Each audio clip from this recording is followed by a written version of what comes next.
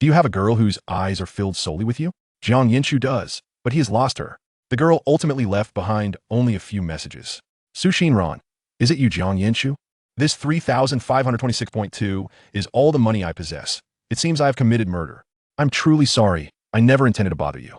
I merely feel a bit fond. Well then, farewell, Jiang Yanchu. Summer never truly ended. Yet, Jiang Yanchu's life remains eternally suspended in that summer when his youth came to a close. Jiang Yanchu, Sister Ran, when you come to see me, could you please converse with me? Do not ignore me. Xinran, Jiang Yanchu, you must be obedient. Take your medicine diligently, treat your ailments, and most importantly, forget me. Jiang Yanchu, Sister Ran, please do not abandon me. You are unaware that the delusional disorder you speak of is my sole means of encountering her. If this singular method is stripped away, then he chooses to leap from the high building. Upon his rebirth, Xinran, for someone as fragmented as I, those who love me must painstakingly gather the pieces. It is truly too arduous. Jiang Yanchu, while collecting the fragments, chuckles foolishly. This piece is mine, and that piece is also mine. Xinran, since it was you who could not resist picking me up first, then you must never leave me. Otherwise, I will be compelled to hide you away. Jiang Yanchu, Sister Ran, do not be afraid. I will hold your hand tightly and never let go. Chapter 1. Sister Ran, will you not acknowledge me? Jiang Yanchu, since you departed, the entire world feels like a night yearning for dawn, as I confine myself within the fifth non-existent season, Fallen. Jiang Yanchu, are you there? Can you return to keep me company? I feel a bit frightened being home alone. Jiang Yanchu, someone is knocking at the door. Is it you returning? Jiang Yanchu, he has returned. He has been released from prison. I am so scared. Can I call you Jiang Yanchu? Jiang Yanchu, I have committed murder. I have taken his life. Jiang Yanchu, this 3,526.2 is all the money I have. Jiang Yanchu, my world is actually very small, barely accommodating my mother and you. With my mother gone, my tiny world truly contains only you. I am sorry, Jiang Yanchu. We shall meet again in our next life. Jiang Yanchu, I truly love you. At 22, Jiang Yanchu sat in a confined room, the curtains drawn tightly, shrouding him from the outside world. The only light emanated from his phone screen, illuminating the profound emptiness in his eyes. Jiang Yanchu cherished his phone like a precious gem, repeatedly replaying the voice messages within. Sister Ran has come to see him again. In a moment his delusion flared. A tingling pain surged through the skin at the nape of his neck. However, Jiang Yanchu relished this sensation of pain, for whenever Xinran appeared, his body instinctively reacted before his consciousness could catch up. He did not even need to look up to know that Sister Ran had arrived. Xinran sat at the edge of the bed, clad in the faded blue and white school uniform from their high school days, her ponytail cascading over her shoulder, a gentle smile gracing her lips as she regarded Jiang Yanchu. She always appeared this way, eternally suspended in the summer of her 18th year, trapped in the night of their college entrance examination celebration. Sister Ran, Jiang Yanchu's voice was hoarse as he tentatively reached out his hand, only for his fingertips to pass through a void. His heart clenched painfully as suppressed memories surged forth like a tempest.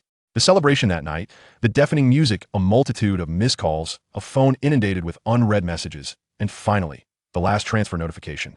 The content of the final message was etched into his mind like a brand. Jiang Yanchu, I truly love you. That day, in pursuit of unrestrained merriment, he had switched off his phone, a decision he would come to regret most profoundly. The following day, the celebration concluded, the effects of the alcohol faded, and the police arrived at his door.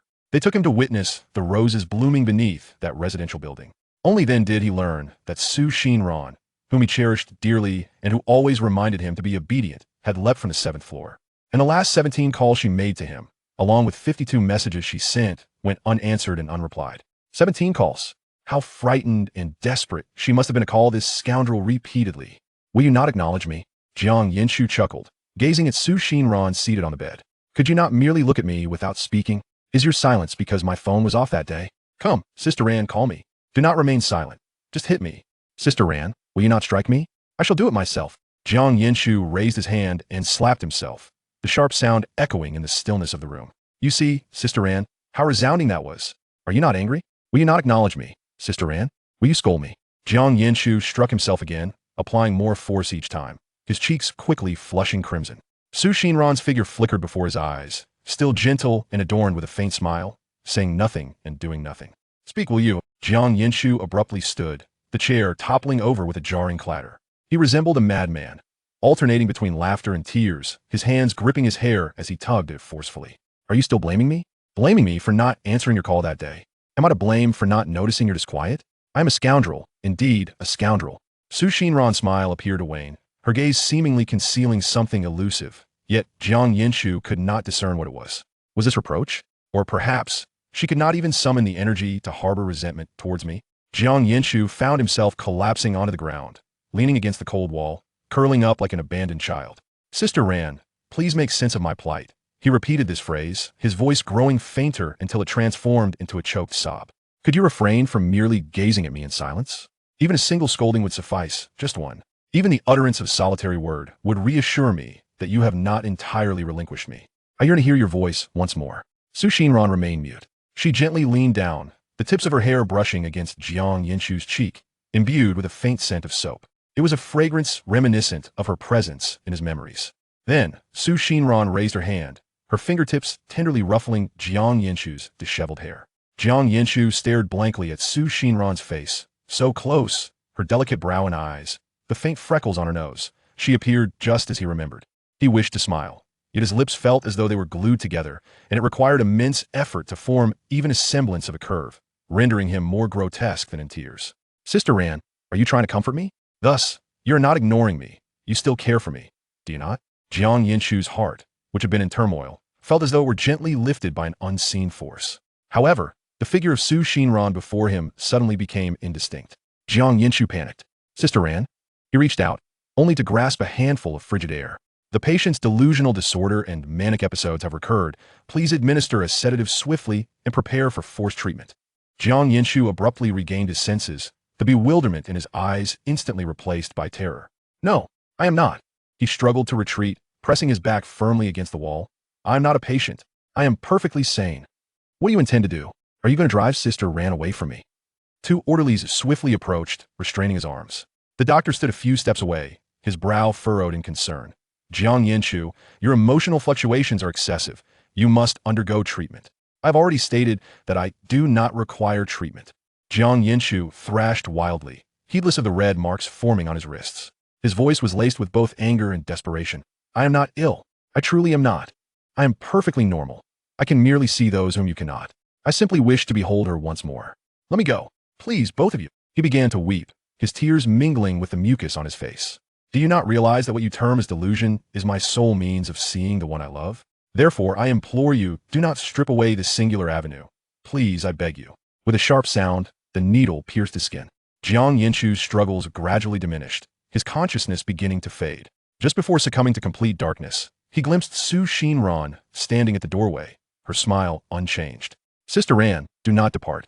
As the effects of the medication slowly dissipated, Jiang Yanchu's eyelids felt as heavy as if glued together, and he exerted great effort to pry them open just a sliver.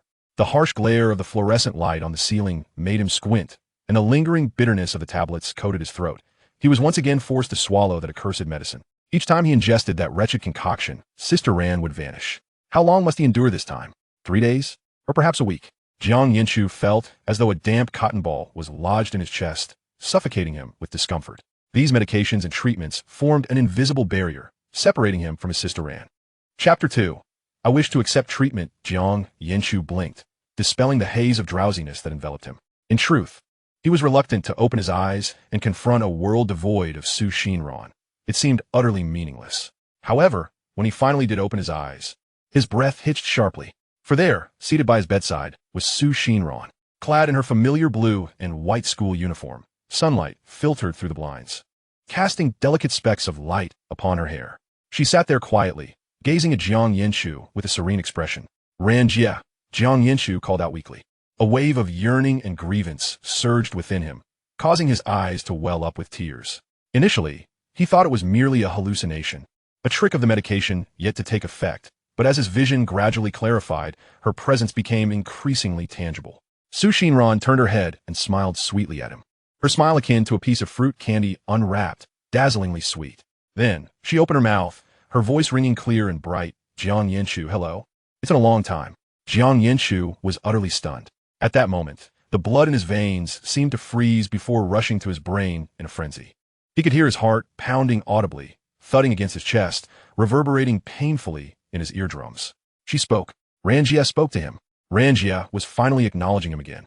Since that summer, The countless apparitions of Su Xinran had always been silent, smiling like a beautifully crafted yet voiceless puppet. But now she had called his name, her words resonating as if whispered directly into his ear. An overwhelming joy engulfed Jiang Yanchu, sparking an urge to laugh, to leap up and embrace the Su Xinran before him. Yet he was unceremoniously overtaken by tears, which fell onto the blanket, leaving small damp patches. However, this elation was short-lived, as a sharp unease coiled around his heart like creeping vines, tightening with each passing moment. Something felt amiss.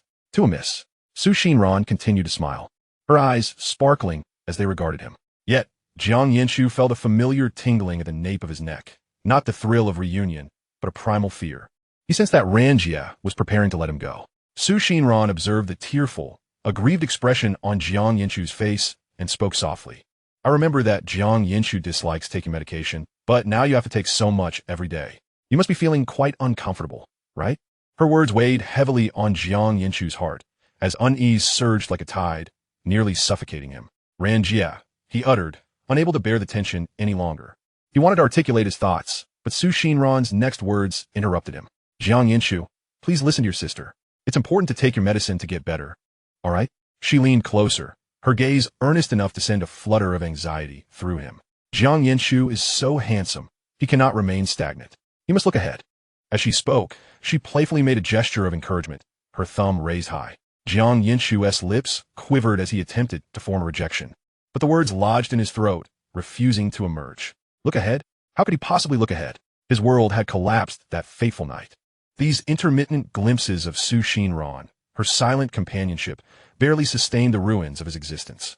If even this solitary thread of hope were to be stripped away, his world would be left with nothing but an endless abyss of darkness.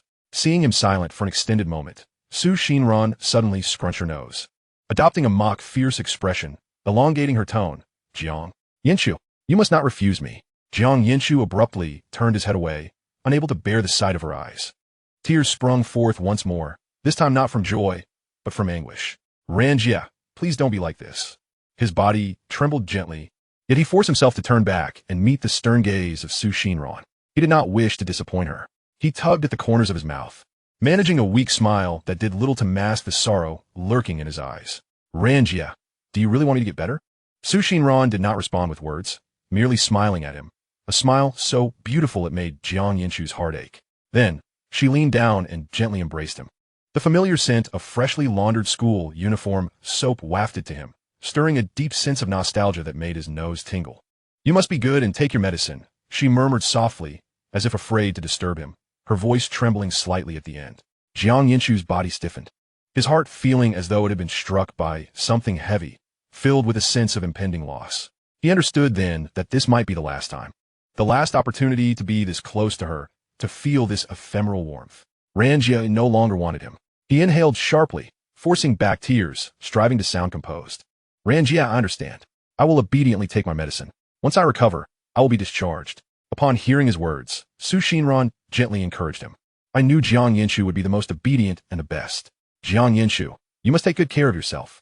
Jiang Yanchu gazed at the vibrant Su Xinran, nodding earnestly. He echoed her words. Jiang Yanchu, keep going. Jiang Yanchu must take care of himself. Then, Jiang Yanchu, farewell for now. I hope that when we meet again, I will see a healthy, vibrant Jiang Yanchu. Yes, Ran-jie, I promise you.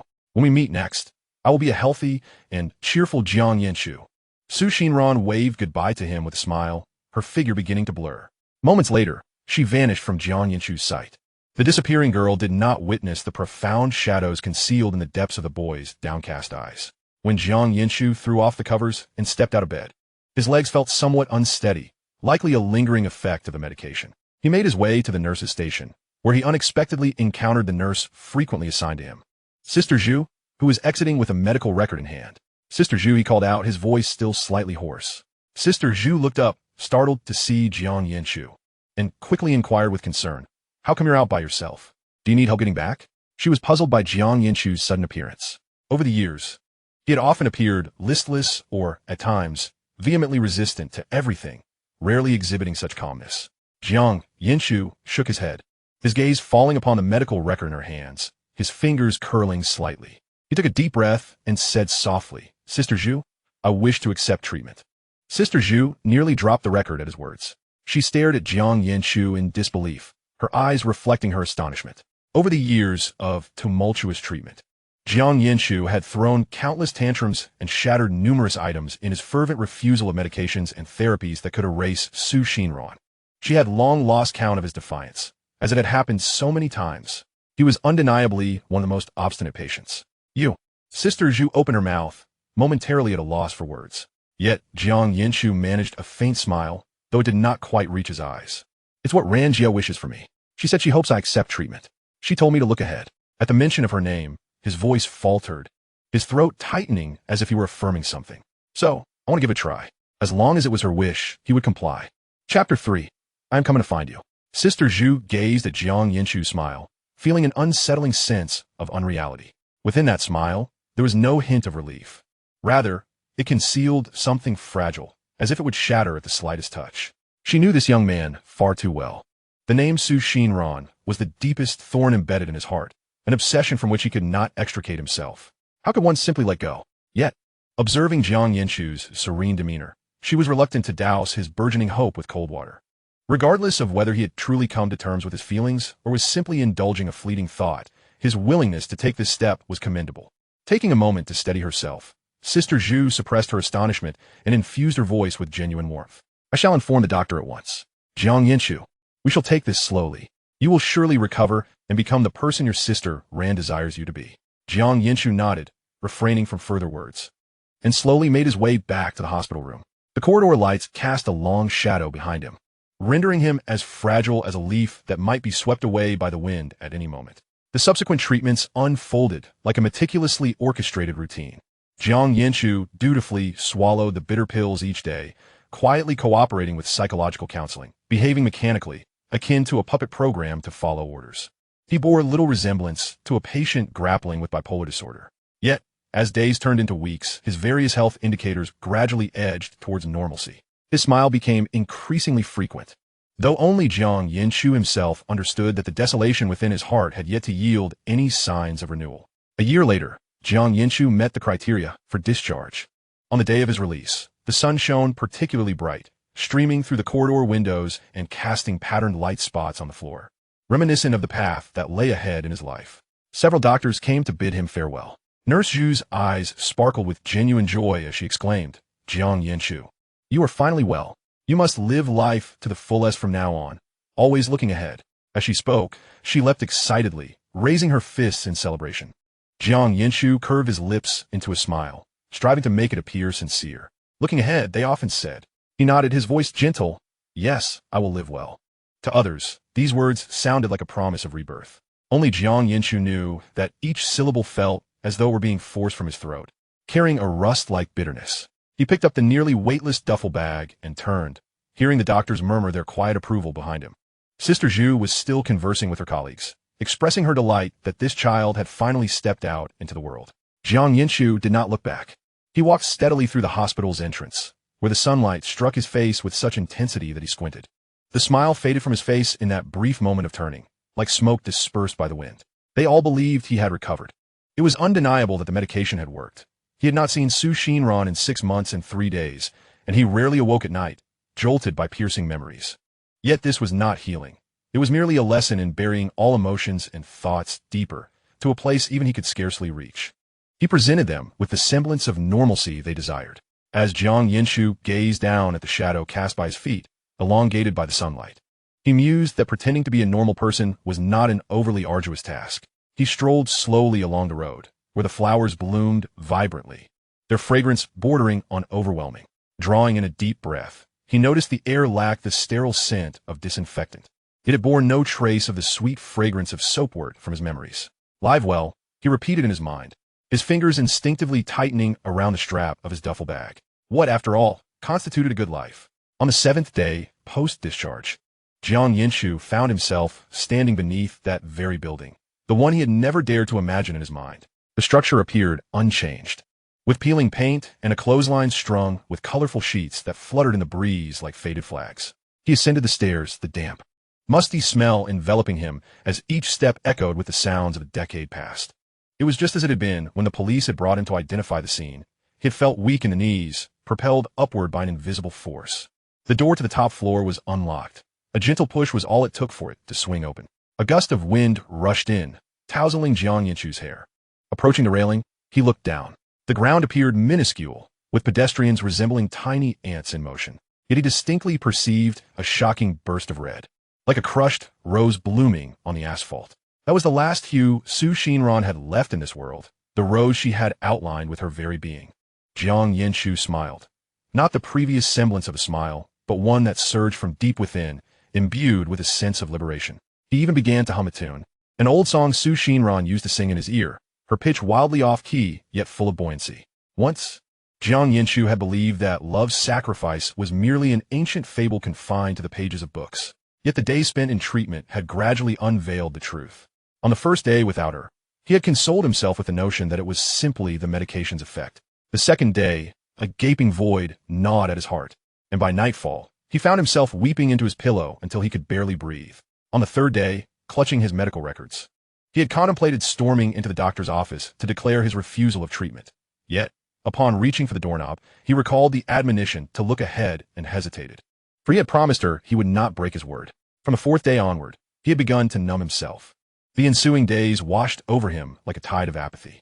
He took his medication on schedule, answered questions dutifully, resembling a robot programmed to follow a script. Until one day, he stumbled upon the words sacrifice in the treatment room's bookshelf, as though pricked by something. It dawned on him that not seeing her was a greater torment than mere existence. He realized she had urged him to seek treatment, not so that he could live well, but so that he could let her go. Thus, he resolved to seek her out. Jiang Yanchu practiced how to manifest a smile that radiated warmth at the rooftop's edge, determined to find her. For Sister Ran had said that when they next met, she wished to see a healthy, optimistic Jiang Yanchu. Now, he was indeed a healthy individual, yet he had yet to master the art of exhibiting the kind of sunny smile Sister Ran had envisioned. Therefore, before meeting her, he needed to practice here a little longer. Jiang Yanchu spread his arms wide, akin to a bird poised for flight. The wind coursed through his fingers, carrying the warmth of late summer, intertwined with the memory of her soapwort scent. Sister Ran, I have come to find you. He smiled and took a step forward. The wind below was fierce, carrying his light-hearted words far away. In that moment of leaning forward, the breeze surged into his throat, as if someone had suddenly called out his name. Jiang Yanchu froze in his tracks. It was Xinran's voice. It exploded in his mind, clear as if it were right beside him. Jiang Yanchu, I'm just a little monster abandoned by everyone. It was on a rainy night in the second year of high school, when she had huddled in a corner behind the teaching building, hugging her knees with a muffled voice. That day, Su An had passed away, the one who had loved Xinran most dearly. Now, Jiang Yanchu understood how much unspoken grievance lay hidden within that phrase, little monster. Jiang Yanchu, if one day I am to die, do not trouble others anymore. She had said this while helping him organize a crumpled exam paper, her tone light as though jesting. At that moment, he had playfully tapped her on the head, dismissing her words with a scoff. What nonsense are you spouting? How could one who had long rehearsed their own demise utter such words? Now, as he contemplated leaping from the building, he realized that she had already envisioned this day within her heart. Jiang Yanchu shook his head violently, his heart constricting painfully. On the day that Ran-jie passed away, she had still troubled others. The police arrived, firefighters came, and the entire building's residents whispered among themselves. Even strangers gathered to watch. She had always wished to avoid burdening others, yet ultimately became a topic of gossip for many. The wind howled more fiercely, causing Jiang Yanchu's frail form to sway like a leaf at the mercy of a tempest. Gripping the icy railing, his fingertips turned pale from exertion. Yes, Jiang Yanchu murmured to himself, his voice scattered by the wind. Ran-jie had once said not to trouble others. If he were to jump from here, the police would have to make another trip, firefighters would have to deploy safety nets below, and the building would be scrutinized for quite some time. When he finally saw Ran-jie again, she would surely be displeased. She would furrow her brow and chide him. Jiang Yanchu, why are you so disobedient? Just like when he had stealthily skipped classes to play games. He couldn't bear to upset Ran-jie. Gradually, Jiang Yanchu straightened, stepping back from the precipice. The wind continued to roar in his ears, yet the urge to leap surged within him, growing ever more intense. He gazed down at the ground, where the imagined roses had long since vanished, leaving only the mundane flow of traffic. Ran-jie, he whispered into the wind, then I shall find another way to reach you. One that does not trouble others. He was unsure what that way might be, but at least for now, he could not bear to cause her further discontent. Jiang Yanchu conversed with the empty rooftop for what felt like an eternity, until his throat tightened and the wind whisked away the last remnants of warmth from his body. Slowly, he extracted his phone, the screen still displaying the encouraging emojis sent by Sister Zhu during his treatment, glaringly bright. Jiang Yanchu knew what he needed to do. His finger hovered over the dial button for a moment before he finally pressed it. "Hello, this is Luo Cheng, Yao Yao Spirit." A young girl's voice came through the line. Sweet and clear, as if imbued with sugar. Jiang Yanchu remained silent, merely raising the phone to his ear, listening to the winds howl through the receiver. "Hello? Is anyone there? Yao Yao Spirit, are you there?" The urgency in her voice hinted at concern. "Hello," Jiang Yanchu finally spoke, his tone as flat as still water, shredded by the rooftop wind. "I'm sorry, but I must trouble you." "I'm so sorry. Ran-jie, you see, I'm indeed going to trouble someone after all. Will you blame me? Yet, this is the only method I can conceive." "Sir, can you tell me what is happening? Are you facing some difficulties?" The operator's voice instantly shifted to one of soothing patience. Upon hearing this, Jiang Yanchu unexpectedly chuckled, his laughter mingling with the wind, sounding particularly fragile. "I am about to jump off a building, and I may need your assistance in clearing up the remnants I leave behind." The operator's heart tightened at his words, and she opened her mouth to counsel him. "Sir," she began, but Jiang Yanchu interrupted, as if anticipating her intent. His voice remained calm, yet resolute. "I'm sorry, but you need not persuade me further. This is a carefully considered decision. I truly apologize for the inconvenience." "There is no need to apologize, sir. Can you please tell me what has happened?" The operator struggled to maintain her composure, attempting to redirect Jiang Yanchu's attention. Yet, he responded with urgency, as though finalizing his affairs. "I'm at the abandoned building on Wudong Road. Please dispatch someone quickly to help with the aftermath. It would be good to frighten others." He paused, adding, "If I've startled you, officer, I sincerely apologize. Please don't hang up. You mustn't hang up." The voice on the other end suddenly trembled, tinged with distress. "Wait, our team is on their way. Can you talk to me for a moment? Just about anything."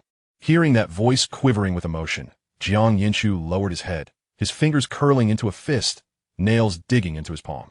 "I messed up again," he thought. "You wanted to be quiet. You didn't want anyone else to feel sadness because of you, nor did you wish to trouble anyone. Yet in the end, he had caused a stranger to panic and weep." "I'm sorry." He softly uttered the words, his fingertip pressing the end call button. Beep. The busy signal rang in his ears, like a fine needle piercing through the last remnants of sound. The phone slipped from Jiang Yanchu's grasp, crashing to the ground, the screen fracturing like a spider's web. He thought it was better broken. The wind atop the building howled more fiercely, stinging his cheeks. Jiang Yanchu released his clenched fist, leaving crescent-shaped red marks on his palm. "Ran-jie, I truly cannot do anything right." He gazed at the distant, gray sky, a bitter smile stretching across his lips. "But it's all right. It will soon be over." Once more, Jiang Yanchu stood at the edge, arms outstretched, head tilted back. The rooftop breeze tousled his hair, and he felt akin to a fledgling eagle poised to challenge the sky. Ahead lay the promise of unbounded freedom. He sensed an unprecedented lightness surging within his chest. The chains that had bound him for 4 long years finally shattered, every inch of his skin greedily inhaling the air known as freedom. So this is what it feels like to be free. "Ran-jie, when you jumped, did you feel this lightness too?" A vibrant, healthy Jiang Yanchu was coming to find you. In the next moment, he leaped over the railing. The wind rushed from all directions, filling his throat, swirling around his clothes, propelling him downward at an alarming speed. Freedom. Pure, unadulterated freedom. The sensation of weightlessness tugged at his body, yet it blossomed the barren landscape of his heart into a riot of color. For years had passed, countless days and nights, yet he had never felt this free until now. In a daze, Jiang Yanchu caught sight of Xinran. She hovered in midair, arms outstretched, rushing toward him, enveloping him in her embrace. Xinran's eyes were filled with panic. She held Jiang Yanchu tightly, using her frail form to cushion his fall. Chapter 5. Have I been reborn? In that instant, Jiang Yanchu comprehended Xinran's intention. She aimed to shield him with her own body, to serve as a cushion against the impending impact. A smile spread across his face, genuine and joyful. "Silly Ran-jie, it's my turn this time." Warm tears gathered in the corners of his eyes, swept away by the wind. Then, with a sudden twist of his body, Jiang Yanchu shielded Xinran's apparition with his own, turning his back toward the ground. In a most peculiar manner, with his back facing down and arms reaching for the void, he embraced an unseen presence, hurtling toward the familiar asphalt below. Bang! A dull thud shattered the tranquility of the old district. On the asphalt, a blinding red rose blossomed, overlapping with the one from 4 years ago, a delayed response that had long been overdue. "Old Jiang, hurry, drink up. Another round. Come on, drink." The deafening shouts, intermingled with the raucous music, assaulted his ears, jolting Jiang Yanchu awake. The pungent aroma of nicotine stung his nostrils, causing his heart to momentarily halt. This scent was hauntingly familiar. Who's calling him old Jiang? That raspy voice is strikingly reminiscent of that corpulent fellow, Wang Lin. However, the chubby one has since shed his weight, transforming into a mere stick. In this world, the portly are often subjected to unrelenting malice. Wang Lin was a victim of such cruelty, yet he refused to accept his fate and ultimately made a change. Jiang Yanchu recalls Wang Lin visiting him in the hospital, having lost even his double chin, and that scent of nicotine. Wang Lin used to claim that smoking was a man's redemption. Then, they would be chased by teachers from the classroom to the playground, berated for a full 3 years. Back then, he thought Wang Lin deserved it. Now, inhaling that scent, his eyes inexplicably sting. Old Jiang! Old Jiang! Jiang Yanchu felt as if his head had been struck by a heavy hammer. A sharp pain coursed through him, and his muddled consciousness suddenly tightened. Coalescing with ferocity, he raised his gaze and discerned the figure before him. A round face, eyes squinted into slits, a crooked, hefty chain around his neck. Clad in a yellowed, blue-and-white school uniform, grinning at him while holding a beer bottle. And there was that familiar, gluttonous appetite of the chubby one. Wang Lin, alive and well, just as he was in high school. Jiang Yanchu's breath caught in his throat. No, high school students cannot drink. Yet the table was strewn with empty bottles, and everyone else was in uniform, clamoring joyously about their liberation from endless examinations. This scene was unmistakably the celebratory banquet following the college entrance examination. He abruptly looked down, noticing the beer clutched in his hand, the icy liquid trickling through his fingers. It had just been opened. He hadn't taken a sip yet. The attire he wore was the very same school uniform he had later burned, now stained with alcohol. His heart felt as if it were gripped by an invisible hand, aching so fiercely that he could hardly breathe. The night of the college entrance examination. The night Xinran took her own life. Hadn't he jumped from the building? Hadn't he gone to find her? How could he possibly return here? Was this merely a prelude to death? Yet the tactile sensation, the aroma, was so palpably real that it made him tremble. The raucous noise around him suddenly dulled, and the faces of those nearby swayed. Only the chubby one persisted in patting his shoulder. What are you dawdling for, old Jiang? Drink up. Tonight, we drink till we drop. Jiang Yanchu stared at Wang Lin's round visage, and his doubt burgeoned like wild grass. Could it be that his delusions had returned? The doctor had once said that one cannot feel pain in hallucinations. He raised his hand. Taking a deep breath, he silently uttered an apology to Wang Lin. Then, he swung his hand towards Wang Lin's face. The sharp crack echoed clearly within the noisy room. Wang Lin, taken aback, covered half his face, his eyes wide with bewilderment, looking at him with a pitiful expression. Old Jiang, I just wanted you to have a drink. Why do you slap me? He even spoke in a somewhat petulant tone. Old Jiang, have you lost all affection for your godfather? Jiang Yanchu disregarded his antics. His expression as grave as if conducting a significant experiment, intently questioning Wang Lin, does it hurt? Upon hearing this, Wang Lin grew more agitated, his voice rising. Old Jiang, are you talking nonsense? Of course it hurts. It's burning. It hurts. Wang Lin said hurt. Jiang Yanchu glanced at his hand, feeling the lingering sensation from the slap, slightly numb, yet painful. This was no hallucination. It was real. He had truly returned. With a sudden thud, Jiang Yanchu slammed his palm on the table, causing the empty beer bottles to rattle. He abruptly broke into a wide grin, laughing uncontrollably, his shoulders shaking, tears nearly spilling from his eyes. He grasped Wang Lin's shoulder with such force that it felt as if he might crush him, his voice trembling with uncontainable joy. Wang Lin, it hurts. It hurts, damn it, and that's just right. It's absolutely right. As long as it's real. As long as I can relive this moment, I would gladly endure 10 slaps. If Wang Lin knew what Jiang Yanchu was truly thinking, he would surely scoff. You're so high-minded. You'd willingly take 10 slaps because it's not your face being slapped. It's mine. Of course. Wang Lin had no inkling of Jiang Yanchu's current sentiments. Wang Lin, feeling the pressure on his shoulder, grimaced at Jiang Yanchu's silly laughter, his brow furrowed in confusion. Tentatively, he withdrew one hand, first checking Jiang Yanchu's forehead, then hastily touching his own, both temperatures normal. How strange, he murmured. What kind of hysteria is this? Suddenly, his eyes brightened as if he had an epiphany, slapping his thigh and exclaiming, Old Jiang, my dear boy, you're not telling me you've suddenly passed the exam, are you?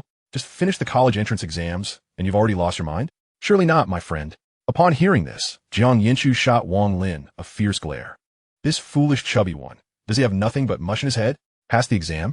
His current elation was 100-fold greater than that of the top scorer. The urge to slap him again surged within him, but he reconsidered. Had it not been for Wang Lin's pudgy face affirming his reality, he might still be caught in doubt. Fine. Jiang Yanchu released his grip on Wang Lin's shoulder, silently reminding himself, for the sake of your face, which has just accomplished a great feat, I shall not hold this against you, you foolish child. He resumed his seat, his gaze fixating once more on the phone on the table, his fingers unconsciously tapping the surface as if counting down. Wang Lin mumbled nearby. Surely it was all that studying that had scrambled his brain. Jiang Yanchu had no inclination to respond. Nothing mattered more than awaiting that first call. Old Jiang, don't just sit there, keep drinking, Wang Lin urged, lifting his beer bottle closer, his face still bearing the mark from the slap. Jiang Yanchu immediately waved his hand, his tone resolute. No more drinking. Wang Lin pouted. Come on, you're the last one left. It'll be boring without you. Those around him began to chime in, urging Jiang Yanchu to drink. Come on, brother Jiang, just one drink.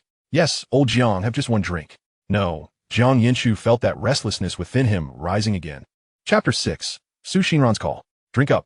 Wang Lin shoved him again. Jiang Yanchu suddenly raised his hand, slamming the beer can down on the table with a deafening clang.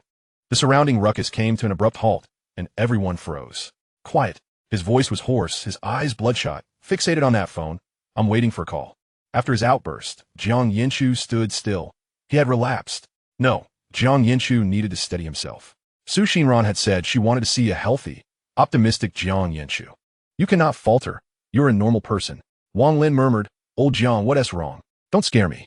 Jiang Yanchu cleared his throat and forced a smile. My apologies, Wang Lin and everyone else. I was just a bit too excited. Then, as if announcing something of utmost importance, he solemnly declared, Ran-jie doesn't tea like the smell of alcohol. He paused, as if recalling something, and added, and from now on, don't smoke. And definitely don't smoke in front of me, especially not in front of Ran-jie. Wang Lin's eyes widened in shock, despite his efforts to widen them. They still resembled mere slits. He glanced at Jiang Yanchu, then touched his cheek where he had just been slapped, his mind consumed with a single thought. This is it. This child has truly lost his mind. He has sworn off both smoke and drink. Is this still the same Jiang Yanchu who used to sneak out with him to the internet cafe, drinking until he vomited? Old Jiang, the chubby friend probed tentatively, his tone peculiar. Have you, perhaps, had your heart stolen by Xinran? Stolen my heart? Jiang Yanchu paused, contemplating seriously. Every moment of longing, every pang of regret throughout the past decade, every ecstatic yet painful vision of her in his dreams. Wasn't it just his heart being tightly grasped and taken away by her? He lifted his gaze, meeting his friend's incredulous stare, and solemnly nodded. Yes, you are right. The chubby friend exclaimed. Well, that's it then. Old Jiang is utterly hopeless. Despite her beauty and grace, it seems even the men cannot withstand her allure. Jiang Yanchu paid no heed to his musings, redirecting his focus to the phone resting on the table, his fingertips turning pale from the intensity of his grip. Whether taken hostage or bound, as long as he could keep her close, he would endure anything. The phone screen remained dark. Yet the drum in his heart had begun to beat with a fervor. He knew it was coming soon. Stop dawdling, continue drinking. Tonight, I am treating, Jiang Yanchu declared, raising his chin and sweeping his gaze over the rigid classmates in the private room. As soon as he spoke, the previously quiet atmosphere erupted into exuberant cheers. Our benevolent father, thank you for your generosity. Voices clamored in unison. Among them, the chubby friend's voice boomed the loudest, rubbing his hands together and grinning widely. Young Master Jiang, I love you most. He leaned in close, his round face almost pressing against Jiang Yanchu's, as if he intended to plant a kiss on him. Come here, let your loving father give you a big kiss. Seeing the impending collision with those jiggly lips, Jiang Yanchu swiftly dodged, furrowing his brow tightly. Touch me not. Remember, only Ran-jie is allowed to lay a hand on me. A kiss? In this lifetime, no one but her shall ever have that privilege. He silently added, unconsciously tracing the edge of his phone. The chubby friend dramatically covered his face, looking as pitiful as a cat whose tail had been stepped on, lamenting. You've lost all love for your father, Jiang Yanchu. You've broken my heart. Jiang Yanchu couldn't help but twitch his lips, his heart softening at the sight of his foolish friend, just as he remembered. He waved his hand, feigning annoyance, though the tension from before had dissipated. Go on. Go play. Don't be a nuisance here. The chubby friend huffed, turned, and dove back into the crowd of revelers, casting him glances as if he were a child robbed of candy. The revelry continued in the private room, Yet Jiang Yanchu's attention remained fixated on the phone before him. His ears attuned as if sharpened by some unseen force. Even his breathing quieted. It was imminent. It had to be. He counted in his mind, his heart racing uncontrollably. This time, he would not allow her to wait any longer. As time crawled by, the phone remained silent, akin to a stone resting at the bottom of a pond. Jiang Yanchu's fingertips grew cold, his temples throbbed, and a familiar irritation crept up his spine, signaling the onset of his manic episode. He rubbed his brow forcefully, his nails nearly digging into his flesh.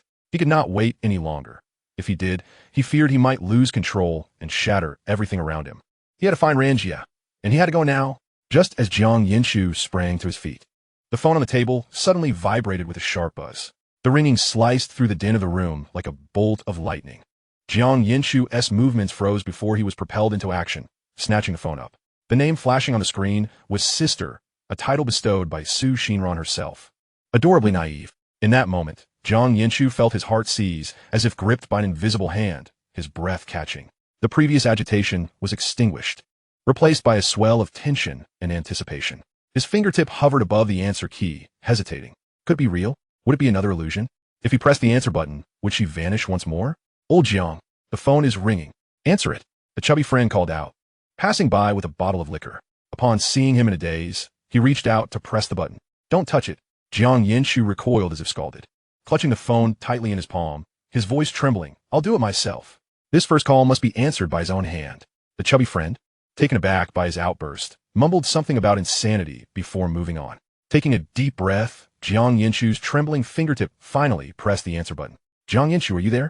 Xinran's voice came through the line, soft and sweet like freshly steamed rice cakes, tinged with a hint of timidity. It resonated with the countless nights he had replayed in his memory. In an instant, Jiang Yanchu felt blood rush to his head, his entire being trembling slightly. It was real. It was her, not an illusion. Tears sprang forth unexpectedly, blurring his vision. Jiang Yanchu? Noticing his prolonged silence, Xinran's voice took on a note of concern. Ran-jie. Jiang Yanchu attempted to speak, his voice hoarse, yet brimming with uncontainable joy and emotion. I'm here. I'm here. He gripped the phone tightly, his knuckles whitening. It felt as though this was not merely a phone call, but his entire world. If Xinran's world was small, encompassing only Jiang Yanchu, then his own world was slightly larger, able to hold three, his parents and Xinran. Chapter 7. My name is Jiang Yanchu. Will you be my wife in the future? Hearing Jiang Yanchu's trembling response, Xinran expressed her concern. Jiang Yanchu, are you alright? Your voice sounds off. I'm fine, Ran-jie. It's just that the chubby guy insists on smoking next to me, making it hard to breathe. Beside him, the chubby friend widened his eyes. Me? Seriously, young Master Jiang? You're making things up. Upon hearing Jiang Yanchu's reassurance, the weight in Xinran's heart lifted, and her voice became lighter. Then, can I ask you for a favor, Jiang Yanchu? If you have something to say. I'm willing, Jiang Yanchu nearly shouted, fearing that if he hesitated even a second, she might change her mind. One request, 100, 1,000, he would agree to them all. As long as it came from her, he would brave any challenge without a second thought. Jiang Yanchu, I haven't even said what it is yet, Xinran said, momentarily taken aback by his eagerness, her voice small and slightly bashful. I'm willing for anything, Jiang Yanchu asserted, his tone resolute as if making a solemn vow. The chubby friend watched in disbelief, shaking his head in exasperation. This Jiang Yanchu was utterly pathetic. Just moments ago, he had been cold and aloof. And now, he was a completely different person after answering a phone call, resembling a dog that had just been petted. He thought about attaching a tail to Jiang Yanchu, certain it would wag with delight. As the chubby friend leaned in to tease him, he received a glare that sent him retreating. He sighed, accepting that if this young man was smitten, then so be it, as long as he didn't have another episode. Jiang Yanchu was hardly preoccupied with Wang Lin's thoughts. He pressed his phone tightly against his ear, holding his breath as he awaited Xinran's next words. He felt his heart racing in his chest, as if it were about to explode. Xinran's voice on the other end was low and tinged with an almost unbearable timidity. Jiang Yanchu, I'm feeling a bit scared being home alone. Could you come over and keep me company? I know today is your celebration feast for the college entrance examination, and this seems terribly inappropriate, but before she could finish, Jiang Yanchu had already snatched up the school uniform jacket draped over the chair, his fingers almost tearing the zipper apart in his haste. Don't say anything else, Ran-jie. I'm on my way. Xinran, hearing the urgency in Jiang Yanchu's voice, revealed a sly smile. Scared? She was scared all alone?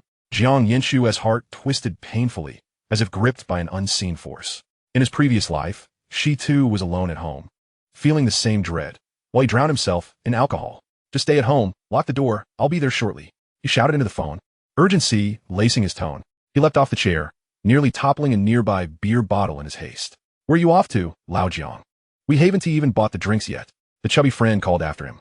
Put on my tab, Jiang Yanchu shouted over his shoulder, clutching his phone as he dashed out of the private room, the edge of his jacket sweeping across the table and knocking an empty wine glass to the floor, where it shattered with a sharp, clear sound. Ran-jie was waiting for him. This time, he wouldn't keep her waiting long. On the other end of the line, Xinran seemed taken aback by his fervor, falling silent for a moment before softly replying with a gentle hum, her voice as soft as a cotton ball. Jiang Yanchu gripped the phone tighter, quickening his pace. Recently, Liang had been released from prison. That man, Xinran's father, was a beast masquerading in human skin. Just the thought of his name made Jiang Yanchu's teeth clench in anger. In his past life, it was this very monster stepping out of prison, who returned home with wicked intentions towards Ran-jie. He would never forget the absurdity of that day's celebration feast. In a drunken stupor, he had turned off his phone to indulge in drinking games with his friends. When he finally remembered to turn it back on, the screen was flooded with missed calls, nearly all from his sister, and 99 unread messages piled up like snowflakes, culminating in a transfer of 3,526 yuan. In that moment, sobriety hit him like a boulder, and his heart sank to the depths. By the time he frantically arrived downstairs at Xinran's home, he was met with a horrifying sight. Liang, stabbed multiple times, lay in a pool of blood in the hallway. And there, like a rose nourished by blood, lay Xinran, serene as if in slumber. Ran-jie was the daughter of his mother's best friend. From childhood, she had been timid, like a frightened little rabbit, and his mother would often pat his head, saying, though Ran is the elder sister, Yanchu must protect her well. She needs more care than you. Yet, Jiang Yanchu never found it burdensome. From the moment he first saw her peeking out shyly from behind Su-ai at the kindergarten gate, revealing half of her soft little face, he had tucked this sister into his heart, cherishing her like a treasure. But the very sister he held dear had, under the pressure of that beast, brought an end to her suffering and her own life. Jiang Yanchu dared not dwell on the despair she must have endured amid those missed calls and unanswered messages. What panic must have accompanied each dial? What tremors accompanied her typing of messages? Or the despair of making that transfer? All he knew was that his negligence and foolishness had pushed his treasure into the abyss. In this lifetime, with the phone tightly clenched in his hand, he could still hear the soft sound of Ran-jie's breathing through the receiver. Suddenly, a vague yet warm memory surged into Jiang Yanchu's mind. He recalled the first day he met Ran-jie. At that time, he was merely 5 years old, throwing a tantrum with his mother, stubbornly refusing to budge from the sofa, tears and snot smeared across his face. I don't want to go to kindergarten. There are no Ultramen there. Yiziqi knelt in front of him, her voice as gentle as cotton. Yanchu must behave. There are many little friends in kindergarten, and, by the way, your mother's good friend has a beautiful sister waiting for you there. Little Yanchu sulked all the way there, pouting like he had been wronged, thinking how could a beautiful sister compare to an Ultraman? Upon arriving at the kindergarten gate, Jiang Yanchu was still in a mood, dragging his feet and refusing to move. It wasn't until his mother waved at someone in the distance that he turned to see Su-ai standing there, with a small figure hiding behind her. He spotted the beautiful sister his mother had mentioned. Su-ai approached with a smile, gently patting the back of the girl behind her. Ran, come see. This is your little brother Jiang Yanchu. The little girl clung tightly to Su-ai's leg, like a scared little animal. Hearing the sound, she hesitated for a long moment before slowly lifting her head, peering out with half of her face, her long eyelashes framed eyes glistening with moisture. Her skin pale as snow, the half of her face that was visible was soft and tender. In that instant, little Yanchu was spellbound, all traces of his earlier tantrum fading away. His only thought was, what a beautiful sister. In fact, she felt more like a little sister. But none of that mattered. What mattered was, could anything compare to this beautiful sister over Ultraman? Without a second thought, little Yanchu tilted his head back and shouted in his clear, childlike voice, hello, I'm Jiang Yanchu. You're so beautiful. Can you be my wife in the future? As soon as the words left his lips, laughter erupted among the adults around them. Su-ai laughed so hard she could hardly stand, while his mother covered her mouth with her hands, her eyes filled with fondness. The girl named Ran was so startled she shrank back behind Su-ai, revealing only her big, round eyes, peeking at him, her cheeks flushed like ripe apples. Yiziqi glared at her son, saying, Do you even know what it means to marry someone, you little radish head? Little Yanchu nodded, of course. He knew. Marriage meant giving all his candy to her, allowing her to play with his Ultraman toys alone. At that time, he did not comprehend the full meaning of marriage. He only knew that this soft, gentle sister made him want to follow her everywhere, wanting to share his sweetest candies with her. Later, he would realize that this was the beginning of his hard-ass flutter. Outside the KTV, the neon lights dazzled, and Jiang Yanchu immediately spotted the motorcycle parked by the roadside, a gift from his father for his coming of age. Truth be told, it was Jiang Yanchu who had begged his father to buy it. A red ribbon, chosen by him and Wang Lin, was tied around the handlebars. Fortunately, he had traveled back in time, just in time. He hadn't touched a drop of alcohol tonight, and his mind was clear. Riding the motorcycle wouldn't count as drunk driving. Jiang Yanchu hopped onto the bike, turning the key in the ignition, the metallic click mingling with the night breeze. Virum! Virum! He twisted the throttle sharply, and the engine roared to life, erupting like a lion roused from slumber, sending tremors through the air. Startled by the noise, Xinran's voice on the phone paused for a moment before breaking through with a hint of anxiety. Jiang Yanchu, slow down. Watch the traffic lights. Don't rush. And be sure to stay safe. She chattered incessantly, offering a plethora of advice. From a necessity of signaling when turning to the caution of not competing with cars for lane space. Each fragment of her concern cascading over Jiang Yanchu like a gentle stream. Jiang Yanchu responded with a soft, almost involuntary, "All right, Ran-jie." Suddenly, a thought struck him. He hesitated, tightening his grip on the handlebars, his throat bobbing before he spoke, his voice laced with uncertainty. "Ran-jie, could you please not hang up? I know we will arrive shortly, but I long to hear your voice a little longer. Even if it's just the sound of your breathing, it reassures me that you're truly waiting for me. I'm so terrified that all of this might be an illusion." There was a moment of silence on the other end, Xinran likely pondering the suddenness of Jiang Yanchu's request. But soon, she replied softly, "All right, Jiang Yanchu. I want to hang up." Jiang Yanchu echoed, easing his grip on the handlebars, the roar of the motorcycle softening, resembling a beast that had been soothed. The motorcycle sped through the night, the wind lifting the edges of his clothing, the vibrations of the wheels traversing the pavement resonating through him, accompanied by the low growl of the engine. Yet, Jiang Yanchu's heartbeat remained steady, more solid than ever, for he was racing toward her direction. Moments later, at an intersection, Jiang Yanchu came to a halt to wait for the traffic light. The girl's voice emerged from the phone. "Jiang Yanchu, are you there?" Her voice, cautious and tentative, barely broke the silence. "Yes, I'm here." Jiang Yanchu's voice was warm and strong. "Am I interrupting your ride?" she asked, a hint of anxiety creeping into her tone. "No." Jiang Yanchu glanced at the red light, gently twisting the throttle to maintain a low hum from the engine. "I'm just waiting at the light." "Oh," Xinran responded softly, and then there was silence for a few seconds. Only her gentle breaths could be heard. Jiang Yanchu's fingers tightened around the phone. He yearned to ask her something, to inquire what she was doing, whether she had locked the door properly, whether she was afraid. Yet the words eluded him. Just then, the light turned green. He twisted the throttle, the motorcycle moving forward slowly, the sounds of the wind and the engine merging with the soothing rhythm of her breathing on the line. Perhaps this was sufficient, he thought. As long as he could hear her voice and know she was waiting for him, that was enough. Yet after a while, Xinran's timid voice broke the silence again. "Jiang Yanchu, are you there?" Jiang Yanchu steadied his grip on the handlebars, his voice still warm.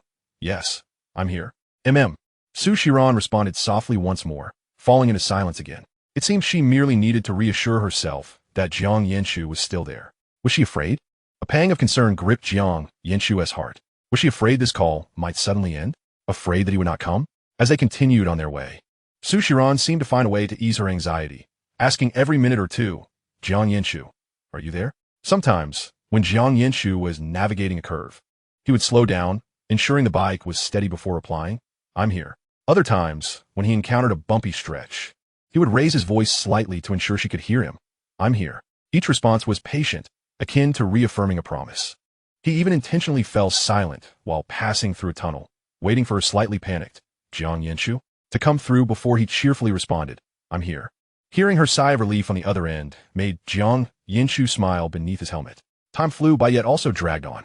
Jiang Yanchu focused on the diminishing distance on his phone's navigation. Only 5 minutes remaining until he reached Xinran's home. His heart raced in his chest, feeling as though it might burst from his ribcage. Soon, he would see her, a living, breathing Xinran he could touch. Just then, the girl's soft, sweet voice came through the phone again, this time without the question of whether he was there. Instead, Her tone wrapped in apology. She said, Jiang Yanchu, I'm sorry. The words I'm sorry fell like an ice block, thudding into Jiang Yanchu's heart. His previously racing heartbeat faltered, and a chill coursed through his veins. Why was she apologizing? Jiang Yanchu gripped the handlebars tightly, his knuckles turning white. Could it be that Li Yang had already arrived? Or had something else happened? With only 5 minutes left, how could this be? A myriad of dreadful thoughts slithered into his mind, and past misfortunes rushed back uncontrollably, nearly suffocating him. Ran-jie, what is wrong? Jiang Yanchu's voice trembled with concern. The throttle was instinctively twisted wide open, the motorcycle roaring with a wild growl, mirroring the chaos of his heart. Was that scoundrel back? Did you lock the door? Don't be afraid, I'll be there soon. Right away, Jiang Yanchu babbled, his words tumbling out in a rush. Chapter 9. Once I hold you, I'll want to let go. That familiar surge of anger and agitation coursed through him like a wildfire. His emotions, ignited like explosives, threatened to spiral out of control. On the other end, Xinran was startled, her voice trembling with confusion and unease. Jiang Yanchu, what are you saying? What do you mean he asked back? What is wrong? Her flustered voice was soft and gentle. It was as if that tender, panicked tone caressed Jiang Yanchu's frayed nerves, soothing him with each gentle touch. It's all right, Ran-jie. Jiang Yanchu struggled to steady his voice. A hint of hoarseness from his earlier panic creeping in. I was just too worked up and scared you. Don't worry, I'll be there soon, truly. There was a brief silence before Xinran's voice, faint as a whisper, broke through. With a hint of shyness, she said, Jiang Yanchu, the reason I'm apologizing is that I lied to you. I'm home alone, and I'm actually not scared. I just wanted to see you. You wanted to see me? The realization struck Jiang Yanchu like a gentle nudge, a warm sensation spreading through his veins. He was momentarily taken aback, then burst into laughter, his eyes welling up with warmth. All those chaotic fears that had clouded his mind vanished in an instant, replaced by an indescribable joy. Jiang Yanchu slowed down, gazing at the approaching building, his tone softening to match Xinran's silly girl. You should just say you want to see me. I thought something terrible had happened. I thought I was going to miss you again. And in his heart, he added, you don't need an excuse to want to see me. I'll always be here whenever you wish to see me. The motorcycle turned into a familiar alley, where half-dry vines clung to the blue brick walls and the streetlights cast dappled shadows on the ground. This was a place he had once dared not tread, a place he couldn't even bear to think about, for every thought of it would unleash a torrent of uncontrollable memories. But now, he was walking toward that building step by step, devoid of fear, only filled with a nervous excitement that made his heart race as if it were about to leap from his throat. Ran-jie, I've arrived. The voice on the other end remained soft and gentle, albeit tinged with a hint of palpable tension. Jiang Yanchu turned off the engine, and the roar of the motor abruptly ceased, leaving only the whisper of the evening breeze rustling through the leaves. Clutching his helmet, he gazed at the darkened staircase before him, inhaling deeply. Then, with a sense of urgency, he ascended the stairs in strides that almost seemed to meld 2 steps into one. He finally stood before a door so familiar it felt like home. The old wooden door bore a faded Fu character, a remnant from last year's New Year celebrations he had shared with Ran-jie. Jiang Yanchu stared blankly at the closed door, his hand hovering in midair. Although his fingertips were mere centimeters from the door, he found himself unable to knock. Fear gripped him. What if, upon opening the door, he found it empty? What if he raised his hand and everything before him shattered like fragile glass? The terror of potential loss washed over him like icy water, extinguishing the elation he had felt moments before. If such a calamity were to occur, the cycle of gaining only to lose again would drown him completely. He stood there, frozen in position, hands still poised to knock. He could hear the rapid thumping of his heart resounding in the stillness of the corridor. Thud, thud. The sound echoed sharply in the silence. The phone pressed against his ear allowed him to hear Xinran's soft breaths. So real, it was almost surreal. Jiang Yanchu took a deep breath, desperately trying to maintain his composure. Breathe in, breathe out. He repeated this mantra, his palms slick with sweat from gripping the phone tightly. What are you afraid of, Jiang Yanchu? This isn't a mere illusion. This is reality. Everything is indeed real. You have been granted a second chance. Do not falter. Knock on the door, for Ran-jie waits just beyond it. The person you have yearned for is right there.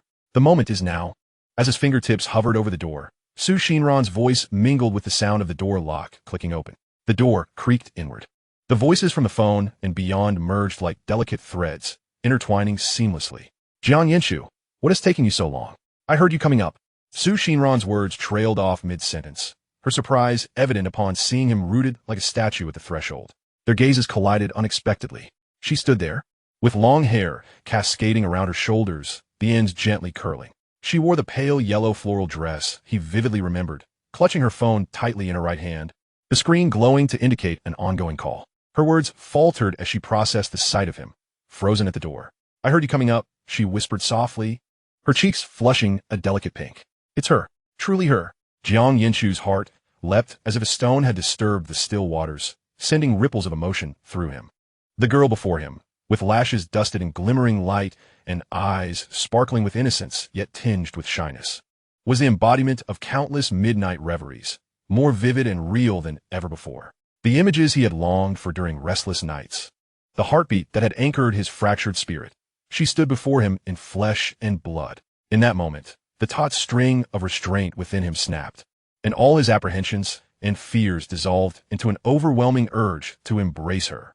He could wait no longer, not even for a second. Jiang Yanchu hastily cast aside his helmet and opened his arms, pulling Xinran into a fervent embrace.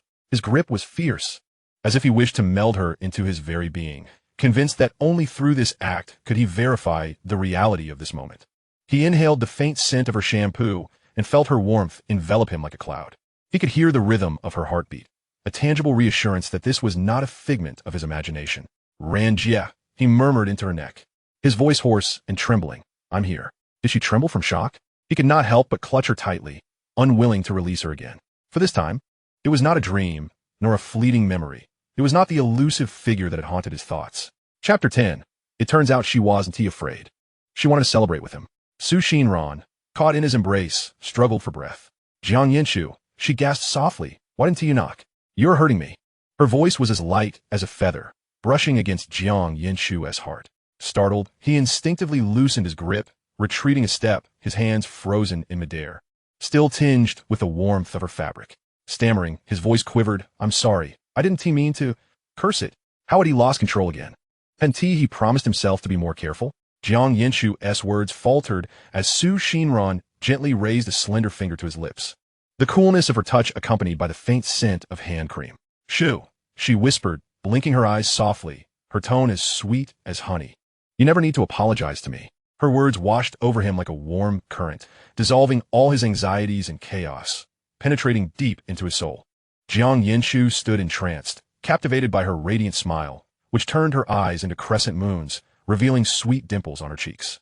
The warm yellow light in the room enveloped her, casting a soft halo around her figure. Her smile intertwined with the glow, creating a masterpiece so vivid that he could hardly tear his gaze away. To be unreservedly embraced by another, this was the feeling. Jiang Yanchu's heart felt submerged in warm water, a mix of bittersweet emotions swelling within him, causing his eyes to become misty. He parted his lips, yet found himself unable to utter a single word, standing there like a fool, captivated by Xinran's radiant smile. His youthful gaze seemed to etch her smile into his very bones. Xinran gently took Jiang Yanchu's hand, her fingers soft and warm. With her other hand, she brushed aside the stray locks from his forehead, her gestures natural and intimate. "Jiang Yanchu, what are you still doing standing there? Come inside." Her voice was as soft as cotton candy, pulling him from his reverie. He allowed her to lead him into the room. As he crossed the threshold, his attention was immediately captured by a magnificent cake adorned with cream. The words "Happy Graduation" were scrawled haphazardly across the top, accompanied by several colorful candles. Jiang Yanchu was momentarily taken aback. "What is this? What is Ran-jie planning?" He looked questioningly at Xinran, who was smiling brightly at him. "Happy graduation, Jiang Yanchu." Her voice was soft, yet resonated like a pebble dropped into a lake, sending ripples of excitement through his heart, causing it to race uncontrollably. "I was lying when I said I was afraid alone," Xinran confessed, twisting the hem of her dress, her eyes sparkling with mischief mingled with sincerity. "I wanted to celebrate graduation with you, too." As she spoke, a thought seemed to dawn on her, causing her to timidly lower her gaze, her long eyelashes casting shadows over the emotions hidden in her eyes, too afraid to meet Jiang Yanchu's expression. Gradually, Xinran's voice diminished to a mere whisper, akin to the hum of a mosquito, had Jiang Yanchu not been listening intently. He might have scarcely caught a word she uttered. "Jiang Yanchu, I know I have my issues, that I differ from ordinary people. Upon seeing a crowd, I often yearn to hide away, but I also want to celebrate graduation with you." It turned out that her fear was not of him, but rather stemmed from the surprises she had meticulously prepared, prompting her to call him. Jiang Yanchu gazed at Su Xinran's downcast brow and the cake on the table, which, though not exquisite, was evidently crafted by her own hands, brimming with heartfelt intent. His heart felt as though it had been struck by an unseen force, a blend of sorrow and tenderness enveloping him. In his previous life, he had never known that this perpetually timid girl would go to such lengths to celebrate his graduation. Jiang Yanchu's gaze returned to the cake, and unbidden, a series of gruesome images flashed through his mind. The moment he had burst into that room with the police. The floor was stained with blood, mingled with crushed cream. The words "Happy Graduation" on the cake had long since blurred into a chaotic mess, saturated with crimson. A sharp pang shot through his heart, prompting him to close his eyes momentarily, striving to dispel those haunting memories. After regaining his composure, he opened his eyes to find Su Xinran's anxious smile before him, the untouched cake sitting on the table, bathed in the gentle embrace of warm yellow light. Jiang Yanchu inhaled deeply and managed to conjure a smile, one he had practiced countless times on the rooftop, which he fancied to be bright and sunny. He endeavored to curve his lips into the most radiant arc, hoping to convey his happiness to her. Yet, perhaps due to the long absence of such a smile, his expression felt somewhat rigid, tinged with an awkwardness that rendered it absurd and comical. He looked at Su Xinran, his voice trembling slightly. "You're the best, Ran-jie. Truly, the best in the world." Su Xinran couldn't help but laugh at his demeanor, her eyes curving into beautiful crescents. "So, shall we eat the cake? I bought candles too. We can make wishes." Jiang Yanchu nodded vigorously, eager to make a wish. "All right, I'll go fetch the lighter." "Jiang Yanchu, I'm going to turn off the lights," she said. With a click, the room was plunged into thick darkness. Jiang Yanchu's breath hitched, his fists clenching instinctively, knuckles turning white. It was claustrophobia. The shadows surged around him like a tide, seizing his heart in an iron grip. Those 4 years had confined him to a small room of mere dozens of square meters. As night fell, the boundless darkness would engulf everything, wrapping him in solitude and fear like creeping vines, nearly suffocating him. Yet, there was solace in knowing that during those times, Ran-jie would sit quietly at his bedside. Her mere presence a lifeline that helped him endure countless grueling nights. Now that familiar feeling of suffocation returned, the void around him echoing with nothing but the sound of his own labored breaths. "Ran-jie?" Jiang Yanchu's voice trembled slightly, a tentative call. No response. Loneliness washed over him like cold seawater, slowly creeping into his chest. He instinctively took a step back, his back colliding with the corner of the table, the sharp pain providing a fleeting sense of reality. "Ran-jie?" Fear crept into his voice. Suddenly, a soft little hand reached out, unceremoniously slipping into the palm of his hand. The small hand was warm and comforting, like it held a tiny son, clasping his much larger hand with a gentle grip that brought an unexpected sense of reassurance. Chapter 11. Jiang Yanchu, the Coward. Jiang Yanchu was no fool. His body, which had been trembling slightly from fear and darkness, felt as though it had been paused. The familiar suffocation gradually receded, the warmth radiating from the small hand spreading along his arm, warming his heart. Just then, a soft click resonated in the air, the sound of a lighter igniting. A small flicker of warm yellow light suddenly illuminated the room, revealing Su Xinran holding the cake. The candle flames danced before Su Xinran, gently outlining her figure in a soft glow. "Don't be afraid." Her voice was gentle and filled with laughter. "I just want to light the candles." "How did you become even more timid than when you were a child?" "Cowardly Jiang Yanchu," Su Xinran teased, shaking their joined hands and pointing at the flickering candlelight.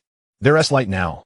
Don't be afraid." Lost in his thoughts, Jiang Yanchu gazed down at their interlocked hands, and then, with utmost care, he reciprocated the grip. "This time, let me hold your hand." The warm yellow candlelight danced in Su Xinran's eyes as she smiled sweetly at Jiang Yanchu, her tone laced with gentle urgency. "Jiang Yanchu, why are you dawdling? Make a wish quickly." Jiang Yanchu looked at her profile, softly illuminated by the firelight, and whispered, "Ran-jie, let us make our wishes together." The girl's eyes widened in surprise. Then she nodded eagerly, her eyes sparkling with anticipation. "Jiang Yanchu, I'll count to 3, and we close our eyes together, all right?" "Okay," Jiang Yanchu replied, a smile in his voice. 1. Su Xinran chirped, but suddenly paused, pouting in discontent. "Jiang Yanchu, you're supposed to count with me." Taken aback, Jiang Yanchu chuckled and nodded, though he didn't quite understand the significance of counting together. If it was what Ran-jie wanted, it must be good. "All right, let us start over." Jiang Yanchu. "MHM. 1. Su Xinran's voice was soft and sweet. 1. Jiang Yanchu echoed, his gaze fixed on her earnest profile. 2, 2, 3, 3. Their voices intertwined in the small room, and, as the final number fell, they both closed their eyes simultaneously. The candlelight flickered quietly between them, illuminating their youthful yet earnest faces. In the tiny room, only the sound of their shallow breaths and the occasional crackle of the candle could be heard. Jiang Yanchu felt his fingertips tighten slightly, a fervent wish surging within him. In this lifetime, he would willingly wager his very life to ensure Ran-jie's safety and joy, sparing her from fear. He wished for his parents' health, free from ailments and misfortunes. Having been reborn, Jiang Yanchu dared not ask for too much. Safeguarding these two aspects would be a monumental blessing. On the other side of the flickering candlelight, Xinran's eyelashes fluttered gently, her wishes simple and pure. She hoped Jiang Yanchu would always shine as he did now, with light in his eyes, forever optimistic. She wished for him to be treated with kindness, living passionately and vibrantly. She secretly opened her eyes, catching a glimpse of his tightly pressed lips, and silently added a wish of her own, that she might find the courage to step into Jiang Yanchu's world. Moments later, they both opened their eyes, their gazes meeting amid the candlelight, each catching a fleeting smile reflected in the other's eyes. "All right, let us blow out the candles," Xinran exclaimed, the first to react, winking at Jiang Yanchu. Jiang Yanchu smiled and nodded, and together they leaned forward, gently blowing towards the flickering flame. Huff! The warm, golden light abruptly extinguished, plunging the room into a fleeting darkness once more. Yet this time, Jiang Yanchu found himself devoid of fear. He could distinctly sense the gentle aura beside him, the warmth of their clasped hands ever present. "Let there be light," Xinran exclaimed with a smile, releasing his hand as she fumbled to turn on the bulb. Illumination once again flooded the room, and Xinran's petite face drew close, nearly brushing against Jiang Yanchu's nose. A subtle fragrance of milk enveloped him, reminiscent of freshly baked bread. How could he possibly articulate it? Jiang Yanchu held his breath, captivated by her beauty, her delicate nose and mouth, though he found himself at a loss for words, simply knowing she was undeniably lovely. The girl's lashes were long, resembling two tiny fans that lightly grazed Jiang Yanchu's cheek, instilling a slight tingling sensation. Her eyes sparkled like the flickering flame of a recently extinguished candle. As she gazed intently at him, "Jiang Yanchu, what wish did you just make?" Her voice was soft, imbued with a childlike curiosity, her warm breath brushing against his lips. Jiang Yanchu's ears flushed crimson, instinctively retreating half an inch, only to be gently restrained by Xinran's hand on his shoulder. "So what was it? You just made a wish, didn't you?" Xinran's bright eyes sparkled with curiosity, akin to a small kitten brimming with wonder. Jiang Yanchu cleared his throat, feeling flustered under her gaze, stammering, I just made a show." Xinran suddenly withdrew her hand from his shoulder, covering his mouth with her small hand, her brow slightly furrowed in mild discontent. "Jiang Yanchu, are you foolish? When I ask you, just tell me. Wishes lose their power once spoken, don't you know?" Jiang Yanchu paused, his thoughts racing. If it brought her joy, he would willingly embrace the role of a fool in her presence. "In front of you, I am a fool," he declared, pulling Xinran's hand away and breaking into a goofy grin. Yet, Xinran grew more insistent, shaking her head vigorously, her face a mask of seriousness as she suddenly raised her voice. "Jiang Yanchu is not a fool. Jiang Yanchu is the best." In her eyes, this awkward boy would forever remain the most formidable, the very best. With that, she took hold of Jiang Yanchu's hand and dashed to the balcony. The evening breeze tousled her hair as Xinran turned to face Jiang Yanchu, her demeanor more solemn than during her wish-making. "Jiang Yanchu, shout with me. Jiang Yanchu is not a fool. Jiang Yanchu is the best." "All right," Jiang Yanchu replied, captivated by the light in her eyes, without hesitation. "Jiang Yanchu is not a fool. Jiang Yanchu is the best." The girl's voice rang clear and resolute, akin to wind chimes resonating in the night sky. "Jiang Yanchu is not a fool. Jiang Yanchu is the best." The boy's voice followed suit, his tone rich and resonant, enveloping her voice in a tender embrace. Their harmonious voices intertwined in the stillness of the night, echoing through the alley and beyond the streetlights, drifting far away. How far, you ask? Perhaps as distant as the futures they could envision and those they could not.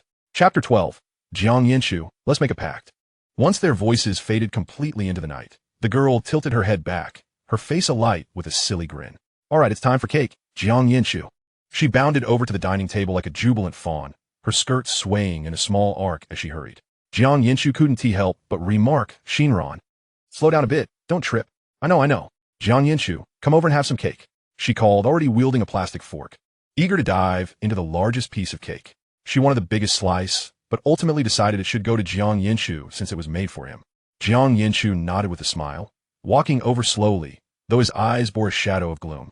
In that moment, while Xinran's eyes sparkled and her lips curled into a smile, vibrant and lively, he understood that this sunny, optimistic facade was merely a protective shell she had erected with great care. Many individuals suffering from depression often disguise their struggles, appearing no different from ordinary folk, or even more cheerful than most. Just like he did during those 4 years confined to the hospital, occasionally receiving calls from Wang Pengzi, he would feign nonchalance, insisting he was fine. It was a facade to mask the desolation lurking beneath. Jiang Yanchu watched as Su Xinran took a forkful of cream and popped into her mouth, her cheeks puffed out like a little squirrel. He instinctively reached out, gently wiping the cream from the corner of her mouth. Su Xinran paused, looking up at him with a hint of confusion in her eyes. Her cheeks flushed slightly as she lowered her head, murmuring a soft thank you. She then offered him a piece of cake adorned with a strawberry. Here, this one has strawberries. Jiang Yanchu accepted it, savoring the sweetness of the cream mingled with the tartness of the strawberry as it melted on his tongue. Jiang Yanchu, where do you want to go to school?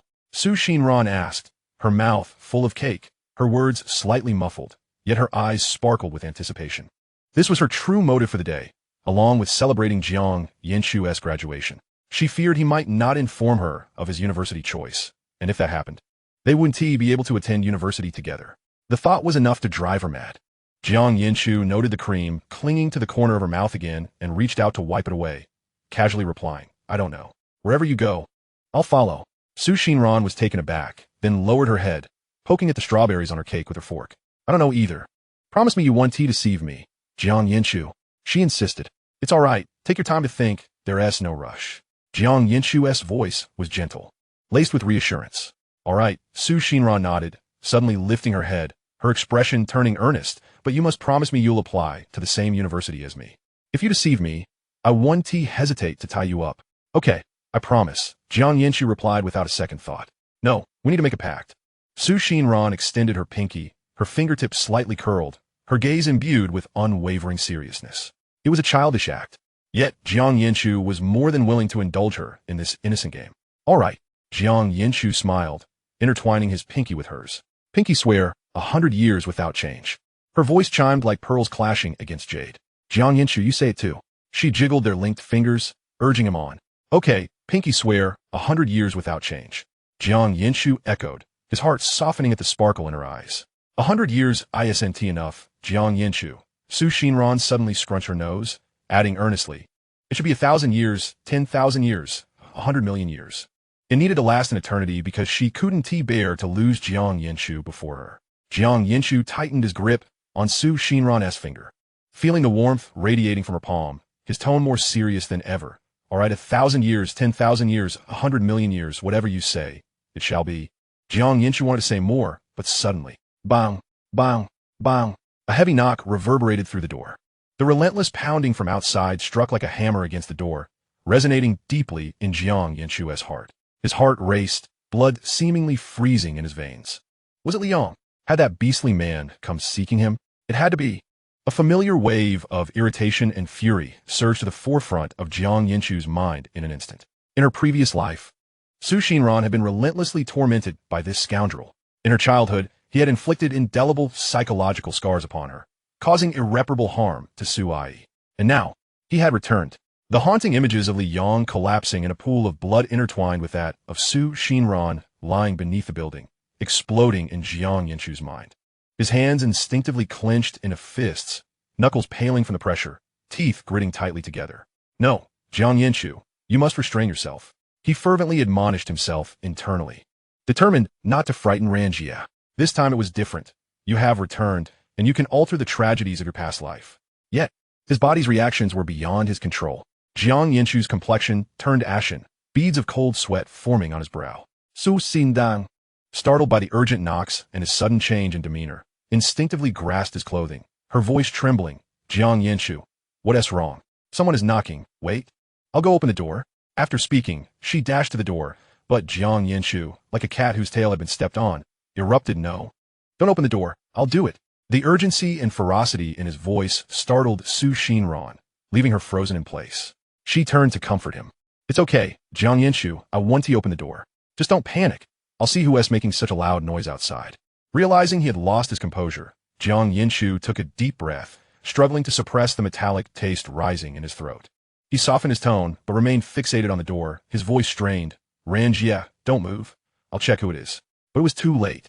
Xinran had already leaned towards the door, peering through the peephole to see the face outside, a visage she could never forget. It was Liang, the man who had haunted her countless nights, awakening her from nightmares, the beast who had etched the words worthless into her very bones. With a buzz, Xinran's mind felt as though it had been struck violently, and an invisible hand began to shove countless terrifying memories into her consciousness. You worthless piece of trash. Just like your mother, you wretched thing. I'll beat you to death, you good-for-nothing. Cry? Dare to cry again, and I'll throw you out to the dogs. Xinran's body reacted before her mind could catch up. She felt all her strength drain away. With a thud, the girl collapsed onto the floor, her delicate hands clutching her head tightly, her body curling into a ball. Chapter 13. I'm going insane, I'm going insane. She resembled a small creature drenched in rain, crouching on the ground, trembling uncontrollably. I'm not worthless. I'm not. Xinran's voice was faint, laced with a broken sob. Please don't hit me anymore. I'll be good. I won't eat much. I'll eat very little.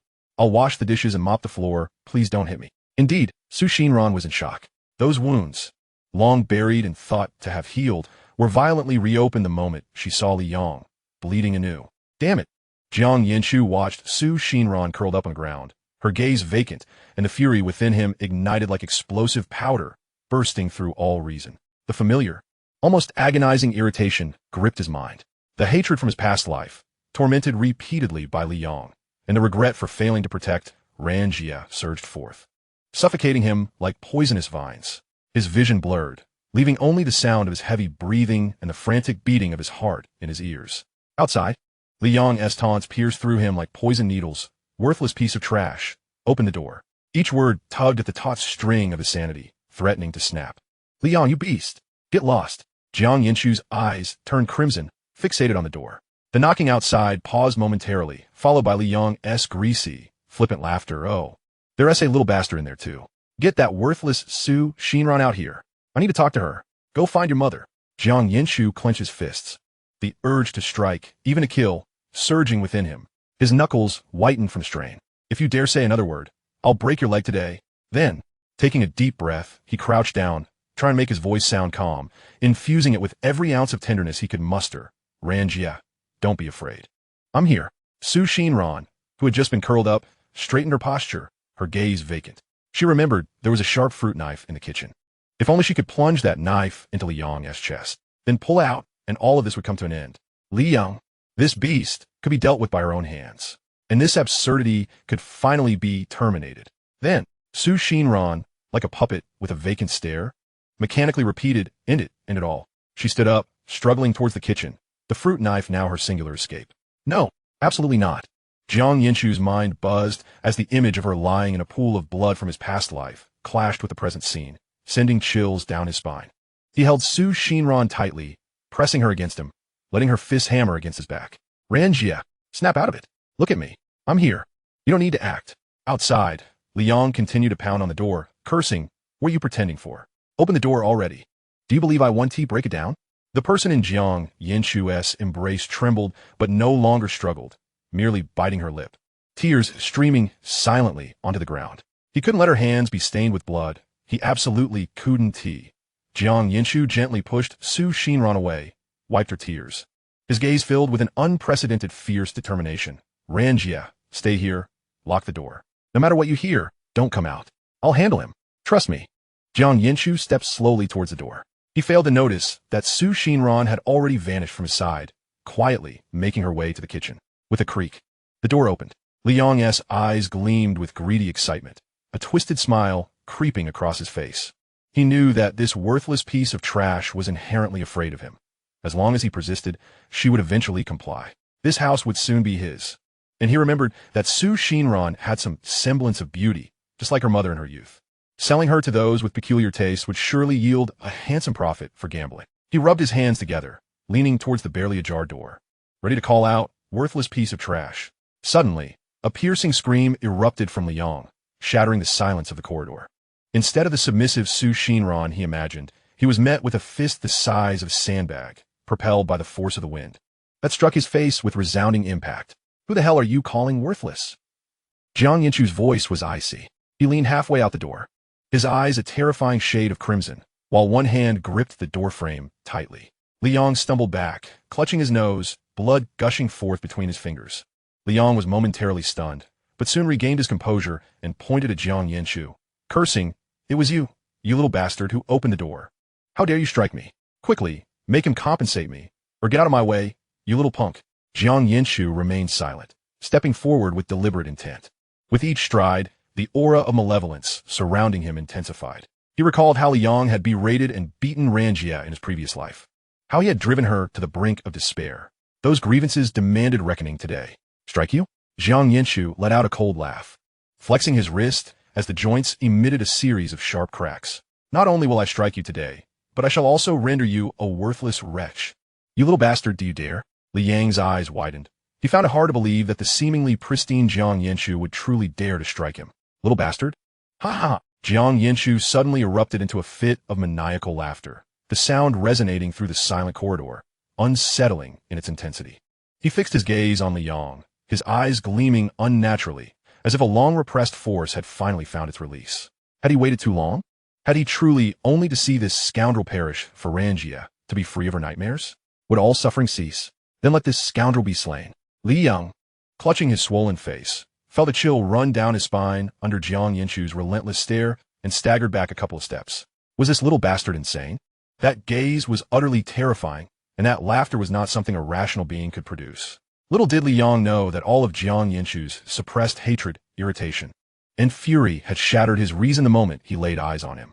If a doctor who had previously treated Jiang Yanchu were present, he might declare, "Congratulations, Mr. Liang. You have successfully driven Jiang Yanchu, a severe bipolar and delusional patient, to the brink of madness." Chapter 14. I Truly Will Kill You. Jiang Yanchu advanced step by step toward Liang, his hands trembling more violently, not from fear, but from an uncontrollable exhilaration. Truly, he was exhilarated. "Liang," Jiang Yanchu spoke, his voice chillingly calm, "I have long wished to meet you. Do you know how much I've yearned for this moment?" Liang, bewildered, replied, "What the hell? Why do you want to meet me? I don't even know you. You just came out swinging like a madman. Is that what you call longing for me?" In the next instant, Jiang Yanchu's fist connected with Liang's face once more, affirming that he truly did desire him. Just in this manner. "Inside the house, yes. Just do it. With this knife, everything will come to an end." Xinran gripped the knife as she emerged from the kitchen. Upon reaching the doorway, she beheld the two figures wrestling outside. It was not a fair fight. It was Jiang Yanchu unilaterally pummeling Liang. Jiang Yanchu had him pinned to the ground, delivering blow after blow to his face and head, his movements fluid and precise. Watching the two entangled, Xinran stood frozen. A loud clatter resounded as the knife fell from her hand, producing a jarring sound. The fear and panic that had once filled her eyes gradually faded, replaced by anticipation and urgency. Yes, let him continue to strike. A voice within urged her to ignore Jiang Yanchu and allow him to proceed. If Liang were to die, everything would be resolved. If he were gone, she would no longer have to live in fear, completely liberated. This is not the way to think. Another voice vehemently countered within her mind. If Liang perished, what would become of Jiang Yanchu? His life would be irrevocably destroyed. Liang was a detestable person, unworthy of life. Yet, the one who should take his life should be her. A person already mired in the depths of despair. Not Jiang Yanchu. Jiang Yanchu, who would smile at her, make wishes with her, and share the largest slice of cake with her. He deserved a bright future, not to be dragged into hell by someone like Liang. Abruptly, Xinran snapped back to reality, rushing forward with all her strength to seize Jiang Yanchu's arm.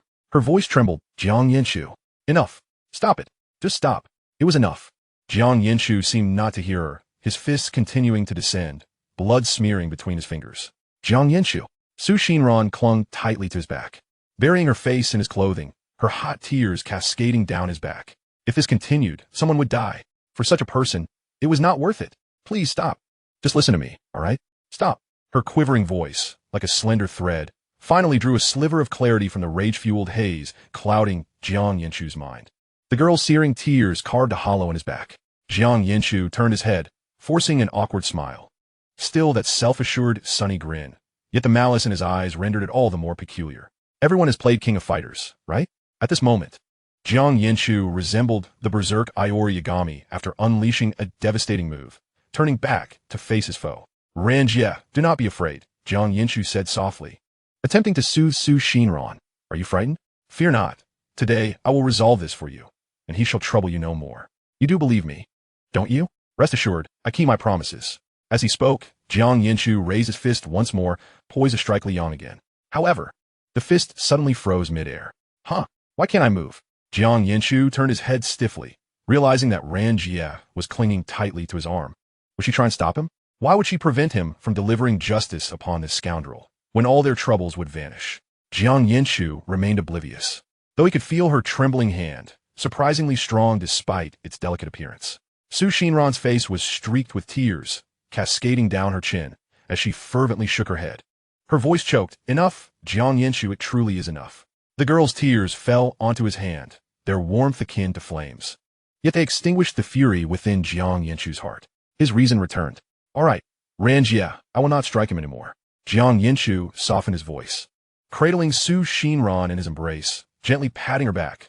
Why don't you go back inside for now? He could feel the trembling of the person in his arms. The flicker of rage he had subdued, now entirely dissipating, leaving only concern. Su Xinran pressed her lips together, tears still streaming down her face, stubbornly shaking her head in silence. She could not leave. What if Jiang Yanchu's fierce resolve returned? What if he truly harmed Li Yang, ruining his life for the sake of such a detestable person? She clung to his arm as if it were her last lifeline, her eyes filled with determination. Jiang Yanchu gazed into the girl's reddened eyes, and the remaining vestiges of his anger vanished entirely. He sighed, gently patting her back, his voice soothing. If you won't go, then you won tea. I truly won't lay a hand on him. Gradually, he released his grip on Li Yang, allowing him to scurry away, cursing under his breath. Jiang Yanchu ignored him, turning to carefully wipe away the tears from Su Xinran's face. See, I won't touch him anymore. Do not be afraid. Su Xinran observed the crimson streaks in Jiang Yanchu's eyes gradually fading, and the tension in his shoulders eased slightly. Finally, she stifled a sob and gave a gentle nod. Li Yang, huddled in the corner, watched as Jiang Yanchu comforted Su Xinran, his resentment growing deeper. He had never experienced such humiliation in his life, being overpowered by a mere adolescent. Yet, he was genuinely frightened. That boy's fists were as solid as bricks, and half of his face still tingled with pain. However, a surge of indignation surged within Li Yang, compelling him to part his lips and utter a curse, a venomous insult aimed at the boy. Just then, he felt a sudden grip around his wrist, followed by a hand tightening around his throat. It was Jiang Yanchu, who had approached unnoticed, his expression devoid of emotion. Though the strength in his grip was terrifying, Li Yang instantly felt breathless, his face flushing with color. But he could not believe that this boy would dare to maintain such pressure, that he would truly kill him. Yet, Li Yang underestimated the situation. Jiang Yanchu was also a patient, capable of actions beyond what an ordinary person would dare.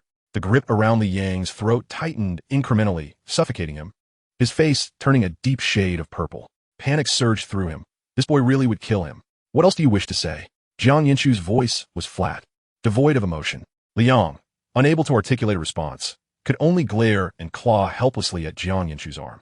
Let go. I'm truly going to die. Li Yang could feel his consciousness beginning to blur. Jiang Yanchu observed Li Yang's desperate struggles with a flicker of disdain in his eyes. He ceased applying pressure but did not release his grip, lowering his head to murmur in a tone only they could hear. Get lost. Don't ever appear before Ran-jie again. If I see you in her presence once more, I will not hesitate to kill you. Li Yang coughed a couple of times, rubbing his neck, meeting Jiang Yanchu's venomous gaze, but dared not retort. The force with which Jiang Yanchu had gripped his throat had convinced him that this fair-skinned boy was indeed capable of murder. Get out of my sight while I'm still in a forgiving mood. Li Yang scrambled to his feet, limping down the stairs. He cast one last glance at Jiang Yanchu on the staircase, a smile creeping onto his face. He would not let go. He thought the boy could protect him with his presence. There would always be a time when that boy would not be around. Chapter 15. She sensed the presence of a kindred spirit. Jiang Yanchu had become thoroughly corrupted. Once Li Yang's figure vanished completely from the corridor's end, the tension in Jiang Yanchu's back finally eased somewhat. He turned around, saying little, simply opening his arms to embrace the trembling girl beside him. Ran-jie, do not be afraid. His voice quivered imperceptibly as he gently patted her back, once, then again. He has gone, and one tea returned. There is no need to fear. In truth, he spoke half to Su Xinran and half to himself. As the surge of uncontrollable rage subsided, what remained was a lingering dread, fear that he might have truly lost control, fear of scaring her, and even greater fear that the nightmares of his past would resurface. Fortunately, The outcome was bearable. The girl in his arms initially remained rigid, but after a few seconds, she slowly raised her hands to wrap around his waist. Burying her face in his chest, her shoulders began to tremble lightly, and the stifled sobs finally emerged, intermittent and heart-wrenching. Jiang Yanchu tightened his embrace, holding Su Xinran closer. The corridor was silent, save for the sound of her weeping and the thudding of his still racing heart. "It's all right, Ran-jie, truly it's all right," he repeated softly, as though seeking reassurance, as if making a wish. "With me here, no one will ever bully you again." Su Xinran lifted her tear-streaked gaze, her eyelashes still glistening with tears, and fixed her eyes on the boy who was gently comforting her. Jiang Yanchu, her voice thick with emotion, trembling slightly. "You saved me once again. Do you know that?" Jiang Yanchu paused, lifting his hand as if to wipe away her tears, but the motion froze mid-air. The girl sniffed. Her voice choked yet clear. "If you hadn't been here tonight, I would have truly lost control and taken Liang down with me."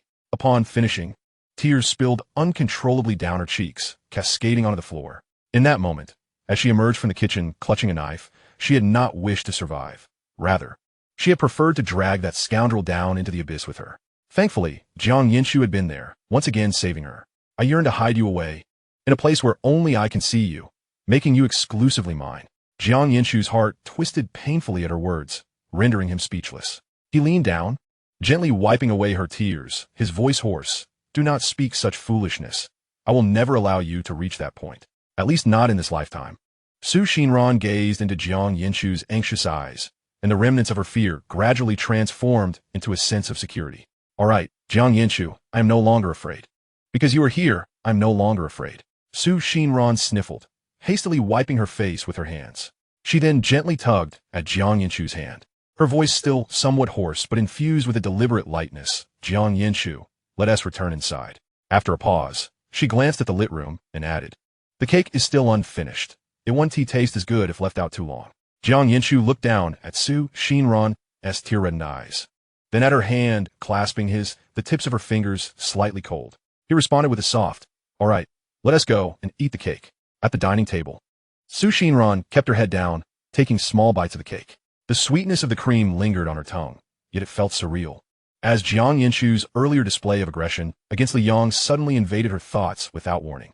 The ferocity in Jiang Yanchu's eyes, that almost uncontrollable rage, pricked her consciousness like a needle. A chill ran through her heart. She abruptly lifted her head, casting a quick glance at Jiang Yanchu, who was quietly enjoying his cake across from her. His profile, illuminated by the warm yellow light, appeared soft, as if the cold-eyed boy from moments ago was merely a figment of her imagination. Yet that fleeting sensation was too vivid to dismiss. Su Xinran tightened her grip on the plastic fork, her fingertips paling slightly. She sensed a familiar scent emanating from him, a scent akin to her own, tainted and decaying, yet unmistakably similar. No, it couldn't be. She hastily lowered her head, hiding her face behind the cake. Jiang Yanchu should embody sunshine, positivity, and the ability to walk in the light. He should not be entangled with the filth that plagued her, nor should he become a wretched being like herself. It must have been the chaos earlier. She had misjudged him. She forcefully scooped a large bite of cake in her mouth, the cloying sweetness constricting her throat. But the more she attempted to deny it, the more that thought entwined itself like a vine within her mind, tightening its grip. The more she tried to suppress it, the clearer it became. Su Xinran, clutching her fork, her fingertips slightly chilled, softly asked, "Jiang Yanchu, can I ask you something?" Jiang Yanchu, still chewing on cake, raised his eyes at her, a smudge of cream on his lips, and nodded ambiguously. Had I not stopped you earlier, would you have truly beaten Liang to a pulp?" Upon finishing her words, she lowered her head, fixating on the cake upon her plate, too afraid to meet his gaze. Her heart was a tempest, torn between a desire to know the truth and a fear of its revelation. Jiang Yanchu slowly savored the cake in his mouth, delicately wiped his lips with a napkin, and after a few moments of silence, he finally murmured, "Perhaps." Upon uttering those words, he noticed Su Xinran's grip on her fork tighten. A jolt of apprehension surged within him. He realized that his words had cast doubt in her mind. Yet, he found himself unwilling to deceive her, especially when it came to Ran-jie. He felt an obligation to be forthright. If he could not even manage the most basic honesty with her, then he would no longer be Jiang Yanchu. Simultaneously, a wave of panic crashed over him. He feared that the Jiang Yanchu, filled with resentment and self-loathing, would be repulsive to her. He yearned to embody the optimistic, sunny Jiang Yanchu that Su Xinran envisioned.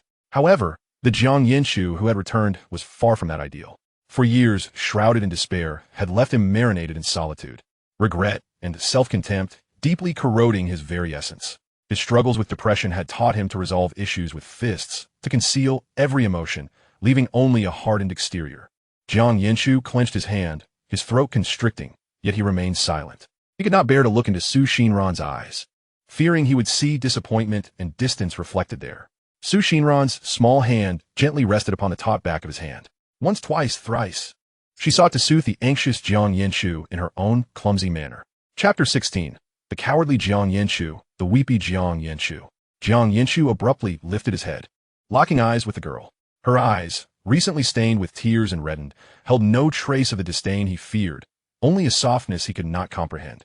As Jiang Yanchu continued to eat cake, Xinran picked up her fork and deftly moved a piece of chocolate cake onto his plate, her voice still soft and gentle.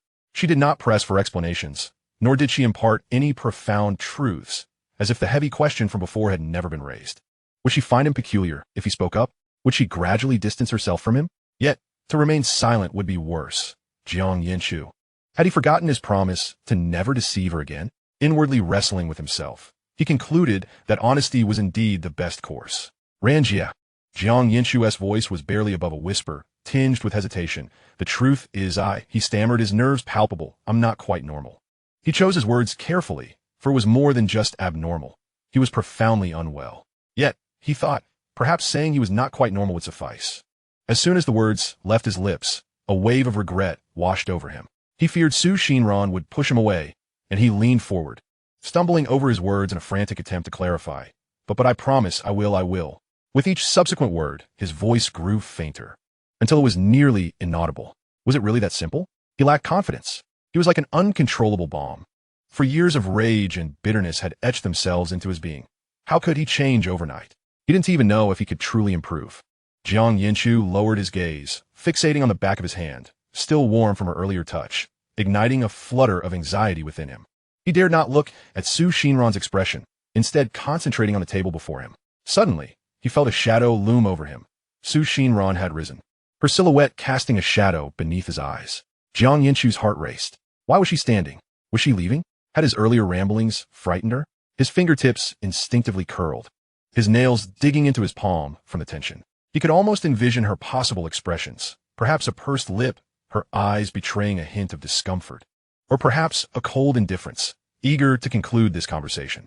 After all, who would want to remain with someone who openly acknowledged their own disarray? Moreover, she had witnessed his earlier loss of control in the corridor. How could she not be afraid of a person capable of such violence? As these thoughts crept in, they ensnared Jiang Yanchu, suffocating him. Various conjectures grew wildly, nearly engulfing him. The honesty he had mustered with great difficulty now felt like a knife handed over, awaiting her to accept it and gently slice through the distance between them. He had braced himself, prepared to hear her say, I'm a bit tired. I think I'll rest now. Or more bluntly, you should head back as well. Each imagined scenario pierced his heart like a fine needle, leaving him breathless. As the shadow halted before him, Jiang Yanchu's breath hitched, his mind a chaotic storm of thoughts urging him. Don't look up. What if she truly leaves? Yet, he was irresistibly drawn to lift his gaze, yearning to discern her expression, just as his heart spiraled into turmoil, overwhelmed by the fear of her rejection. He suddenly felt a weight upon his head. It was Xinran's hand. Jiang Yanchu sensed her fingers were soft, imbued with a slight chill, as she gently encircled his head, drawing him closer into her embrace. Ran-jie? She and T left? Jiang Yanchu felt himself stiffen, his nose brushing against her clothing, which bore the faint scent of laundry detergent mingled with the sweet aroma of the cake. This familiar fragrance held a powerful essence, momentarily silencing the clamor in his mind. Xinran held him close, feeling his body tense before gradually relaxing, akin to a drenched creature discovering a sheltered nook from the rain. She softly patted Jiang Yanchu's back, wishing to provide him with a sense of security. She had heard the fear in his voice when he admitted his struggles. She understood all too well the courage it took for anyone to acknowledge their imperfections. Jiang Yanchu, it's all right. Xinran's voice was gentle, akin to soothing a child who had been wronged, repeating her reassurances. Her hand continued to tenderly pat him. It's okay, Jiang Yanchu. Don't fear that the world will cast you aside. Xinran, will not abandon you, just as long as you don't forsake me first.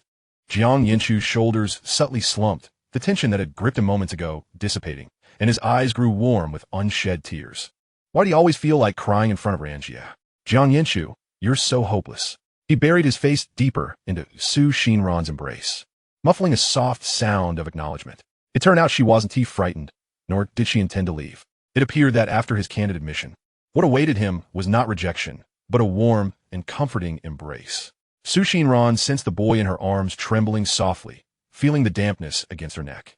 She lowered her gaze, observing Jiang Yanchu's hair nestled against her shoulder, a faint smile gracing her lips. Her voice, soft and subdued, was almost as if she were speaking to herself. Jiang Yanchu, not only are you timid, but you also shed golden tears. Cowardly Jiang Yanchu, weeping Jiang Yanchu. You are even less brave than a kindergarten child. Xinran reached out, gently lifting the boy's head. His eyes were red, his lashes damp, and the pitiful expression on his face inexplicably made her fingers itch. Look at how adorable Jiang Yanchu is in this state. It feels as if I could keep him forever in my embrace. Xinran extended a finger, lightly brushing against Jiang Yanchu's nose, her tone tinged with exasperation. Crybaby. If others see you like this, they'll laugh until their teeth fall out. Jiang Yanchu was momentarily taken aback by her words, instinctively turning his face away, only to be held in place by Xinran's grip on the nape of his neck. He gazed into her eyes, which were so close, devoid of mockery, only radiating a soft warmth. His heart relaxed, and tears, rather unbecomingly, began to well up again. Indeed, Sister Ran is the best. I didn't cry, Jiang Yanchu sniffed, his voice muffled with a hint of defiance. Chapter 17. For Jiang Yanchu, she was willing to step out of her comfort zone. Xinran couldn't help but smile at Jiang Yanchu's stubborn demeanor. She raised her hand to wipe the tears from the corners of his eyes. All right. Jiang Yanchu is not a crybaby. He didn't cry. His eyes just have sand in them. Jiang Yanchu's voice still carried a nasal tone. Sister Ran is the best. Upon hearing the words the best, a fleeting, almost sickly smile crossed Xinran's face. She leaned in slightly, her voice dropping to a whisper. Then Jiang Yanchu, since I am the best, would you be willing to stay with me forever? The word forever spun gently in her heart, embodying an unwavering insistence. Without a moment's hesitation, Jiang Yanchu looked up at her, his eyes still glistening, and replied earnestly, I would. He spoke quickly, a seriousness in his tone, as if fearful she might doubt him. To be by her side for a lifetime was indeed his greatest desire. Xinran, observing Jiang Yanchu's unhesitating response, felt her smile deepen. She affectionately tousled his hair, her fingers applying a barely perceptible pressure. Yes, I remember. Jiang Yanchu, you must remember this. Her fingers glided through his soft locks, having uttered forever. There could be no turning back. Jiang Yanchu, do you understand? He nodded, seemingly oblivious to the weight of her words. Is today the day the supermarket is giving away eggs? Or are they distributing candy at the elementary school gate? Such delightful news, but really, Sister Ran, you need not reward me. Just then, his phone rang, the sudden sound bursting forth with a teasing tone, shattering the tender atmosphere. Xinran looked up and pointed to the illuminated screen of Jiang Yanchu's phone beside him. Jiang Yanchu, your phone is ringing. Frowning, he didn't need to look at the screen to know who it was. The ringtone was one he had specifically assigned to the chubby one. No one else deserved such a mischievous alert. He reached for the phone, and indeed, the name Fatty flashed across the screen. Answer it. Xinran released her hold on him, stepping back slightly to give him some space. Jiang Yanchu clicked his tongue, swiping to answer.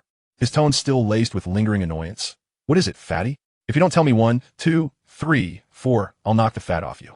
The ruckus on the other end was deafening. Loud music mingled with the clinking of glasses, and Fatty's boisterous voice pierced through, nearly causing Jiang Yanchu discomfort. Old Jiang, are you going to the amusement park tomorrow? Without a moment's thought, Jiang Yanchu replied curtly, no. Why not? Fatty's voice was a cacophony of complaint.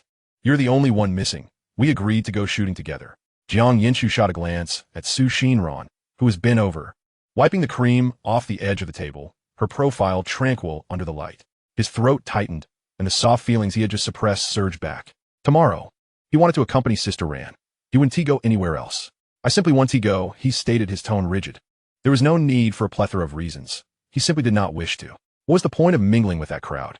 It was far better to stay with Sister Ran. As he listened to the chaos on the other end of the line, an inexplicable irritation bubbled within him.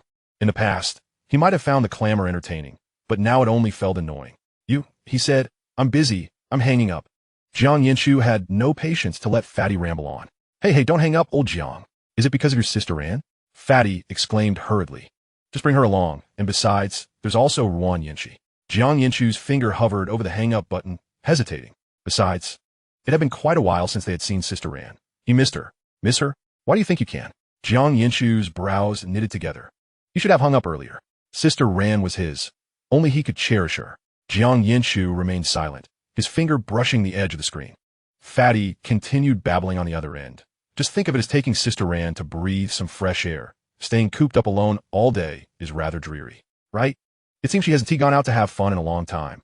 She is always by herself. I know. Jiang Yanchu interrupted, his voice low. I'm hanging up. Be sure to tell us tomorrow, old Jiang. This time, he did not hesitate. He pressed the hang-up button decisively.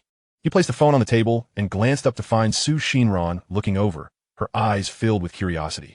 Jiang Yanchu awkwardly averted his gaze. Jiang Yanchu. Who was that? Xinran asked casually, though her fingers tightened around her clothing. Out of the corner of her eye, she caught Jiang Yanchu's expression, her heart racing.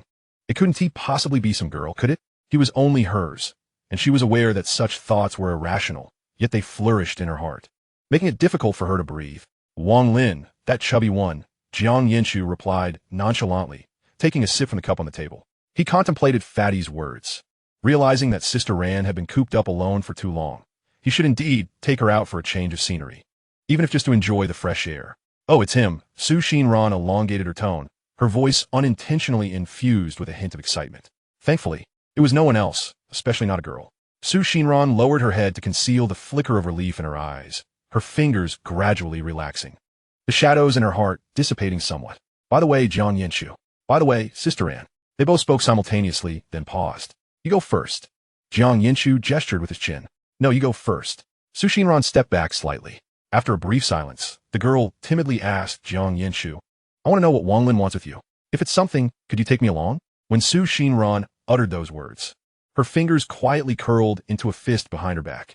She could vividly envision the lively scene that would ensue, Fatty's loud voice, the bustling conversations, perhaps even unfamiliar faces. Just the thought of it sent a chill through her fingertips. She was like this. When there were too many people, she would feel nervous, even scared. Yet, the words escaped her lips. As her gaze fell upon Jiang Yanchu's face, the tension in her heart suddenly softened.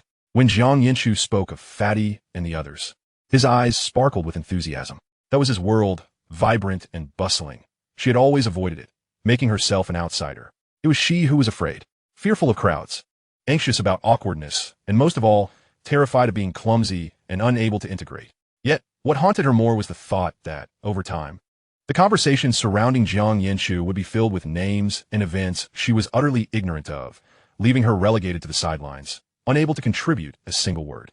Such a chasm of distance felt far more daunting than a throng of people. The girl nervously twisted the hem of her garment behind her, the fabric creasing under her grip.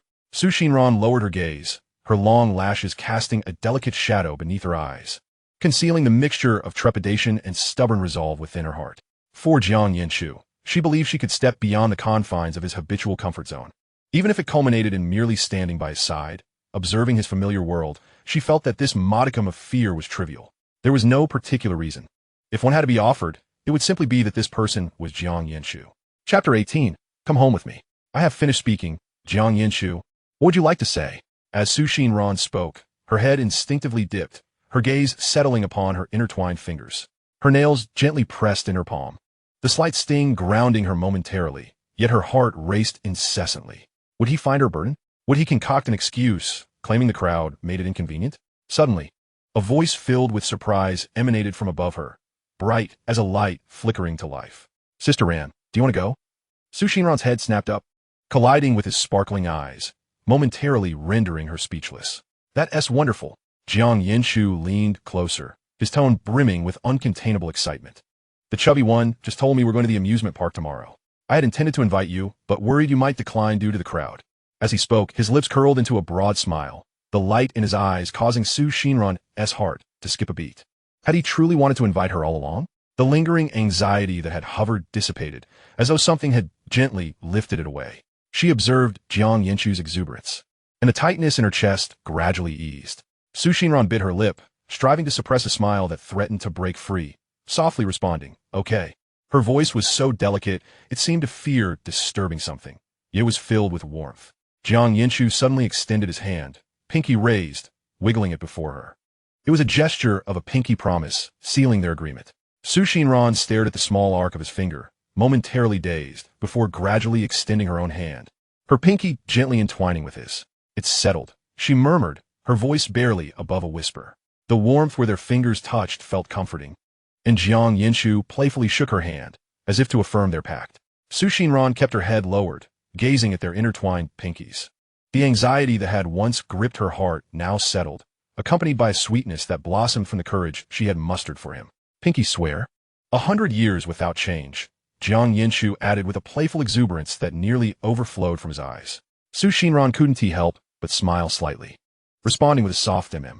A little calf opened its mouth, mama, mama, mama. The sudden ringtone chimed in, contrasting sharply with the previous noisy phone call. Jiang Yanchu, this time, did not dare to frown, instinctively sitting up straighter. This was the designated ringtone for his mother. Jiang Yanchu, Aunt Yi is calling. Xinran reminded him. Jiang Yanchu replied, his fingers gripping the edge of the phone, knuckles turning pale, as he stared at the screen displaying Aunt Yi.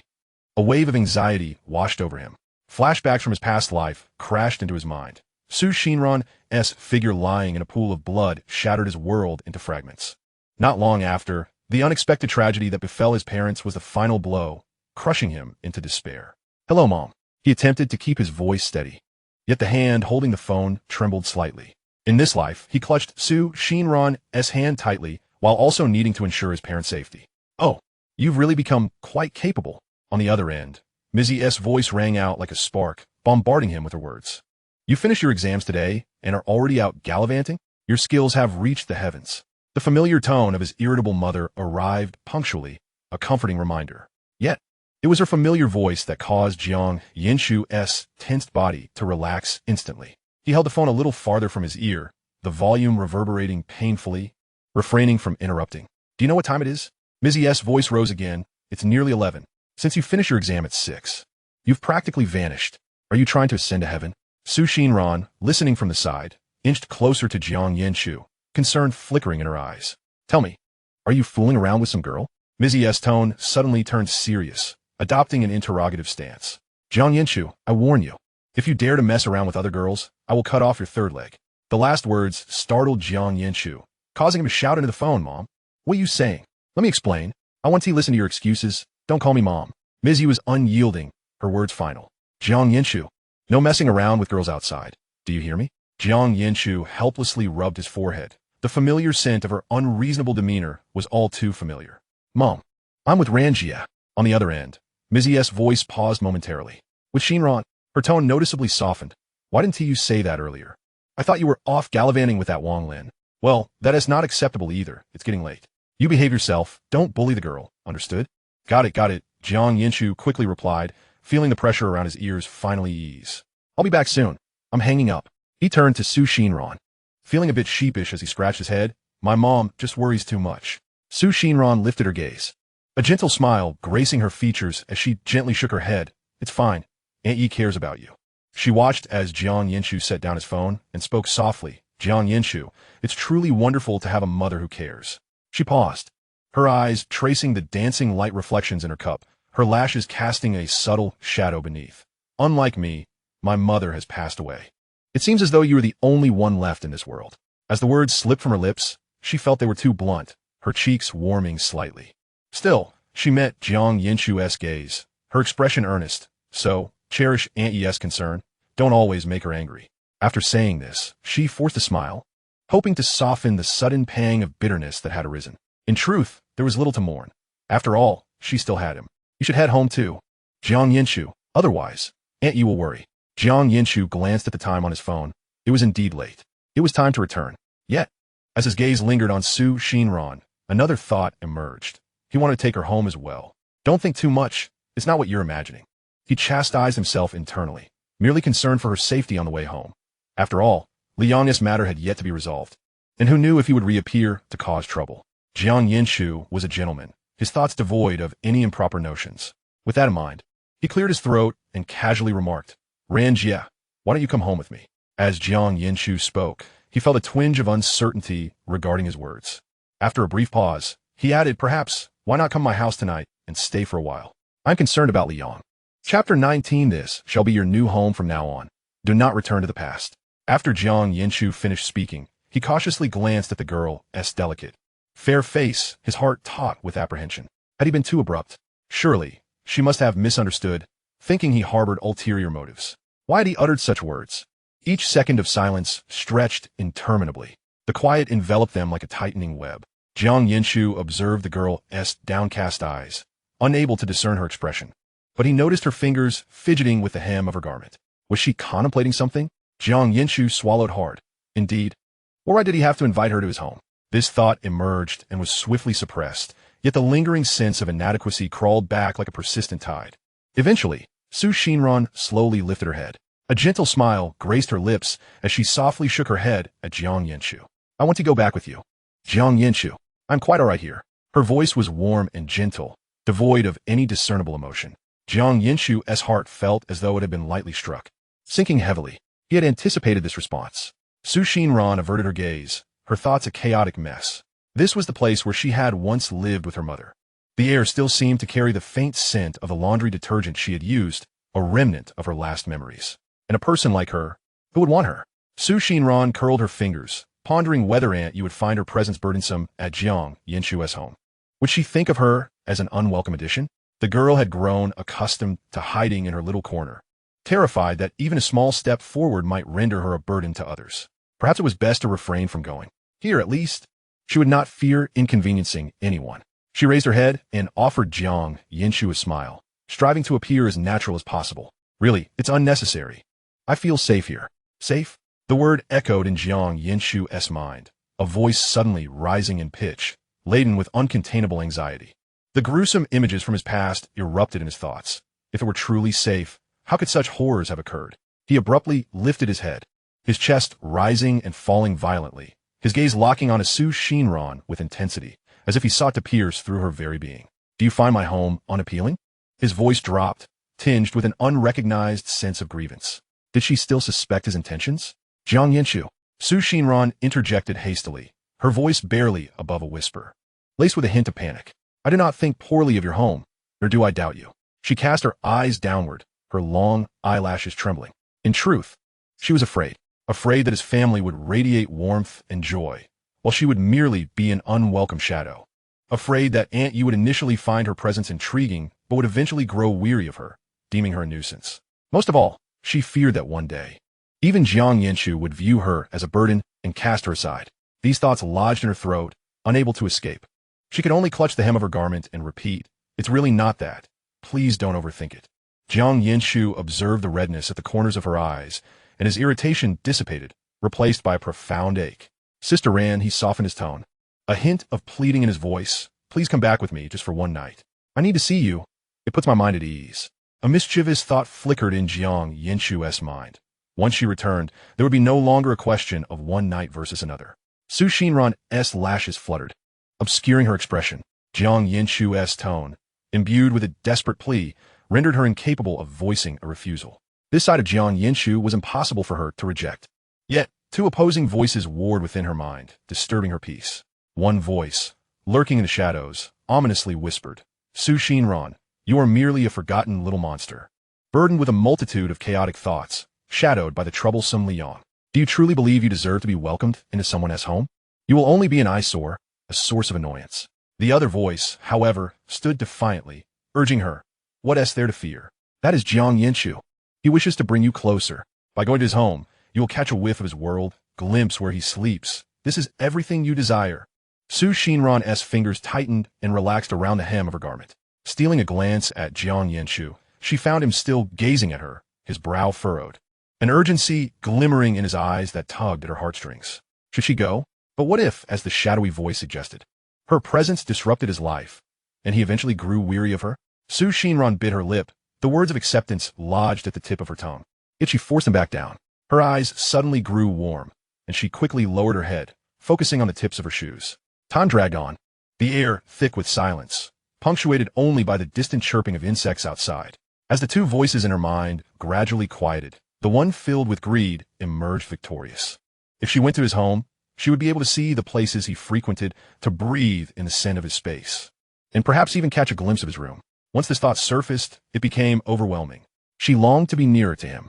Close enough that he could not push her away, close enough that he could see only her in his eyes. Su Xinran subtly relaxed her grip on her garment. Her palms slightly sweaty. She lifted her gaze to Jiang Yanchu, who was still watching her with that persistent urgency, making her heart flutter and soften. Jiang Yanchu, if I accompany you home, will Aunt Yi and Uncle Jiang agree?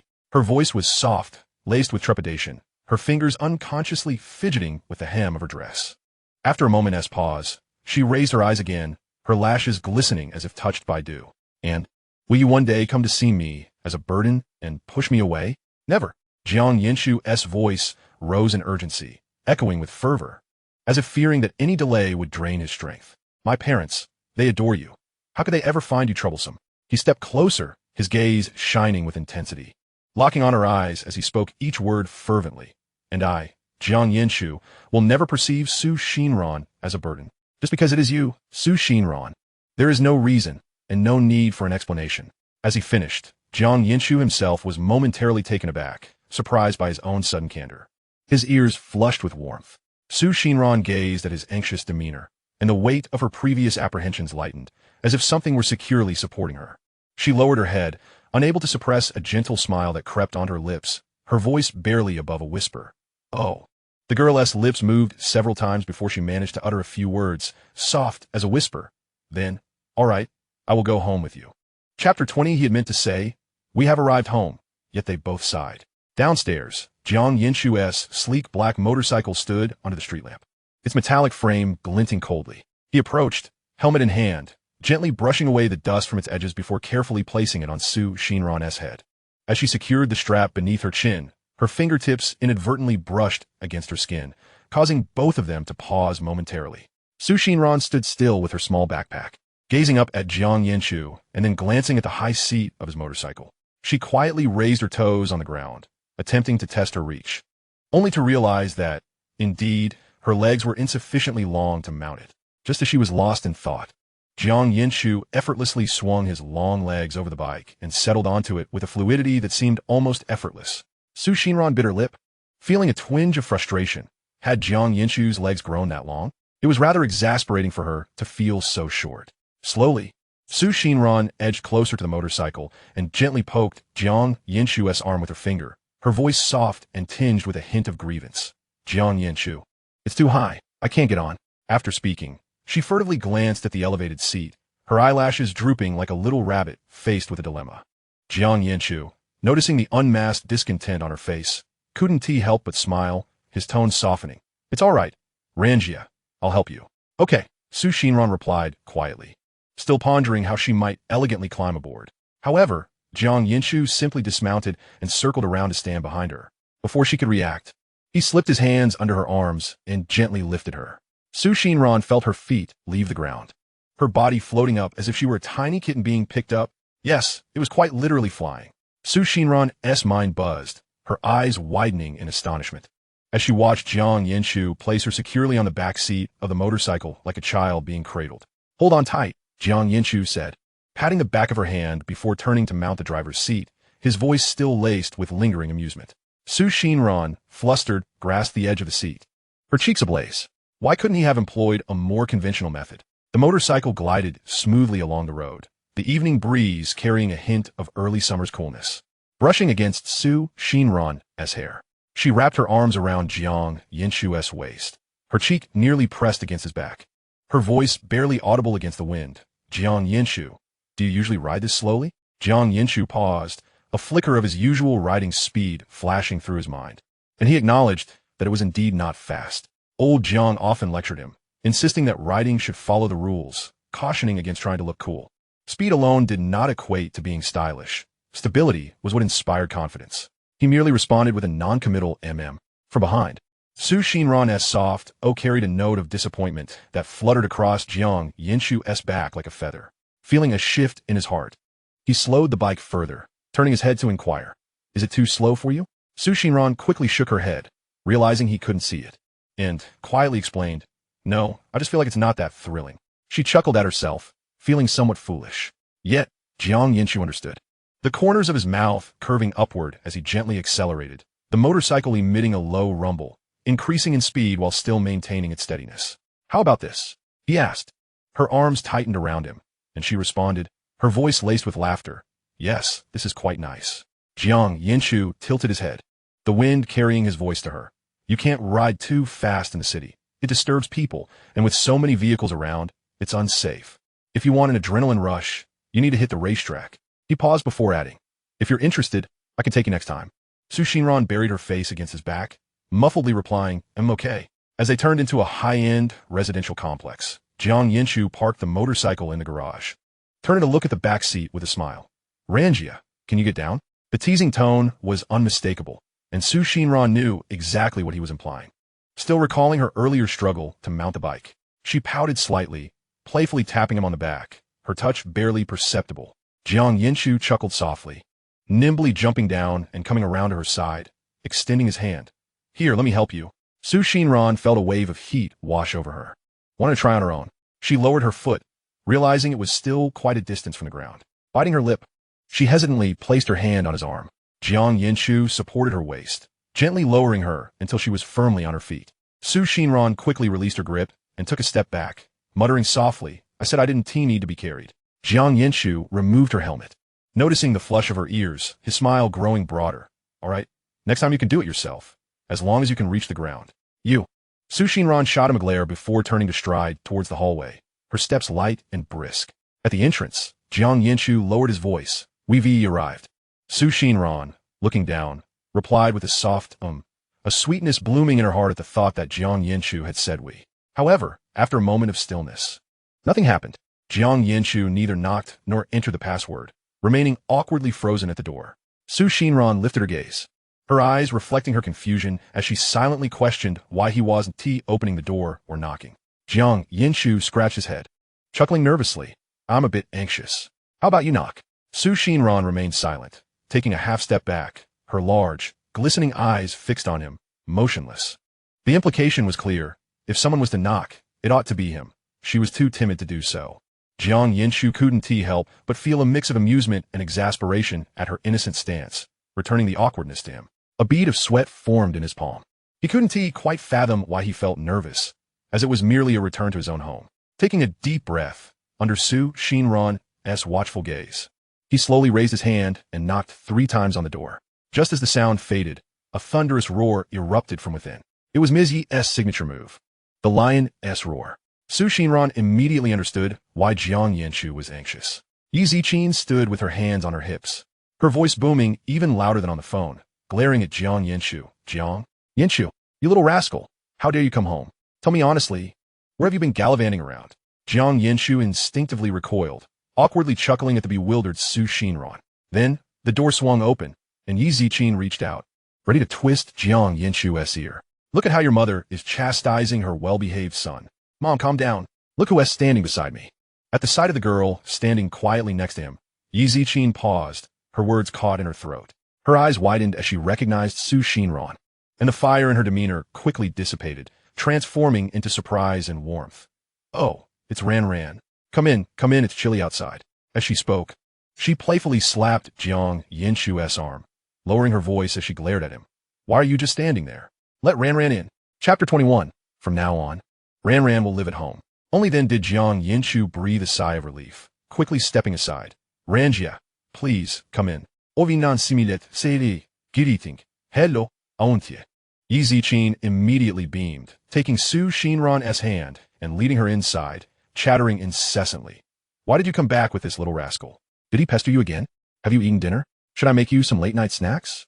Jiang Yanchu followed behind, scratching his nose and muttering softly. Mom, your mood changes too quickly.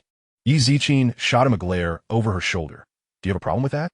No, not at all. Jiang Yanchu quickly shook his head, realizing that his mother truly had a fondness for Ran. He vividly recalls the events of the previous life and the following day.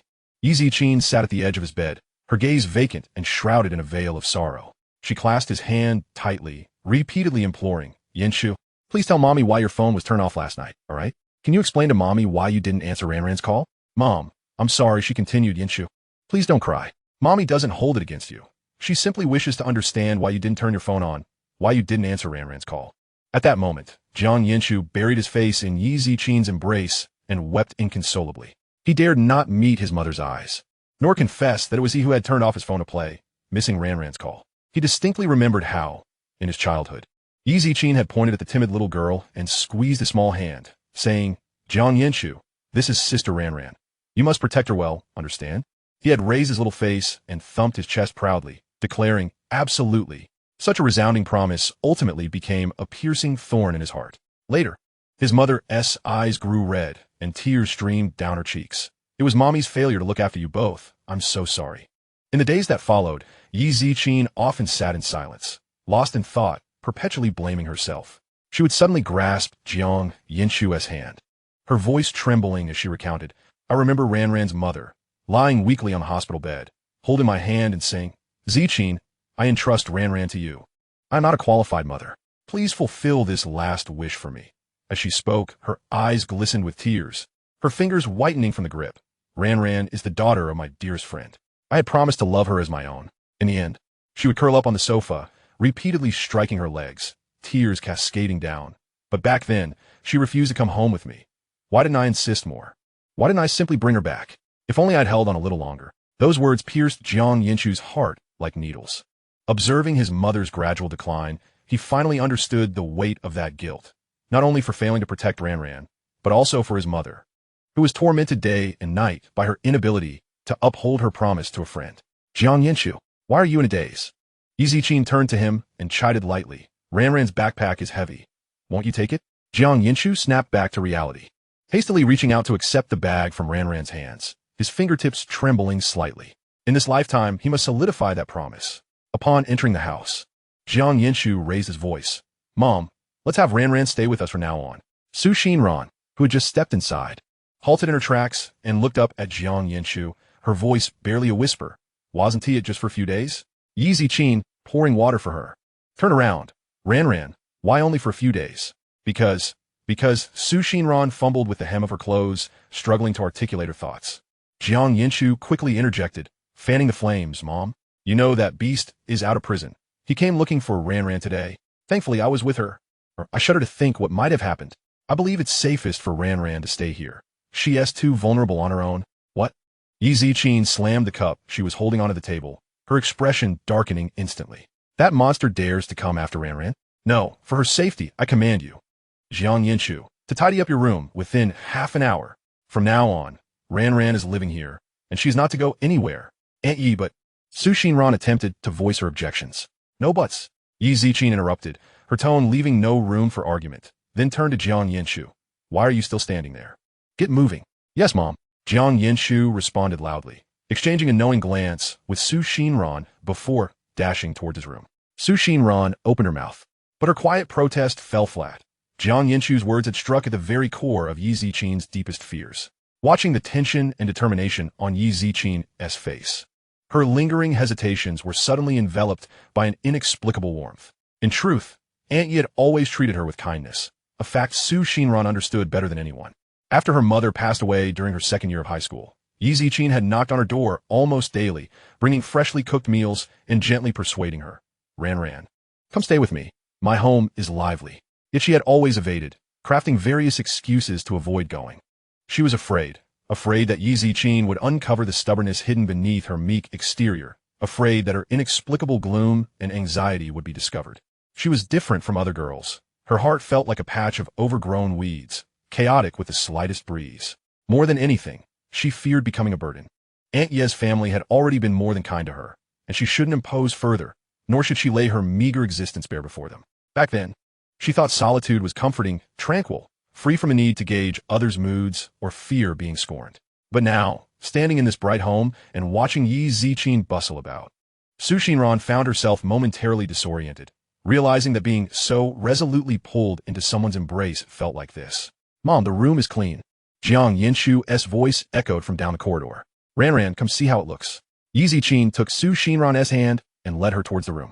Upon reaching the doorway, they saw Jiang Yanchu standing at attention, like a soldier on guard. "All tidied up. Please allow Mom and Sister Ran-Ran to inspect." Yi Ziqin playfully smacked his arm and laughed. "You little rascal, always the dramatist."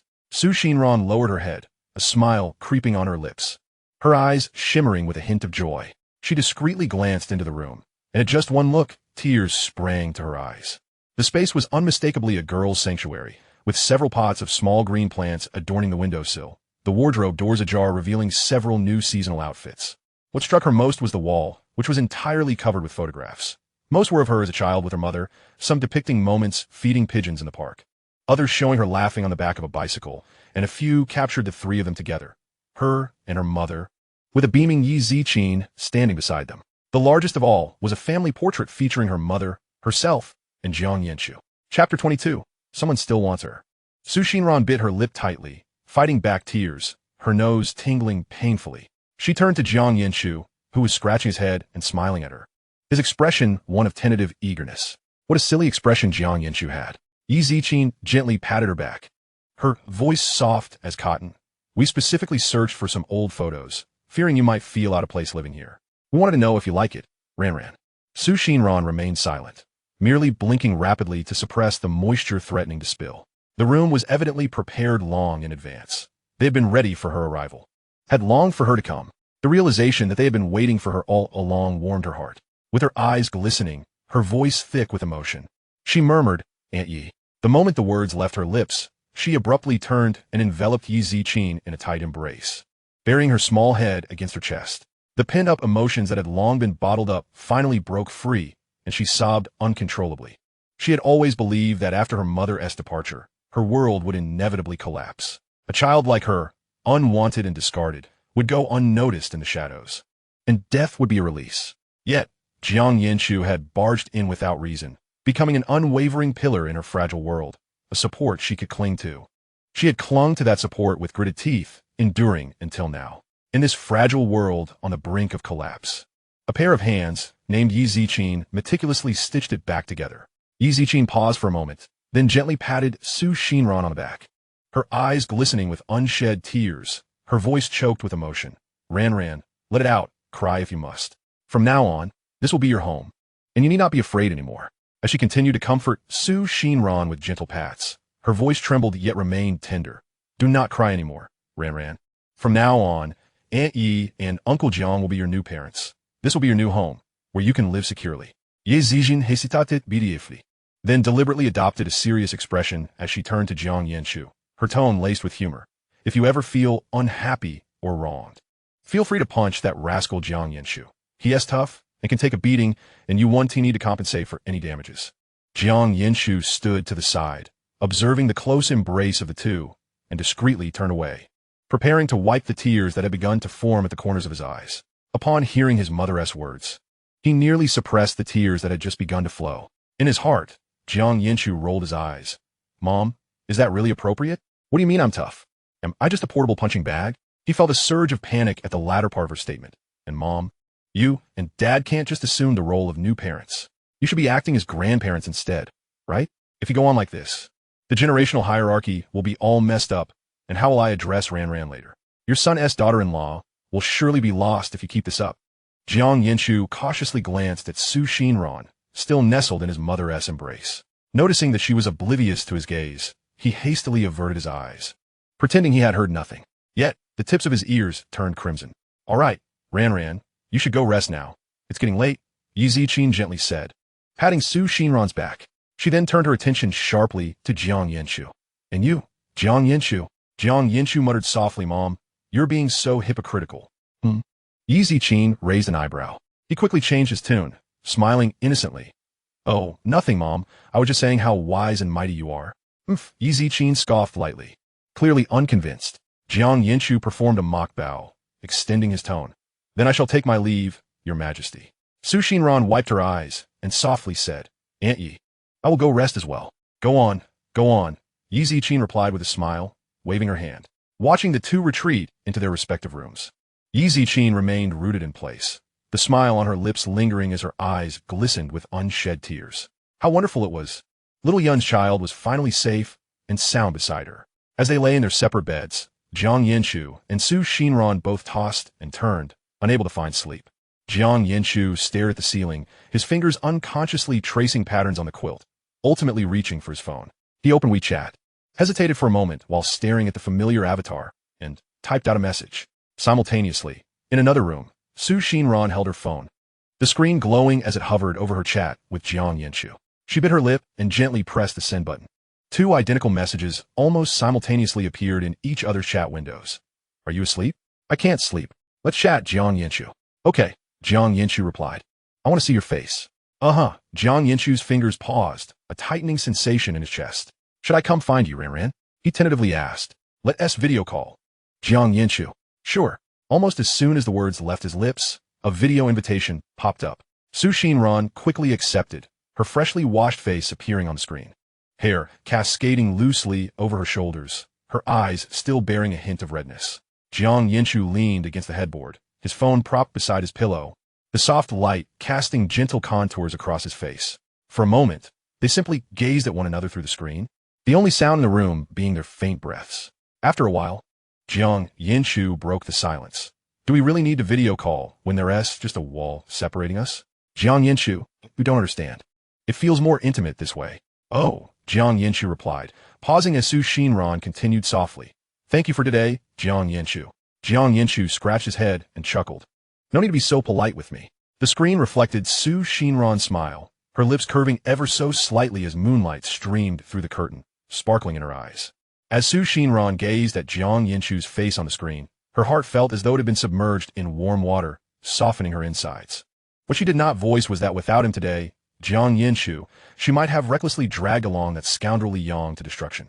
Had it not been for him, she would have never realized that there are indeed people in this world, like Aunt Yi, who would hold her dear to their hearts. Aunt Yi Zichin's embrace was so warm, her words so sincere, that it made her suddenly feel she was not unwanted. She smiled softly at the screen, her voice barely above a whisper, yet brimming with sincerity. I truly want to thank you, Jiang Yanchu. Thank you for being the best, the very best, Jiang Yanchu. Jiang Yanchu and Xinran chatted for a long while over the screen, their conversation stretching until the moon outside had subtly shifted positions. Ultimately, it was Xinran who succumbed first, her head bobbing as sleepiness overtook her, her voice laced with drowsiness as she murmured, Jiang Yanchu, in the future, let us video call every night before we sleep, all right? Okay, Jiang Yanchu replied, watching as the girl on the screen slowly closed her eyes, her breathing becoming steady, resembling a cozy little kitten curled up in comfort. The screen remained lit, and Jiang Yanchu hesitated to hang up, silently observing until he too began to feel drowsy. Softly wishing her good night as he dimmed the brightness of his phone, joining Xinran in slumber. Just a wall apart, both boy and girl clutched their phones, each lost in their own thoughts. Chapter 23. You look so unremarkable today. Early the next morning, Jiang Yanchu was roused from his slumber by a call from Fatty. He had been sleeping soundly when the incessant cries of grandfather, jolted him awake. Annoyed, Jiang Yanchu ran his fingers through his hair, muttering, Fatty, are you trying to kill me? It's only 8 a.m. Hey, old Jiang, don't be angry yet. You were going to tell me if you all are coming out to play today, right? Yes. Just hang up now, Fatty. And don't call me unless it's necessary. Got it, just sleep then, young Master Jiang. Scram. Fatty. All right then. Jiang Yanchu hung up the phone, keeping his eyes closed as he kicked his legs on the bed. The covers twisted into a tangled mess, and his sleepiness completely evaporated. He buried his face in his pillow, cursing Fatty under his breath. Was that glutton a rooster? Why was he crowing at 8 a.m.? The daylight outside had brightened considerably, filtering through the curtain gaps and casting bright beams of light across the floor. Jiang Yanchu turned to his side, staring blankly at the wall. But his mind involuntarily conjured up the image of Xinran as she had fallen asleep last night, her long lashes, gentle breaths, like a half-awake little rabbit. He ruffled his tousled hair and rolled onto his stomach, burying his face in the pillow and chuckling softly. He recalled how Xinran had nodded off during their video call, her voice soft as she mentioned wanting to drink soybean milk the next day, prompting him to spring out of bed. All right, no more sleep. Time to get Ran some soybean milk and fried dough sticks. Also, I need to think of a place for today that she would enjoy. Oh my, the sun must have risen in the west today. Young Master Jiang is up so early, even surprising his own mother. Yi Zichin teased as she emerged from the kitchen, a cup of water in hand. Noticing Jiang Yanchu already dressed in his outerwear, her eyebrows raised in playful amusement. Mother, please refrain from teasing me, Jiang Yanchu said awkwardly, rubbing his nose. I must purchase breakfast before Ran-jie awakens. Oh dear, has my son been teased again? Yi Zichin deliberately elongated her tone, her eyes twinkling with mirth. Aldict, mais c'est. Just tell me what you would like for breakfast, and I shall bring it back for you, Jiang Yanchu replied. scratching at his ears which had become warm from her teasing. "Oh, you truly are a kind-hearted lad. I scarcely recognize you, my own son." Yi Ziqin leaned against the door frame, playfully provoking him. "And what about you? If you do not specify, I shall simply bring back whatever." Jiang Yanchu feigned a gesture to leave. "Oh, wait a moment." Yi Ziqin quickly called out, "What about Ran? Is she awake? Ask her what she desires. And bring her a portion as well." "Understood," Jiang Yanchu responded, his steps light as he made his way to the door, since Ran-jie is still asleep. "I will head out for breakfast now." Yi Ziqin watched her son's retreating figure and smiled. His demeanor, so unpretentious, mirrored that of his father from years past. "Hello, Aunt Yi. Is Jiang Yanchu around?" Xinran stood at the door, her voice hoarse from sleep, her eyelids heavy. She felt self-conscious about rising so late on her first day at Aunt Ye's home. "Is Ran awake?" Yi Ziqin turned, smiling. "Jiang Yanchu has gone to fetch breakfast. He will return shortly." "I apologize, Aunt Yi." Xinran instinctively lowered her gaze, her voice barely above a whisper. She felt it was her fault for being so late on her first day at Aunt Ye's.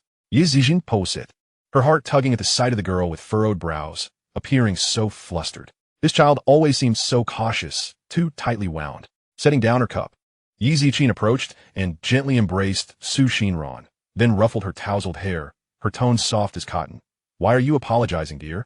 There is no need for that." "Oh," Xinran mumbled, her head bowed, her fingers nervously entwined.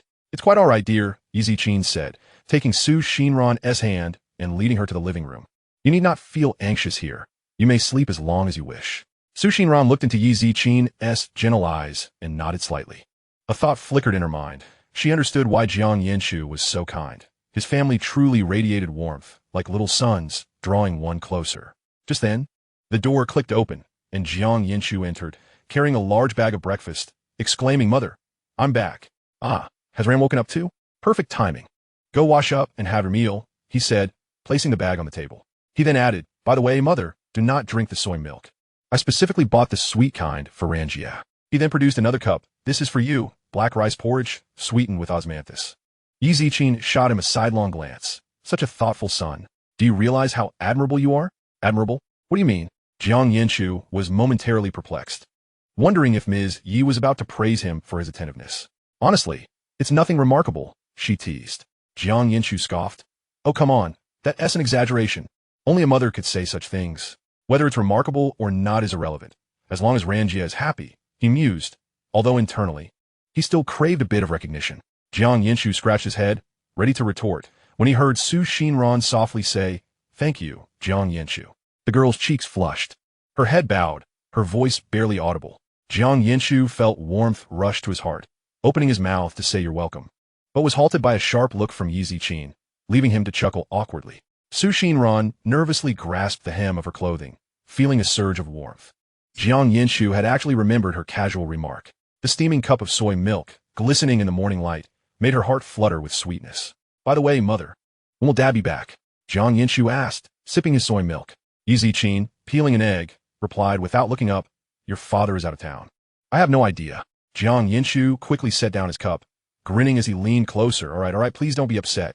When Dad returns, I'll ensure he apologizes to you, even if it means kneeling on a washboard." Yi Ziqin burst into laughter at his antics, playfully patting his head. "You do have a silver tongue. Your father is on a business trip to the neighboring city, returning tonight." Jiang Yanchu felt relieved, glancing at Xinran and giving her a wink. Fortunately, he had studied the temperament of his royal mother well. Xinran observed the playful banter between the mother and son, a smile creeping onto her lips. So this is how families interact. Full of noise, yet imbued with a closeness she had never witnessed before. She took a sip of the sweet soy milk. Wishing that she and Jiang Yanchu could share such moments in the future, she silently resolved that Jiang Yanchu could only ever be hers. Chapter 24, Departing. "All right, Mother. We are heading out now," Jiang Yanchu called out from the kitchen, holding his jacket. "Also, we won't be back for lunch," he added, glancing at Xinran, contemplating whether to take her to the park for some sunlight, or to indulge in the desserts she had previously praised, or simply to find Pongzi. Yi Ziqin poked her head out of the kitchen, spatula in hand. "Be careful outside, keep an eye on Ran, and don't let her wander off." "Got it." Jiang Yanchu replied with enthusiasm, secretly nudging Xinran's arm. "Let us go, Ran-jie." Xinran looked up and smiled at Yi Ziqin. "Aunt Yi, we are leaving now." "Off you go. Enjoy yourselves." Yi Ziqin waved, watching the two depart side by side, a smile gracing her lips. These two indeed made a fine pair. As the door closed, Jiang Yanchu turned to ask, "Shall we go to the park first, or head straight to find Ponzi?" Su Xinran pondered for a moment before softly suggesting, "Let's South go to the park first and soak up some sun." Jiang Yanchu's eyes lit up. "Great. I know of a particularly large camphor tree there. It's very comfortable to sit under." Sunlight streamed through the hallway windows, casting long shadows beneath their feet. Closely entwined, as if inseparable, the branches of the camphor tree, lush with foliage, filtered dappling light that danced around them. Jiang Yanchu and Su Xinran sat side by side on a bench, the air fragrant with the delicate scent of camphor. "Ran-jie, when we meet up with Ponzi and the others, it may get a bit crowded," Jiang Yanchu said, turning to her with a serious tone. "If you feel overwhelmed or uncomfortable, please tell me immediately. We can leave at any time." He felt a bit apprehensive, fearing that too many people might make Ran-jie uneasy, given her previous tendency to prefer solitude. "Mother, okay, Su Xindan ziplit sopti." Her fingers absent-mindedly fidgeting with the hem of her clothing. In truth, she felt a bit nervous too, but Jiang Yanchu's words provided reassurance, for he always considered her feelings. "By the way, Ran-jie," Jiang Yanchu suddenly recalled something, his eyes brightening. "Would you like some dessert? There is a newly opened dessert shop nearby. I passed by last time, and it smelled heavenly. They say their mango pancakes are exceptional." He remembered her occasional penchant for sweet treats, likely due to her fondness for sugary flavors. "MHM, that sounds good," Su Xinran replied, her gaze meeting his expectant eyes, her cheeks warming slightly as she quickly looked away, focusing on the distant children playing. "Ran-jie," Jiang Yanchu called again, his voice softer than before. "MHM," she answered, her heart inexplicably racing, unable to decipher what he was about to say. Jiang Yanchu gazed at her drooping eyelashes, which glimmered with a subtle golden edge under the sunlight. He swallowed hard, ultimately scratching his head and smiling as he said, "It's nothing, I just think the weather is quite lovely today." Su Xinran was momentarily taken aback, following his gaze to the sky where fluffy clouds floated in the azure expanse. She gently murmured in agreement, her lips involuntarily curving into a smile.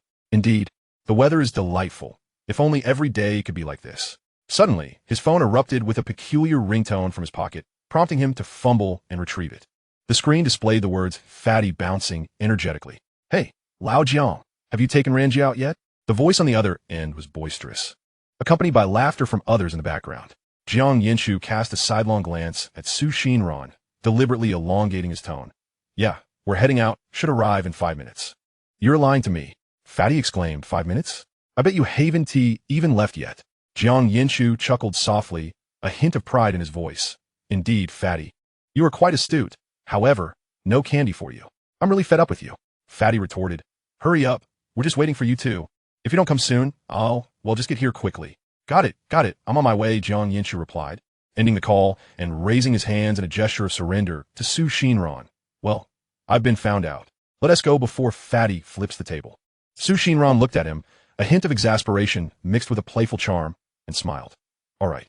Jiang Yanchu stood up, reaching out as if to assist her, but hesitated midair and instead picked up the bag beside him.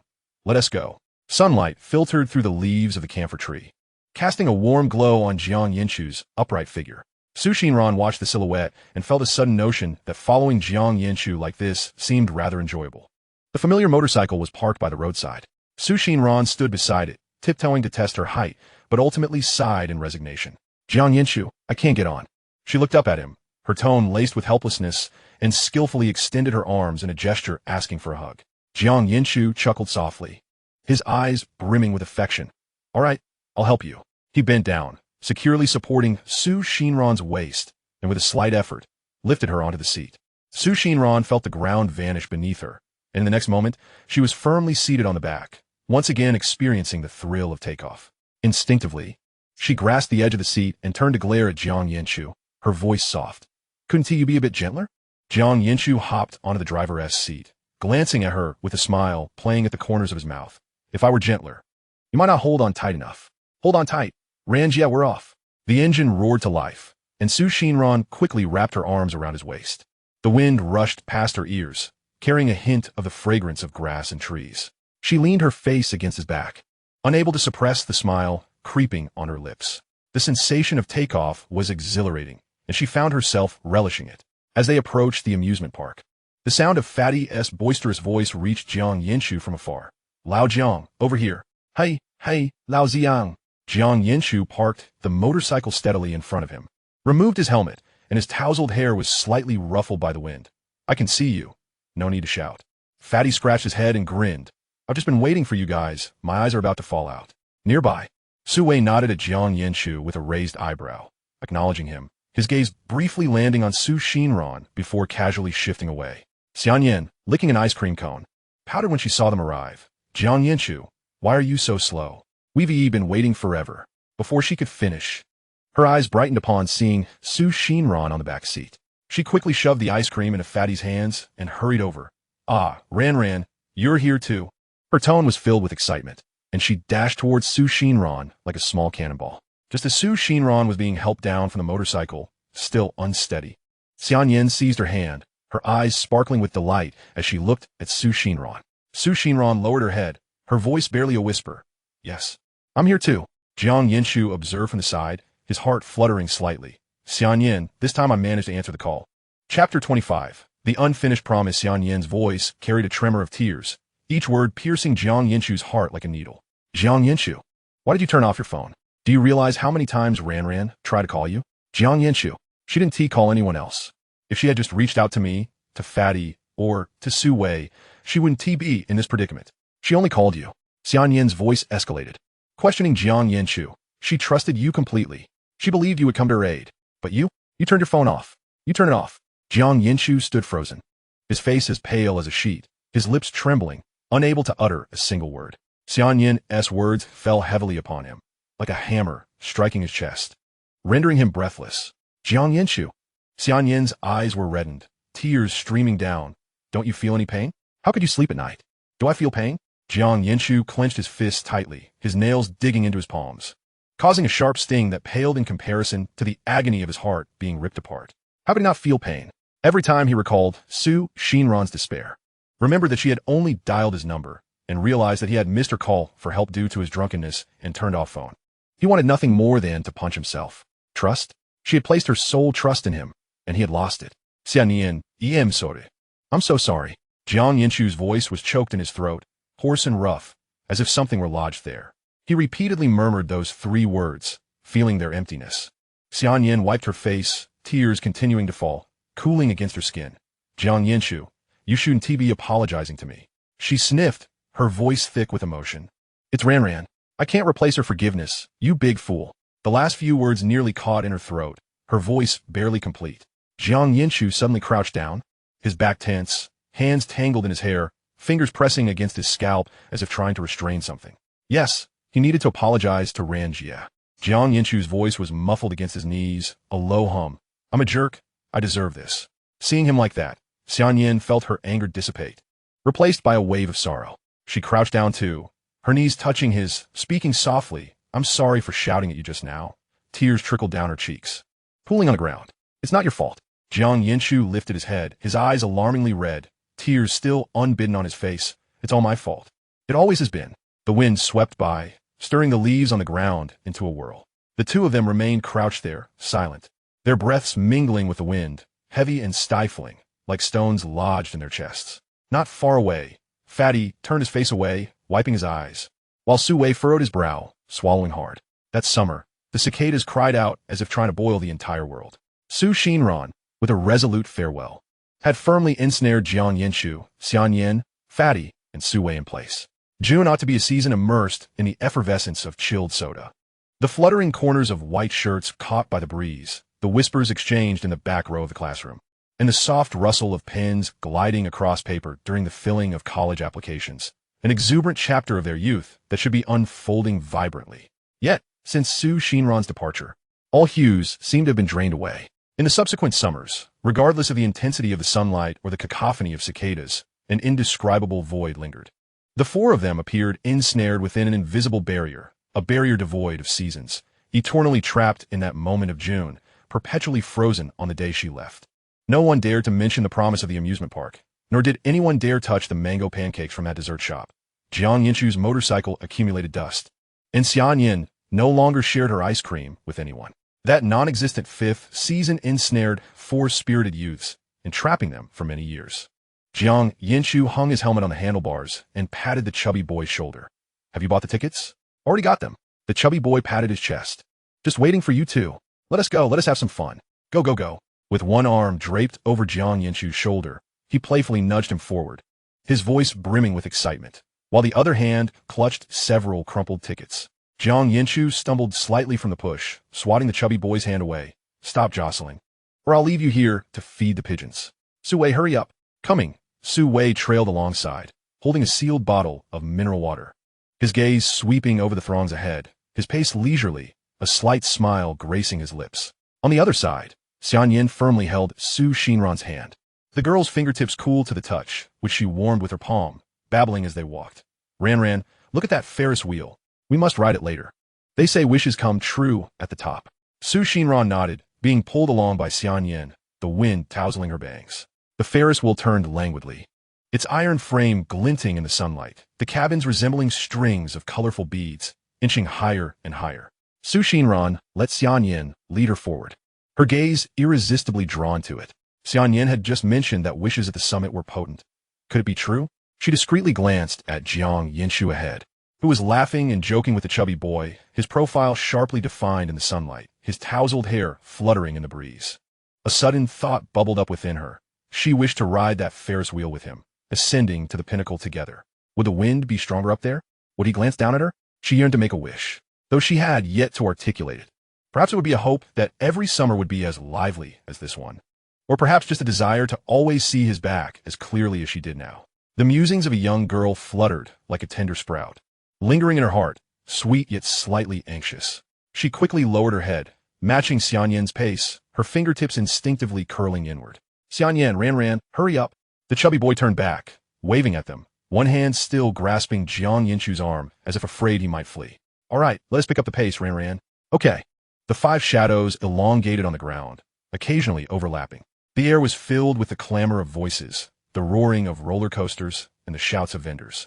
A lively medley.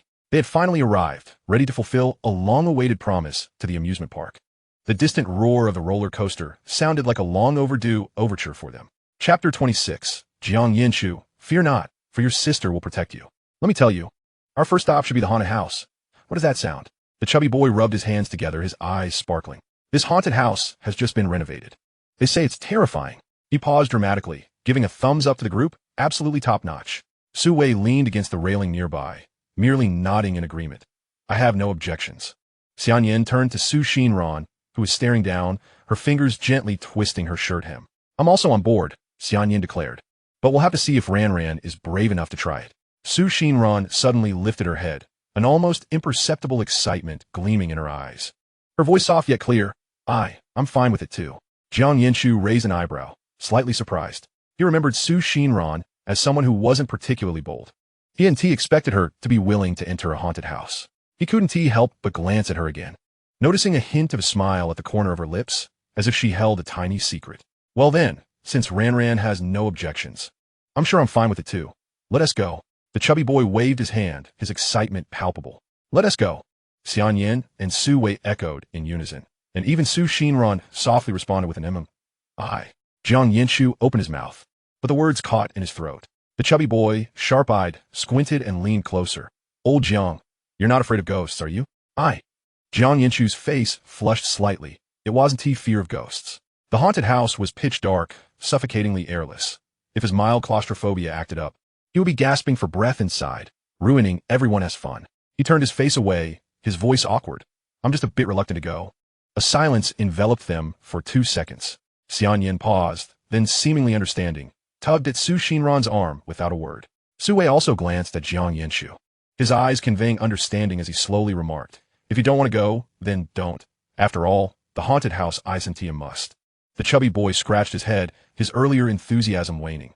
Oh? Then, shall we choose another attraction? Noticing Jiang Yanchu's demeanor, he refrained from further teasing. Su Xinran discreetly raised her eyes, observing Jiang Yanchu's fingers clenching at his side, a hint of red coloring his ears. Suddenly she spoke up, her voice not loud but clear. Actually, I'm not very keen on the haunted house either. It's too dark, and I'm afraid of falling. Jiang Yanchu turned to look at her, surprise flashing in his eyes. Xianyan quickly chimed in. Exactly. What's the point of being in a pitch-black place? We should ride the roller coaster instead. That's much more exhilarating. All right. The chubby boy's attention was swiftly diverted. I'm not afraid of roller coasters. Let us go. Let us queue up. Jiang Yanchu bit his lip, his throat tightening. Never mind, let us go to the haunted house. I thought about it, and I can handle it. He could not remain shackled by the past. If he couldn't even overcome this little darkness, how could he contemplate the future? He had to move forward. Su Xinran lifted her head, observing his top profile, softly saying, Jiang Yanchu, don't force yourself. The chubby boy nodded in agreement. Exactly, old Jiang, don't push it. If you don't want to go, we can choose something else. Jiang Yanchu forced a smile, though it felt somewhat stiff. It's fine. Let's go have fun. The entrance to the haunted house was shrouded in darkness, resembling a silent mouth. I'll go in first, the chubby boy declared, leading the charge as he pushed aside the curtain. All right, let us go. Su Wei patted Jiang Yanchu's arm and followed suit. Xianyan turned back to wave at them. We're coming. Their figures quickly vanished into the shadows. The entrance fell silent, leaving only Jiang Yanchu and Su Xinran. A cool breeze brushed past them. Jiang Yanchu's fingers instinctively curled, beads of sweat forming at his temple. Su Xinran watched his tense shoulders and softly remarked, Actually, it might not be that dark inside. I overheard someone say there are bright lights in the middle. Jiang Yanchu turned to her, her eyes sparkling in the light. And her words didn't feel like mere consolation. They sounded like a truth. He took a deep breath and nodded. All right, let us go. He was the first to lift the curtain, and at that very moment, as shadows enveloped him, his wrist was gently grasped. Su Xinran's voice, tinged with a barely perceptible tension, yet steady, spoke, I'm a little scared too. Please, walk slowly and wait for me. Jiang Yanchu's heart skipped a beat as he glanced down at his wrist, held captive by her delicate grip. The coolness emanating through the fabric strangely quelled the turmoil within him. He responded with a soft deliberately slowing his pace as they ventured deeper. As they proceeded, the light dwindled, leaving behind only flickers of eerie green luminescence that danced faintly, barely illuminating the walls beside them and the path beneath their feet. With each step further into the darkness, Jiang Yanchu felt a tightening in his back, his fingers chilled, and a slight tremor coursed through him, unnoticed by himself.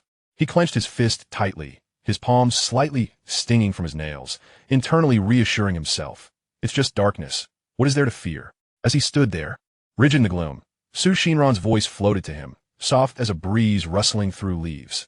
Jiang Yanchu is not afraid, not afraid.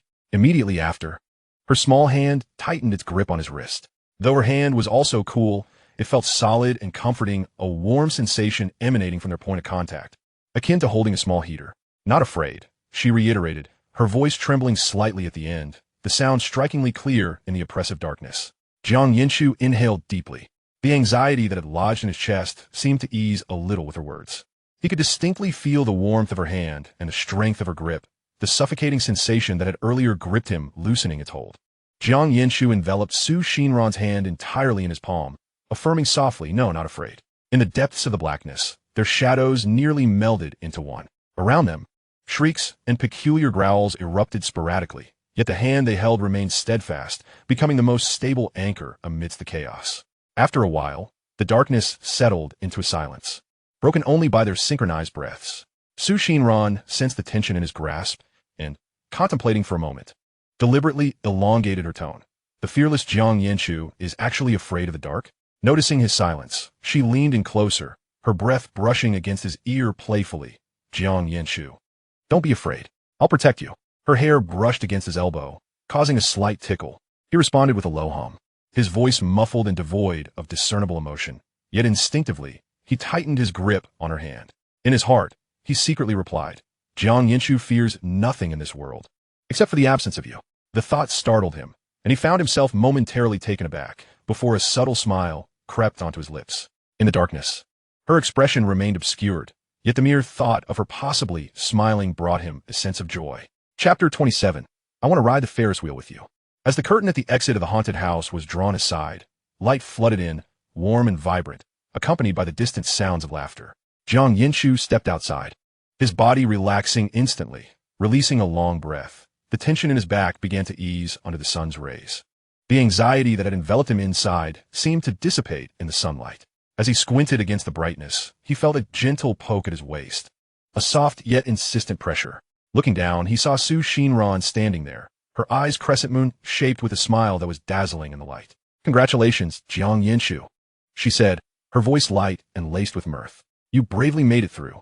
A little further away, the plump boy called out, Old Jiang. Xinran, hurry up. Xian Yin and Su Wei were waiting, waving their hands. Su Xinran, feeling flustered from his playful ruffling of her hair, instinctively pulled at his arm, urging him forward. Let us go. And Jiang Yanchu, don't mess up my hair. You've already made a mess. She brushed back the loose strands from her forehead, her tone laced with playful complaint, though her smile remained intact. Jiang Yanchu retracted his hand, his fingertips still tinged with the softness of her hair, and chuckled softly. All right, no more ruffling. Next time, if you dare, I'll make your hair a tangled mess too, and then you 1T be able to fix it, she quipped, lifting her chin defiantly, resembling a feisty little creature. Jiang Yanchu regarded her with a gentle smile, his voice warm. Fine, I'll ruffle your hair. From a distance, the trio's boisterous banter continued. Su Wei, you're talking nonsense. I wasn't scared at all. I was just being considerate of your feelings, you know? The plump boy's loud voice boomed. You were just being stubborn, Su Wei retorted, his tone teasing. Summer Nian, you be the judge. How could I possibly be afraid of that? The plump boy turned to her for support. Wang Pao, you know who I am. I'm not afraid of such things. Su Xinran merely elongated her response. Oh, that simple utterance, seemingly innocuous, pierced through the plump boy's bravado like a tiny blade, causing his shoulders to slump. He exaggeratedly clutched his chest, exclaiming, Oh dear, my heart. You four have wounded me deeply. Stop it, Summer Nian interjected, playfully slapping his arm. Who was it that wouldn't let go of my sleeve inside? That was because I didn't want you to get hurt. The plump boy protested, though his face was slightly flushed. He turned to Jiang Yanchu and Su Wei, asking, ISNT that right? Jiang Yanchu stifled a laugh, nodding earnestly. Indeed, you are the bravest among us. Su Wei added leisurely, brave enough to almost lose your shoes. Hey, the plump boy retorted, chasing after Su Wei. Eager to argue, the group settled onto a bench, clutching the bottled water the plump boy had purchased. What shall we do next? Summer Nian inquired, her legs swinging excitedly. I want to ride the roller coaster first, she declared, her eyes sparkling. Su Wei twisted open a bottle and took a sip, casually responding, I'm indifferent. Then I'll choose the drop tower. The plump boy chimed in eagerly, slapping his thigh. That's thrilling. He turned to Jiang Yanchu. What about you, old Jiang? Just as Jiang Yanchu was about to respond, he heard Su Xinran's soft voice close to him. She leaned in, her tone lowered so only they could hear. Jiang Yanchu, I want to ride the Ferris wheel with you. The wind carried a gentle warmth, softly delivering her words. Jiang Yanchu's grip on the water bottle faltered momentarily as he turned to look at her. Her cheeks glowed with a delicate blush in the sunlight, her eyes sparkling with earnest anticipation. His Adam's apple bobbed slightly, and the words he almost spoke slipped from his mind, leaving only a soft, tight to escape his lips. I and Sister Ran ventured to ride the Ferris wheel. Jiang Yanchu rose, casually tucking the unfinished bottle of water into his pocket. Huh? Fatty paused, nearly losing his grip on the water bottle. We'll gather later, Jiang Yanchu added, casting a glance at Su Xinran. All right, Fatty pouted but quickly perked up, nodding towards Xian Yin. Let's go, Xian Yin, Su Wei, you accompany me on the drop tower first, and afterward, we'll join Xian Yin for the roller coaster. Huh? Wang Fatty, why don't you accompany me on the roller coaster first? Xian Yin shot him a glare, yet her hands were already bracing against the chair as she prepared to rise. Fine, let us listen to Sister Yin, Fatty conceded, scratching his head. What about you? Su Wei, Xian Yin turned to inquire. Su Wei leisurely stood up, brushing off the dust from his trousers. I have no objections. Sister Ran, they've left. Shall we go too? Jiang Yanchu glanced at the three raucous individuals in the distance, before turning to Su Xinran. Mo, Anzai, Su Xindan not that. Let us go. Let us head to the Ferris wheel. Jiang Yanchu gestured towards the Ferris wheel with a slight lift of his chin. Off we go. Su Xindan a goal, matching her pace with his as they walked side by side in that direction. Stealing a glance at Jiang Yanchu, Su Xinran quickly lowered her head, a subtle smile curling at the corners of her mouth. How wonderful it was to have the opportunity to be alone with Jiang Yanchu once more. Ahead lay the Ferris wheel, its slow rotation almost hypnotic. As it ascended to the pinnacle, what wish should she make? Perhaps she would wish for many more moments like this, to be with Jiang Yanchu, even if it was merely strolling together. Moreover, it would be lovely if he could initiate conversation with her once more. Su Xinran pondered, her steps feeling a tad lighter. She grasped the hem of her clothing, surreptitiously glancing at the Ferris wheel again. What are you thinking? Watch where you're going. Jiang Yanchu's voice broke through her thoughts, laced with a hint of amusement. Realizing she had been staring at her toes and almost collided with a barrier ahead, her cheeks flushed with warmth. Su Xinran hurriedly lifted her gaze, avoiding Jiang Yanchu's eyes, and mumbled softly, I wasn't thinking about anything. Chapter 28. Do you like riding the Ferris wheel? Suddenly the girl spoke. Jiang Yanchu, look. The Ferris wheel is right in front of us. Xinran stretched out her hand, her eyes sparkling as if illuminated from within. I see it, Jiang Yanchu replied, following her gaze, observing the grand while turning leisurely. Let us hurry over, Xinran exclaimed, suddenly grasping Jiang Yanchu's hand, pulling him into a light jog. Jiang Yanchu stumbled slightly before regaining his balance and matching her pace. The warmth of Xinran's hand, slightly damp with perspiration, felt comforting against his palm. A lengthy queue awaited them at the Ferris wheel, a sea of dark silhouettes. Xinran tiptoed to peek, murmuring softly, "Why are there so many people?" The excitement in her voice faded, replaced by an unmistakable undertone of disappointment, her words trembling slightly. Surrounded by the ebb and flow of voices and laughter, she suddenly felt out of place, as if countless eyes were upon her. She knew it was irrational, yet the tension within her refused to dissipate. Tugging at Jiang Yanchu's sleeve, her head bowed, she whispered, "Jiang Yanchu, what if we don't ride after all?" Jiang Yanchu paused, puzzled. "Why not?" "Because I'm a bit scared." Her voice dwindled to a whisper. Jiang Yanchu observed her reddening ears, suddenly grasping something, a smile forming on his lips. "Sister Ran, who dares enter haunted houses, is afraid of crowds." "This is different," Xinran retorted hastily, looking up at him, her eyes tinged with a hint of grievance. "You don't understand." In crowds, the cacophony felt like a tide rushing over her, inducing a sense of panic, a desire to retreat. Yet, she kept this sentiment to herself, feeling her cheeks grow warmer as she lowered her gaze. She had insisted Jiang Yanchu accompany her on the Ferris wheel. But now that they were here, she found herself hesitant due to the throngs of people. Xinran felt a wave of frustration welling up inside her, berating herself for dampening the mood. Had she not invited Jiang Yanchu to join, he would be with Fatty and the others, screaming on the drop tower or enjoying the breeze on the roller coaster, rather than idling away time here with her. Just as the girl lamented, a hand suddenly extended before her. "Sister Ran, hold my hand tightly." Jiang Yanchu's voice was steady, reminiscent of the times in the haunted house when she grasped his hand. Jiang Yanchu paused briefly before adding, "Shall we ride the Ferris wheel? If you truly don't wish to, we don't have to." Xinran gazed at the hand. Larger than hers, fingers distinctly defined the palm inviting. She froze, the chaotic emotions within her quelled by that hand, and the surrounding noise seemed to recede. If Jiang Yanchu could find stability in a haunted house, why couldn't she take a step forward in a crowd, even if it was just a small step? With that thought, she inhaled deeply, her fingers curling slightly before gently lifting her hand to rest in his palm. The moment their palms met, Jiang Yanchu's grip tightened just enough to provide her with a reassuring support. "Let us go." He led her into the queue. "Sister Ran, are you still afraid of the crowd?" Jiang Yanchu inquired softly, guiding Xinran forward. "Afraid, yet not afraid." Xinran's voice was somewhat muffled, her gaze fixed on their entwined hands. You can be both afraid and not afraid? How impressive." Jiang Yanchu chuckled lightly, a teasing lilt in his tone. Mind your own business." She gently tugged her hand, but it only resulted in a firmer grasp. The fear lingered, stemming from the overwhelming noise and the multitude of faces that would still unsettle her. That instinctual trepidation was not easily quelled. Yet, the comfort of his hand bolstered her courage, the warmth radiating from his palm instilling within her a sense of fortitude, allowing her to believe that even amidst the crowd, she could step forward with him. The line progressed swiftly, and before long, it was their turn. "Hey, young man, hurry up and bring your girlfriend over." "It's your turn, follow me," the attendant called out with a loud voice. "All right, uncle," Jiang Yanchu replied, leading Xinran forward. "You're quite a handsome young man, and your girlfriend is lovely too," the attendant remarked with a smile as he assessed the pair.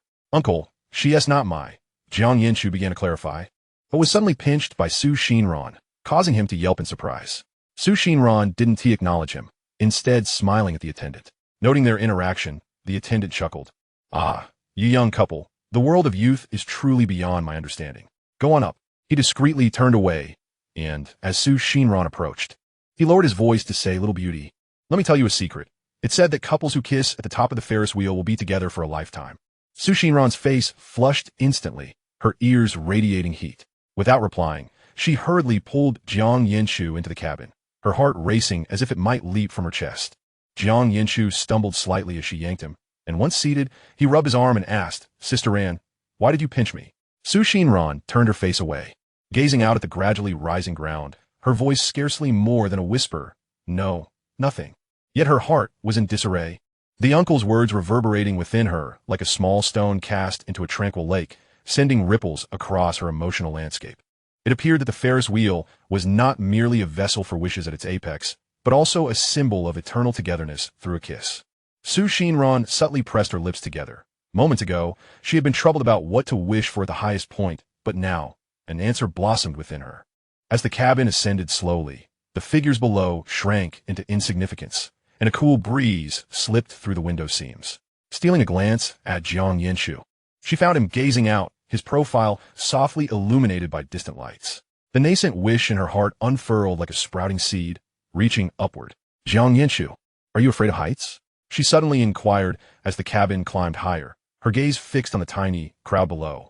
Not all. Jiang Yanchu turned to her. Are you? I'm not afraid either. She shook her head, her fingertips lightly tracing the glass. It just feels so small down there. Indeed, people are quite insignificant, he concurred, echoing her sentiment. Don't mimic my words, Jiang Yanchu. Xinran shot him a playful glare, though her lips betrayed a smile. Oh, understood, he replied, drawing out the words with a hint of amusement in his eyes. Then Jiang Yanchu, do you know why I wanted to ride the Ferris wheel? I don't, he replied. And you, Jiang Yanchu, why did you come with me? Do you enjoy riding the Ferris wheel? Not really, he answered succinctly, pausing to internally add, not for the ride itself, but for your company. Then why did you come? Xinran pressed further. Jiang Yanchu met her sparkling eyes, his throat tightening as he mumbled. No particular reason. By the way, Ran-jie, you still haven't told me why you wanted to ride the Ferris wheel. He picked up the thread of conversation that had been momentarily interrupted. Oh, I almost forgot, Xinran chuckled, tracing circles on her knee. It's said that wishing at the top of the Ferris wheel is particularly potent. She lifted her gaze to the window, the cabin inching closer to the sky. I want to come here to make a wish. What wish does Ran-jie wish to make? Jiang Yanchu's voice was soft, as if afraid to disturb something. I can't tell you, Jiang Yanchu. She turned her head, deliberately lifting her chin, her eyes twinkling with mischief. Wishes lose their magic when spoken. Oh, very well, Jiang Yanchu acquiesced, turning his gaze back to the window, murmuring, then I too shall make a wish. Xinran's heart fluttered. She glanced at him, curious about the nature of his wish. By the way, Jiang Yanchu, she said casually, yet with an underlying significance. That uncle mentioned that couples who kiss at the highest point of the Ferris wheel will be together forever. Did you know? Jiang Yanchu shook his head. I've never heard that. I only just found out, Xinran replied, fiddling with her clothing. Do you believe it? I. Jiang Yanchu hesitated, his gaze drawn to her slightly flushed ears, feeling a tumult of emotions, unable to articulate whether he believed or not. You big fool. Xinran teased lightly, her tone soft yet playful. Why are you scolding me, Ran-jie? Jiang Yanchu looked taken aback, a hint of grievance in his expression. Just felt like it. She turned her face away, peering out the window, though her lips couldn't help but curve upwards. Ohat, sai, su sinan sudeli stay. Her voice tinged with anticipation and a hint of nervousness. We're almost at the top. Get ready to make your wish. Oh, all right. Jiang Yanchu hurriedly closed his eyes. Xinran covertly glanced at him, noting his furrowed brow. Was he also pondering his wish seriously?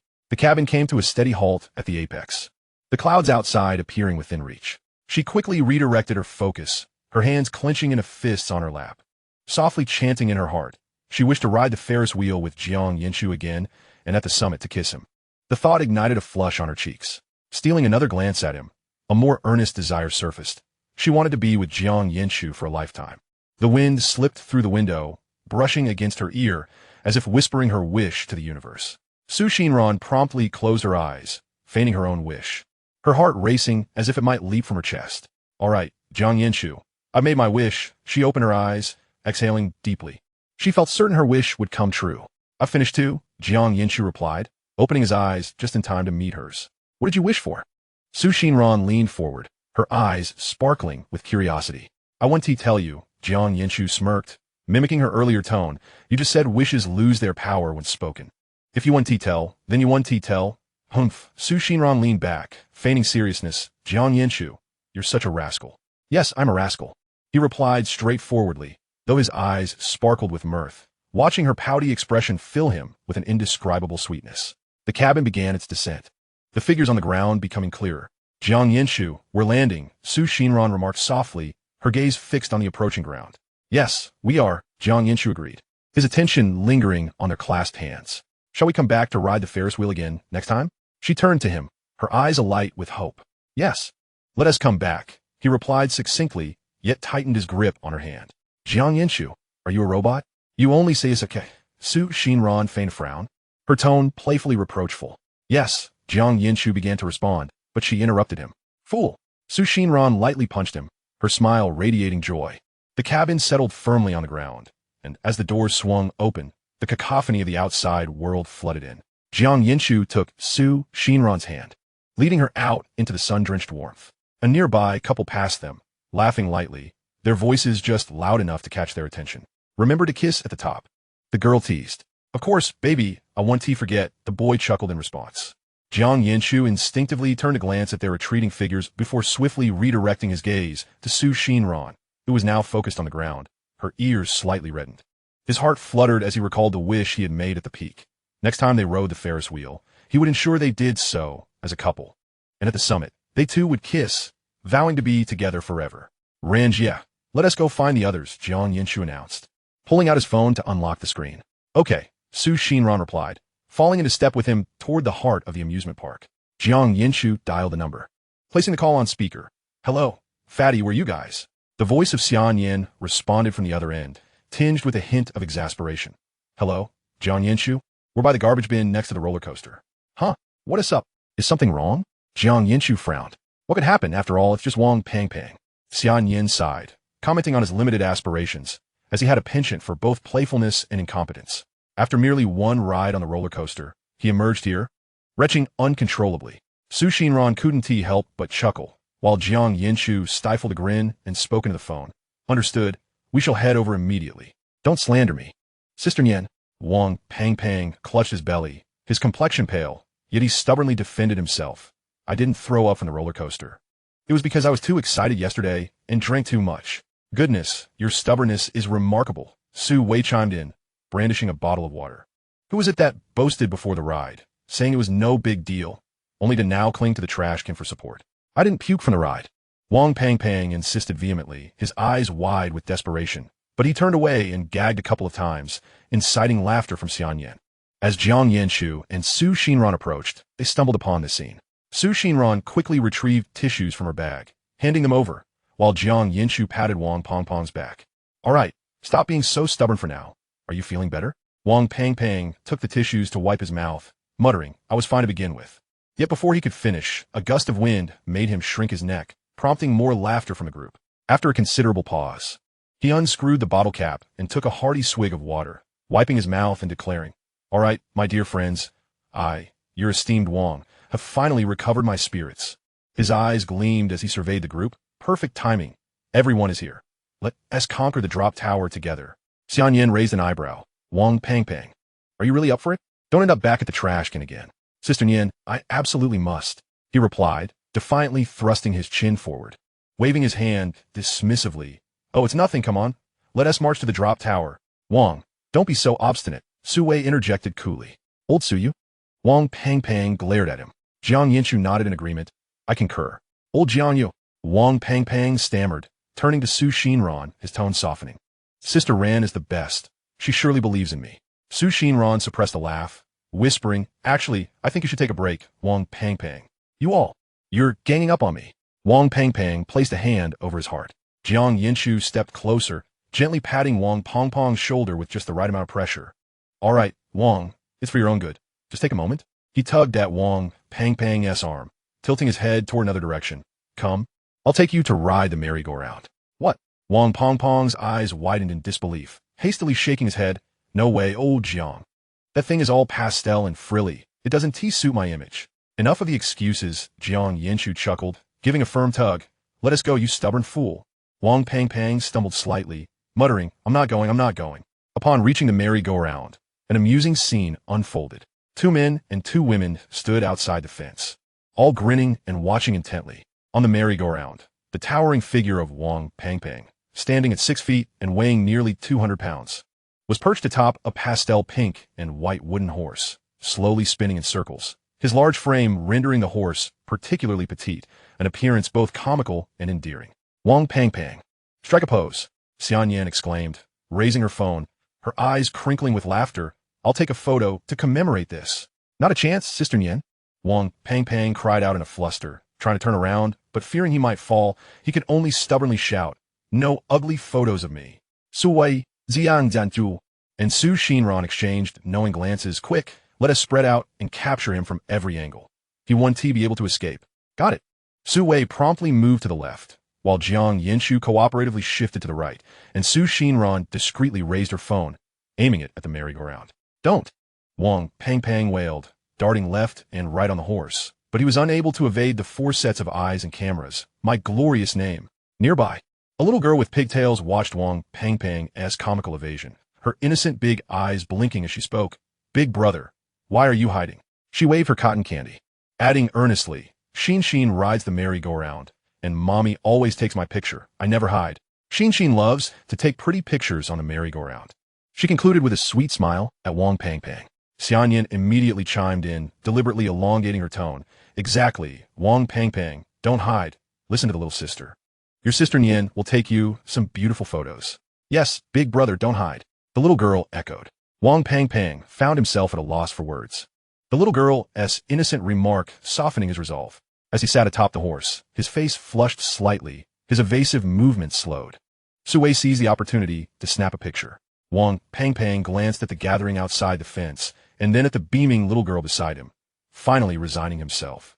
Straightening his back somewhat awkwardly, fine, take the photo. You magnanimous Wang, shall allow it.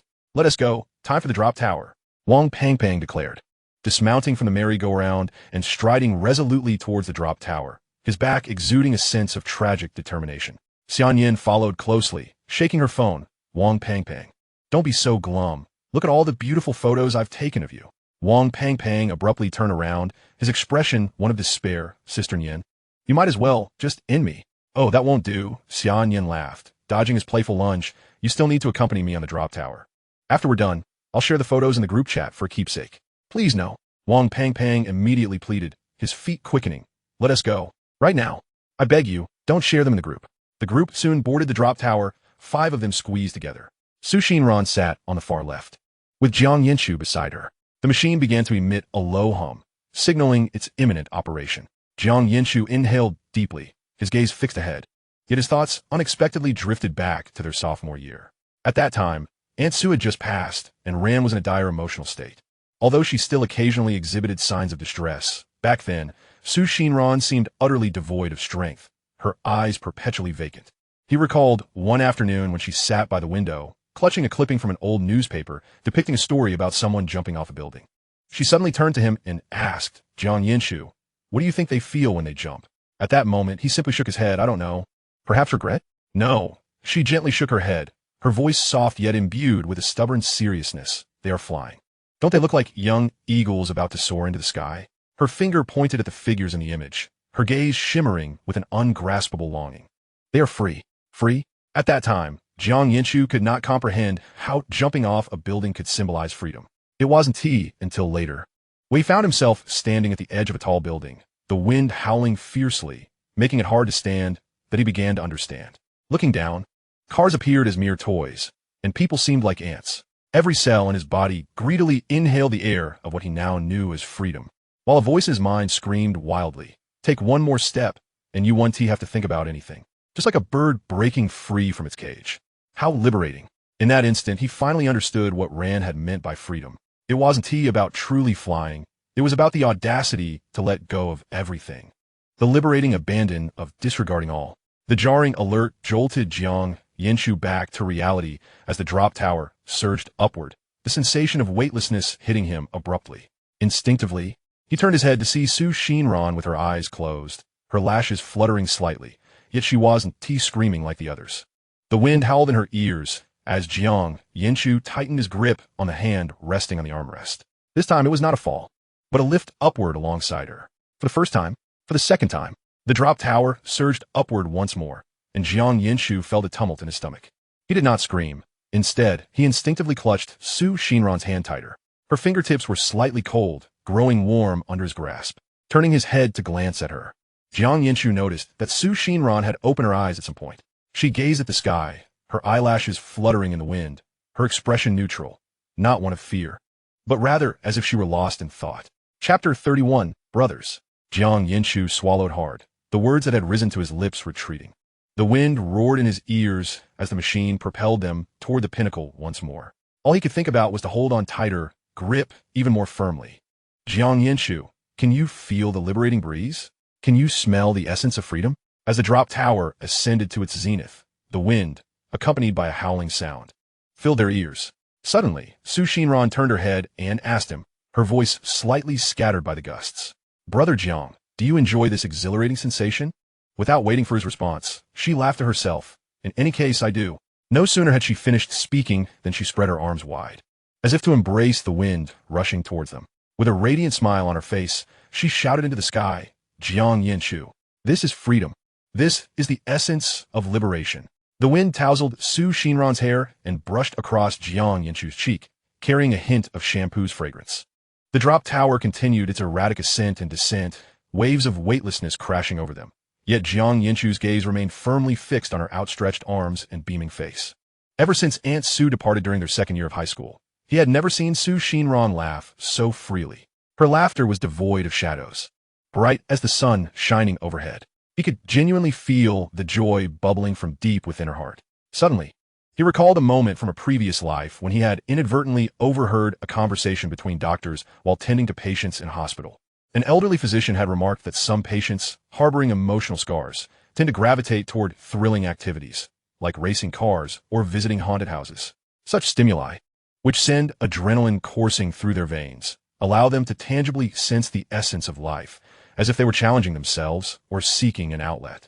At that time, he had been oblivious. Now, watching Xinran with her arms wide open in the wind, his heart tightened unexpectedly. He remembered her words, Jiang Yanchu, are you always this steady on a bike? Jiang Yanchu, I want to visit a haunted house. It turned out that beneath those seemingly casual remarks lay unspoken thoughts. Jiang Yanchu, why are you silent? Are you not happy? Xinran tilted her head, the wind pressing her hair against her cheek, her eyes still sparkling with the remnants of laughter. Happy? Jiang Yanchu's voice was slightly fragmented by the wind.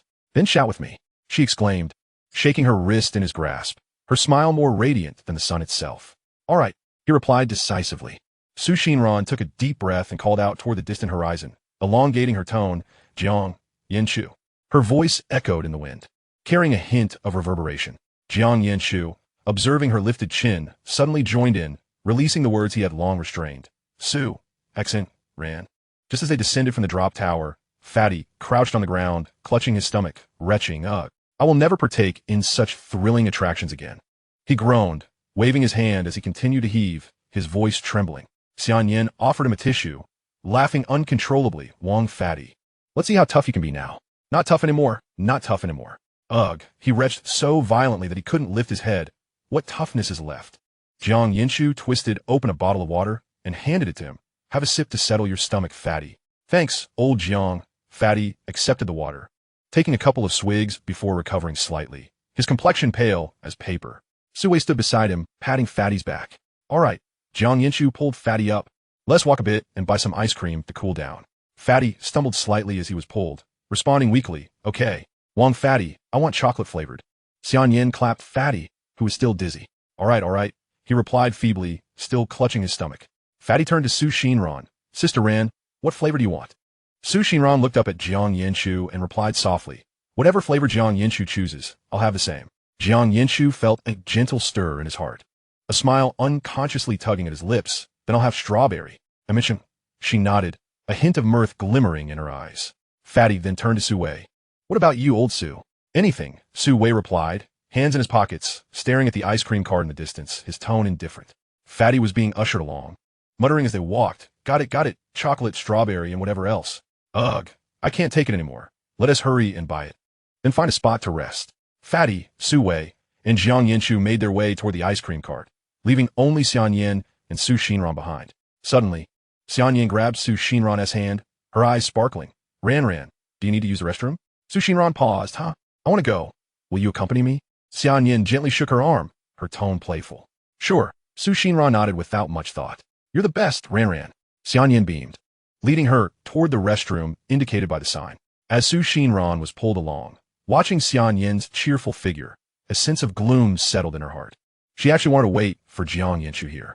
Meanwhile, in front of the ice cream cart, Fatty suddenly threw his arm around Jiang Yanchu's shoulder. Hey, old Jiang. He lowered his voice, a hint of confusion in his tone. Why were you running so fast yesterday? Sister Ran seemed to need you urgently. And you didn't touch a drop of alcohol, even help the guys settle the bill like a benevolent deity? Jiang Yanchu gazed at the queue ahead. His voice turning somber. Liang was released from prison. What? Fatty's voice shot up, drawing glances from those nearby as he quickly covered his mouth. His eyes wide with shock. That scoundrel is out? Su Wei, who had been standing with his hands in his pockets, withdrew them, his brow furrowing, his expression darkening. Jiang Yanchu replied, He came looking for us yesterday. The air fell silent, the previously lively atmosphere freezing in place. Fatty clenched his fists, his knuckles turning white. What does he want with Sister Ran? That jerk dares to come back? Jiang Yanchu remained silent, his gaze growing colder. This won't do, Su Wei suddenly spoke. His voice low. We need to keep an eye on him. Don't let him cause trouble for Sister Ran again.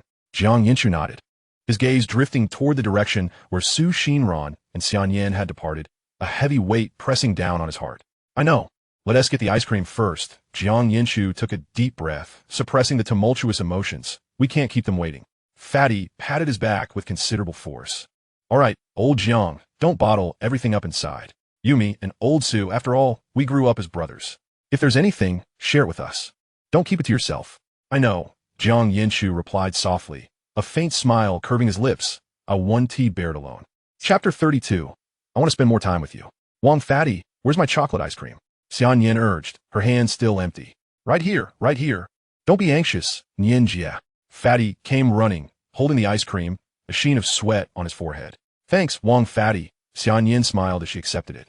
Xinran lowered her head, her fingertips brushing against the strawberry-flavored ice cream handed to her by Jiang Yanchu, and softly murmured, Thank you, but it's unnecessary. Jiang Yanchu responded, his gaze lingering momentarily on the crown of her head. Let us go. Let us continue to have fun. The chubby boy licked a mouthful of ice cream and tugged on the nearby Su Wei, brimming with energy. Before long, the time to part ways arrived. The group stood at the entrance of the amusement park, the setting sun casting elongated shadows. Ah, time truly does fly, the chubby boy sighed, his hands buried in his pockets. Wang Pangpang, why are you being so poetic? Xian Yan shot him a sideways glance. Ran-jie, you wouldn't understand my feelings of parting, the chubby boy declared with solemnity.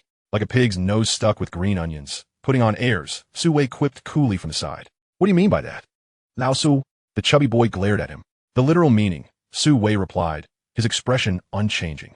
I don't have time to bicker with you, Lao Su. The chubby boy hopped onto a small electric scooter parked by the roadside, patting the seat. Ran-jie, do you need a ride home? Forget it, Wang Pangpang. Xian Yan waved her hand, teasing him intentionally.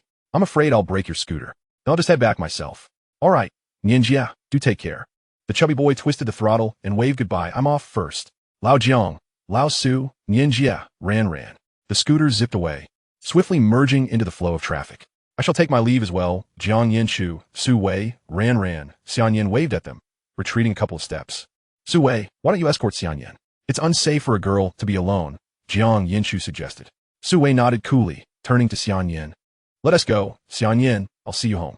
I don't want to go home with you, you cold-hearted machine, Xian Yan pouted. Even though it's summer, I'm afraid you'll give me a cold. All right, let us go, Xian Yan, Su Wei reiterated, unfazed by her remarks. Hey, Xiao Su, are you even listening to me? Xian Yan stamped her foot. I heard you, let us go, Xian Yan. He maintained his calm demeanor. You wouldn't block. Xian Yan glared at him angrily, yet her steps followed his. Su Wei replied, remaining silent thereafter. The two walked away, one chattering while the other responded, creating a lively scene. Jiang Yanchu observed the retreating figures of Xian Yan and Su Wei, then turned to Xinran, softly inquiring, Ran, where shall we go? Do you wish to return home, or linger a while longer? Xinran gently poked Jiang Yanchu's hand with her fingertip, remaining silent. Jiang Yanchu's heart stirred. She wanted to stay a little longer. He couldn't help but chuckle lightly. You don't wish to return home, do you? Then let us wander a bit more. Xinran raised her eyes to meet Jiang Yanchu's gaze, a flicker of brightness illuminating her eyes as she softly affirmed, her lips curving into a delicate smile. In truth, she had no particular place in mind.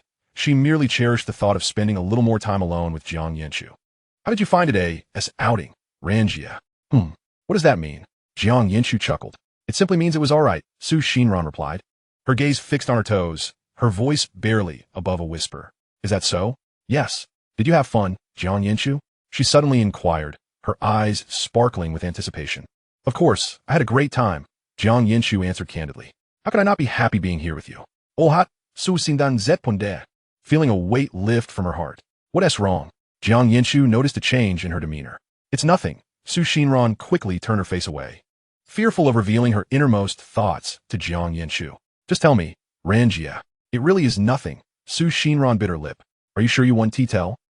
I absolutely want tea. Su Xinran turned her face aside, her tone tinged with stubbornness, though anxiety crept in. If Jiang Yanchu pressed further, her secret might slip. Oh, all right. Jiang Yanchu acquiesced, glancing ahead and suddenly exclaiming, Look, Ran-jie, there are so many people up ahead. Huh? Su Xinran followed his gaze to see a throng gathered at the intersection of the pedestrian street, bustling with activity. Don't be afraid. If you're scared, just hold my hand like before, Jiang Yanchu said, naturally extending his hand toward her. Su Xinran looked at his open palm, her fingers twitching slightly. After a brief moment of hesitation, she gently placed her hand in his. She felt the warmth of Jiang Yanchu's palm, imbued with a reassuring strength. Okay, she murmured, lowering her head as her cheeks subtly flushed. As they approached the crowd, the surrounding noise grew increasingly pronounced. Su Xinran instinctively edged closer to Jiang Yanchu, her fingertips trembling slightly. Jiang Yanchu noticed and tightened his grip, softly reassuring her, it's all right. Just then, a small hand gently tugged at the hem of his shirt. Hey, big brother, a timid voice piped up, could you buy a bouquet of flowers for the pretty lady? Jiang Yanchu looked down to see a little girl with horn braids, clutching a small bouquet of slightly wilted roses, her eyes sparkling like stars. Little one. He softened his tone. Why are you selling flowers all alone? Where are your parents? The girl pressed her lips together, her small hand gripping the flower stems tightly. My mommy is sick and needs lots of money. Daddy went to earn money, so I came to earn some too, to help mommy get better. Her voice was soft, yet carried a sense of earnestness. Jiang Yanchu's heart stirred as he glanced at Su Xinran, who was watching the little girl with a hint of sympathy in her eyes. Is that so, little one?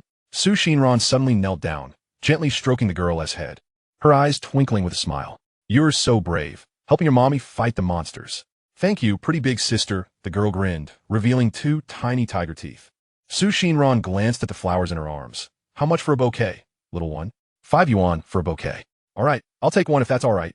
Su Xinran nodded. However, the little girl shook her head. Sister, buying so many is unnecessary. Just 1 bouquet will do. She looked down at the flowers in her embrace. The petals slightly curled, her voice dropping. And my flowers are almost wilted. How about 2 yuan? Su Xinran's heart softened, and she did not press further. Pulling out her wallet, they'll buy 1 bouquet. But, you see, your flowers are not wilted at all. They're blooming beautifully. Thank you, sister. Chapter 33. Jiang Yanchu, you rascal. Just as Su Xinran was about to pay, her wrist was suddenly grasped by Jiang Yanchu. Confused, she turned to him, what's wrong? Jiang Yanchu? Don't buy it. Upon hearing this, the little girl's eyes dimmed, her grip on the flowers tightening. Thank you, big sister. I'll go somewhere else. What are you doing, Jiang? Su Xinran's displeasure was about to spill over, but was cut short. Jiang Yanchu had already crouched down, pulling out a 100 yuan note from his pocket and extending it towards the little girl. Little one, big brother will buy them, all right? But big brother, that has so much money for flowers you want to use. The girl hesitated, glancing between the money and the flowers. It's useful, Jiang Yanchu interrupted, his tone gentle yet resolute. Big brother needs these flowers. They're useful. Really? The little girl's eyes sparkled anew. Trust big brother. Thank you, big brother. The girl joyfully offered her bouquet, her hands trembling slightly as she received the money. Be good. Head home early. Jiang Yanchu ruffled her hair. The little girl nodded vigorously, clutching the money, and scampered off, her small figure quickly disappearing into the crowd. Jiang Yanchu, why did you buy so many? Su Xinran gazed at the flowers cradled in his arms, their petals slightly wilted, yet still exuding a delicate blush of pinkish white. Without any particular reason, Jiang Yanchu weighed the blossoms in his embrace and suddenly smiled. Have you ever heard a saying, Ran-jie? What's saying? The romance of a Sigma male lies in aiding strangers. Huh? What is a Sigma male? Su Xinran blinked, clearly unfamiliar with the term. Oh, it's nothing, Ran-jie, he said vaguely, then became serious. Actually, I need these flowers for a purpose. For what purpose? To give to someone. To whom? Su Xinran's heart inexplicably quickened, her fingertips curling unconsciously. A beautiful girl. Jiang Yanchu looked at her, his gaze sparkling like fallen stars. That beautiful girl? Su Xinran pressed on, her voice tinged with nervousness. She felt her heart race, caught between anticipation and the fear of hearing an answer that might not align with her hopes. Of course, Jiang Yanchu deliberately elongated his tone, then leaned slightly forward, presenting the flowers closer to her, a charming smile gracing his lips. This lady here. Jiang Yanchu, you rascal. Xinran's cheeks flushed, and she instinctively reached to push the bouquet away, only to have her fingertips brush against Jiang Yanchu's arm first. How am I a rascal? Ran-jie. He chuckled, his amusement growing. I said I'm giving them to a beautiful girl, and you are that beautiful girl. So how am I a rascal? Oh, for no reason. You're just a rascal. She turned her face away, her voice soft and slightly pouting, yet the flurry in her heart slowly transformed into sweetness. All right. I am indeed a big rascal. Jiang Yanchu echoed her sentiment, nudging the flowers further into Xinran's embrace. Do you want flowers from this big rascal, Ran-jie? You are a rascal, Xinran mumbled, yet she quietly extended her hand to accept the bouquet, which, though not particularly fresh, felt heavy in her grasp. The petals brushed against her fingertips, soft as Jiang Yanchu's gaze at that moment. Do you like them? Jiang Yanchu inquired, his heart racing even faster than when he had been on the amusement park's drop tower. He was genuinely anxious, fearing that she might not appreciate the withered flowers or simply respond out of politeness. I like them, Xinran replied quickly, her voice crisp as she looked down at the flowers in her arms, though the edges of the petals were curled. The instant they were handed to her by Jiang Yanchu, her heart felt as if it had erupted in a cascade of tiny fireworks. But these flowers are about to wither. Jiang Yanchu teased her, curious to see if she would retract her words. I would still like them even if they wither. Xinran raised her gaze to meet his, her eyes shining brighter than the streetlights. What she truly cherished was not merely the flowers, but the sight of Jiang Yanchu squatting down to give money to a little girl. And the moment he offered her the flowers. Above all, she adored Jiang Yanchu, the big fool. Oh, Jiang Yanchu's Adam's apple bobbed, his heart feeling as though it were filled with warmth. It's getting late. Shall we head home, Jiang Yanchu? Xinran gently hugged the flowers closer. All right, Jiang Yanchu replied, albeit deliberately slowing his pace. Before the motorcycle, they followed the familiar routine, and once again, Xinran experienced the exhilarating sensation of flight. She glanced down at her legs, peeking out from beneath her skirt, and then stole a glance at Jiang Yanchu's long legs that were planted firmly on the ground, their lines sharp and making him appear even more upright. She couldn't help but ask, Jiang Yanchu, why are your legs so long? Jiang Yanchu started the motorcycle, the engine rumbling softly. Because I'm tall. Oh, Xinran elongated her tone, her fingers twisting the hem of her skirt. Jiang Yanchu's answer was rather straightforward, making her feel foolish for having asked. What is wrong? He turned his head to look at her. Nothing. Xinran quickly averted her gaze, fearing he might discern her inexplicable, childlike thoughts. Haha. Jiang Yanchu suddenly burst into laughter. What are you laughing at, Jiang Yanchu? Xinran asked, slightly annoyed, gently punching his back. She was certain he was laughing at her for asking a silly question. Nothing much, Jiang Yanchu replied, his laughter unabated. You rascal. Yes, I'm a rascal. Jiang Yanchu chuckled, twisting the throttle, and the motorcycle surged forward, the wind instantly filling her helmet, causing Xinran to instinctively clutch his shirt. Jiang Yanchu, ride a bit slower. The wind was fierce, making Xinran's voice somewhat airy. Why? Jiang Yanchu slowed down, glancing at her. Didn't you say I was riding too slowly last time? Why do you want me to slow down now?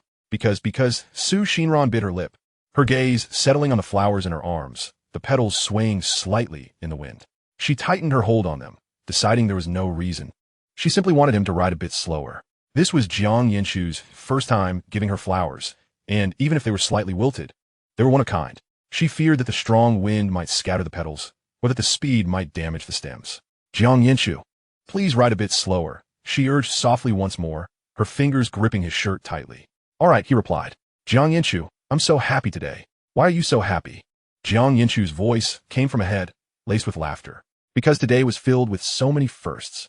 Xinran tilted her head back, watching Jiang Yanchu's clothes flutter in the wind, silently counting in her heart. The first time in a haunted house. The first time riding the Ferris wheel alongside Jiang Yanchu to watch the sunset. The first time feeling relaxed in front of so many people.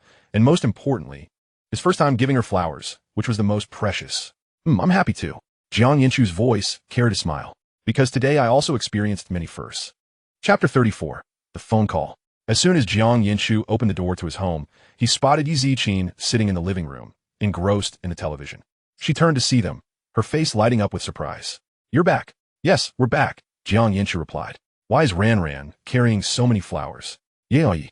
They were given to me by Jiang Yanchu, Xinran blurted out, feeling her cheeks heat up. I'll head upstairs to my room now, yai. She then hurriedly ascended the stairs, almost fleeing. Wow, has he finally figured it out today? Knowing to give flowers to Ran, Yi Ziqing teased, watching Su Xinran's hasty retreat.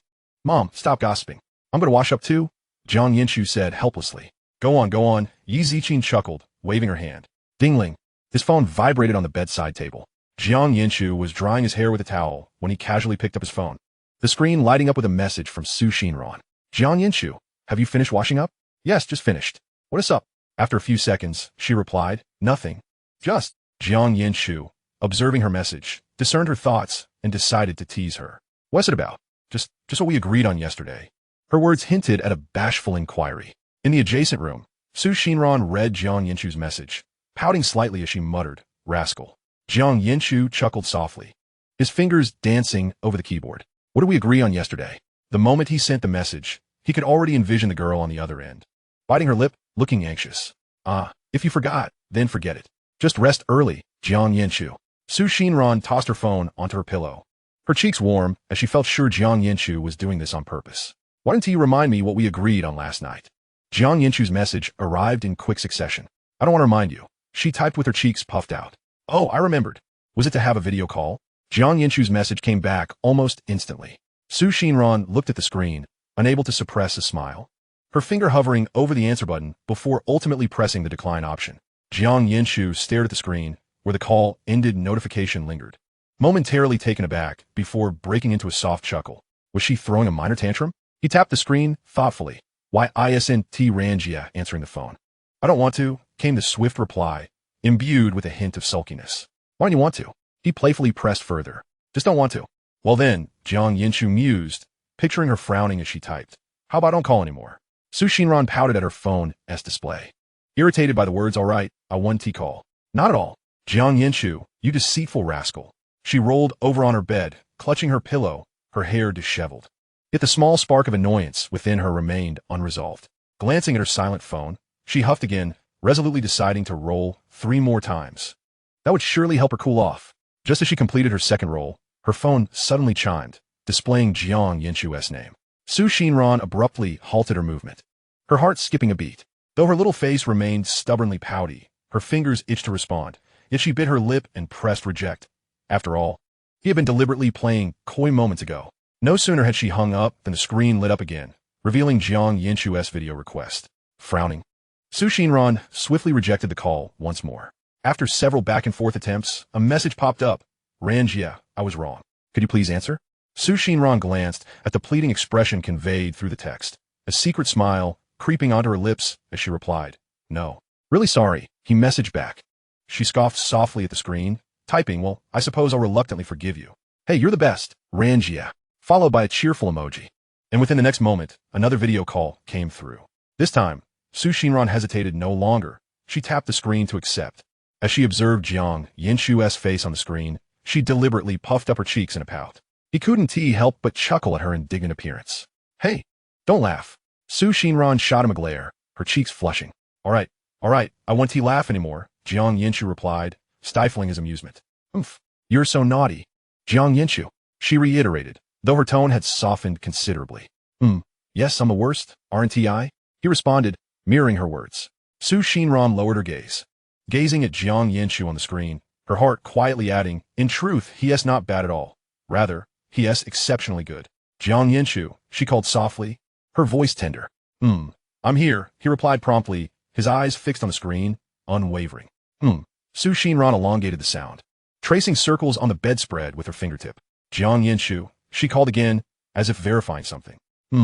I'm here, he repeated with the same patience. After a few seconds of silence, Su Xinran suddenly lifted her head, her eyes shimmering. Jiang Yanchu, thank you. He was momentarily taken aback, then chuckled. No need to thank me. For what exactly? For holding hands, for accompanying you on the Ferris wheel, or for this slightly wilted bouquet? In truth, it was he who should express gratitude.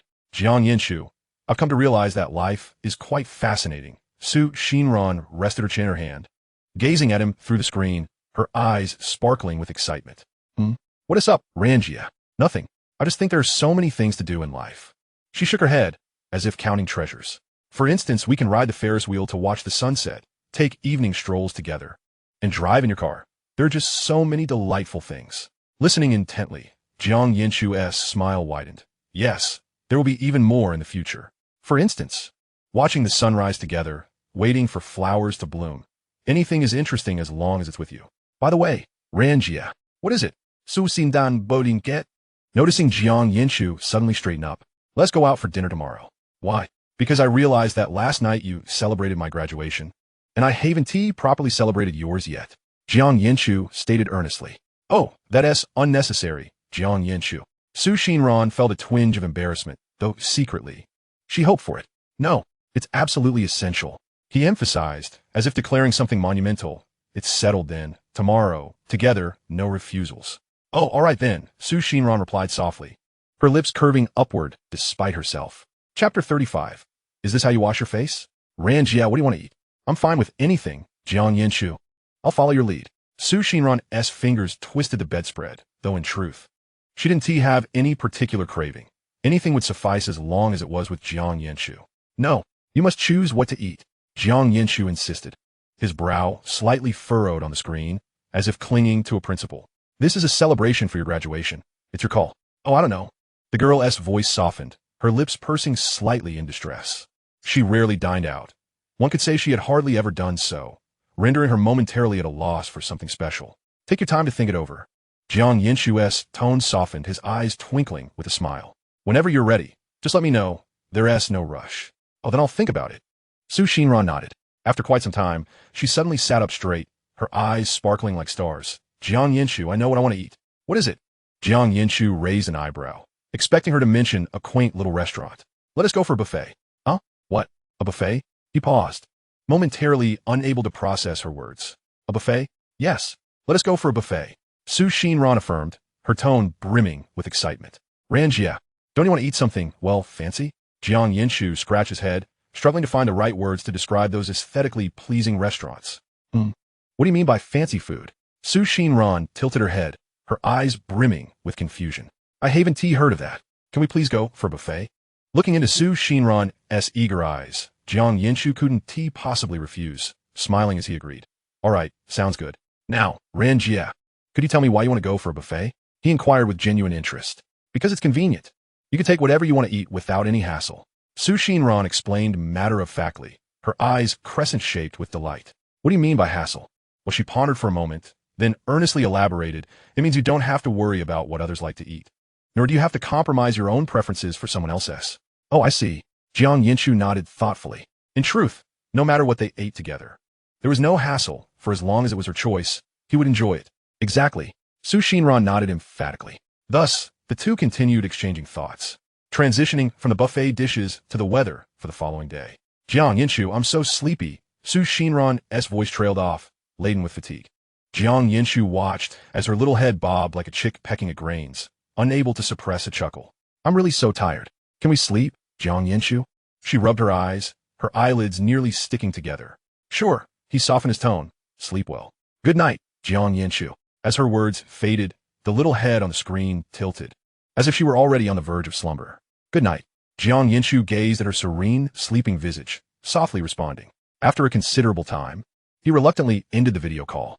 The following day, just past noon, Jiang Yanchu, rubbing his eyes, emerged from his room and spotted Xinran seated on a living room sofa. Still somewhat dazed, he casually greeted, Good morning, Ran-jie. Good afternoon, Jiang Yanchu.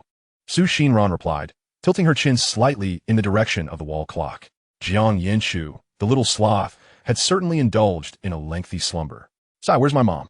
He murmured, still pondering what to have for breakfast. Jiang Yanchu, do take a look at the time. Xinran stifled a laugh. Do you not think it might already be 11:30? Aunt Yi's already gone to work. What? 11:30? Jiang Yanchu suddenly snapped to attention. Glancing at the clock, which indeed indicated 11:30, a wave of embarrassment washing over him. I promised to treat Ran-jie to a meal, and I overslept. How utterly shameful. Right, it's 11:30. He scratched his head, his cheeks slightly flushed. So, when are we heading out for the buffet? I'm ready whenever, she replied. Great. Then I'll just freshen up, Jiang Yanchu exclaimed, rushing toward the bathroom. Xinran observed his hurried figure and gently remarked, Jiang Yanchu, there's no need to be in such a rush. We have ample time. Yes, I know, Jiang Yanchu replied, though his pace did not diminish. Within 5 minutes, he emerged from the bathroom, his hair impeccably clean and styled, donned in a crisp white t-shirt and jeans, exuding a fresh and spirited demeanor. Su Xinran stared at him, momentarily dumbfounded, silently musing. How can Jiang Yanchu wash up so quickly? I usually take more than 5 minutes just to dry my hair. Jiang Yanchu, are you already done? Su Xinran inquired, a hint of skepticism in her gaze. Yes, all done.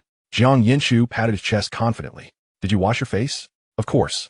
How'd you wash it? Just with water. I rubbed my face a bit, then dried it with a towel, Jiang Yanchu replied nonchalantly, as if it were the most natural process for a boy. Is that really how you wash your face, Jiang Yanchu? Su Xinran frowned, her tone laced with disapproval. Yes. I've always washed it that way. What's wrong with that? Ran-jie, Jiang Yanchu said, a bit puzzled, unable to comprehend if there was some sort of protocol for washing one's face. Nothing. Su Xinran took a deep breath, her expression suddenly turning serious. Jiang Yanchu, I feel it's my duty as your older sister to intervene. Huh? What's wrong, Ran-jie? Oh no, don't pinch my ear. Jiang Yanchu winced, gritting his teeth as Su Xinran tugged him towards the bathroom. Come in and wash your face using hot water and facial cleanser. No stopping for 2 or 3 minutes. Su Xinran firmly directed, pushing him to the sink. What? I need to time my face washing? What's with the what? Start washing now. I'm watching you.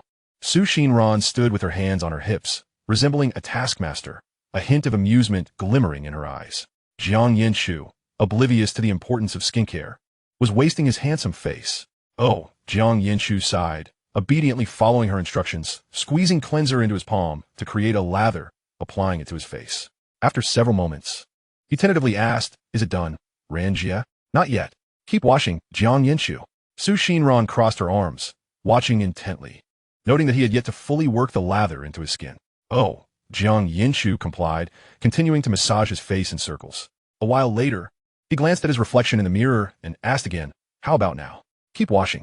Su Xinran maintained a stern expression, finding his obedient demeanor somewhat amusing. You need to lather for at least another minute to cleanse the impurities from your pores. Jiang Yanchu pouted, but refrained from arguing, dutifully continuing his face washing, conceding to her as she was his sister. Is it all right now, Ran-jie? He asked after rinsing the foam from his face and shaking off the droplets from his hands. Yes, now, it's acceptable. Su Xinran nodded, her tone softening. Remember, you must wash your face this way from now on, understood? Understood, he replied, dragging out the word as he reached for a towel to dry his face. Jiang Yanchu, why do I feel like you're just appeasing me? Su Xinran narrowed her eyes, pretending to be stern. Huh? No. He quickly waved his hands, though internally he thought, isn't washing one's face just a simple task? Why all the fuss? That's good to hear. Su Xinran's gaze fell upon his hair, her brow furrowing as she noticed it appeared a bit tousled, as if not thoroughly washed. Feeling her eyes fixated on his hair, Jiang Yanchu's heart sank, a sense of foreboding creeping in. Surely, having just passed the face-washing test, his hair was about to be scrutinized. How did you wash your hair? Su Xinran's voice carried an evaluative tone. I washed it carefully, Jiang Yanchu replied, his confidence wavering, as he had hastily applied shampoo and rinsed it off to save time. How carefully did you wash it? Su Xinran pressed, her tone serious.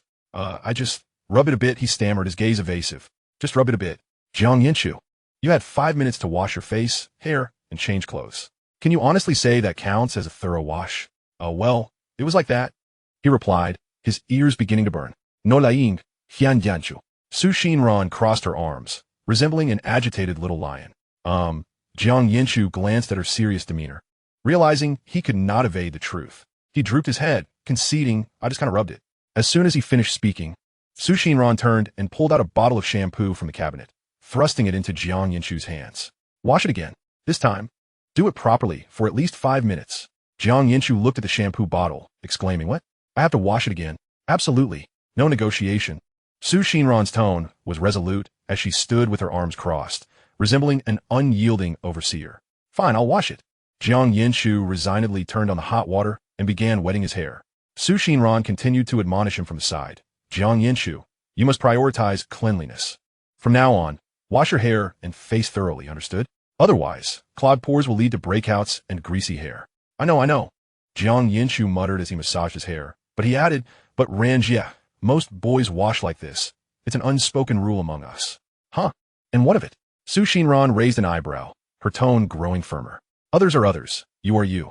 From now on, you must wash properly. Jiang Yanchu found her earnestness amusing and replied obediently. All right, I understand.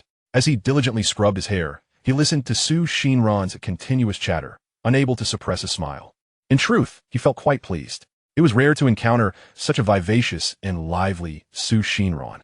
In his memory, Ran-jie had always been rather reticent, quietly existing in the background. After enduring the hurt inflicted by Li Yang, compounded by Aunt Su's passing, she had become even more taciturn, as if enveloped in a fragile shell of ice. This morning, she busily fussed over him, first criticizing his lackadaisical face-washing, then fixating on his hair, her words surpassing the sum of the past several days. Observing her earnestness over these trivial matters, Jiang Yanchu suddenly felt that she was genuinely beginning to revert to her normal self, as if the icy shell encasing her heart was slowly melting away. He silently mused, his actions becoming more meticulous. He earnestly wished that every day for Sister Ran could be as vibrant as this one, where she no longer had to conceal her emotions. Is that sufficient, Sister Ran? Jiang Yanchu rinsed away the last remnants of foam, feeling the warmth radiating from his scalp. Yes, that's enough, she replied, exhaling deeply. Jiang Yanchu felt as if he had accomplished a formidable task. Why are you sighing? Su Xinran looked at him, puzzled. Ah, Sister Ran, you wouldn't understand.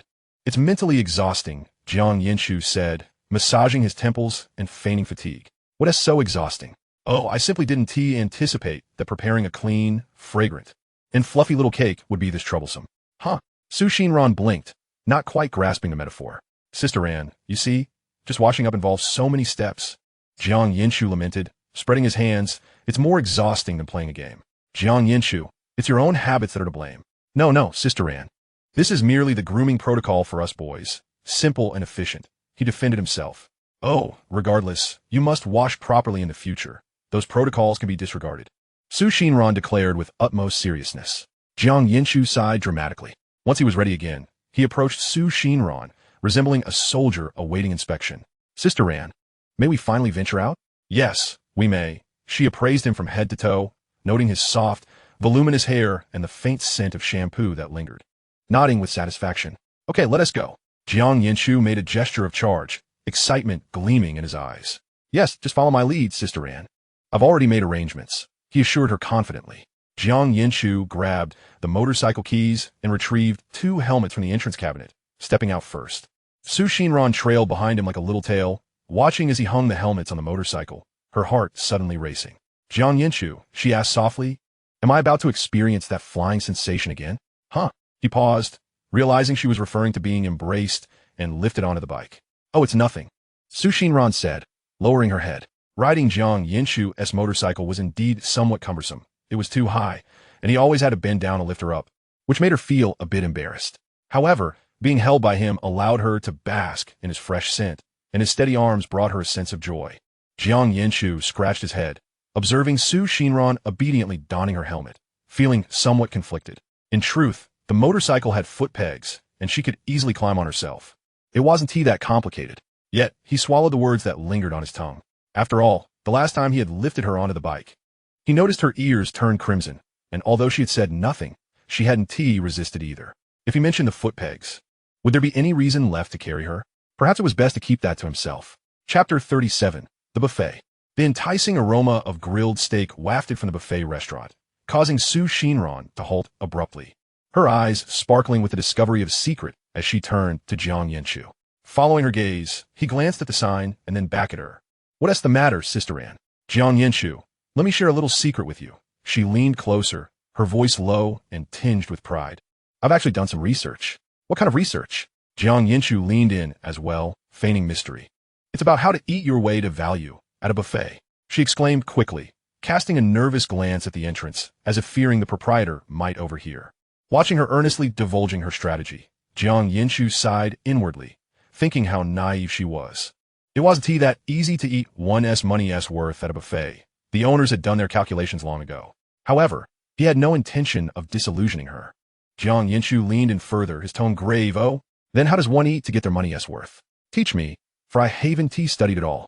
Su Xinran's eyes brightened even more, her chin lifting slightly like a little teacher ready to impart her wisdom. I found a guide that says to start with seafood, then move to meat, and only afterward should you touch the staple foods and desserts, she whispered, sharing what felt like top-secret knowledge, rapidly detailing the order of dishes, even specifying whether to take cold or hot plates first. Did you remember all that, Jiang Yanchu? She leaned back slightly, earnestly locking her gaze onto his. Absolutely. Jiang Yanchu nodded vigorously, committing her words to memory. Are you ready, Jiang Yanchu? Xinran clenched her fists, as if preparing for battle. I'm ready. Let's go. And eat our way to value. They both declared in unison, their voices not loud, yet imbued with determination. Only take the expensive items.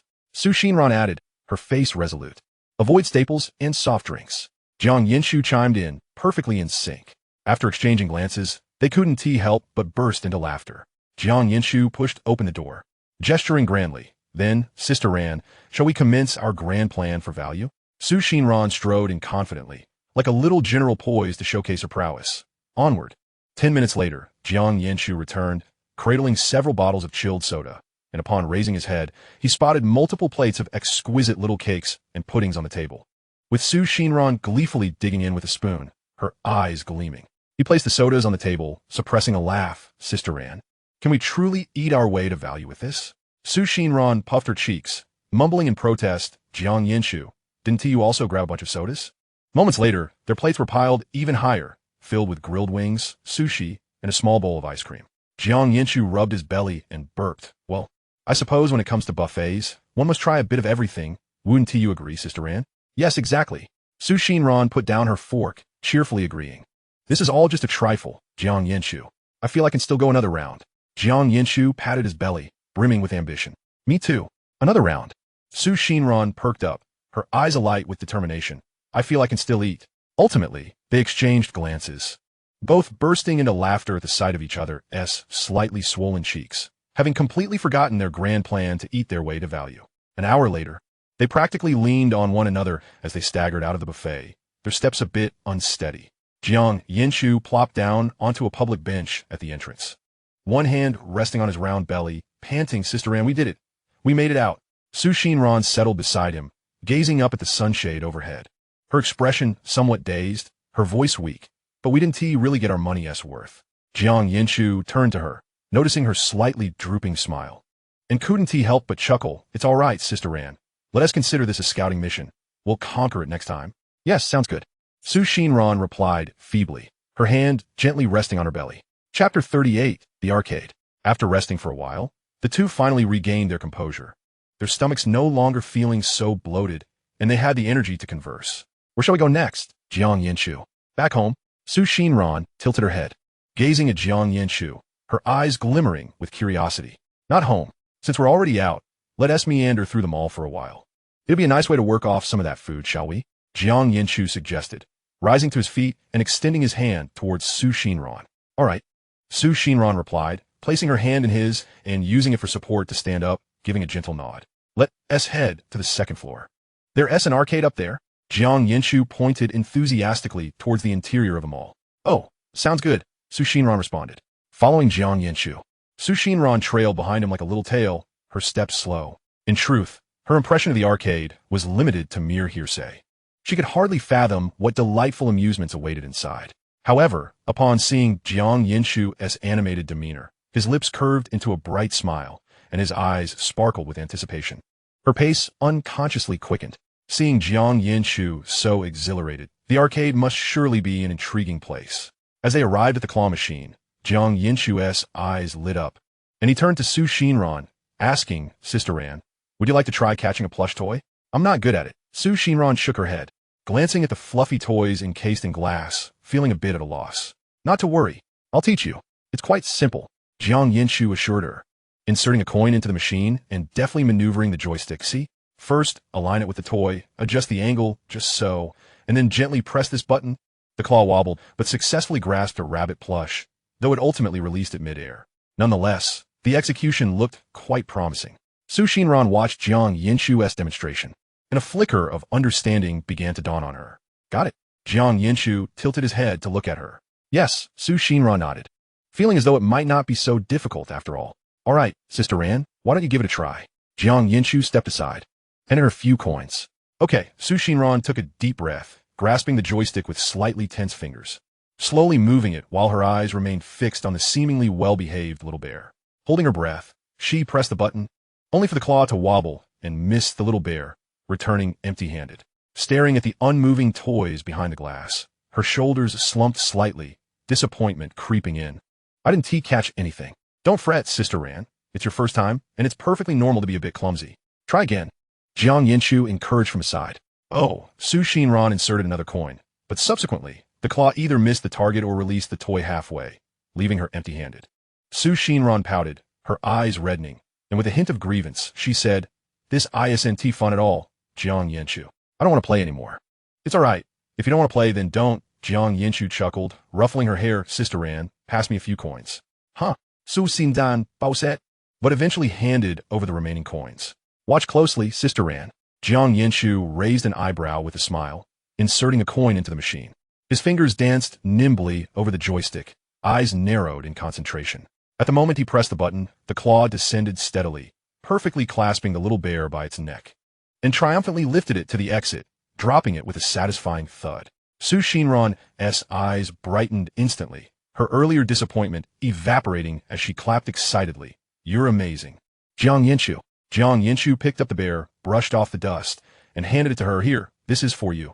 The soft little bear still held a bit of warmth from the machine, and Xinran cradled it in her arms, feeling a delightful sweetness in her heart. All her earlier discontent vanished the moment Jiang Yanchu presented her with the bear. "Sister Ran, look, there's still a few coins left. Which one do you want? I can catch them all for you." Jiang Yanchu shook the remaining coins in his hand, his tone brimming with confidence. "Really? All right." Xinran's eyes sparkled as she pointed to two plush toys snuggled together in the glass case. "I want that little sheep and little horse. Watch me." Jiang Yanchu patted his chest, diving back into the fray. He adjusted his angle with utmost seriousness, occasionally furrowing his brow to track the claw's trajectory, gently tapping the joystick now and then. Of course, catching plush toys was inherently unpredictable. His initial attempts resulted in the claw either releasing mid-air or flipping the toys over, costing him several coins. Xinran, clutching the little bear, felt her heart twist with anticipation. Finally, with 2 coins left, Jiang Yanchu took a deep breath and swiftly pressed the button. The claw firmly grasped the little sheep's ear, wobbling yet steadfast, and landed triumphantly at the exit. Following suit, the little horse soon joined it. "I got them." Xinran beamed, her eyes crescent-shaped, as she reached for the 2 new plush toys. Now cradling a delightful trio in her arms, soft and warm, her heart swelling with joy. "Sister Ran, what else do you want to play?" Jiang Yanchu's gaze swept across the myriad machines in the arcade. "I'm good with anything. I'll play whatever you choose," Xinran said, obediently following him with her 3 plush toys in tow. "All right then, I'll go exchange for a few more coins," Jiang Yanchu said, turning back towards the service desk. "Sister Ran, let us go race on that simulator." "Sure." Seated side by side before the racing simulator, the engine roared to life, and the cars on screen sped off like the wind. Xinran fumbled with the steering wheel, laughing uncontrollably despite occasionally being nudged by Jiang Yanchu's car. After a while, the racing game concluded, and Jiang Yanchu pointed to a nearby fighting machine. "Sister Ran, let us play King of Fighters." "I don't know how." Xinran hesitated, eyeing the intense characters on the screen, feeling a bit intimidated. "Don't worry, I'll teach you. It's quite simple. Just press these buttons." Jiang Yanchu reassured her, guiding her to the machine and demonstrating how to use the joystick. "See, this is for punching, this is for kicking, and if you charge enough energy, you can unleash a special move." "Okay." Xinran listened intently, her fingers lightly resting on the buttons. A few minutes later, "Have you got it, Sister Ran?" "I think so." Xinran nodded, her fingers gently tapping the buttons as she tried to recall the moves Jiang Yanchu had just shown her. "Shall we play then?" Jiang Yanchu inserted a coin, and the character selection screen popped up. "All right." Xinran chose a character that appeared soft and pink, her grip on the joystick slightly moist with nervousness.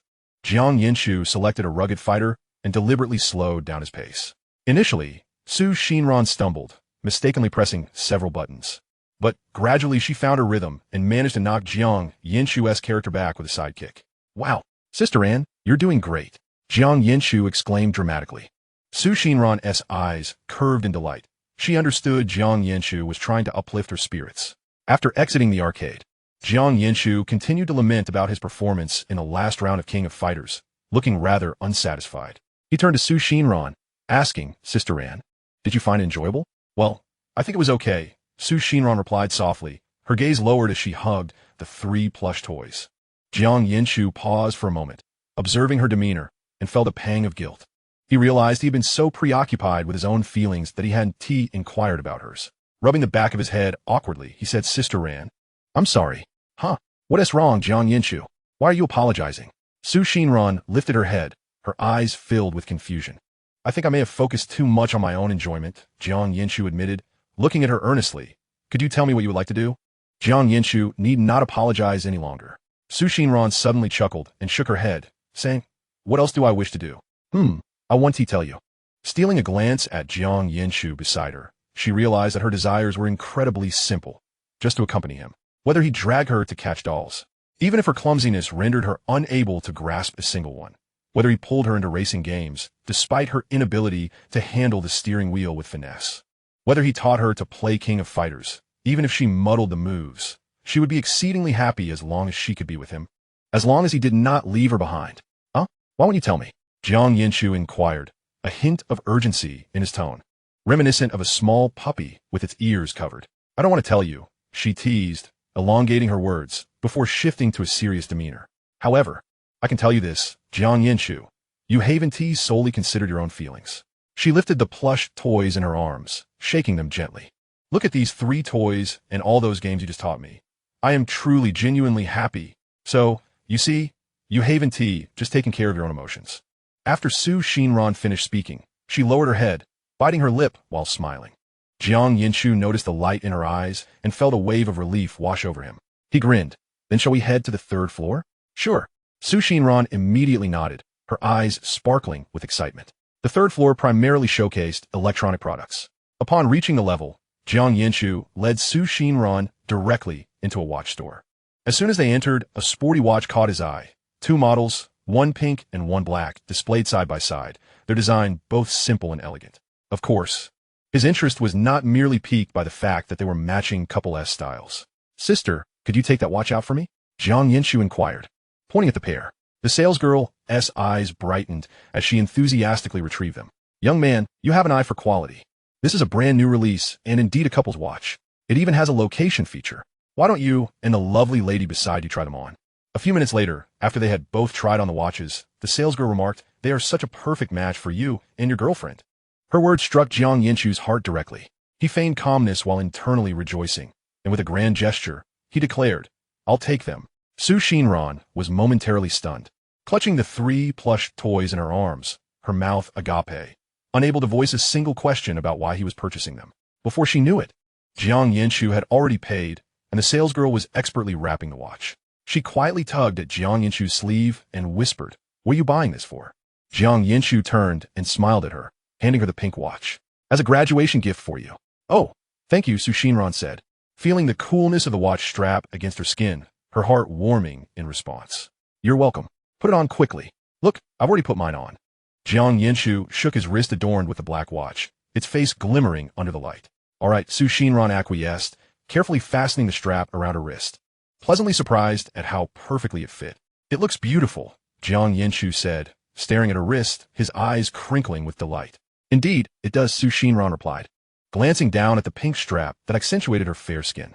That's undeniable, Jiang Yanchu replied with a proud tilt of his chin. But fearing she might discern his thoughts, he hastily changed the subject. Let's go explore other places. Su Xinran nodded, following him outside, her wrist gently swaying, feeling as if she were carrying a little sun in her heart. Where shall we go now, Jiang Yanchu? She asked, glancing at the plush toys and her new watch. We've browsed enough in the mall. Shall we find a place to rest? Jiang Yanchu said, noticing her arms full of toys, and he readily took them from her, weighing them in his hands. All right. Let us go to that cafe ahead. It looks inviting. He pointed towards the warm yellow light emanating from the glass doors nearby. Okay, Su Xinran replied, her gaze lingering on their matching watches, their steps slowing slightly, stealing a glance at their wrists side by side. The pink and black straps stood out vividly under the illumination. She secretly mused that from this perspective, they truly resembled a couple. How wonderful. A twinge of greediness surged within her, wishing that Jiang Yanchu would always wear that watch whenever they went out together. This way, no matter where they went, others would perceive them as a pair. The thought made her cheeks warm, and her steps became lighter. As they entered the cafe, she purposely rested her watch-clad hand on her bag strap, as if to quietly announce something. Jiang Yanchu, while searching for a seat, turned to her. Sister, is it all right to sit by the window? Yes.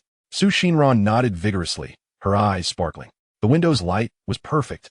Perhaps it would allow them to appreciate their watches even more clearly. Sister, What would you like to drink? I'm not sure. Whatever you order, I shall have too. All right then, I'll place the order. After summoning a server, Jiang Yanchu ordered 2 lattes. Xinran watched him, her fingers lightly brushing against her watch strap. Suddenly, her phone rang. Sister, it's a call, Jiang Yanchu reminded her. Xinran retrieved her phone, the screen flashing an unfamiliar number. Without thinking much, she swiped to answer. The next moment, a coarse, grating male voice echoed in her ear, sharp as shards of ice. You worthless piece of trash.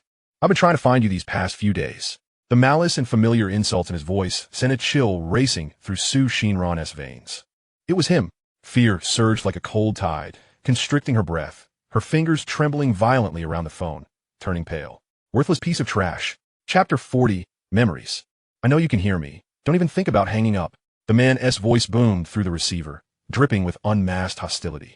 I was wondering why I couldn't find you these days. Turns out you were at home with that little bastard. How low can you be? Filthy words splattered over her like dirty water, causing Xinran to tremble uncontrollably. Just wait.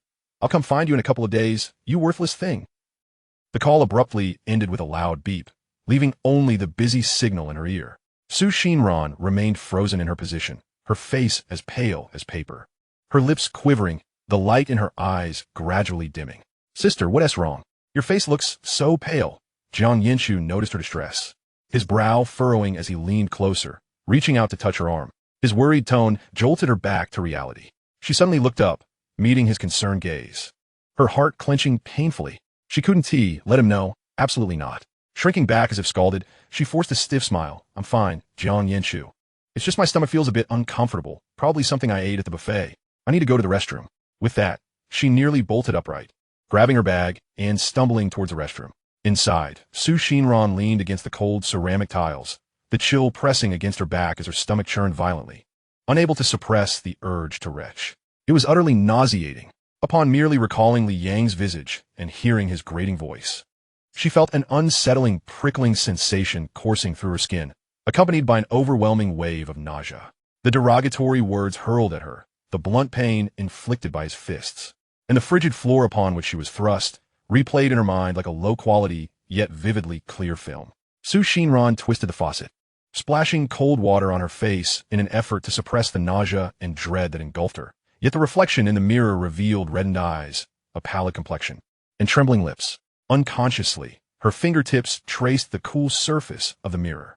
The recent phone call from Li Yang weighed heavily in her heart, akin to a stone pressing down with disquiet. The pink band of her watch on her wrist stood out starkly, lowering her gaze to the pink strap. Fragments of memories from the past 2 days rolled through her mind like beads from a broken string. The glimmer in Jiang Yanchu's eyes while they blew out the candles on the cake, the warmth of his embrace during their rides together, and the slightly foolish yet endearing sight of him yawning during their nighttime video calls all rushed back to her, alongside memories of Aunt Yi and Xianyan. These disparate fragments coalesced into a delicate paradise of peach blossoms in her mind, tangible enough to feel warm, yet fragile enough to shatter at a mere touch. Had she been too self-assured? The sweetness of the past 2 days had lulled her into a daze, making her believe she was no longer the Xinran mired in filth. A single phone call, laden with Li Yang's vitriolic insults, struck her like a resounding slap, shattering that paradise and thrusting her back into the foul reality. The term worthless pricked her like a thorn, causing a sting at the tip of her nose. Xinran pressed her hand against her heart, which was now a tumult of anxiety and disarray. Li Yang had extinguished the meager light she had painstakingly gathered. Gradually, her breathing steadied, and she lifted her gaze to the mirror. The reflection revealed her eyes, reddened like cherries soaked in water. She gently sniffed, blinking forcefully in an attempt to repress the moisture threatening to spill. You look truly unappealing. Xinran sighed softly to herself. Li Yang? She forced a slight smile in the mirror, a peculiar, faint expression. It brought to mind a secret known only to her, a treasure entirely her own, unknown even to her mother and Jiang Yanchu. In this moment, she felt a twinge of hidden excitement ripple through her veins. It was an event from when she was 6 years old, the year her mother divorced Li Yang, the year Li Yang was incarcerated. She recalled one night when Li Yang staggered home, intoxicated, bursting through the door, followed by a torrent of violence directed at her and her mother. His lips spewed nothing but vile words, slut, worthless, each phrase laced with the stench of alcohol, suffocating her. She remembered her mother, clutching her tightly as they huddled in a corner, her voice trembling yet repeating soothingly, Ran, don't cry. Don't be afraid. Mama will protect you. Yet, the 6-year-old Xinran had not cried. Peering through the gap in her mother's arms, she beheld Li Yang's contorted face. And her eyes held not only a myriad of fear, but also a flicker of piercing hatred. Eventually, Li Yang, exhausted from his outburst, collapsed onto the sofa, snoring loudly. Her mother held her even tighter, resting her chin atop Xinran's head, gently rubbing her cheek against her daughter's, her voice still quivering with suppressed sobs. Ran, don't be afraid.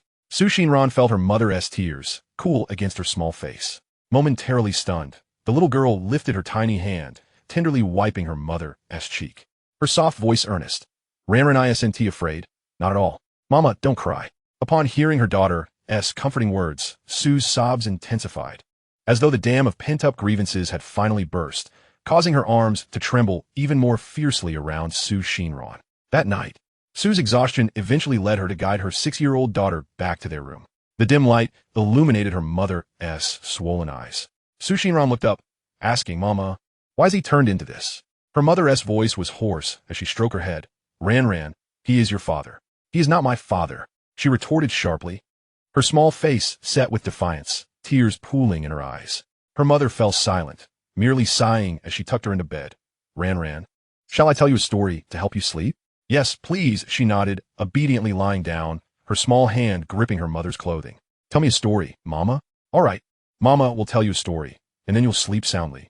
Okay? Her mother's voice was gentle, yet laden with fatigue. Okay, she replied, burying her face into her mother's embrace, inhaling the familiar scent. As Xinran regained her composure, her mother lowered her voice, leaning down to gently touch her forehead with her own. Don't be afraid. Ran, Mama will take you away soon. No one will ever scold you or hurt you again. Chapter 41, Excitement. As the night deepened and silence enveloped the world, the moonlight streamed through the gaps in the curtains, casting a slender beam on the floor. The stillness of the room was punctuated only by the soft ticking of a clock. Little Xinran, who should have been fast asleep, suddenly opened her eyes. Beneath the pure white moonlight, she gazed at the remnants of red beneath her mother's eyes. The little girl pursed her lips and extended her chubby hand. Hesitating for a moment, she gently blew on the swollen area, her breath soft and laced with a hint of milk. Her mother had often told her that a little blowing would make the pain vanish, and she thought perhaps her mother's pain would dissipate as well. She decided to blow a little more, thinking it might hasten the relief of her mother's suffering. After this small act, Xinran tugged the blanket closer to her mother and clenched her little fist, stealthily sliding off the bed. The edge of the bed was high, and she wobbled slightly before steadied herself by gripping the bedpost, her bare feet touching the cool floor. A crack in the door revealed Li Yang slumped on the sofa, snoring like a lifeless beast. Suddenly, he smacked his lips and mumbled incoherently, "Slut, worthless." Those words pierced Xinran's ears like small pebbles. She clenched her tiny fists tightly, her knuckles pressing against her palms, causing a slight itch. The moonlight in the living room was faint but sufficient to illuminate the path to the kitchen. She knew there was a shiny knife on the counter. If only she could walk over and seize that knife. Xinran's gaze fixated on the rising shadows on the sofa. A small voice in her heart urged her. This is it. This is the perfect opportunity. Get the knife. Then she and Mama will never feel pain again. That voice echoed in her mind, and Xinran bit her lip until it hurt, her steps slightly unsteady as she moved toward the kitchen. The kitchen was shrouded in darkness, and after a prolonged search by the stove, her fingertips finally grazed the cold handle of the knife. The moment she grasped it, a shiver coursed through Xinran's body, not from fear, but from the exhilaration that ignited within her like a burst of tiny fireworks. Clutching the knife, she stepped cautiously towards Li Yang. The blade glimmered with a chilling light under the moon's glow, reflecting upon her small visage. As she gazed at the slumbering man, tears suddenly cascaded down her cheeks, landing coolly on the back of her hand. She had always yearned for a father like the ones described by kindergarten children, one who would twirl her around in his arms, buy her sweets, and hoist her upon his shoulders. But Li Yang was none of that. He only knew how to strike and berate her mother, a beast perpetually engulfed in rage. Thus, he was not a father. Xinran sniffled, her tears falling more fervently. She thought to herself, Li Yang was a brute. And what about her? With his blood coursing through her veins, did that make her a little creature as well? This thought tightened her heart, causing her grip on the knife to strengthen. She was not a little creature. She was not. The voice within her pleaded desperately, tinged with a hint of sorrow. Yet, what good was it to dwell on such thoughts? Shaking her head vigorously, Xinran resolved to simply bring the knife down. Just one swift motion across Li Yang's throat would suffice. That way, her mother would no longer huddle in the corner, trembling, nor would she have to comfort her daughter in silence while quaking with fear herself. They would both be liberated, and they would finally lead lives filled with joy. Xinran closed her eyes, lifting the knife high, her arm quaking violently, yet she hesitated no more. At the very moment the blade was about to meet Li Yang's neck. Ran, where have you gone? Sue's mother's panicked voice suddenly pierced through the stillness of the living room, shattering the silence with a tremor of distress. Ran. Xinran's movements abruptly halted, as if the pause button had been pressed. In a frenzy, she shoved the knife beneath the sofa, her fingertips numbed by the cold fabric. Mom, I'm here, she responded, her voice quivering as she rushed towards the room. Sue's mother enveloped her in a tight embrace, trembling. Why did you run out? You scared me to death. Xinran buried her face in her mother's embrace, inhaling her faint, comforting scent. The fervent excitement she had felt while grasping the knife gradually cooled. I went to the bathroom. Xinran's voice was still laced with a hint of timidity, as she confessed the lie. She had never been a good girl. Oh, you scare me to death. It's so dark. Why didn't you turn on the lights? Sue's mother stroked her head, her palm still warm. I was afraid of waking Mom, and I was also afraid of waking him. She nestled closer into her mother's embrace, her voice dropping even lower. If he wakes up, he will hit Mom and Ran again. Sue's mother's heart clenched at those words, and she held her even tighter, resting her chin atop her head, speaking softly yet with an undeniable conviction. Ran, don't be afraid. Trust Mommy. I will soon lead you to a new life, Ran. Okay. Ran trusts Mommy. Xinran buried her face deeper into her mother's embrace, her voice soft as a whisper, yet her gaze pierced through her mother's arms. Fixed on the impenetrable darkness of the living room, there lay Li Yang, like a lurking beast, and she had almost become the knife that would pierce through him. Her fingertips still tingled with the remnants of the knife's coldness, that sensation tightening her throat, while a tiny insect crawled within her heart, leaving her feeling restless. Just a fraction more, and the blade would have made contact with his neck. She could even envision that moment, as if it were depicted in a picture book. The hunter striking the gray wolf with precision. What a pity. This thought spiraled within her, tinged with a bittersweet regret. Xinran inhaled gently, her mother's scent mingling with the lingering aroma of alcohol from the living room, coaxing a small smile to form at the corners of her lips, akin to a child who had stealthily hidden away a piece of candy. Ran, go back to sleep, her mother's voice whispered in her ear, weary yet tender. Okay, she obediently replied, and as she closed her eyes, the darkness seemed to illuminate once more with the glimmer of that knife. She curled her small hand into a fist, her nails digging deeply into her palm, the pain serving to awaken her senses. The tasks left undone today would eventually come to fruition. One day, her mother would no longer have to weep. She would become her mother's little hero. This thought sprouted within her, tinged with a morbid sweetness, causing her to secretly lift the corners of her mouth while nestled within her mother's embrace. Chapter 42. What do you want to do? What a splendid opportunity. Just a hair's breadth away. Xinran's fingertips absently traced the door panel, her mind replaying the scenes from that fateful night. The chilling sensation of the blade suspended in the air, Li Yang's rhythmic breathing as he slept, and the sharp pang of regret that pierced through her upon her mother's sudden appearance. Why'd it have to stop? If only she had moved forward just a bit more, everything would have been different. Ran. A cacophony erupted outside the restroom, laced with urgency. Sister, can you help me find a girl in the women's restroom? It was Jiang Yanchu, his voice underscored with panic. What happened? Someone inquired gently. Well, the clamor outside pulled Xinran from a reverie, like pebbles tossed into a pond. She blinked, her reflection in the mirror revealing a pale visage. She splashed her face with cool water. Taking a deep breath, she suppressed the lingering gloom within her, and when she opened the door, her tone was much calmer. Jiang Yanchu, I'm here. Jiang Yanchu turned, relief washing over him as he spotted Xinran emerging from the restroom. Sister, thank you. There's no need to trouble you anymore. He waved his hand at those offering assistance. It's no trouble at all, came the cheerful reply. Jiang Yanchu then turned back to Xinran, his voice still tinged with aftershocks of worry. Sister, you scared me. You were in the bathroom for so long. I thought something had happened. Xinran lowered her eyes, her fingertips still feeling the marks left from her earlier grip. Sorry to worry you, Jiang Yanchu. Jiang Yanchu took a couple of steps closer, noticing the pallor of her complexion, his brows knitting together in concern. Sister, are you feeling unwell? I'm a bit unwell. Xinran averted her gaze, looking elsewhere. Is it from a buffet? Did you eat something that upset your stomach?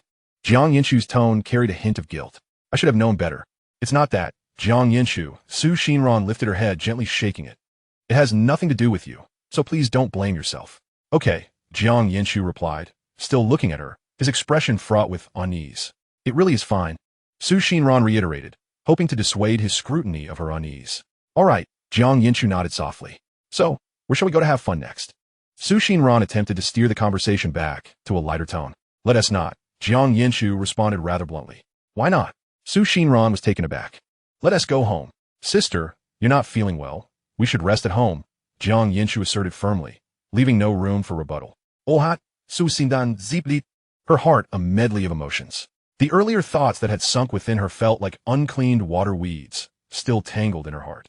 Yet Jiang Yanchu's concern wrapped around her like a warm embrace. Hee, it's nice to be home where I can indulge in games and movies. Jiang Yanchu noticed her mood had dipped slightly and quickly sought out other topics to uplift her spirits. But I don't know how to play games, Su Xinran murmured, a hint of shyness in her voice. No worries, I'll teach you, Jiang Yanchu replied, a smile illuminating his face, his eyes sparkling with enthusiasm. It's really simple. I assure you, you'll grasp it in no time. All right, Su Xinran replied, her lips curving into a faint smile. Sister Ran, is it fun? Isn't it enjoyable? Jiang Yanchu, guiding the game character, glanced at Su Xinran with eager anticipation. Su Xinran gazed at the rapidly flashing images on the screen, gently shaking her head. Not fun. Huh, not fun? Jiang Yanchu's smile faltered, leaving him momentarily at a loss as he halted his actions. Observing Jiang Yanchu's expression, Su Xinran's lips curled into a soft smile as she reassured him. I was joking, Jiang Yanchu. It's actually quite enjoyable. Everything is fun when I'm with you. Really? Jiang Yanchu's eyes brightened with a flicker of uncertainty. Indeed, Su Xinran nodded, her tone taking on a more serious note. Let us keep playing, Jiang Yanchu. Yet, Jiang Yanchu exited the game, turning to face her with a solemn expression. Sister Ran, tell me what you want to do. He felt that he shouldn't always impose his own preferences on her. He didn't want her to feel obligated.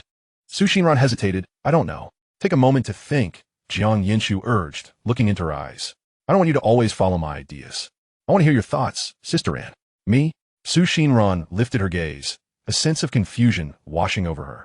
Suddenly, an unfamiliar feeling surged within her. Akin to a dusty room being cracked open to allow a sliver of light to seep in, someone actually cared about what she wanted to do. This realization made her fingertips tremble slightly, uncertain whether it was anxiety or something else. Silence ensued. After a considerable pause, Su Xinran finally lifted her gaze, tentatively suggesting, let me think for a moment. Jiang Yanchu nodded eagerly, his eyes brimming with encouragement. Yes, take your time. There's no rush. Just think of something you genuinely want to do. Jiang Yanchu could see her hesitating and deliberately softened his tone to alleviate any pressure. Anzai, Su Xindan Zipli, her heart bubbling with a sense of joy, as if cradling a sweet candy. She began to ponder seriously, not for her mother, nor for Jiang Yanchu, but solely for herself. What did she truly wish to do? Suddenly, a plethora of thoughts flooded her mind. Each idea took root in her heart, like seedlings sprouting wildly after a rain, intertwining branches causing her cheeks to flush uncontrollably. Were these thoughts, perhaps, in the distant future? Having a child with Jiang Yanchu who would smile with eyes as bright as his, or sharing a meal with him. Yet those seemed too far away, like clouds that eluded her grasp. What about now? What did she want to do?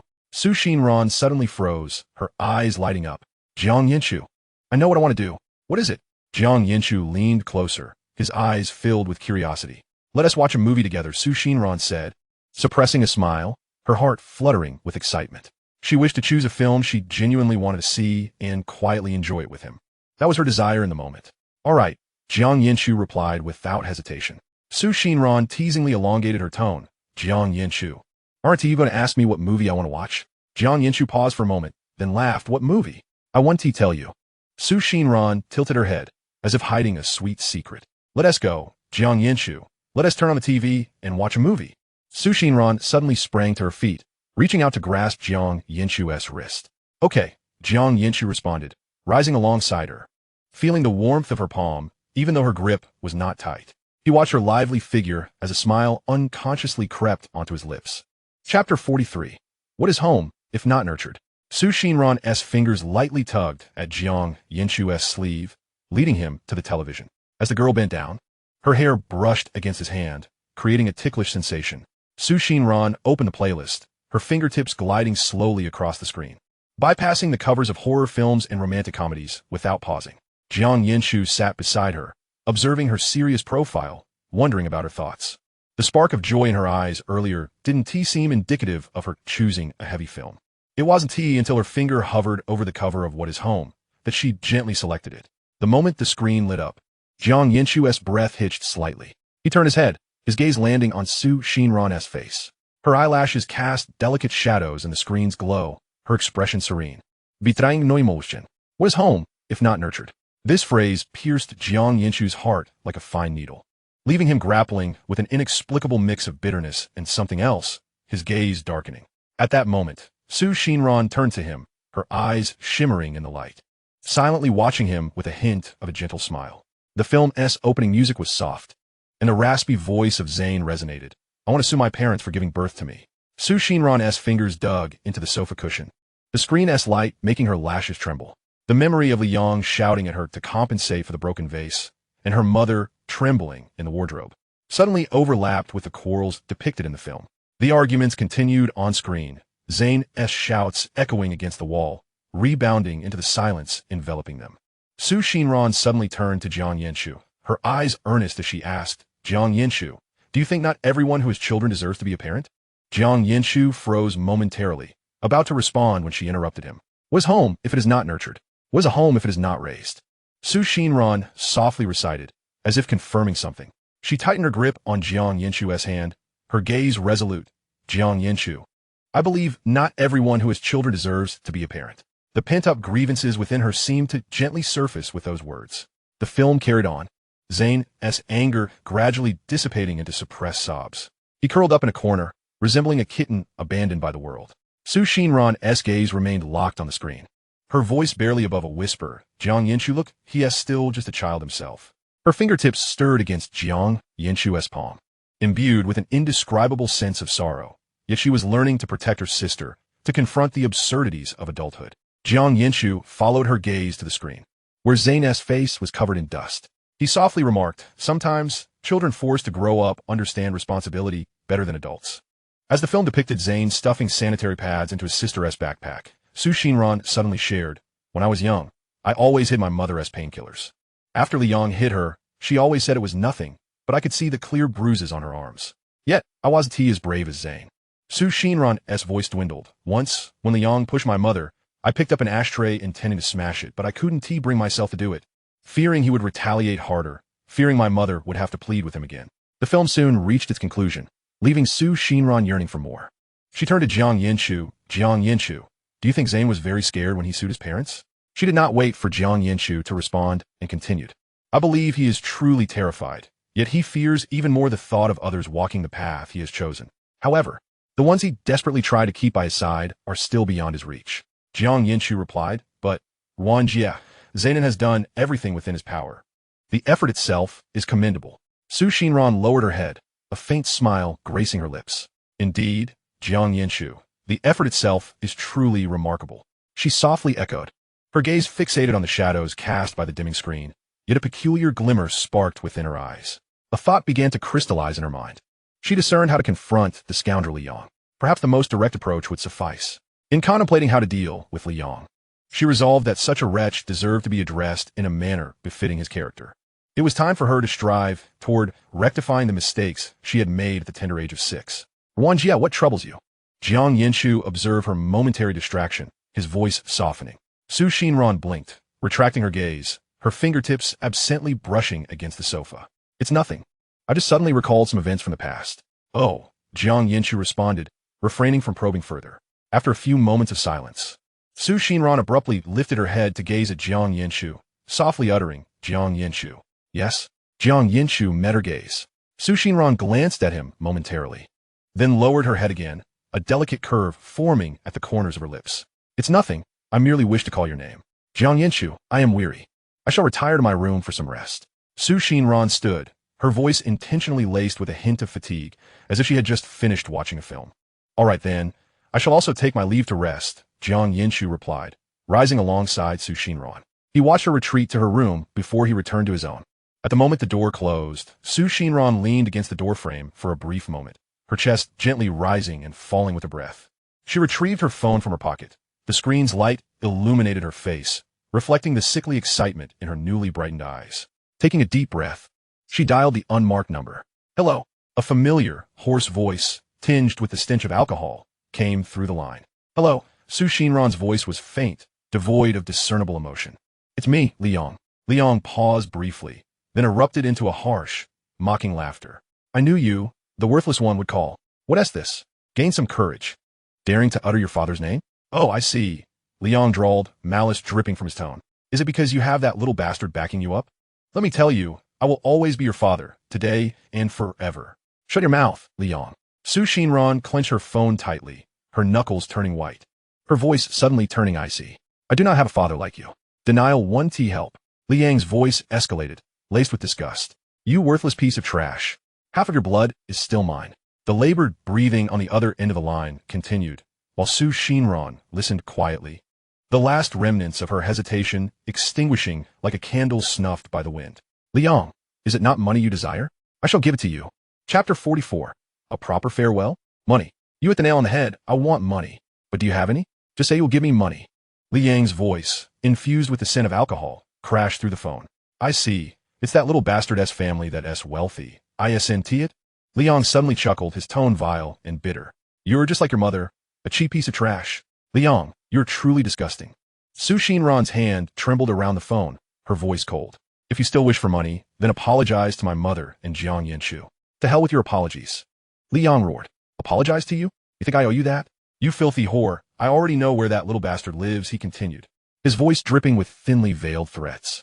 If you don't give me money, I'll be waiting at the entrance of his community every day. Let us see who can outlast whom. By the way, I found out that this little bastard is the son of Yi Ziqin and Jiang, right? Liang suddenly lowered his voice, his tone brimming with malicious glee. Perfect. I ended up in prison because of your mother's wretched self. In cahoots with that despicable couple. Now that I'm alone, what do I have to fear from you? Liang Lao Git. A sound that made Su Xinran's skin crawl. In the end, if it comes down to it, neither of us will have it easy. Fine, Liang. Let us meet. Su Xinran's voice was as still as a stagnant pond. I will give you the money. Whatever you desire, I shall provide. What do you mean by whatever I desire? Liang's voice instantly rose, greed swelling like a newly sprouted bud, filling the receiver. Everything you have was always mine. Yes.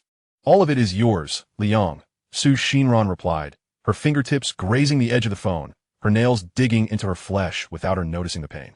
In her heart, she was remarkably calm, her thoughts revolving around a singular notion. When they met, the knife in her hand should be swift enough.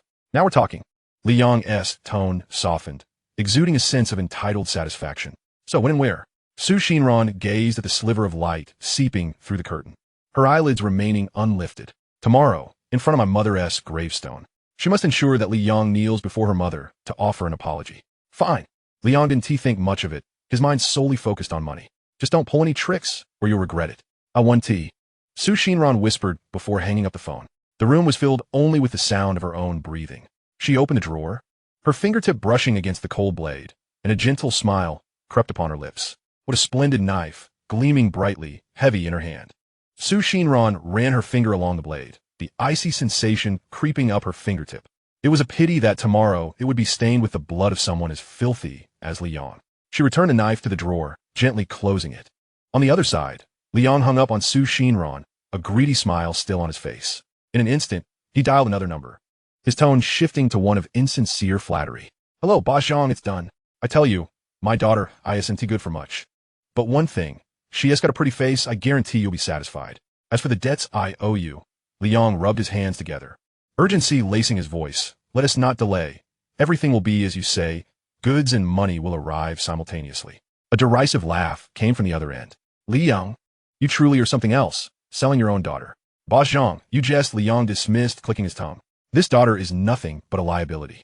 I brought her into this world to earn money for me, not to be a source of frustration. Now, it's finally time for her to start earning. What a beast, the voice on the other end spat, tinged with disdain. Ah, you speak the truth, Liang chuckled in agreement. Hanging up the phone and carelessly tossing his mobile onto the table, Liang took a sip of alcohol, his eyes brimming with excitement as he envisioned the stacks of cash soon to be his. The last remnants of humanity within him dissipated completely. To bring a child into this world without nurturing them disqualifies one from parenthood. Some individuals are even more reprehensible, and Li Yang belongs to this loathsome category. Su Xinran knew Li Yang was a villain, but she hadn't anticipated just how vile he could be, willing to sell his own daughter for money. Su Xinran sat at the edge of her bed, her fingertips gently tracing the photographs on the wall beside her. There were images of her and Jiang Yanchu taken in the park, where he squinted against the sunlight. Another photo captured their younger selves. Two little round-headed children sharing an ice cream cone, cream smeared at the corner of her mouth, while their mothers beamed with joy, holding up their phones. She gazed intently, a faint smile gradually curving her lips, yet her eyes glistened with unshed tears. Jiang Yanchu, I truly adore you. Should we bid farewell properly? She tilted her head slightly, gently shaking her mind in reluctance. Perhaps it is unnecessary. She rummaged through the drawer and retrieved a piece of paper and a pen, the tip gliding across the surface as she began to write with a swift motion. Jiang Yanchu, remember to wash your hair and brush your teeth diligently. Do not hastily finish in just a few minutes each time. And do not forget to eat well, for nothing is more important than nourishing yourself properly. At this point, her pen hesitated. Su Xinran stared at the paper, contemplating, and realized she had little left to express. The unspoken affection, the plans hidden deep within her heart. Perhaps it was best for them to remain there. With a soft smile, Su folded the note into a small square and tucked it beneath her pillow. So be it. That night, the moon quietly ascended the sky, replacing the setting sun, casting a gentle glow through the window screen that danced lightly across the floor. The phone buzzed, and Jiang Yanchu's message arrived punctually. Have you rested well, Ran-jie? Su Xinran stared at the screen, her fingers hovering momentarily before she replied. Yes. Then I'll call you on video. Taking a deep breath, she typed, Okay. After putting down her phone, Su touched her cheek, attempting to compose her expression into something more casual. Hello there, it's been a few hours. Jiang Yanchu's voice emerged from the screen, laced with the languor of just waking, his eyes crinkled in a smile. Mama, hello, Jiang Yanchu, Su Xinran Ziblit. Offering a smile back to the screen. Jiang Yanchu regarded Su Xinran, her hair cascading loosely over her shoulders, her gaze soft and gentle, reminiscent of a docile little rabbit. Suddenly, a thought crossed his mind, how he wished to dash into the adjacent room and ruffle her fluffy hair. Ran-jie, are you hungry? Jiang Yanchu casually inquired, his gaze lingering on her face. Not really, why are you? Su Xinran raised an eyebrow at him. I'm a bit hungry. Su Xinran paused, her mind flashing back to their movie earlier, where Jiang Yanchu had incessantly munched on chips and consumed nearly half a bottle of cola. Unable to suppress her laughter, she erupted in giggles. What are you laughing at, Ran-jie? Jiang Yanchu asked, slightly puzzled, scratching his head. Jiang Yanchu, you sure can eat, the girl replied, shaking her head with a smile. Chapter 45, Late Night Snack. Actually boys tend to have quite the appetite. Jiang Yanchu scratched his head, a hint of bashfulness coloring his cheeks, his youthful features displaying a touch of awkwardness on the screen. Will you accompany me for a late night snack, Ran-jie? Jiang Yanchu looked up at Su Xinran, his eyes gleaming with anticipation. Of course. Su Xinran responded readily, her fingertips gently tapping the edge of the screen. Okay, wait for me a moment, I'll be right there. Jiang Yanchu said, preparing to end the call, but suddenly leaned closer to the screen, adding, in 5 minutes. Su Xinran watched Jiang Yanchu's hurried demeanor, unable to help but smiled gently, softly assuring him, no rush, I'll wait for you. Before long, Jiang Yanchu knocked on Su Xinran's door, his voice bright. Ran-jie, are you ready? I'm ready, came her soft response from within. As the door swung open, Jiang Yanchu instinctively took a step back, his gaze flitting over Su Xinran for a fleeting moment before he quickly averted it. She had changed into a light blue dress, her hair neatly styled, appearing even more lovely than in the video. Jiang Yanchu felt a slight flush creep to his ears but feigned nonchalance. Let us go. We're off. Walking side by side, the hallway lights cast overlapping shadows between them. Su Xinran clutched the hem of her dress, a twinge of anxiety coursing through her. Had her choice of outfit been too conspicuous? Jiang Yanchu walked briskly, his tone brimming with enthusiasm as he exclaimed, Ran-jie, I know a rice noodle shop that has been around for years. I've been eating there since childhood. The flavors are exceptional. Today, I'll take you to savor them. Sounds good, Su Xinran replied, her gaze falling upon the space between their arms. Yearning to touch Jiang Yanchu yet hesitating to do so, her fingers curling slightly. It's truly delicious, Jiang Yanchu added, his eyes shimmering with nostalgia. The owner, Uncle Wang, knows me well. Every time I step inside, I simply call out Uncle, and he knows exactly what I want. Su Xinran softly responded with a gentle, "Then I'll have the same set as you." "Absolutely, Ran-jie. I promise you one to be disappointed with my choice," Jiang Yanchu assured, thumping his chest. "I believe you," Su Xinran replied, looking up at Jiang Yanchu with a smile.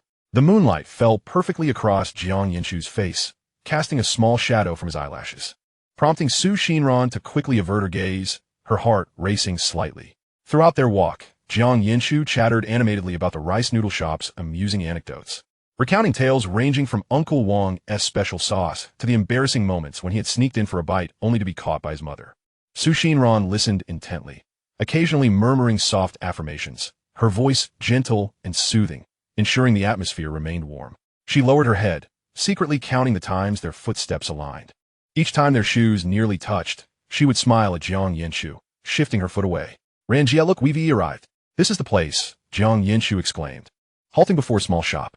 The shop was unpretentious, with a dim yellow bulb hanging at the entrance and glass cabinets displaying steaming baskets, the vapor wafting out, mingling with the aroma of soy sauce and rice, exuding a charming local vibe. "Ran-jie, follow me," Jiang Yanchu beckoned, turning his head. "All right," Su Xinran replied, trailing behind, her smile lingering as she watched his slightly hurried figure. "Uncle Wang," Jiang Yanchu called out as they entered, his voice brimming with familiarity. Little Jiang is here." A middle-aged man in an apron peeked out, his face lighting up with a smile. "Shall we stick with the usual?" "No, Uncle Wang." Uncle Wang paused, glancing at Su Xinran. Jiang Yanchu grinned and said, "We're having 2 sets today." As Jiang Yanchu shifted aside, Uncle Wang's eyes brightened upon seeing Su Xinran behind him. "Oh my, little Jiang, you startled me," he chuckled, patting his chest. "I thought my skills had declined and you no longer like my cooking. So you brought a guest today? How could that be, Uncle? Your cooking is timeless.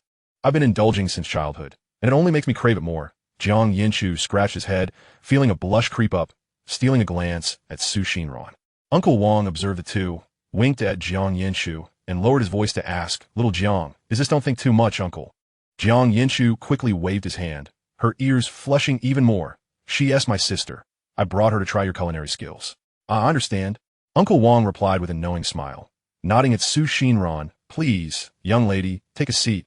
It will be ready shortly." "Thank you, Uncle. We'll sit over there," Jiang Yanchu said, leading Su Xinran to a corner table. The chair legs scraped against the floor, producing a soft sound.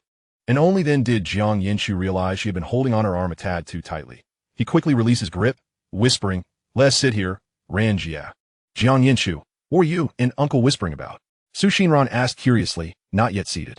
"Oh, nothing," Jiang Yanchu replied vaguely, unconsciously rubbing the back of his neck, his gaze wandering. "Really?" Su Xinran responded softly, her lips pouting slightly. She appeared like a wilted flower blown by the wind, her small face betraying her disappointment. Observing her demeanor, Jiang Yanchu felt a pang of concern and hurriedly clarified, "Actually, it's just that he misunderstood. He thought you were my girlfriend." As the words left his lips, Jiang Yanchu found himself momentarily stunned, his cheeks flushing crimson. "Oh," Su Xinran lowered her head, her bangs cascading down to conceal her delicate brows and eyes, while her ears discreetly turned a shade of crimson, resembling petals kissed by blush. Without lifting her gaze, Su Xinran nervously twisted the hem of her dress, the faint disappointment in her heart overshadowed by an inexplicable warmth. "So this is how it is." She lowered herself to sit at the table, and Jiang Yanchu, in a flurry of activity, hastily pulled out a chair for her. His fingertips brushed against the chair's surface, only to retract as if jolted by electricity, his ears burning as if they might bleed. Bowing his head to feign adjustment of his clothing, he swallowed hard before stammering, "Please, sit here. The light is better." Su Xinran remained silent, merely smiling at Jiang Yanchu. The dim yellow light fell upon his hair, and the spirited chatter he had exhibited earlier on the way here had abruptly dissipated, leaving him akin to a deflated balloon, exuding an endearingly awkward demeanor. Su Xinran thought that this version of Jiang Yanchu was even more charming than usual. The girl bit her lip, swallowing the gratitude that was on the tip of her tongue, replacing it with a soft Only then did Jiang Yanchu muster the courage to look at her, only to find himself ensnared by her smiling eyes. Flustered, he quickly averted his gaze, focusing instead on the steam billowing from the steamer, muttering to himself, "Uncle Wang's rice rolls must be made from freshly ground rice paste. Otherwise, they won't be smooth, which is why they're so delicious." His voice dwindled, as one tends to fumble when ensnared by embarrassment. Chapter 46. Some things are better left unspoken. Uncle Wang approached with 2 plates of rice rolls. the wooden tray gently tapping against the table. His voice shattered the silence that enveloped the two. Xiao Jiang, your rice rolls are here. Uncle Wang's voice boomed cheerfully today. I've specially added an extra egg for you. Jiang Yanchu stood to receive the plates, his fingertips grazing the scalding edges, instinctively pulling back. There's no need to be so polite, Uncle Wang. It's the first time I brought a girl here, so why not be courteous? Uncle Wang placed the plates down, wiped his hands on his apron, laughter creasing the corners of his eyes. Eat up, it's best when it's hot. Thank you, Uncle Wang. Jiang Yanchu nudged one of the plates towards Su Xinran. Thank you, Uncle. Su Xinran lifted her gaze, her eyes colliding with Uncle Wang's twinkling ones, quickly dropping back to the plate. The golden yellow egg skin on the rice rolls had slightly charred edges, and the sauce seeped down the rice sheets in tantalizing lines. Looking utterly delectable. No need for thanks. Uncle Wang waved his hand as he headed back to the stove, lightly bumping Jiang Yanchu's arm with his elbow as he passed. I've got to get back to work. Jiang Yanchu said nothing, picking up his chopsticks to poke at the rice rolls, causing the rice sheets to quiver. Su Xinran also took up her chopsticks, lifted a small piece, blew on it, and brought it to her mouth. The fragrant rice was soft and smooth, the tender egg mingling with the salty soy sauce, gradually unfurling on her tongue. As she chewed, she caught a glimpse of Jiang Yanchu stealing glances at her, causing her chopsticks to pause momentarily. Jiang Yanchu, realizing he had been caught, hastily focused on his own plate of rice rolls. How embarrassing it was to be caught peeking at Ran-jie. Is it delicious, Ran-jie? Jiang Yanchu's chopsticks hovered near his mouth, casually initiating a conversation. It's delicious. Su Xinran nodded, taking another piece, the rice sliding into her mouth, the warmth and aroma enveloping her senses. Jiang Yanchu replied, chewing slowly, lapsing into silence once more. The two plates of rice rolls gradually emptied, the edges of the plates glistening with sauce. Jiang Yanchu, Su Xinran suddenly spoke, her voice barely above a whisper. Ran-jie. Jiang Yanchu immediately responded, lifting his gaze to her. You go first. Su Xinran gently placed her chopsticks down on the plate. No, you go first. Jiang Yanchu also set his chopsticks down, his hand discreetly clenching beneath the table. Oh, all right. Su Xinran lowered her head, staring at the remnants of crumbs in her plate, her fingertip lightly tapping the table's edge, remaining silent. Su Xinran fell into a sudden hush, and Jiang Yanchu felt as though a small insect were crawling in his heart, causing an uncomfortable itch. Ran-jie? He tentatively called, lightly tapping his chopsticks against the empty plate. She responded, her gaze fixed on the corner of the table. Jiang Yanchu observed Su Xinran's lowered brows and eyes. The words that had circled in his throat several times felt as if they were obstructed, unable to escape. Just as he was becoming increasingly anxious, unsure of what to do, Su Xinran finally lifted her head. Jiang Yanchu, her voice was soft. Did Uncle just say that I'm the first girl you brought here? Of course. Jiang Yanchu almost immediately replied, his eyes brightening. Ran-jie, is that what you wanted to ask? Su Xinran lowered her head again, idly stirring the sauce on her plate with her chopsticks, avoiding Jiang Yanchu's gaze. In truth, Jiang Yanchu had guessed correctly. She had not intended to ask this at all. What she truly wished to inquire was if one day she were to suddenly vanish. What would he do? Yet the question lingered on her lips, only to be swallowed back down. She pressed her fingertip into the tablecloth, leaving a faint mark, thinking it better not to ask. Some things are best left unsaid, for the sake of everyone involved. For instance, if she were to voice that question, there would only be two potential outcomes. One was the response she longed to hear. Jiang Yanchu might grow anxious, insisting, how could you possibly disappear? I would definitely search for you, furrowing his brow. If Jiang Yanchu were to say such words, her heart would swell with sweetness, as if it had been soaked in syrup. Yet upon further reflection, she would fear that Jiang Yanchu, perceptive as he was, would discern her true feelings and spiral into unnecessary worries, transforming her concerns into invisible shackles. That was something she wished to avoid. The other outcome was one she dreaded. Jiang Yanchu might merely stare blankly, unable to articulate a response, or he might dismiss it casually. In that case, the last flicker of hope lingering in her heart would likely extinguish entirely, akin to a candle snuffed out by the wind, leaving no trace of smoke behind. Thus, regardless of which scenario played out, it seemed an unwise gamble. Su Xinran discreetly lifted her gaze, observing Jiang Yanchu diligently wiping the table with a napkin. The contours of his profile appeared particularly gentle in the light. She felt that perhaps this was quite sufficient. Some answers, unknown, might be more comforting than those that are known. Have you finished eating, Jiang Yanchu? Su Xinran set her chopsticks down, wiping her mouth as she inquired. I have. Jiang Yanchu mirrored her action. Shall we go for a walk? Su Xinran raised her eyes to him, the light sparkling in her gaze. Jiang Yanchu was momentarily taken aback. This was one of the rare instances where Ran-jie took the initiative to suggest an activity. With a smile, Jiang Yanchu replied, "Sure, let me settle the bill first." Ran-jie, "All right, Uncle Wang, I'm settling up. I'll transfer the money to you." Jiang Yanchu called out towards the stove. "Is that it, Xiao Jiang? Aren't you going to sit a bit longer?" Uncle Wang poked his head out, flour dusting his apron. "We won't be sitting, Uncle." "All right," Uncle Wang chuckled. "I hope my skills haven't deteriorated." "Of course not. It's top-notch, one word, excellent." Jiang Yanchu replied decisively, a hint of childlike enthusiasm in his voice. "Well, I'm off, Uncle. Bye." "Hey, Xiao Jiang." Uncle Wang suddenly called after him, winking and whispering, "Make sure to bring that girl back to turn her into your girlfriend. Uncle will treat you." Jiang Yanchu felt a rush of warmth to his face, stammering, "Is it that obvious? Your little thoughts are evident to me." Jiang Yanchu scratched his head, lowering his voice. "All right, I'll do my best, Uncle." "Well then, I'm off, Uncle." Jiang Yanchu waved his hand, his steps light as he made his way towards the door. "All right, goodbye," Uncle Wang replied from behind the stove, his voice enveloped in warmth amidst the steam. As soon as Xinran stepped out of the shop, she tilted her head to look at him. "Jiang Yanchu, what secret whispers did you share with the uncle this time?" "Confidential, confidential," Jiang Yanchu replied, intentionally adopting a serious expression and placing a finger to his lips in a shushing gesture, mirth glimmering in his eyes. "Another secret, huh?" Xinran raised an eyebrow, her tone laced with playful teasing. "Yes, a secret among men," Jiang Yanchu retorted, his neck stiffening even as a faint flush crept up his ears. Unable to suppress a laugh, Xinran gently patted Jiang Yanchu's arm. "Since it's a little secret among men, I shall refrain from prying. Where shall we wander off to?" Jiang Yanchu seized the opportunity to divert the topic, his gaze settling on the girl's face. "Let's south head towards the park," Xinran said, glancing up at the distant shadows of the trees, her voice soft. "I want to see the lake."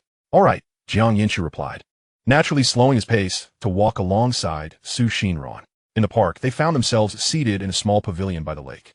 "Jiang Yanchu, would you like to listen to some music?" "Sure, that sounds lovely." Xinran fished her phone out of her pocket. Her device was a 4-year-old Android, its corners worn to a shine, the screen riddled with cracks resembling a spider's web, some areas even slightly raised, creating an unsightly appearance. The fissures on the phone's screen mirrored the girl's fragmented little world. Jiang Yanchu's gaze fell upon the phone, his expression darkening, his steps instinctively slowing. A memory from their sophomore year surged forth unbidden.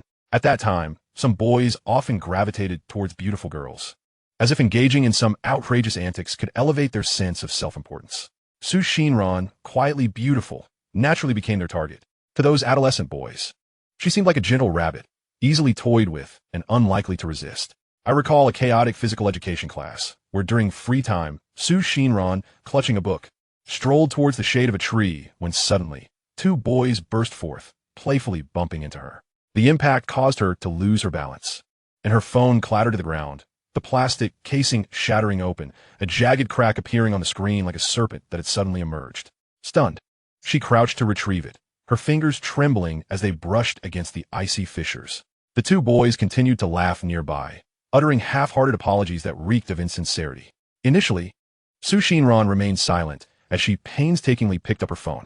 The device was somewhat deformed, and she gently traced the cracks with her fingertips, her lashes casting shadows over her eyes, obscuring her emotions. She tinkered with it for a while, pressing the power button and the volume controls. But the aging android remained lifeless, refusing to power on. The darkened screen, shrouded in dust and marred by those grotesque cracks, felt like a heavy hammer striking at the girl's heart. "Why won't it turn on? Why won't it work?" Xinran's voice trembled with urgency, her fingers repeatedly pressing the buttons, her expression growing increasingly frantic, her eyes beginning to redden. The 2 boys continued their jeering, one of them scoffing, "Xinran, it's just a broken Android phone. Is it really worth this fuss?" Another chimed in, "Why not ask your parents for a new one? Or I could buy you one." Their voices, though not loud, pierced through her like needles. Xinran tightened her grip on her phone, her lips pressed into a thin line, not retorting, her shoulders subtly trembling as she buried her face lower. "It won't turn on, it won't turn on. What do I do?" she murmured, her fingers digging into the edges of the phone, her voice quivering uncontrollably. "My mother's voice messages are on there. What am I to do if it truly won't turn on?" She repeated these thoughts, large tears splattering onto the scorching track, leaving behind dark stains. The 2 boys were taken aback. Accustomed to teasing others without consequence, they relied on a simple, I was just joking to escape accountability. Yet here was Xinran, silently shedding tears, her quiet sorrow pressing heavily upon them. One of the boys scratched his head, his tone rigid. Xinran, is it really necessary to cry this hard? It's just a broken phone. Your phone wouldn't even fetch 500 at a second-hand store, the other added hastily. How about we pitch in to buy you a new one? That should suffice. Right, the first one reiterated, his tone laced with disdain. You're overreacting by crying like this. Xinran still did not lift her gaze, her shoulders trembling. A small photograph, tucked away in the case, peeked out, a picture of her with a woman. The sunlight cast her shadow long and thin on the ground, resembling a wounded creature. The heat radiating from the track was oppressive, yet Xinran felt an unsettling chill in her limbs. In the distance, Jiang Yanchu, engaged in a basketball game with his friends, caught sight of Xinran's hunched figure on the track. Surrounded by the two boys, her shoulders quivered, making her distress painfully conspicuous. Jiang Yanchu's brow furrowed deeply, almost causing him to fumble the ball in his hands. What is wrong with her? He wondered, momentarily distracted. Hey, Jiang, what are you dawdling for? Catch the ball, his friend shouted, wiping sweat from his brow. You guys keep playing, Jiang Yanchu said, tossing the ball aside and striding purposefully toward the track. Where are you going, Jiang? His friend asked, watching his hurried retreat in confusion. No idea, his other friend replied, nudging him. You pig-headed fool, you only think about food. Look over there. Oh no, someone dares to bully Xinran. On the track, the boys' impatience grew, their voices sharp and aggressive. Xinran, say something. One kicked a pebble at her, which rolled her feet. Stop crouching there crying. Are you mute? Another taunted, his tone more hostile. The first boy added, scanning her phone with disdain, if you want a new phone, just say so. Don't cling to that broken Android and act like we're the bullies here. Xinran still did not raise her head, gripping her phone tighter, her knuckles pressing painfully against the cracks. Tears streamed down her cheeks, splattering onto the ground, creating small dark spots. What are you doing? Jiang Yanchu's voice thundered like a clap of thunder, startling the two boys. They turned to see him striding towards them, positioning himself protectively in front of the crouching Xinran. We weren't doing anything, one boy stammered, feigning calm. We just accidentally bumped into Xinran, and her phone fell and broke. It won't turn on. Look at her phone. It's just a broken Android. We said we decompensate her, the boy added, his bravado faltering. Before he could finish, Xinran lifted her head, her eyes clouded with tears, her voice choked. Jiang Yanchu, my phone is broken. It won't turn on, and my mother's voice messages are on there. Her trembling hand clutched the phone, fingers turning pale from the pressure. It really won't turn on. Look, what shall I do, Jiang Yanchu?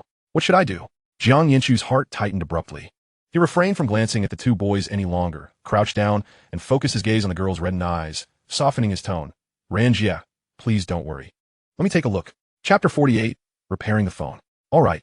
Jiang Yanchu took the phone, gently traced his fingertips over the crack, pressed the power button, and fiddled with the volume button for a while. It indeed wouldn't power on, but it wasn't a significant issue. It seemed to have merely sustained damage to the display.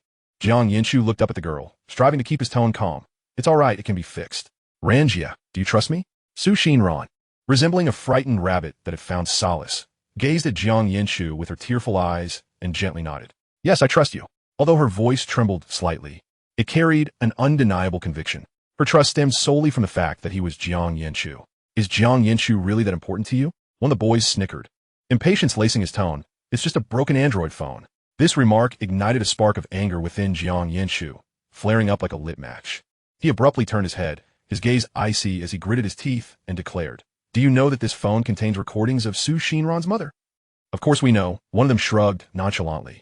Just now, she was rambling about some recordings, the other scoffed, his tone flippant. It's just a recording. Can't her mom just send a few more? Exactly, making a mountain out of a molehill. Jiang Yanchu's grip on the phone tightened, his knuckles turning white from the strain.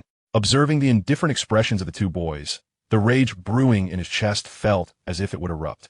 He wanted to hit them, despite the risk of reprimand, but he was unfazed.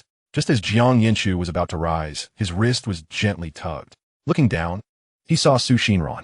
She grasped his sleeve, her eyes still glistening with unshed tears, and gently shook her head, whispering, Jiang Yanchu, you mustn't fight. You promised me. Observing Xinran's gentle head shake, Jiang Yanchu took a deep breath and nodded. All right. No fighting. I'll just talk to them. Slowly, he stood up, turning to face the two boys, his anger nearly spilling over. What do you want, Jiang Yanchu? One boy shrank back, his bravado faltering. Yeah, we just think you're making a fuss over nothing. So what? The other stubbornly retorted. So what? Jiang Yanchu's voice rose significantly, unable to contain his fury. Do you know that Su Xinran's mother has passed away? Do you know? The nonchalance on the boys' faces froze instantaneously, leaving them stunned. Do you know? Jiang Yanchu clenched his fists and stepped forward. When her mother left, she didn't leave much behind. These recordings are one of her few cherished memories. They are the precious remembrances she carries close to her heart every day. Jiang Yanchu took another step forward, causing the two boys to instinctively retreat. You spend your days not studying, acting like thugs, harassing girls, thinking that makes you look cool? Let me tell you. Jiang Yanchu's gaze swept over their faces, a mocking smile escaping his lips. You look utterly ridiculous. The wind by the playground seemed to halt suddenly, and the sound of basketballs bouncing on the ground faded into the distance. The two boys opened their mouths but were rendered speechless, their faces flushing with shame as they lowered their heads. Su Xinran, crouched on the ground, suddenly lifted her head, gazing at Jiang Yanchu's upright figure, her eyes welling up once more. The wind tousled her bangs, stinging her eyes. Oui. After stammering for a while, they finally managed to utter, I'm sorry. We truly didn't know. We're really sorry. If you understand your mistake, you should leave right away. Jiang Yanchu's voice retained its chill as his gaze swept over them. Even with your apology, Ran-jie will not forgive you. Jiang Yanchu watched their figures disappear from the playground before slowly turning back and crouching in front of Su Xinran once more. The setting sun cast Jiang Yanchu's shadow on the ground, perfectly enveloping Su Xinran's petite frame. He gently handed her the phone, his voice softening. Come on, Ran-jie. Let me take you to get your phone repaired. Subsequently, they made their way to a long-established phone repair shop near the school. The technician took the phone, donned reading glasses, examined it thoroughly, and connected it to a diagnostic device. He then looked up and said, It's not a major issue. Fortunately, it has only damaged the display. The motherboard is intact. We just need to replace the inner screen, and everything stored will still be there. Su Xinran's heart, which had been in turmoil, finally settled with a thud, her hands slowly relaxing from their grip on her clothes, and fresh tears began to well up in her eyes, this time warm with relief. Thank goodness it's not broken. Thank goodness it's not broken. Jiang Yanchu, standing nearby, quietly exhaled, and when he turned to look at Su Xinran, he caught a glimpse of a fleeting spark in her eyes, like a star ignited by the wind. Jiang Yanchu remained silent, subtly shifting closer to Su Xinran to shield her from the glaring sunlight streaming through the window. The technician's hands moved delicately as he disassembled the phone, the sound of a screwdriver turning screws resonating clearly in the quiet shop. Su Xinran stared intently at the disassembled phone, her fingers unconsciously intertwining until the technician announced, All right, let's try turning it on, prompting her to jerk her head up. The girl gingerly took the phone, her finger lightly pressing the power button on the right side. Moments later, All right, it's on. Su Xinran beamed to the screen, lighting up, finally smiling as she turned to Jiang Yanchu, her eyes sparkling. Jiang Yanchu, it's not broken. My mom's recordings are still there. Yes, it's not broken, Jiang Yanchu replied, a smile gracing his lips as the weight in his heart fully lifted. The technician wiped his hands and, glancing at the cracked outer screen, casually remarked, By the way, young lady, since you're here, you might as well replace the outer screen too. It's in such a bad state. Su Xinran touched the edge of the phone and gently shook her head. No. Thank you, master, I won't change the outer screen. That's fine, the technician replied, smiling. If you don't want to change it, then don't. But I must tell you, you should take good care of it. This screen can't withstand another fall. I understand. Thank you, master. Su Xinran clutched the phone tightly in her hands, her fingertips brushing against the warm body of the device, feeling at ease. As they stepped out of the phone shop, the evening breeze wafted gently, carrying a hint of late summer's coolness. Jiang Yanchu observed the girl who had finally smiled and softly inquired, Ran-jie, why didn't you replace the outer screen? Wouldn't it be better for protection? Su Xinran tucked the phone into her pocket, her fingers lightly pressing against the fabric, and looked up at Jiang Yanchu, winking playfully. I want to tell you, Jiang Yanchu. Oh, Jiang Yanchu stretched out his response, purposely feigning disappointment. Chapter 49. There are always surprising encounters. The evening breeze lifted Su Xinran's hair tips. As she looked down and smiled, the tips of her ears glowed softly beneath the streetlight. What secret does the girl wish to keep hidden, concealed within the cracks of that shattered phone screen?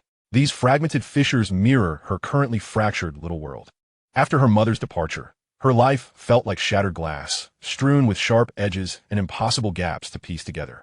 However, from this day forward, every time she sees the cracks on the screen, she will remember that day in her sophomore year when Jiang Yanchu crouched before her, confidently assuring her he could fix it. These fractures no longer symbolize mere brokenness. Rather, They represent the delicate stitches with which a person named Jiang Yanchu mends her world. Tet be tet. Jiang Yanchu resembles a seamstress, quietly weaving together her scattered emotions and restless fragments into a cohesive sanctuary that offers solace and reassurance. This hidden reliance and fluttering affection nestled within the cracks is a secret she hesitates to voice. A breeze, carrying the scent of a lake, brushed past as Jiang Yanchu blinked, suppressing the fleeting memory. At that moment, Xinran happened to select a song, its prelude unfurling like fine sand. She tilted her head and inquired, "Is this one all right?" Jiang Yanchu nodded eagerly, responding, "Yes, it's quite lovely." The gentle melodies of Xiaoyu flowed through the headphones. Xinran turned her eyes toward him, her smile illuminating the corners with a soft glow. Clearing her throat, she began to hum along with the tune, her voice sweet and tender. "There are always some astonishing encounters like when I met you." As she reached the concluding notes, she suddenly extended her hand, her fingertips brushing against Jiang Yanchu's cheek with a hint of the cool evening air. "Jiang Yanchu," she said, her eyes sparkling with the glow of street lamps. "Meeting you is an extraordinary surprise in my world." Jiang Yanchu felt his face warm under Xinran's gentle touch, his heart pounding like a drum, thudding against his chest. He gazed at the girl's radiant smile, opening his mouth to speak, yet words eluded him, leaving only the sweet melody wafting in the evening breeze. Xinran continued to hold Jiang Yanchu's face, her bright eyes fixed upon him, humming cheerfully, her voice carried lightly by the wind, like feathers brushing against Jiang Yanchu's heart. Until the final line, "I will quietly depart in the end." Jiang Yanchu's brows furrowed momentarily, a ticklish sensation creeping through him, accompanied by an inexplicable unease. He stared at the girl's smiling face, yearning to articulate something, but found his words caught in his throat. "Jiang Yanchu, do you think it sounds nice?"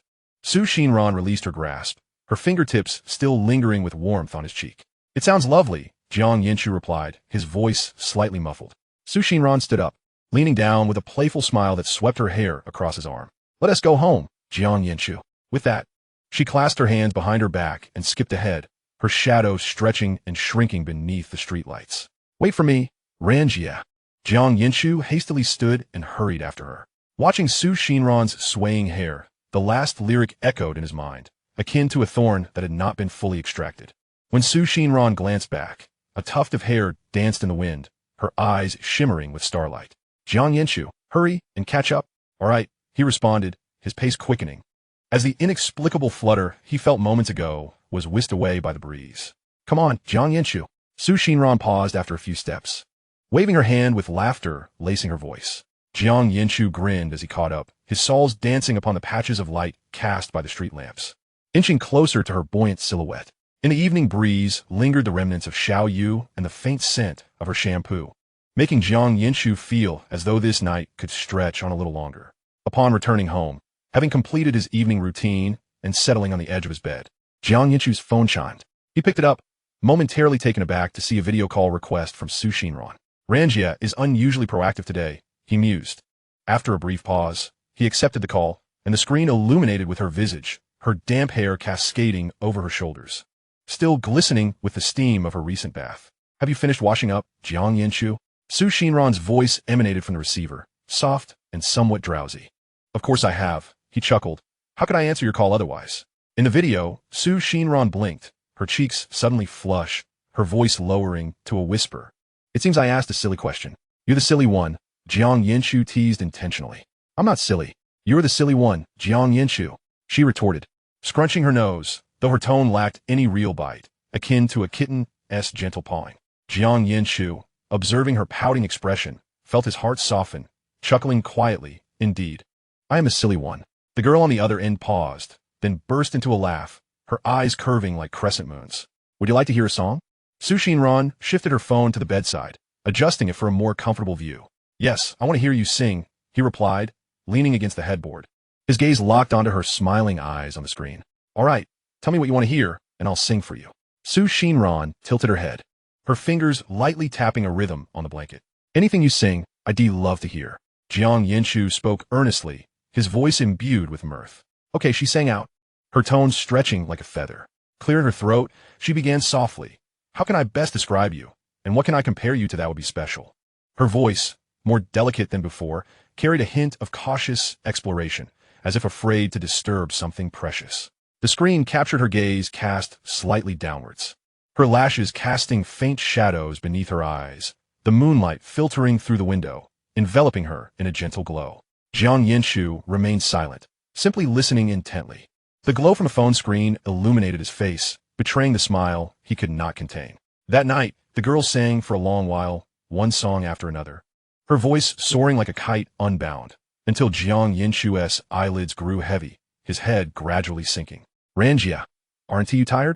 He managed to mumble, his voice thick with sleepiness. Xinran shook her head, remaining silent, her gaze drifting to the pot of green philodendron on the windowsill, the droplets of water glistening on the leaves. I'm going to sleep now. Jiang Yanchu's words trailed off into a yawn, his head burying into the pillow, the phone sliding down to rest against his neck. Good night, Jiang Yanchu. Her voice was soft as cotton. Watching as his eyes gradually closed, she gently added, have a good sleep. As Jiang Yanchu finally succumbed to slumber, the phone screen still aglow, Xinran gazed at him through the screen, humming a few more lines of a song. She was reluctant to end the call, reluctant to part with Jiang Yanchu on the other end. Chapter 50. Unspoken affections linger in the heart. Xinran quietly watched Jiang Yanchu's profile on the screen for an extended period. His lashes rested gently, breath steady. The corners of his mouth still holding a smile that hadn't quite faded, occasionally parting as if to speak. Xinran chuckled softly at the sight. Yet as she laughed, an irritating sensation akin to a grain of sand entered her eye. She raised her hand, gently rubbing the corner of her eye, her fingertips brushing against moisture. So wet, so very wet, she murmured to herself. With a couple of taps, she minimized the video call, leaving it open in a small corner of her screen. She then opened her voice memo folder, where countless recordings lay neatly arranged, all dated 2 years prior to the same day. What was that day? She pondered, wishing to forget, yet unable to shake it from her memory. What day was it? Oh, it was the day her mother left her to venture into another world. Xinran casually selected a recording, and the familiar voice that resonated with the girl began to flow gently, soft and tender. Ran, are you missing your mother again? Is it day or night for you now? If it's daytime, just look at the sun. Your mother is watching you from the sunlight. If it's nighttime, look up at the stars. Those are also your mother's eyes. Ah, you say you can't see any of these? It's all right, Ran. Your mother is always here, always with you. Xinran curled her legs, shrinking into a small ball, burying her face in her knees. The blanket brushed against her cheek, absorbing the moisture from the corners of her eyes, yet could not stifle the soft sobs that escaped her throat. She missed her mother terribly. The longing enveloped her, tightening around her heart. Without realizing it, Xinran tapped on another voice message, and this time, her mother's voice carried a hint of laughter as it softly reassured her. Ran, don't be afraid. Your mother is right here beside you. Have you found someone you like? No? That is all right, dear. The one who likes you will come to you, taking 100 steps, 1,000 steps. No matter how many, he will come to you slowly. Oh, you found someone? Does he like you as much as your mother does? If he does, then your mother won't bother him. But if he dares not to, just watch. Your mother will visit him in his dreams tonight to give him a scare. Don't worry, Ran, I'm always praying for you. You are my most precious treasure. The last few words fell upon the girl's heart like a feather. And Xinran buried her face deeper, her shoulders trembling. Tears streamed down more fiercely. She lifted her hand to wipe her face, whispering to the small figure in the corner of the screen, Mom, he's here. But, Mom, I like him first. I wonder if he likes me too. Xinran pressed her face against her knees, her voice muffled and soft. He's really nice to me. He helps me fix my phone, stands up for me, and listens to me sing until he falls asleep. Xinran sniffed, tears leaving a small, wet mark on the blanket. Mom, I really hope he can like me as much as I like him. If he doesn't, I might just go crazy. The recording had long ceased, leaving only the faint hum of static. Xinran gazed at Jiang Yanchu's sleeping face in the corner of the screen, noticing his eyelashes fluttering as if he were about to wake.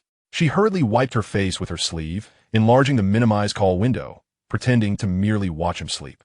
However, Jiang Yanchu only frowned slightly, remaining asleep. So, he merely furrowed his brow. The girl sighed in relief within her heart. Xinran watched Jiang Yanchu's face on the screen as he lightly knitted his brows, lowering her voice even further. Jiang Yanchu, let me sing you another song. She added softly, if you don't speak, I'll take it as your agreement. Truth be told, she feared that if he woke up, she wouldn't have the courage to finish singing, as these lyrics contained so many of her own emotions. Clearing her throat, which had grown hoarse from crying, she began to sing softly. The smile I long to see is yours. In my eyes, you are the best. As she started to sing, Su Xinran's eyes sparkled. She envisioned Jiang Yanchu laughing and calling her a fool, the dimples at the corners of his mouth deepening. Indeed, every time Jiang Yanchu smiled, she felt as though all the light around them gravitated towards him. Most remarkably, her heart raced in tandem with his laughter.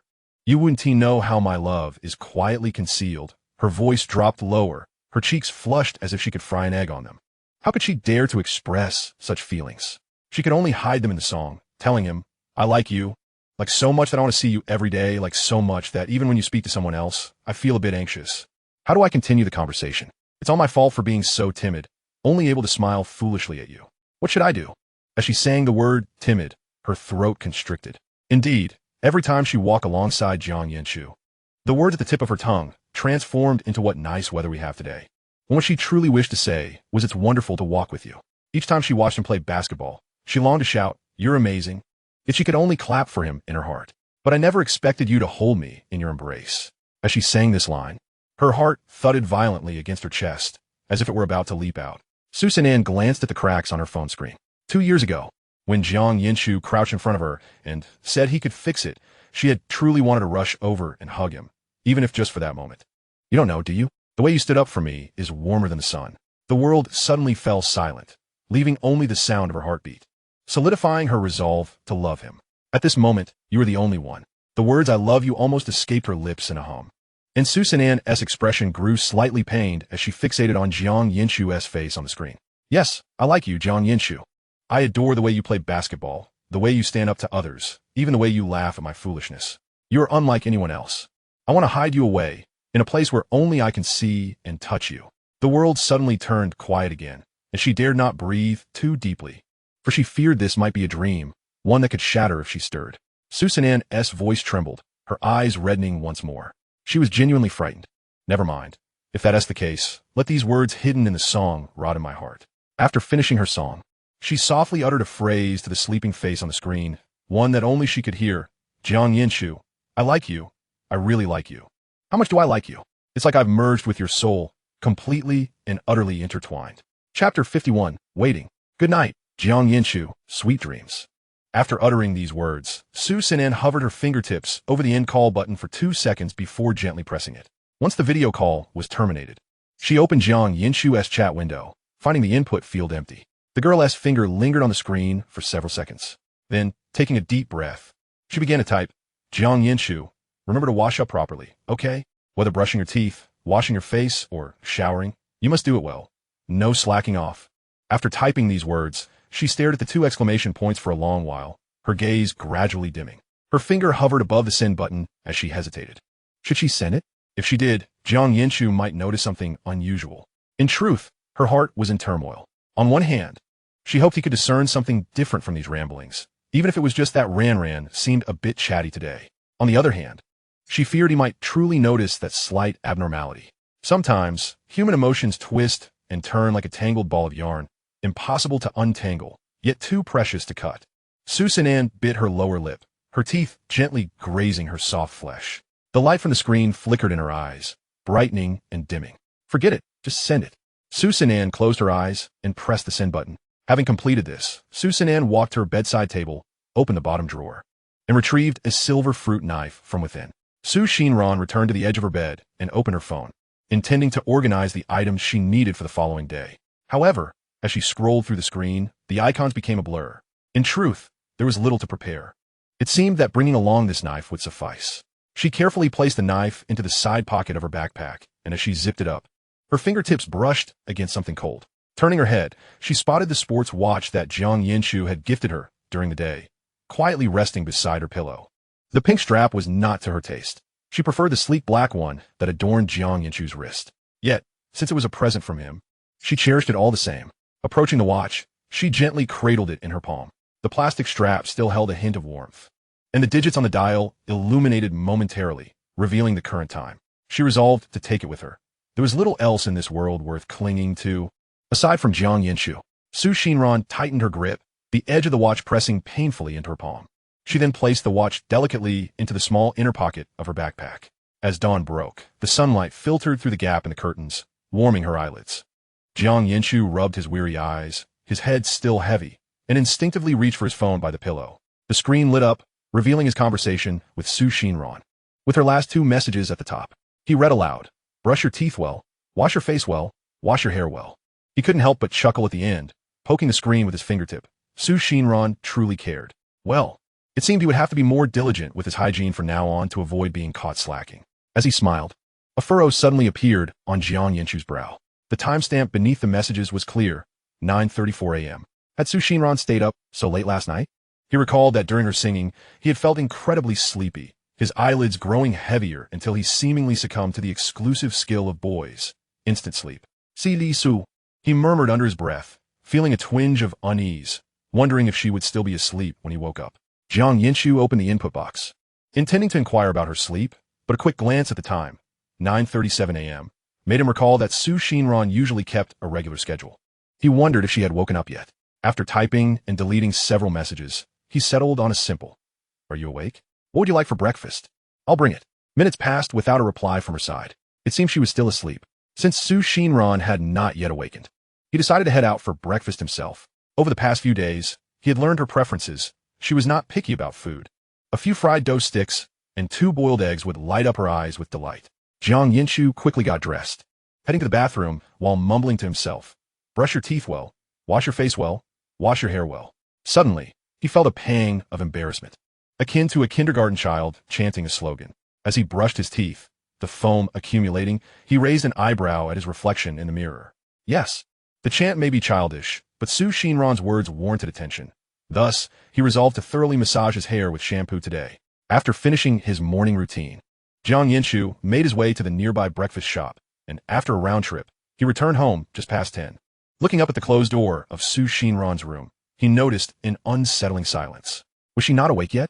He scratched his head and placed the breakfast on the kitchen table, deciding to wait a little longer. Perhaps she had simply gone to bed late last night. The ensuing moments felt interminably long. Jiang Yanchu lounged on the sofa, scrolling through his phone, endlessly flipping through the same few apps. He switched on the television, randomly tuning into a channel, yet not absorbing a single word of the content displayed. The wall clock ticked away, and soon it was 11 o'clock. The door upstairs remained firmly shut. Jiang Yanchu's fingers absently tapped the armrest of the sofa, a sense of unease creeping in. The restlessness he had not felt for several days surged unexpectedly, tightening around his heart like a rising tide. He did not wish to feel this way, yet he found it uncontrollable. His grip on the armrest intensified, turning his knuckles pale. He was taken aback by his own reaction. It was merely a morning without Xinran's presence or messages, yet it had stirred such agitation within him. He abruptly stood up from the sofa, his footsteps hastening toward the staircase. No, he needed to go for a walk. Just as he was about to move, his phone chimed. Jiang Yanchu's heart leaped in anticipation. Could it be Xinran? He swiftly pulled out his phone and unlocked it, but the screen revealed only the chubby figure of his friend. The smile on Jiang Yanchu's face faded instantly, his brow furrowing in disappointment. Opening the voice message, he heard his friend's boisterous voice. "Hey Jiang, what are you up to? Want to come out for mahjong this afternoon? We're waiting for you to make it a trio." "Mahjong? Forget your own big head, you glutton." His fingers flew across the screen, typing out a terse response imbued with his pent-up frustration. Not playing. Feeling it lacked sufficient impact. He also sent a voice message. "Leave me alone, you glutton." Chapter 52, The Outburst. On the other end, his friend excitedly opened Jiang Yanchu's voice message, only to be met with an unexpected tirade. The friend frowned, holding the phone away from his ear, as he felt as though Jiang Yanchu's words were splattering across the screen. He muttered to himself, "What else with the sudden anger this early in the morning? Who upset you? If you don't want to play, then don't. No need to be so worked up. Old Jiang has completely forgotten about my deep affection for him just days after the exams." In summary, the friend could only grumble, "Forgetful dog, old Jiang." After sending the message to his friend, Jiang Yanchu checked the conversation again, confirming he had not received any messages from Xinran. The irritation in his heart surged once more. He pocketed his phone, initially intending to head out, but instead turned back toward the staircase. He could no longer concern himself with anything else. He had to see if Xinran was awake. Even though he knew she might still be sleeping and that visiting her could potentially disturb her, Jiang Yanchu was beyond caring. If necessary, he would endure her scolding. It was far better than this. He felt that if he did not see her face or hear her voice soon, he might lose control and destroy the house. He hurried to Xinran's door, gently knocking a few times while softly calling, "Su, are you awake? It's time for breakfast." The only response was an eerie silence. "Su." Jiang Yanchu's heart raced in panic as he called out again. "Are you awake?" This time, his voice rose slightly, yet the silence from behind the door remained unbroken. What if something had happened to her? As this thought surfaced, Jiang Yanchu felt as if a slumbering lion of turmoil within him had awakened. He cursed under his breath. Damn it! Anxiety, fear, and restlessness enveloped him in an instant. His teeth clenched audibly, and his fists tightened into hard balls. Steady yourself, Jiang Yanchu, steady yourself, he murmured, closing his eyes as he forced himself to take deep breaths. Yet beads of sweat had already begun to form on his forehead. In a flurry, Jiang Yanchu fumbled for his phone, desperately dialing Xinran's number. The tones echoed for an eternity, but there was no answer. He dialed again, then again. In a mere few minutes, he had made dozens of calls, yet the monotonous, busy signal continued to greet him. His breaths grew heavier, and the agitation in his eyes was palpable, threatening to spill over. How could no one answer the phone? Jiang Yanchu's fingers danced across the screen with frantic speed, trembling uncontrollably, the display flickering as he pressed it repeatedly. Where had Ran-jie gone? Was she still in her room? The silence that followed his knock had been unnerving. Could it be? Jiang Yanchu dared not let his thoughts wander further, for his heart felt as though it were being squeezed by an unseen hand, leaving him breathless. Wait, the keys. Suddenly, a realization struck him. There were spare keys to every room in the house. They were in the drawer by the entrance. In his panic, he had completely forgotten about them. Without hesitation, Jiang Yanchu turned and dashed downstairs, his footsteps chaotic, nearly tripping over himself. The stair railing creaking under his grip. His mind was a tumult of dark thoughts. Had something happened to her? Had he upset her in some way? Had she left? Upon reaching the entrance, his fingers trembled as he yanked open the drawer, rummaging through its contents, ignoring the scattered items around him. Where were the keys? His voice quivered, betraying an unrecognized sob. When he finally grasped the cold metal of the keys, he nearly snatched them away, spinning around and racing back upstairs. Each step felt as if he were treading on clouds, disorienting and heavy, his chest constricted with anxiety. Fear and unease clouded his vision. Ran-jie, you're in there. Aren't you? I'll open the door, and you'll be inside. Want you? Please. With a click, the door swung open. Jiang Yanchu halted, his hand frozen midair, his eyes widening in shock. The room stood desolate, the curtains drawn tightly, allowing only a few stray beams of sunlight to penetrate. On the bed lay a yellowed piece of paper and an old Android phone, cracked and forlorn, resting on the pillow. In an instant, Jiang Yanchu felt as though a part of his heart had been hollowed out. She was truly gone. Jiang Yanchu moved like a marionette, inching toward the bed, his gaze devoid of light. Trembling, he picked up the old phone, running his fingertips over the fissures in the screen. This had been Ran-jie's most treasured possession, and now she had discarded it. She had relinquished everything, including him. Had he erred once more? It had been the same last time. Why did she want to leave him again? A stone lodged in his throat, rendering him unable to swallow or expel the anguish that burned his eyes.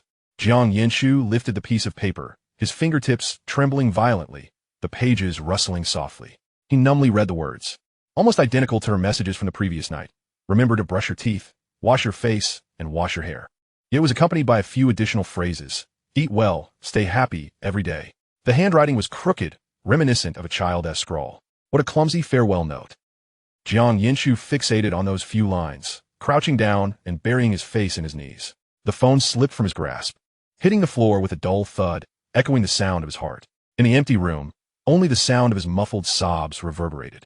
A familiar sting began to creep up his neck, as if tiny needles were pricking him. While crouched on the floor with his face buried in his knees, Jiang Yanchu suddenly felt a cool, gentle touch on his head, as if someone were softly stroking his hair. He jerked his head up, his eyes red and his bangs tousled.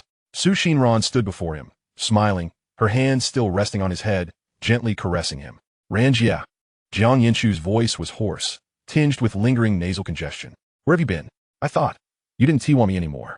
A loud crash suddenly diverted Jiang Yanchu's attention, as if a heavy object had fallen to the ground.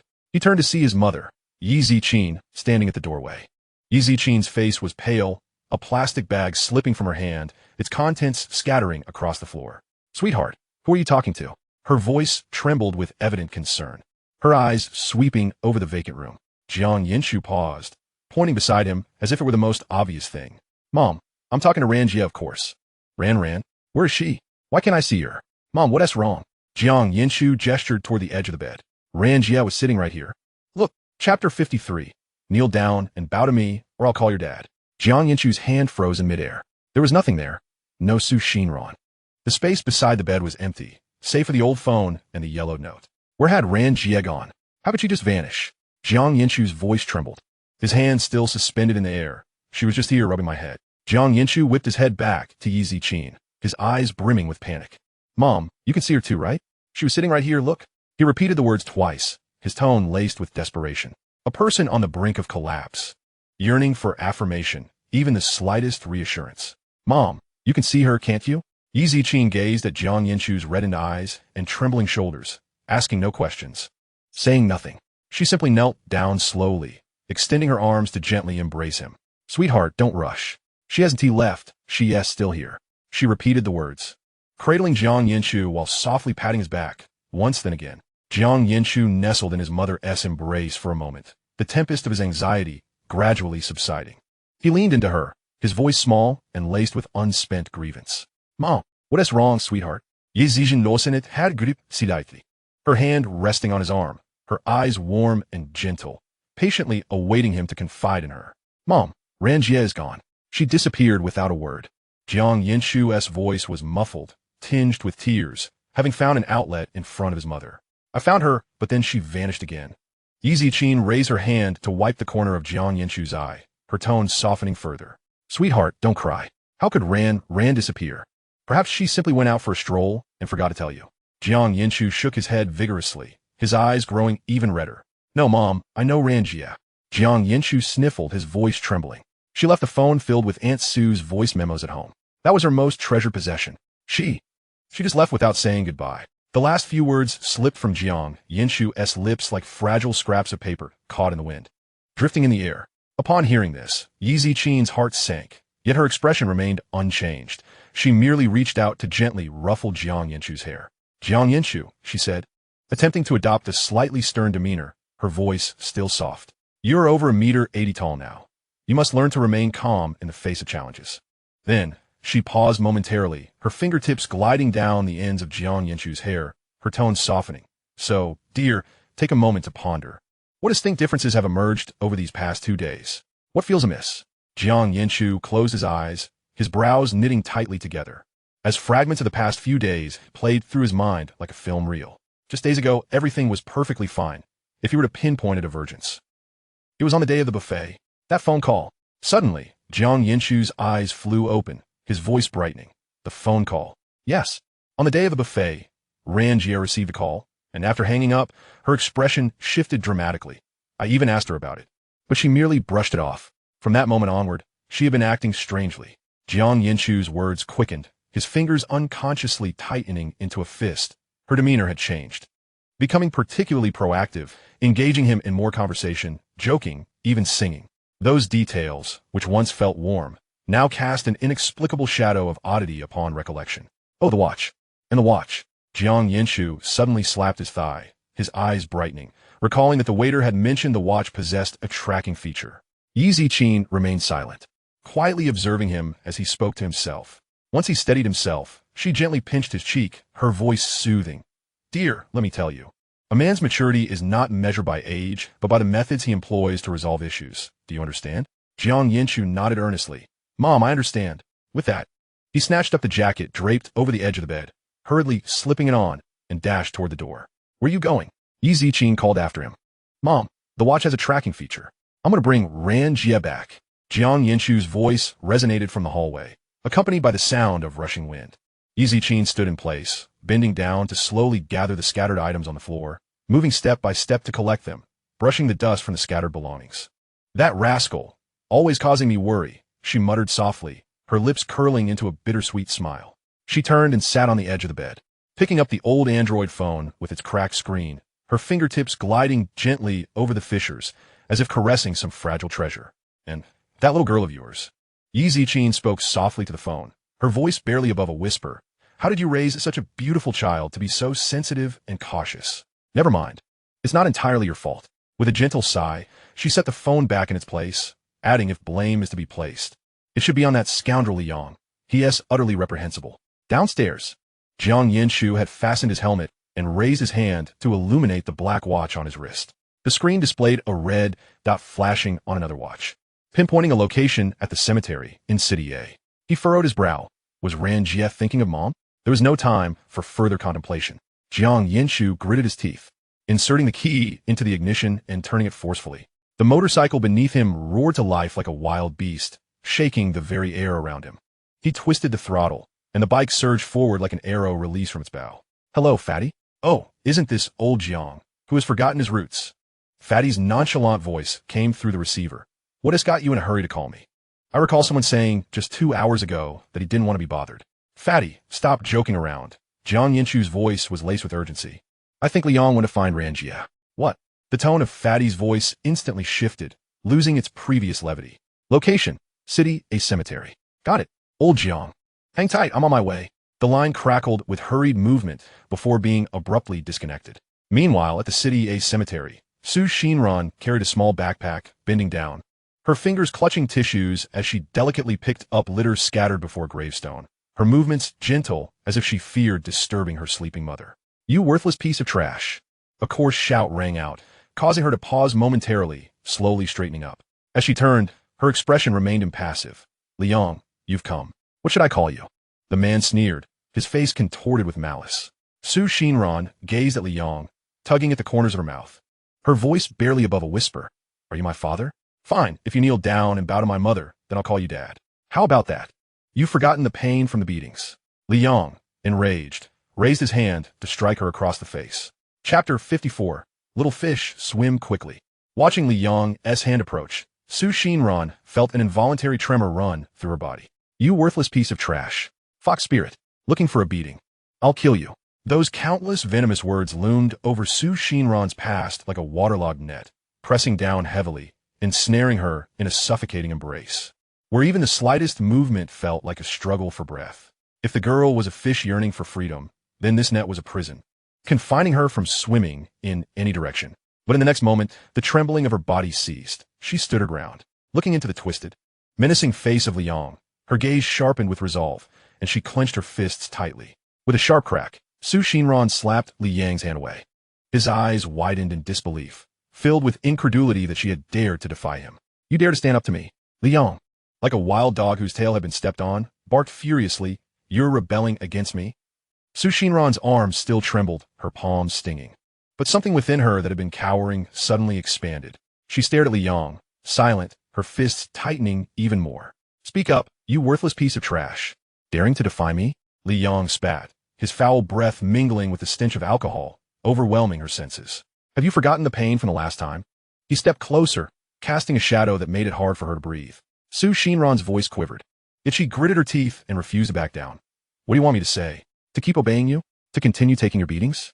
To end up like my mother, earning money for you, buying you alcohol, only to be beaten in return? Why should it be that way?" Liang showed defiantly. "I'm your father. I decide everything in this house." "You're my father?" Xinran let out a cold laugh, her expression unyielding as she looked at Liang. "I've been off your household register for a long time. My father? He has been dead for years. You dare curse me to death." Liang's eyes burned with rage, and he raised his hand again. "Enough, Liang." Xinran raised her voice sharply. "Don't go mad. If you keep this up, you won't get a single penny from me." At the mention of money, Liang's hand froze midair, his hostility dissipating slightly as he grew more subdued. Xinran fixed her gaze on him, enunciating each word. "Liang, I assent to money you want? Fine. Kneel here and bow 3 times to my mother, apologize, and I'll give you all the money." "Apologize to her?" Liang scoffed, as if he'd heard the greatest joke. "Why should I apologize to that dead woman?" "Because my mother raised you for 6 years without cause," Xinran replied coldly, "and you want money, which is currently in my possession." Standing tall, she met Liang's fierce gaze, refusing to retreat even an inch. "If you don't apologize, even if you beat me to death, you won't see a single cent." A gust of wind swept through the cemetery, stirring up the ash from the paper offerings on the ground, swirling around her feet. Xinran gripped the strap of her backpack tightly, her hand turning pale, yet her heart remained remarkably calm. "So you're saying, if I apologize, you'll give me the money?" Liang's voice wavered, his eyes darting across her face. "Yes, that is what I said. I wouldn't deceive you." Xinran's voice was devoid of emotion, flat and unyielding. Liang gritted his teeth, as though making a tremendous concession, and slowly bent his knees, feigning submission to kneel. A flicker of disdain flashed in Xinran's eyes at the sight of him. How utterly revolting, Liang. Just moments ago, he had held his head high, refusing to yield, and now, For a mere pittance, he was willing to kneel, devoid of any dignity. Xinran turned her face away, unwilling to gaze any longer. Focusing instead on the photograph on her mother's gravestone, her fingertips absently tracing the strap of her backpack. Liang knelt on the ground, the dull thud of his knees hitting the earth echoing as he reluctantly bowed his head. Once, twice, thrice, his movements swift and perfunctory. Finally, he mumbled, "I'm sorry." Yet his heart was already brimming with thoughts of money. Once he finished this charade, the cash would be his. Later, he would dispose of this worthless entity and pocket an even greater sum. As this thought crossed his mind, a glimmer of greed shone in Liang's eyes, and the corners of his mouth curled upwards slightly. "I'm done," Liang proclaimed, lifting his head and extending his hand to demand payment. However, as he turned his face to behold the situation before him, the fleeting excitement evaporated instantaneously, leaving only palpable fear in his eyes, his lips trembling. "Why you?" Liang, "Jure utterly disgusting." The roar of the internal combustion engine tore through the wind like a beast unleashed. Jiang Yanchu gripped the handlebars tightly, adhering to traffic signals, red for stop, green for go, his protective gear wrapping him snugly. In his commitment to obey the rules and safeguard his own well-being, he nonetheless raced towards the A-City cemetery with utmost urgency. As the vehicle came to a halt, Jiang Yanchu swiftly removed his helmet, beads of sweat cascading down his jawline. Glancing at his watch, he noted the red of the location still illuminated within the cemetery grounds. Jiang Yanchu exhaled deeply, his steps brisk as he charged inside, the stone path echoing beneath his hurried pace. "Ran-jie," he called out, his voice resonating as he rounded a row of cypress trees. The moment his gaze fell upon the gravestone, he halted abruptly. What he beheld was not the unscathed Xinran, but Liang, curled on the ground, clutching his arm. A gruesome wound marred Liang's left arm, dark crimson blood seeping through his fingers and pooling beneath him.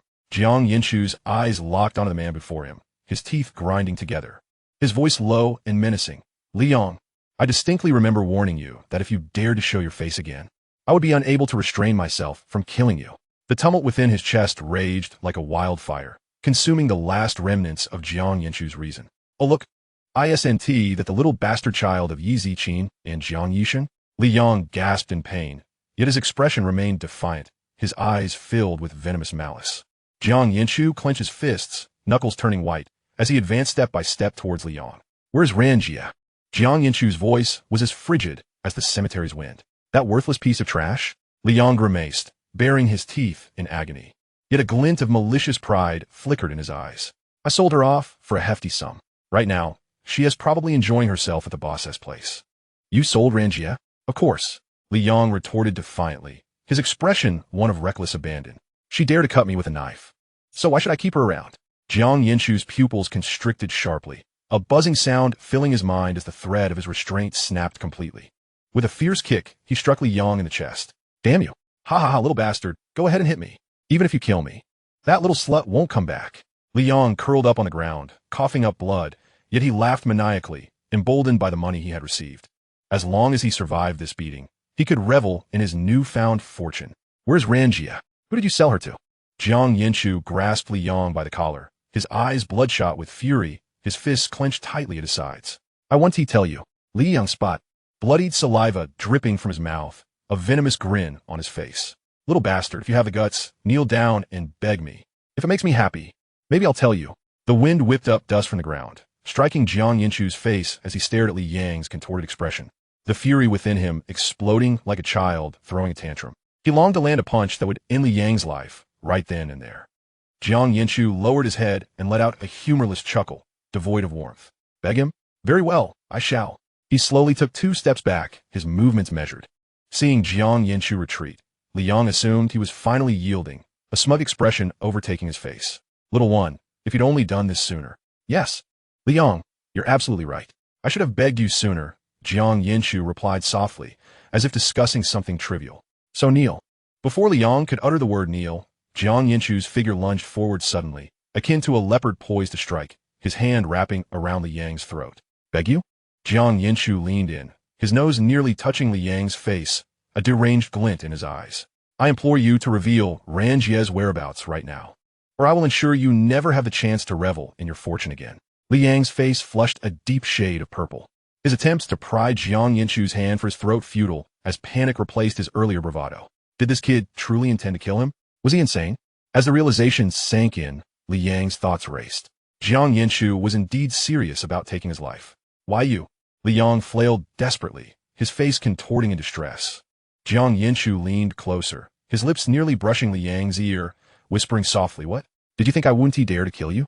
Let me share a secret. I'm insane." The words "I'm insane" pierced Li Yang's mind like needles, rendering him numb. What was this?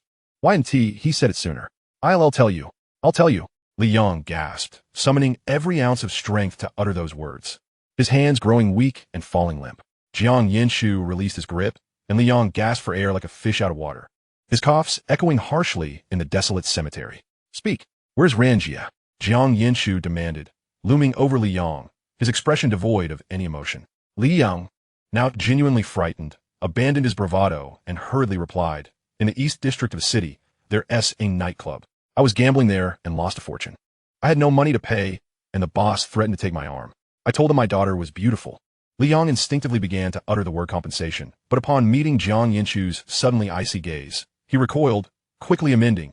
"I showed him Su Xinran's photo. That boss named Zhang took a liking to her. He said he'd send her over, and my debt would be wiped clean, plus an extra 50,000. Did he give you that 50,000? Yes. It's in my bank card." Li Yang nodded fervently, fearing another tightening of Jiang Yanchu's grip. Jiang Yanchu regarded Li Yang with disdain. "Li Yang, you truly are a despicable creature, one that is revolting to behold." With that, Jiang Yanchu extended his hand toward Li Yang. "Where is it?" Li Yang was taken aback, momentarily nonplussed. "What? The bank card? What do you mean, what?" Jiang Yanchu's voice darkened. "No, that is my money." Li Yang instinctively clutched his pocket, protectively guarding his treasure. "Your money?" Jiang Yanchu scoffed. "That is the ill-gotten gains from your trafficking of women and children. Hand it over." "And no, I want to give it up." Jiang Yanchu stepped forward with a measured advance, his fist audibly cracking at his side. Li Yang, intimidated by his demeanor, shuddered, and the freshly healed wound began to throb anew. Hastily, he fished out a bank card from his pocket, exclaiming, "I'll give it to you. I'll give you the money." Jiang Yanchu held the bank card, lifting his gaze to inquire, "The money is inside, correct?" Yes, Li Yang nodded vigorously, like a hammer striking garlic. "That has settled then." As his words fell, Jiang Yanchu suddenly smiled, retrieving his phone from his pocket, which was currently in a call. "Hello, sister. Can you hear me?" He spoke into the receiver, his tone light and buoyant. "I mentioned there were abductions of women and children, and now we have both the perpetrators and the evidence." On the other end, Jiang Xiao's voice came through with clarity. Jiang Yanchu, well done." However, there was a pause before her tone turned serious. "Jiang Yanchu, respond." Jiang Yanchu instinctively replied, "Yes. Let me tell you, your approach just now was quite inappropriate. Do you understand?" Jiang Yanchu muttered softly into the phone. "I'm not a police officer. What is wrong with my approach?" Jiang Yanchu. "All right, I got it, sister." He quickly acquiesced, fearing another reprimand. "Wait a moment. Our team will be there soon." "Huh? Sister, I need to hurry and save Ran-jie." Jiang Yanchu glanced at the darkening sky, anxiously stamping his foot. Fine. Go ahead." "All right, sister." With that, he hung up the call. Only then did Li Yang realize that Jiang Yanchu had ensnared him, leading him to face the consequences of his actions, likely to be assigned to some state job. "You've tricked me." Li Yang struggled to rise, fury blazing in his eyes. Jiang Yanchu paid no heed to Li Yang's struggles, merely looking down from his height and stating, "Li Yang, do you know what signifies a man's maturity?" After a brief pause, without waiting for Li Yang's response, he continued in a calm tone, as if discussing someone else's affairs. "Is it age? No, it is the manner in which he handles problems." Employing the words his mother had just imparted to him, he spoke with convincing aplomb. "Li Yang, we live in a society governed by law, understood?" Jiang Yanchu dusted off imaginary dirt from his hands, his eyes glinting with a hint of mockery. "Use your brain." With that, he turned and walked away, not once glancing back at Li Yang. With such individuals, uttering another word felt like a waste. He casually handed the bank card to the cemetery administrator who had rushed over, instructing, "This man is a criminal.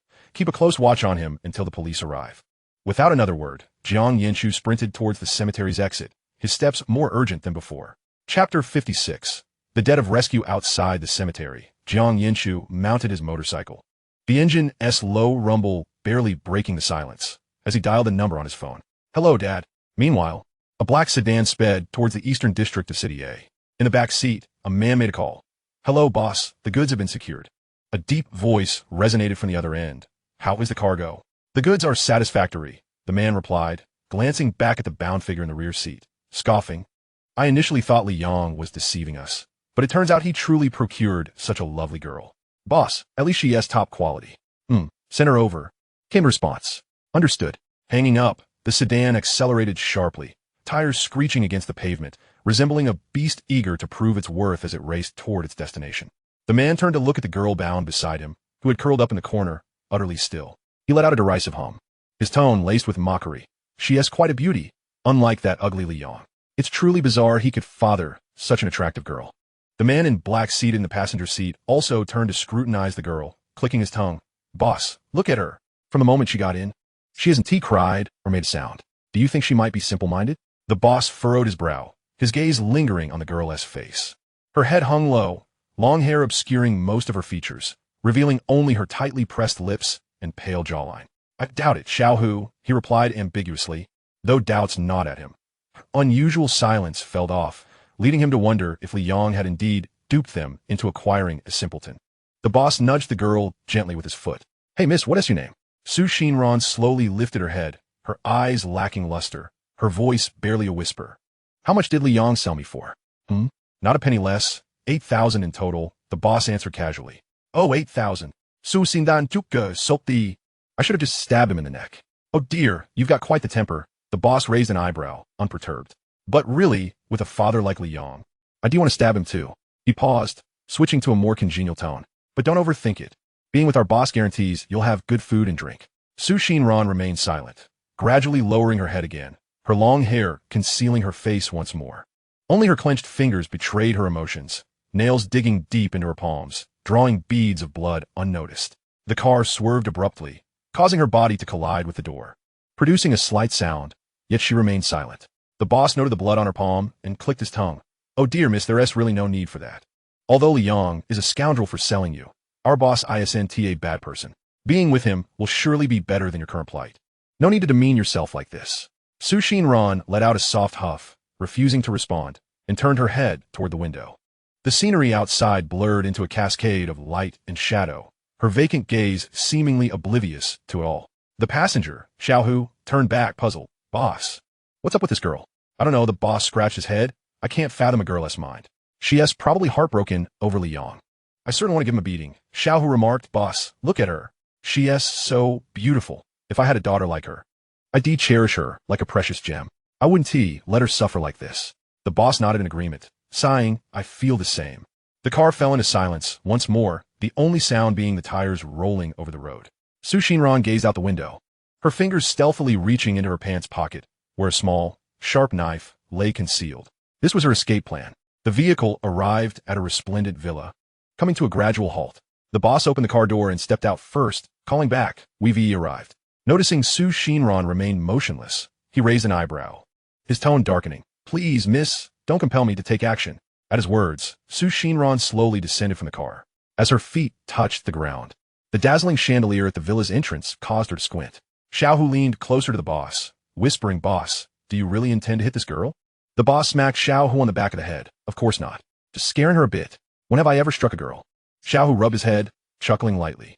Xinran stood still, her eyes rapidly scanning the villa's high walls, which were topped with electric fencing, leaving little hope for escape. No matter, I still have a knife in hand. It should be easy enough to sever the veins in my neck. Xinran and Fei Gu stood at the entrance of the villa for approximately 2 minutes before the heavy, intricately carved iron gate creaked open. A portly middle-aged man emerged, his face adorned with a broad smile. Upon spotting Xinran, his eyes narrowed into slits. Ah, you must be Xinran, right? Come. Uncle Zhang has prepared a plethora of fruits for you. Xinran remained motionless, her gaze fixed warily on Zhang Yuan, startled by his excessive enthusiasm, causing her to instinctively retreat a step. Observing her cautious demeanor, Zhang Yuan's smile broadened. Just call me Uncle Zhang, and I'll call you Xinran. Fear not, my dear. Come inside and enjoy some fruit. Young Master Jiang will be here shortly to fetch you. At the mere mention of young Master Jiang, Xinran's eyelashes fluttered, a flicker of life igniting in her eyes. Zhang Yuan, having detected her subtle reaction, brightened and bellowed towards Fei Gu and the others. What are you dawdling for? Hurry up and untie my niece. A bunch of dimwits. Fei Gu and Xiao, who hurried forward, attempting to assist Su Xinran inside. She pressed her lips together, her mind racing with thoughts of young Master Jiang. Could be Jiang Yanchu? This thought pricked at her heart like a fine needle. In a small, trembling voice, she asked, "Young Master Jiang, is it Jiang Yanchu?"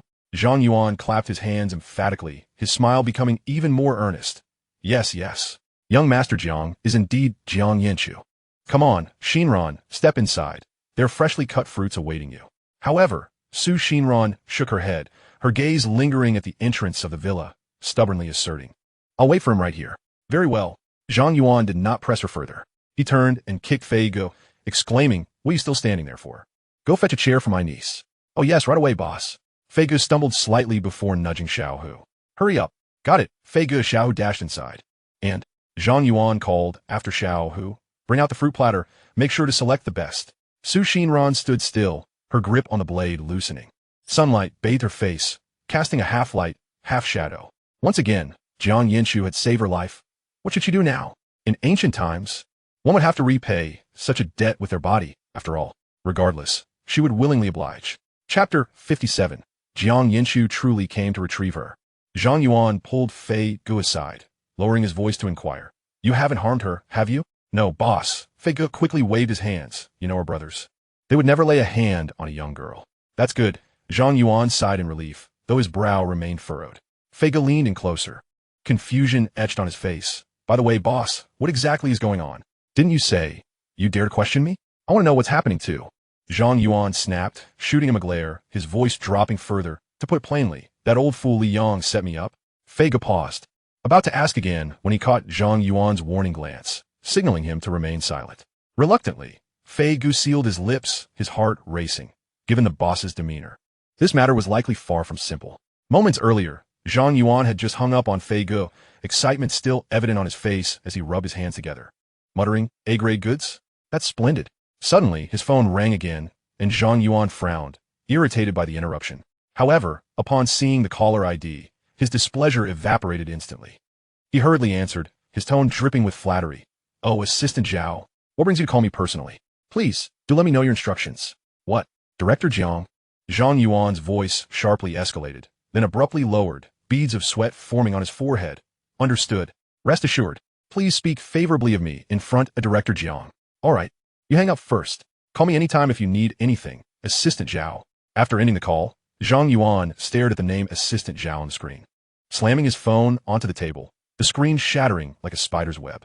"That scoundrel Li Yang." Zhang Yuan cursed vehemently, spitting as he raged.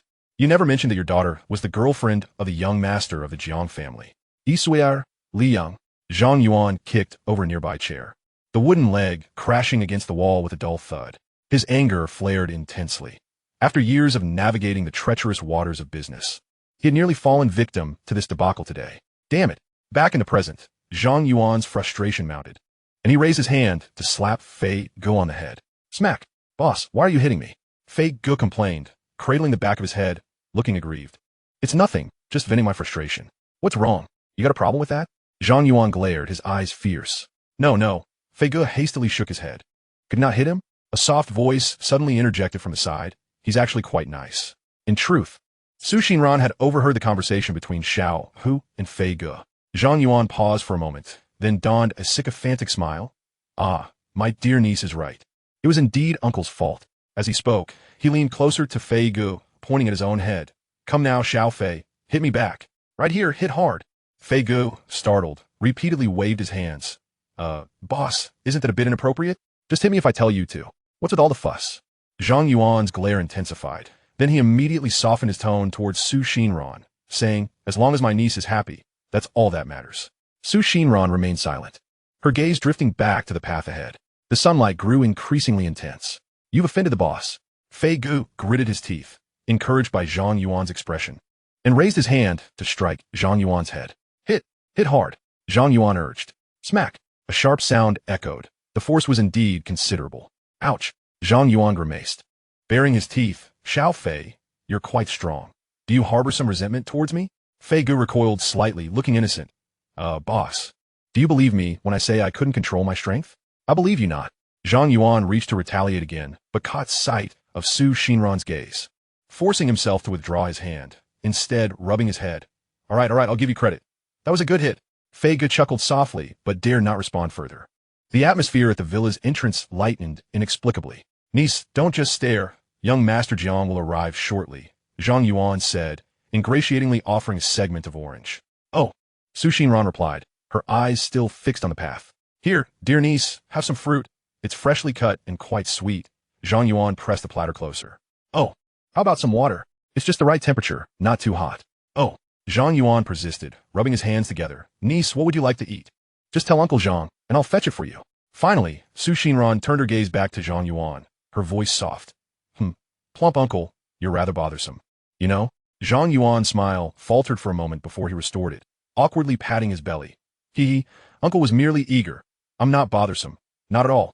Just take your time, take your time. Fei Ge couldn't contain himself, letting out a laugh, but was promptly silenced by Zhang Yuan's fierce glare, causing him to bow his head like a quail. Su Xinran fell silent once more, her gaze drifting back into the distance. The wind lifted the hem of her clothing, as if carrying a faint, elusive engine sound. Is it him? Contemplating this, Su Xinran slowly lowered her head, her fingertips unconsciously tugging at the edge of her clothing. In a fleeting moment before his arrival, she had recited Jiang Yanchu's name repeatedly in her mind, yet as the moment drew near, her heart raced uncontrollably, akin to a frantic rabbit trapped within her chest. What was she so afraid of? It dawned on her, the dread of encountering him, where he might wear a stern expression and reproach her for having vanished without a word. She feared his anger, the icy glare that could accompany it. And most of all, she dreaded the possibility of disappointment lurking within his eyes. It was difficult to discern which fear gnawed at her more profoundly, leaving her with a sense of suffocation that disrupted even her breathing. A gust of wind swept by, seemingly carrying with it the distant sound of approaching vehicles. A rumble, rumble, rumble. The relentless cacophony echoed from afar, reminiscent of thunder rolling across the ground, suggesting the presence of more than one motorcycle.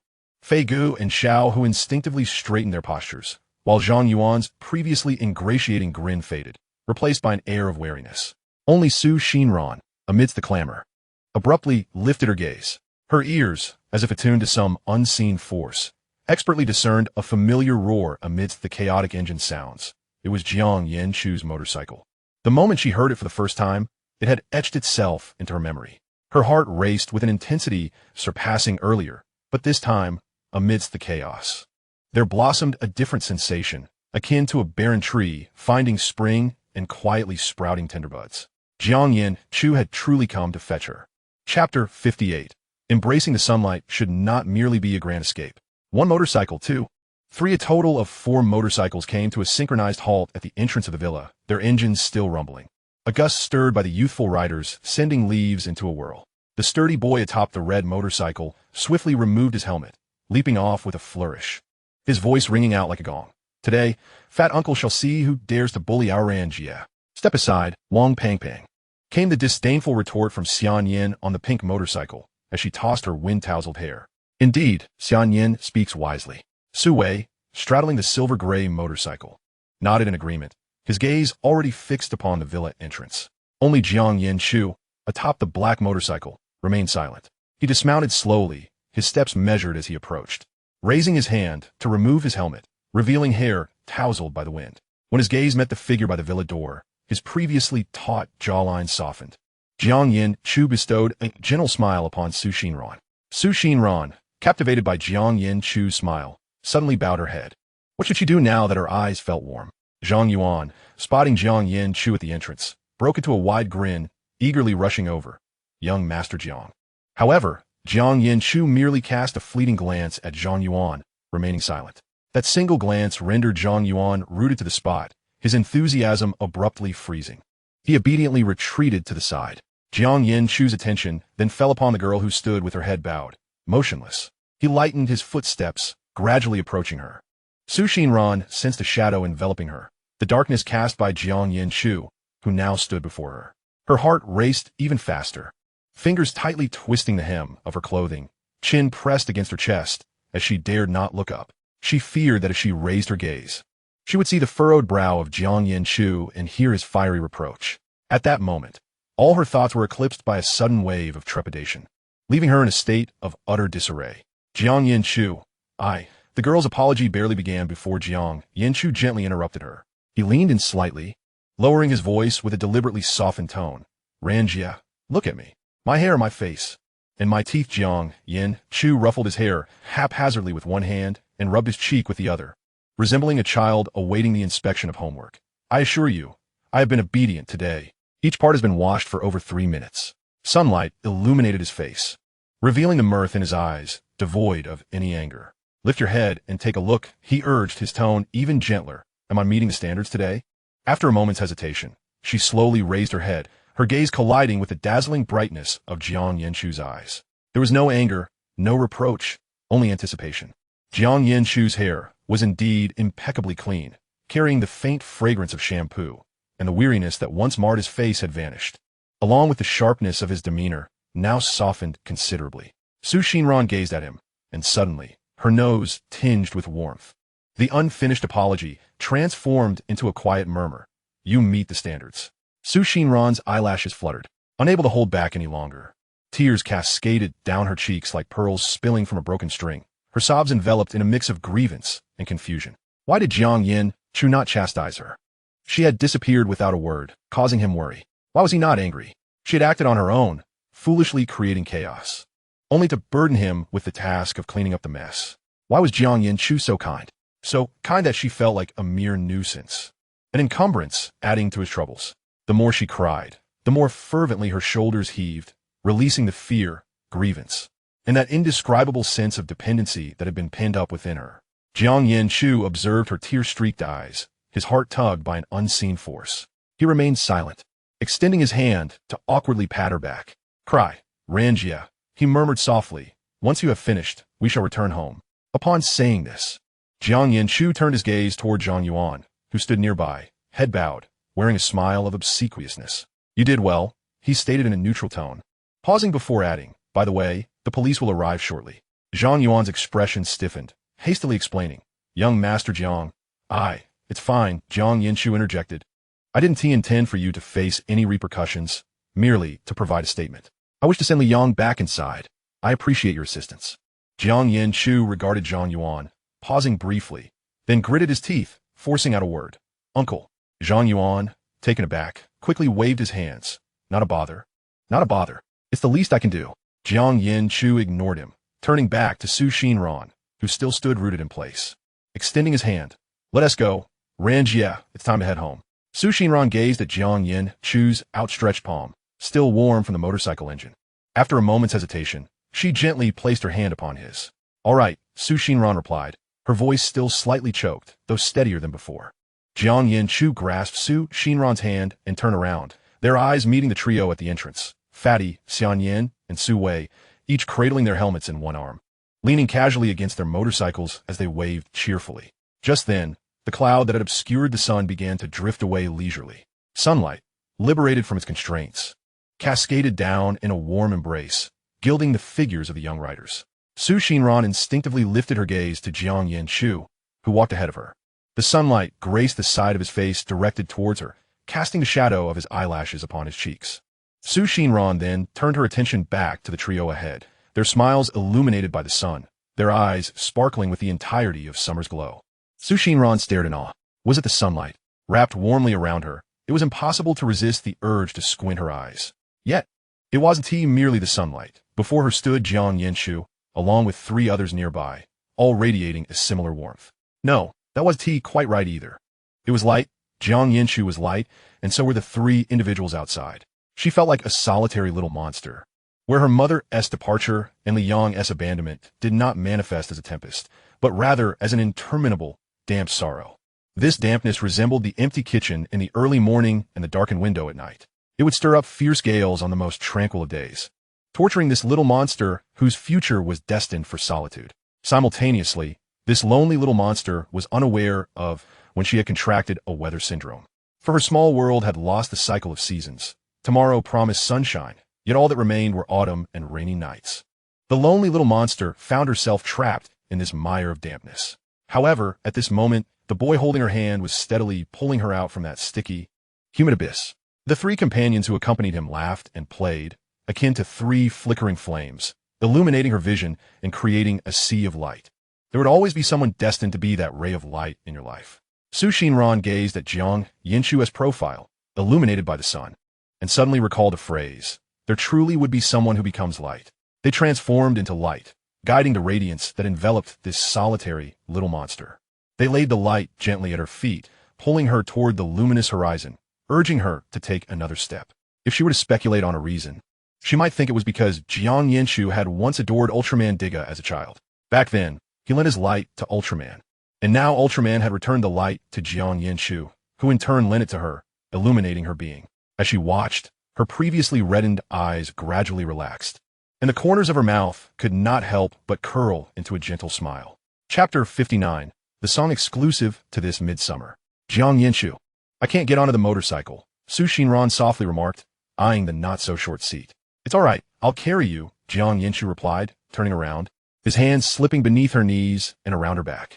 This time, he was not teasingly forceful as before. Instead, he carefully lifted her onto the rear seat. Once Su Xinran was secure, Jiang Yanchu mounted the motorcycle and adjusted his position. Fatty, Xianyan, and Su Wei quickly donned their helmets and mounted their own bikes. Let us go home, Jiang Yanchu's voice, light and warm, resonated through the helmet. Let us go, Fatty shouted, the engine roaring to life. Fatty, quit howling and ruining the atmosphere, Su Wei chimed in with a grunt. What do you know? This is called momentum, Fatty retorted defiantly. Vroom vroom.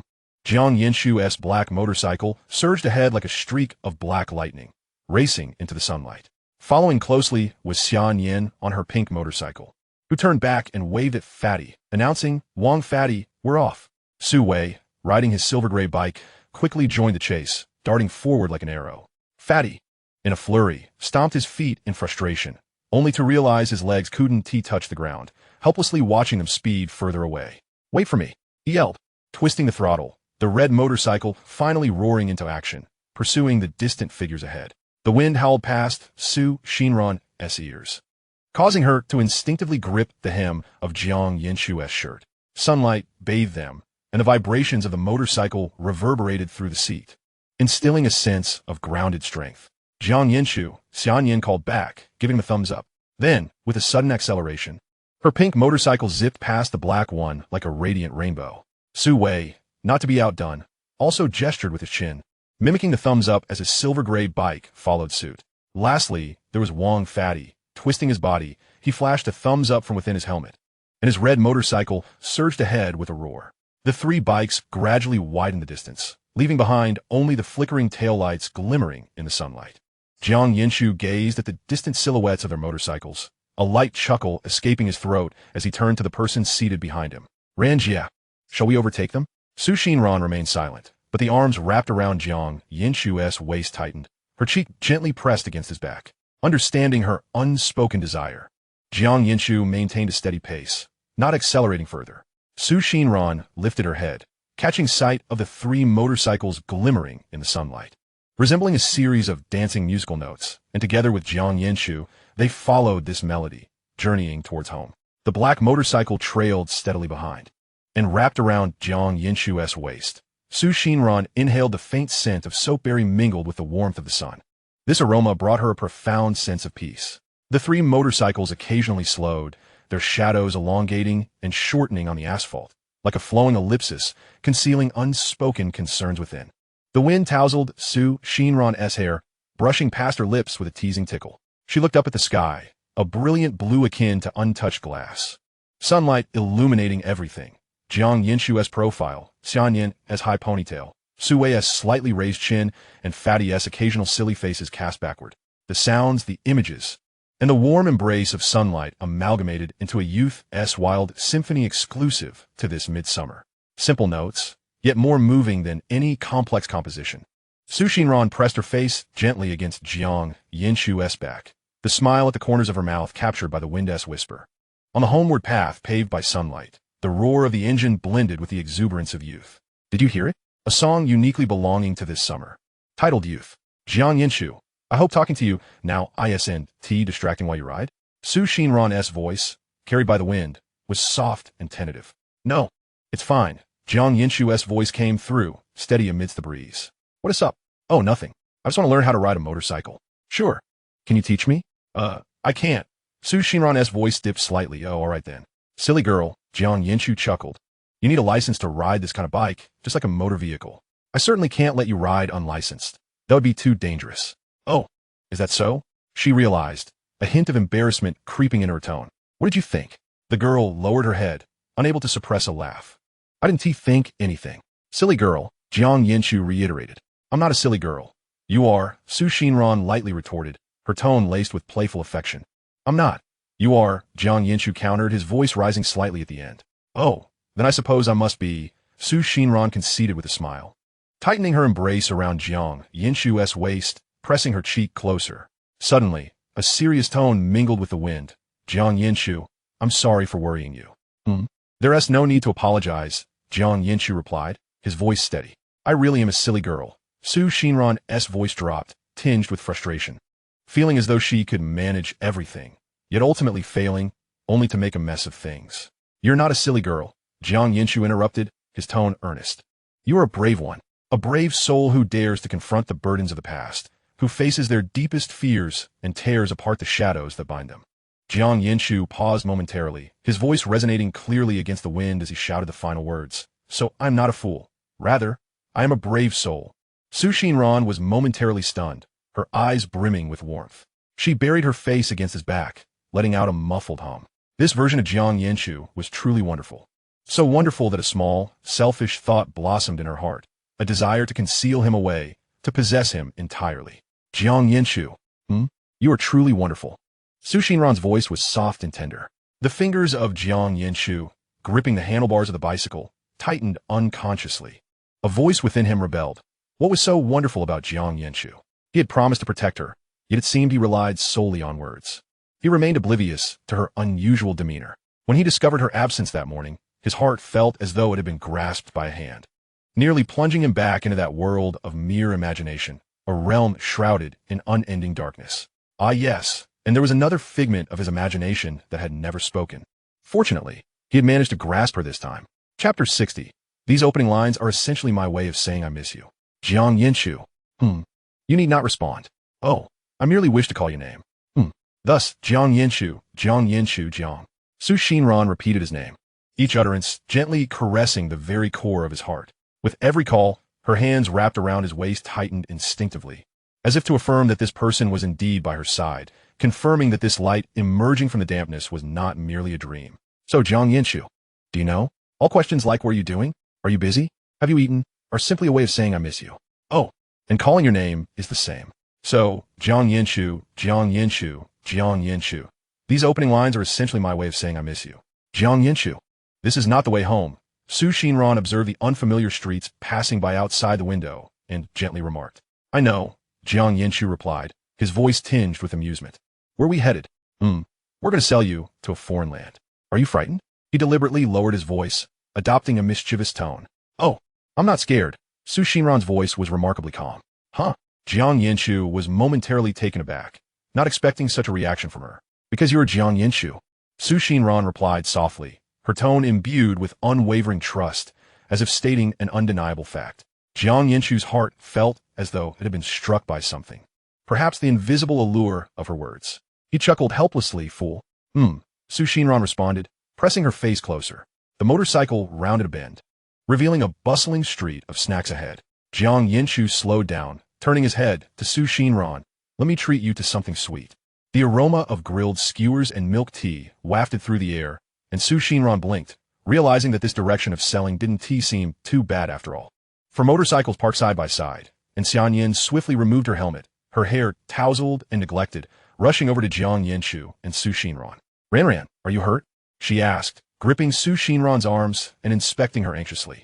No. Su Xinran shook her head, offering a faint smile. That's good. You scared us to death. Xianyan sighed in relief, then turned to glare at Jiang Yanchu. And you, Jiang Yanchu, are such a big fool. Nian, you mustn't scold Jiang Yanchu. Su Xindan instinquito defendet. Xianyan laughed in frustration. Ran, you are such a big fool too, always treating Jiang Yanchu like a treasure. Nianjia. Stop being a third wheel. Wang Pang chimed in, having removed his helmet, his expression eager for the drama, oblivious to the sweet moment between the couple. Xianyan kicked him playfully, mind your own business. Sui stood by, arms crossed, observing the lively scene with a smirk. Jiang Yanchu drew Su Xinran closer. Looking up at Xianyan, thanks. Xian huffed, but still took Su Xinran's hand. Come on, Ran, Ran-jie will take you for some good food. Ignore these fools. Hey, Ran-jie, what do you mean by that? The only fool here is Jiang Yanchu. I'm smart. Wang Pang retorted proudly, patting his belly. Right, Xian. I'm not a fool either, Su Wei added with a chuckle, glancing at Jiang Yanchu. Only Jiang Yanchu is a fool. Jiang Yanchu shook his head in resignation, laughing. All right, you all are clever beans, and I'm the fool. Is that settled? As he spoke, he lightly kicked Wang Pang, who yelped exaggeratedly. Su Wei shot Jiang Yanchu a knowing glance, a hint of mockery in his eyes. Great, Su Wei, you're joining in on their antics, Jiang Yanchu replied, somewhat exasperated. Xian Yan was laughing uncontrollably, tugging at Su Xinran's hand. Look at these clowns. Only you treat Jiang Yanchu like a treasure. Su Xinran lowered her head, softly affirming. A hint of blush creeping on her cheeks. Foolish Ran, Xian Yan teased, finding her earnestness amusing. Jiang Yanchu is indeed a treasure. Isn't he? He inherently is. Su Xinran lifted her gaze, her tone resolute, as though proclaiming an irrefutable truth. Yes, Xian Yan laughed, raising her hands in surrender. Then turned to the other three. All right, fellas, I'll take Ran to get some ice cream first. Do you want any? No, thanks, Su Wei shook his head, his gaze landing on a nearby food stall. I'll check that out. I don't want any either. Wang Pang waved dismissively, already eyeing the grilled sausages. I'm off to devour some big sausages. Jiang Yanchu remained silent, merely nodding at Xian Yan as he watched her lead Su Xinran towards the ice cream shop. Once Xian Yan and Su Xinran had walked away, Wang Pang's playful demeanor vanished, and he stepped closer to Jiang Yanchu, lowering his voice to inquire, Old Jiang, where's Liang?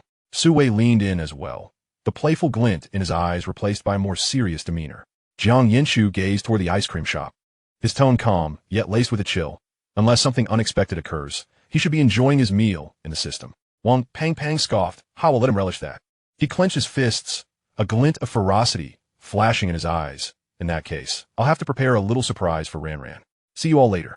With that, he turned and hurried off around the corner, his previous foolishness entirely gone. Su Wei watched his retreating figure before asking Jiang Yanchu, should we follow him? Jiang Yanchu shook his head. Let him go. He knows his limits. The wind seemed to carry a different scent, the earlier gaiety peeling away like a thin veil, revealing the quiet protectiveness among the young people beneath. Hey, Jiang Yanchu, where's Wang Pang? Xian Yan returned with 2 ice creams in hand, looking around for him. I don't know. Jiang Yanchu accepted one from her, unwrapping the paper. Do you know, Sumudo? Xian Yan turned to Su Wei. He shrugged. I have no idea. Maybe he has a stomachache and went to the restroom. Jiang Yanchu took a bite of the ice cream, casually adding, oh well. Xian Yan swayed the chocolate-flavored ice cream in her hand, a hint of regret in her voice. What a pity. I even brought him one. Xian Yan had been observing closely, silently signaling Jiang Yanchu with a glance, noting his ability to fabricate lies with ease. Jiang Yanchu cast her a disapproving glance, then turned to offer Su Xinran a taste of the vanilla-flavored treat in her hand. Would you care to try this? Su Xinran obediently lowered her head and took a bite. Nearby, Xian Yan stuck her tongue out at Jiang Yanchu, making a silly face. Chapter 61, with Wang Pang around. We're sure to break even on this meal. After waiting for quite some time, there was still no sign of Wang Pang. Xian Yan pouted, muttering softly. What on earth is taking Wang Pang so long? Is he in the restroom? He has been in there ages. Surely he hasn't fallen in? Do not fret. Ran-jie, Jiang Yanchu reassured her. I'm not anxious. Xian Yan glanced at Su Xinran beside her, her tone slightly more urgent. But Ran hasn't eaten yet today. That guy Wang Pang is really unreliable at crucial moments. Upon hearing Su Xinran had not eaten, Jiang Yanchu's expression turned serious. He decisively declared, let us go eat. Huh? We're not waiting for Wang Pang? Xian Yan paused in surprise. Ran's meal is far more important, Jiang Yanchu asserted, his tone leaving no room for debate. Let that lazy fatso dawdle. We're not waiting. I concur with Jiang Yanchu. Su Wei chimed in with a nod. All right then, I have no objections. Xian Yan pouted, but agreed, realizing that Su Xinran's hunger took precedence. As they prepared to leave, a faint voice from Su Xinran interrupted. I have an objection. Jiang Yanchu turned to her, asking, what is it, Ran? Su Xinran nervously fiddled with the hem of her clothes and softly suggested, let us wait for Wang Pang. If we leave, he might not be able to find us when he returns, and that would worry him. She recalled how frantic he had been chasing after them earlier and felt it would be unkind to leave him behind. Jiang Yanchu observed the earnestness in her eyes, fell silent for a couple of seconds, then relented. Fine, let us wait for another 5 minutes. After a few more minutes, a panting Wang Pangpang finally returned. Beads of sweat glistening on his forehead. Wang Pangpang, where have you been? You took forever. Xianyan approached him, brushing off the dust on his arm. Old Jiang and old Suno, Ran-jie, Wang Pangpang wheezed, casting a glance at Jiang Yanchu and Su Wei. Yes, they mentioned you were in the restroom. Xianyan raised an eyebrow, teasingly inquiring, at that pace I thought you might have fallen in. Did you get pickled, Wang Pangpang? Oh, come on, Ninja! Wang Pangpang exclaimed, turning to Jiang Yanchu and Su Wei. Old Jiang, old Su, can't you explain a bit? Jiang Yanchu leisurely joined in. Exactly, Pangpang. Did you really get pickled? Su Wei merely smirked, his silence suggesting agreement. Wang Pangpang's eyes widened in disbelief, pointing at them both, old Jiang, old Su. You two are being unreasonable. You clearly know what I was up to. All right, I see how it is. You two shameless scoundrels. Enough with the bickering, Xianyan interjected, pulling Wang Pangpang, who was still intent on arguing. Ran-ran's starving. Let us go eat. You're the one who dawdled and talked too much. Got it, Yandere.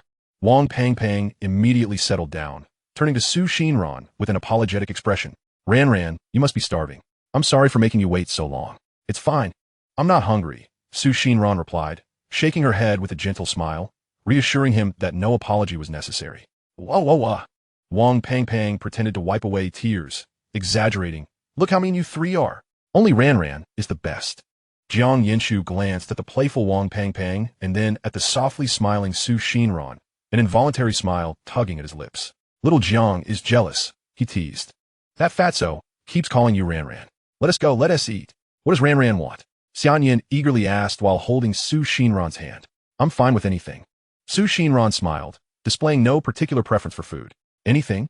Xianyan's eyes widened in disbelief. Today is a special day. We can't just settle for anything. You must choose something you desire. Exactly, Ran, anything one tea do. Wang Pangpang chimed in, winking at Jiang Yanchu. Let's make sure old Jiang spends plenty. Jiang Yanchu shot him a sidelong glance. When did I say I'd treat you all to a meal?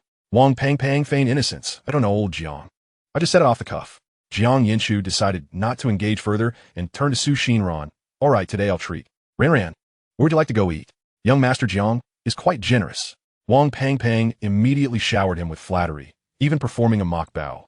I'm not sure what I want to eat, Xinran replied, lowering her head with a slight furrow in her brow, indicating her indecision. Take your time to think. Ran, Jiang Yanchu encouraged gently.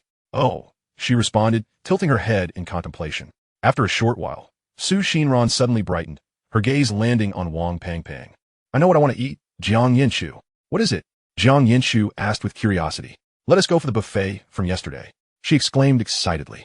With Wang Pangpang here, his big appetite will surely ensure we get our money's worth. Upon finishing her sentence, she looked at Jiang Yanchu with anticipation. A hint of eagerness in her expression. Is that all right? Jiang Yanchu gazed into her sparkling eyes, reminiscent of two little stars, and swallowed the words of refusal that threatened to escape his lips.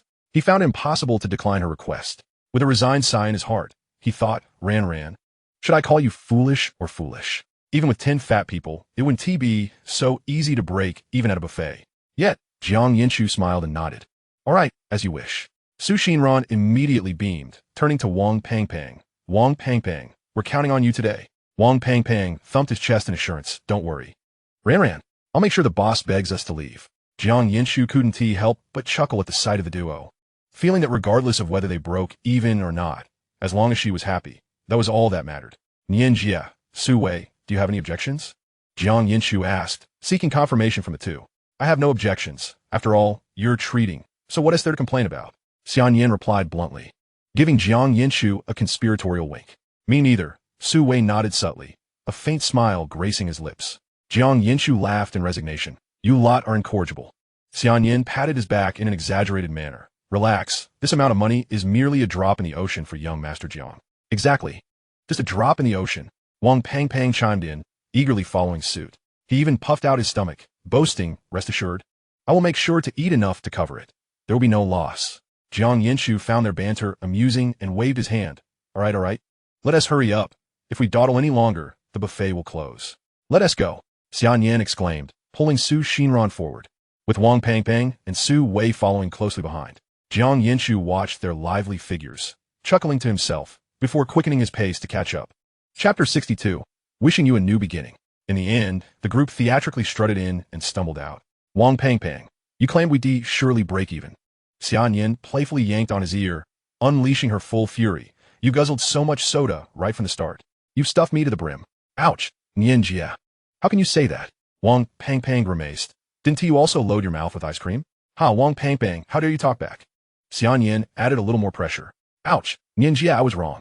Is that enough? Wang Pang Pang quickly begged for mercy. Su Wei stood by, leisurely wiping his mouth. A serene smile on his face as he observed the scene, exuding an elegant air of someone who remains sober amidst the revelry. Jiang Yanchu clutched his stomach, gazing at the ceiling, weakly muttering, "Never again will I eat at a buffet." It nearly killed me. Xinran stood beside them, unable to suppress a gentle laugh. The chubby boy, embroiled in a playful quarrel with Xian Yin, was suddenly interrupted by the ping of his phone from his pocket. Stop! Stop! Nyan. He immediately raised his hands in a gesture of surrender, calling for a temporary truce. Let me check a message. Xian Yin pursed her lips and released her grip from his arm, saying, "Humph." The chubby boy flashed a friendly smile at her and hastily retrieved his phone. The moment the screen illuminated, his eyes sparkled with excitement, and the corners of his mouth involuntarily lifted as he silently thought, "There's no escaping this." Clearing his throat, he adopted an air of mystery and declared, "Everyone, follow me to a special place." Xian Yin scrutinized him with suspicion. "What trick are you up to now? You'll see once you get there. I promise it won't be a letdown." The chubby boy boasted, thumping his chest. He covertly winked at Jiang Yanchu, who, understanding his expression, nodded knowingly. Lowering his head, he softly inquired of Xinran, "Shall we follow the chubby boy and then head home?" Xinran glanced at Jiang Yanchu and then at the eagerly expectant chubby boy, gently nodding. "Okay, great." The chubby boy instantly perked up. "Follow me, I guarantee surprises await." Xian Yan exchanged glances with Su Wei, who awkwardly turned his gaze away. "What is up with Su Mutu?" "No idea. You better not know." Although Xian Yin was puzzled, she stepped forward. The group exited the mall and mounted their motorcycles. "Let us go, everyone, follow me." The chubby boy pressed the throttle, and his red motorcycle roared to life, charging ahead. "I'm on it," Su Wei shouted, the black motorcycle swiftly following. "Got it, Su Mutu," Xian Yin scoffed, also revving her engine. Jiang Yanchu double-checked Xinran's helmet and softly said, "Let us go, we're off." "Hold tight, Ran-jie." Xinran gently replied, her arms tightening around his waist. The four motorcycles merged into the night, their engines roaring, leaving a resonant echo on the streets. The chubby boy's red figure flickered ahead like a guiding beacon. The wind was cooler than before, yet it could not disperse the warmth inside their helmets. A blend of youthful exuberance and unspoken anticipation, mingling with the evening breeze as they sped onward. Approximately 10 minutes later, under the chubby boy's guidance, the four motorcycles came to a steady halt at the entrance of Lake Park in the city. The group turned off their engines and removed their helmets. The evening breeze, infused with the scent of the lake, was even more refreshing than the wind from their ride. The chubby boy hung his helmet on the handlebars, turned, and beckoned to everyone with a mysterious air. "Let us go. Stay close." He led the way deeper into the park. Jiang Yanchu, holding Xinran's hand, followed closely, with Xian Yin and Su Wei walking side by side behind them. Their shadows stretched long under the streetlights, gently swaying on the stone path. The sounds of insects chirping by the lakeside and the rustling leaves in the night air created an indescribable tranquility, almost as if something exciting was about to be unveiled. They followed the chubby boy to the pavilion at the center of the lake. He stomped his feet and clapped his hands. "This is it. Chubby, what is so special about this pavilion that you're making such a fuss?" Xian Yin crossed her arms, grumbling. "Nianjia, what is the rush?" The chubby boy teased, turning to Jiang Yanchu and winking again. Jiang Yanchu nodded slightly at him. Xian Yin, puzzled, muttered, "What are you two playing at? Watch closely, everyone. Today Chubby is going to perform a magic trick." The chubby boy cleared his throat, proudly lifting his chin. With that, he snapped his fingers. As the sound echoed, the string lights surrounding the pavilion instantly illuminated, warm yellow light winding up the pillars, transforming the entire structure into a glowing glass box. Then, with a whoosh and a bang, several bursts of fireworks shot into the night sky, exploding against the dark blue canvas, golden, silver, and pink sparks scattering like crushed stars. Xinran and Xian Yan were entranced, instinctively covering their mouths, their eyes reflecting the brilliant display, glowing as if filled with starlight. The evening breeze, carrying the scent of the lake, mingled the sulfur smell of the fireworks with the girl's soft gasps of wonder, enveloping everything in moonlight. Just as Xinran was mesmerized by the fireworks, she felt a gentle tap on her shoulder. "Ran-jie, look back." It was Jiang Yanchu's voice. Instinctively, Su Xinran turned her head to find Jiang Yanchu holding a large cake adorned with cream frills, the candlelight flickering softly in the warm glow, illuminating his eyes with a tender light. Beside him, Su Wei seemed to conjure two sparkling party poppers, grinning at her. Before Su Xinran could fully comprehend the situation, the voices of the three boys rang out almost simultaneously, clear against the backdrop of the fireworks.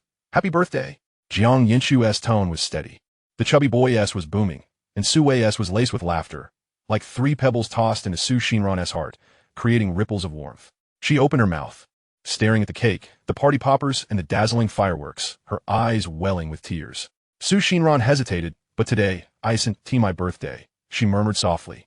Jiang Yanchu extended the cake towards her, his voice warm and firm. Today may not be Ran-jie's birthday, but is just as significant. Because our Ran-jie has bravely torn away from the past, bidding farewell to the shadows that once haunted her, Su Wei added quietly. Li Yang and his shadows will remain in the past from now on. The chubby boy stepped forward, thumping his chest proudly. Ran-jie has emerged from the prison named Li Yang, and from now on, every path in her life is paved with freedom. The fireworks continued to ascend, the warm light cascading over Su Xinran's face. She gazed at the three earnest boys before her, then at Xianyan, whose eyes were slightly red, and, feeling a pang in her heart, tears finally flowed down her cheeks. But this time, they were warm tears. Su Xinran sniffed, choked up, and unable to speak, could only nod vigorously. This summer, the three boys had played the role of gallant knights, protecting their two princesses exceptionally well. Chapter 63. The cream war beside them. Xianyan stood with her mouth agape, taking in the scene, her eyes subtly reddening. She quickly approached the chubby boy, reaching out to rub his plump face. Her tone softening. Chubby, I'm sorry, I misunderstood you earlier. Nyan, yeah. The chubby boy winced at the affectionate gesture. I mean, we can apologize without having to rub my face, right? Mind your own business, chubby, Xianyan retorted playfully, though her touch softened. All right, let us divide the cake. Old Jiang. The chubby boy suddenly smacked his forehead, recalling the task at hand. Jiang Yanchu looked down at the cake in his arms, a sudden pang of guilt hitting him as he glanced at the chubby boy. What is wrong, old Jiang? Is there something wrong with the cake? The chubby boy inquired, sensing his unease. You should ask Su Wei about that, chubby, Jiang Yanchu deflected, passing the buck. Hearing this, the chubby boy turned to Su Wei. Su Wei extended his hand, gently tapping the chubby boy's forehead, and said slowly, Chubby, do you remember what we just ate? Of course, it was a buffet.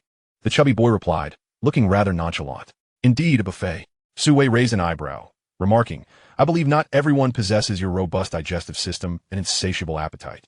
The chubby fellow paused for a moment, taken aback, before realizing that after gorging himself at the buffet, who could still have room for cake? He glanced at the sizable cake nestled in Jiang Yanchu's arms, awkwardly rubbing his belly. I suppose that makes sense. Xianyan couldn't help but chuckle. Wang Pang Pang. Your surprise seems rather excessive. Su Xinran scrutinized the cake thoughtfully and suggested softly, It's all right. We can take it home and enjoy it tomorrow. Jiang Yanchu exhaled in relief, nodding vigorously, Yes, it will be perfect for tomorrow. The chubby fellow furrowed his brow, crossing his arms defiantly. None of you for getting away. You must share it with me. I won't eat it. Wang Pang Pang. Xianyan immediately waved her hands, still feeling stuffed from the buffet. Neither will I, you glutton. Jiang Yanchu echoed the refusal, his stomach simply lacking the capacity. Su Wei also shook his head gently. No, I have no desire for it either. Upon witnessing this scene, the chubby fellow clutched his chest in mock despair. You all are truly breaking my heart. His eyes darted, filled with hope as he turned to Su Xinran. What about you, Ran-jie? Seeing his pitiful expression and recalling his earlier efforts, Su Xinran hesitated momentarily and murmured, Well, I suppose I could have just a little bit. Wow, Ran-jie is the best. The chubby fellow's mood instantly brightened as he snatched the cake from Jiang Yanchu's grasp, deftly opening the box. Which piece would you like? Ran-jie? I'll pick the biggest. Xianyan interjected with a teasing sound. Look at the preferential treatment here. Jiang Yanchu frowned, pulling Su Xinran behind him, his tone brooking no argument. What do you mean, eat? No way. You might upset your stomach. He turned to Su Xinran. Aren't you already full? Yes. Su Xindan not that hon stili. Then why would you eat? Jiang Yanchu sighed, a mix of exasperation and concern. Well, it's his heartfelt gesture, Su Xinran replied softly. Did you hear that, Lao Jiang? Ran-jie has the softest heart. The chubby fellow beamed with pride, tilting his chin towards Jiang Yanchu. You might as well stop protecting her. He seized a hefty slice of cake and cheerfully approached, suddenly shifting his tone. How about you eat it, Lao Jiang? Before Jiang Yanchu could finish his protest, a splat.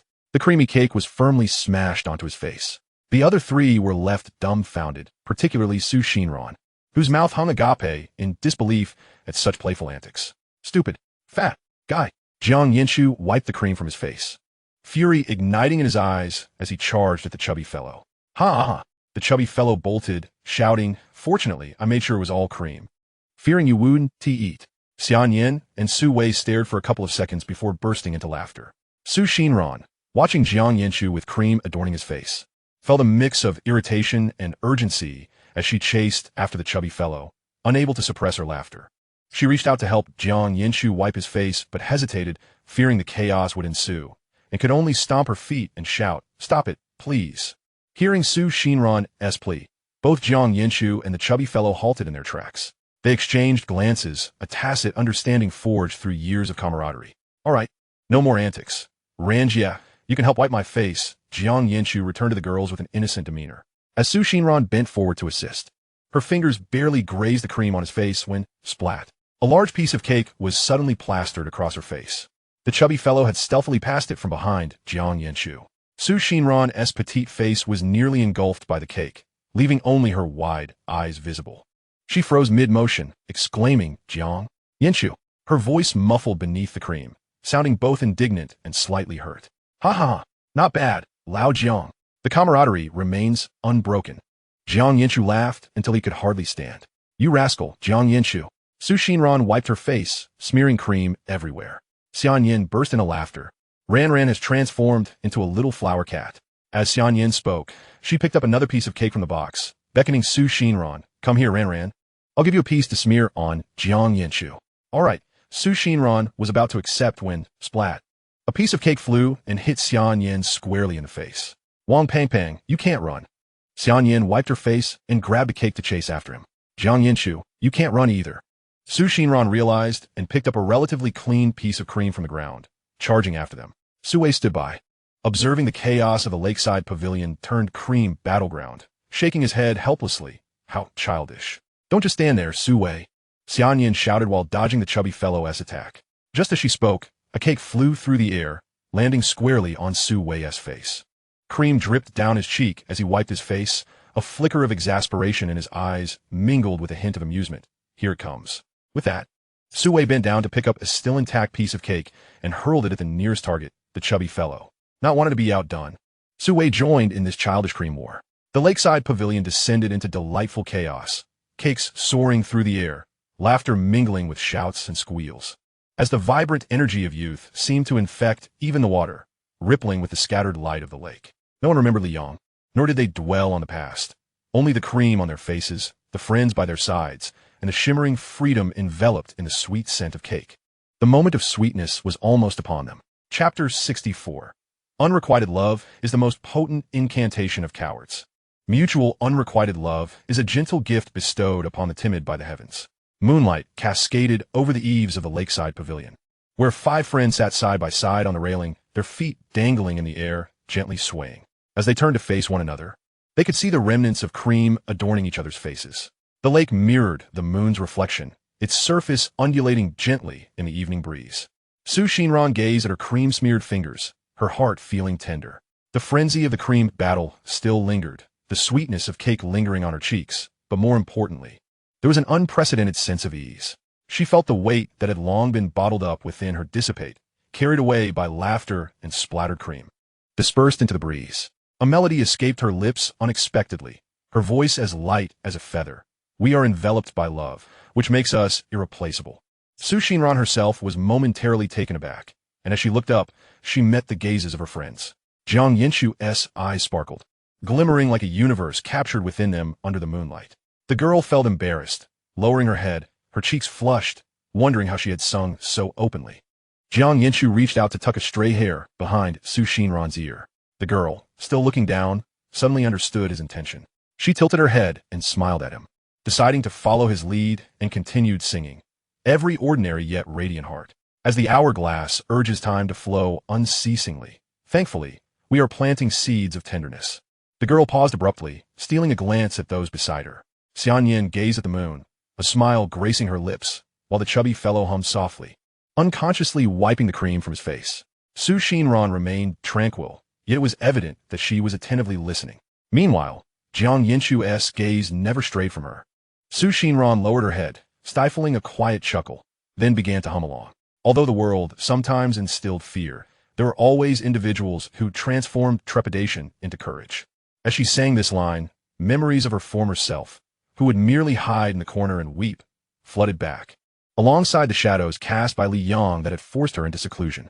Yet now, she found herself unafraid, for they were akin to a beam of light, cleaving through the somberness of her existence, emboldening her to reach out for something, to believe in a brighter future. We're like feathers, like dust, like mayflies in the vast ocean, fragile yet fiercely loving. She gently swayed her feet, pondering that perhaps none of them were truly perfect, even a bit foolish. Jiang Yanchu was flawless. Xian Yan's boisterousness, the plump boy's endearing mischief, Su Wei's cold exterior concealing a warm heart, and even her own past weakness. Yet, it was this very group that birthed a courageous spirit to love fervently. As Su Xinran sang, "Do not be afraid. Please continue forward to love all that we possess." Her voice quivered slightly. She turned her gaze toward Jiang Yanchu, seeing herself reflected in his eyes, then glanced at the smiles of her companions. In that moment, she felt an overwhelming certainty. Those restless nights of self-doubt and the moments of despair were destined to conclude. The warmth of those present, at this instant, was what she ought to firmly grasp. When the final note resonated, silence enveloped the pavilion for a while. Su Xinran's heart raced, a blend of shyness and openness. This song was not merely for them, but also for herself, a farewell to the past, an embrace of the present, and a brave step into the future.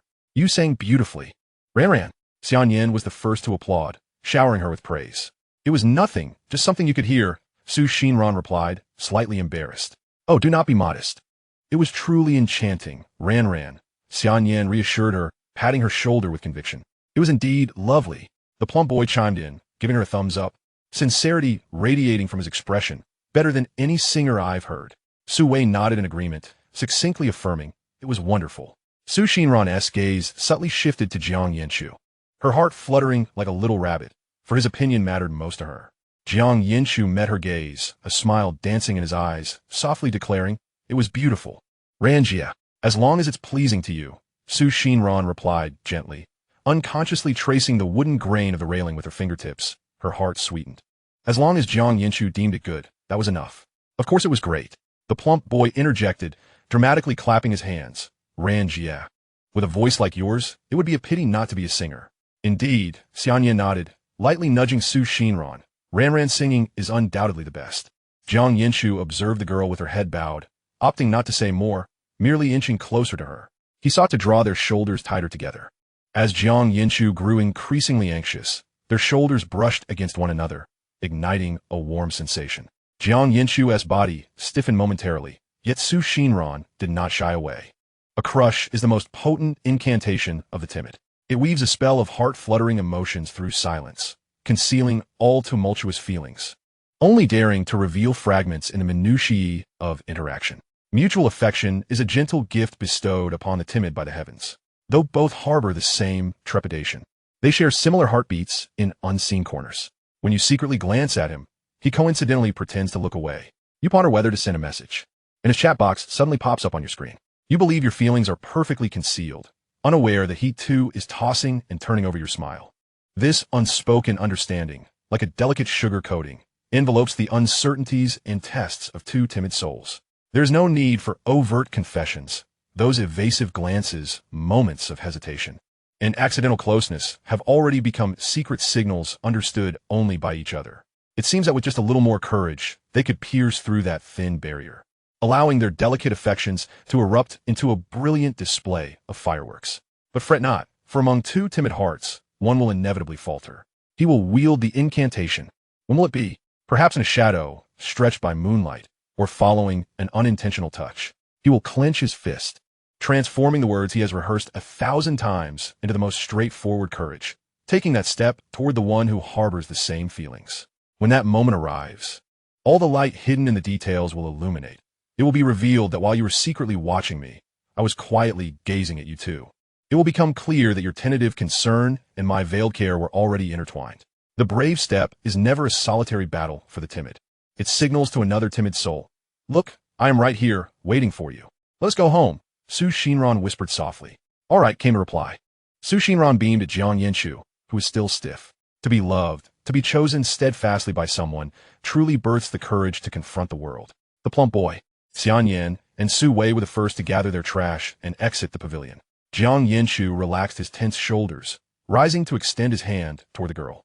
Su Xinran gazed at the backs of her friends walking side by side, then at Jiang Yanchu's outstretched hand, silently thanking him. Thank you, Jiang Yanchu. Thank you, my friends. And farewell, past Su Xinran. Did I guess correctly? A reward. Hee hee. Continuing the counting game, I'm still at 1. Chapter 65. Will Annie say anything about us on the way home? On the journey home, the evening breeze brushed against the ground, carrying the coolness of late summer. Su Xinran wrapped her arms around Jiang Yanchu's waist, her cheek gently resting against his back, her voice slightly scattered by the wind. Jiang Yanchu. If you take me home like this, will Annie say anything about us? Jiang Yanchu, gripping the handlebars with one hand, turned to glance at her, a smirk playing on his lips. She will for sure, especially since I've brought you home smelling of cream. But as for you, I'm not so certain. Oh, Su Xinran replied, a hint of disappointment creeping into her tone. Jiang Yanchu, catching her mood, teased her. I can detect a hint of disappointment in her voice. No, I'm not, the girl retorted, burying her face deeper into his back. Oh really? I can hear it loud and clear, he chuckled, deliberately slowing down the bike. Do you want me to have my mom scold you? Of course not. Su Xinran lightly punched his waist. I don't want to talk to you anymore, Jiang Yanchu. Just focus on writing. Jiang Yanchu laughed softly, ceasing his teasing and subtly reducing his speed. The air was filled with a faint scent of cream, and the girl's grip around his waist tightened imperceptibly. Jiang Yanchu was fully aware of everything. Her no concealed a shared longing for acceptance from each other's families. However, the road ahead was long, and they would take it slowly. We're home now, Ran-jie, Jiang Yanchu announced, parking the motorcycle. He turned to the girl in the back seat, who was still motionless, a teasing smile in his eyes.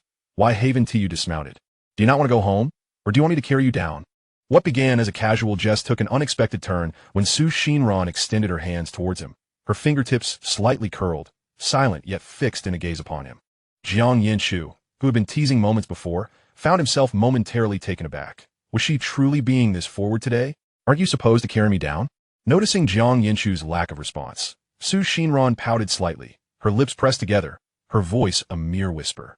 Observing her demeanor, the surprise in Jiang Yanchu's heart swiftly transformed into warmth, and he couldn't help but let out a hearty laugh. He leaned down and carefully lifted her from the car, and without hesitation, she wrapped her arms around his neck, her cheek nearly brushing against his collarbone, where she could catch a faint scent of soap mingled with a creamy sweetness.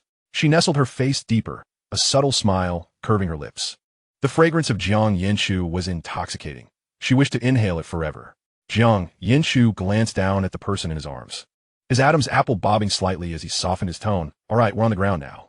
Yet, Su Xinran did not immediately release her hold, merely murmuring a muffled mm. The evening breeze wafted by, carrying an indescribable sweetness that lingered between them, refusing to dissipate. Having already descended, shouldn't they head home? Observing the stillness of the girl in his embrace, Jiang Yanchu inquired softly once more. Don't rush, Jiang Yanchu, Su Xinran replied, her voice gentle yet mischievous. In the next heartbeat, her face suddenly drew near, their noses almost touching, their breaths intertwining. Jiang Yanchu, taken aback by the sudden proximity, felt his cheeks flush uncontrollably, stuttering. What's wrong? Su Xinran, however, burst into laughter, playfully poking his cheek with her finger. You still have cream here. Let me wipe it off. This made Jiang Yanchu even more endearing in her eyes. Her cool fingertip grazed his skin, sending a jolt of electricity coursing through his body. Oh, okay, he replied, slightly dazed, his breath becoming more subdued.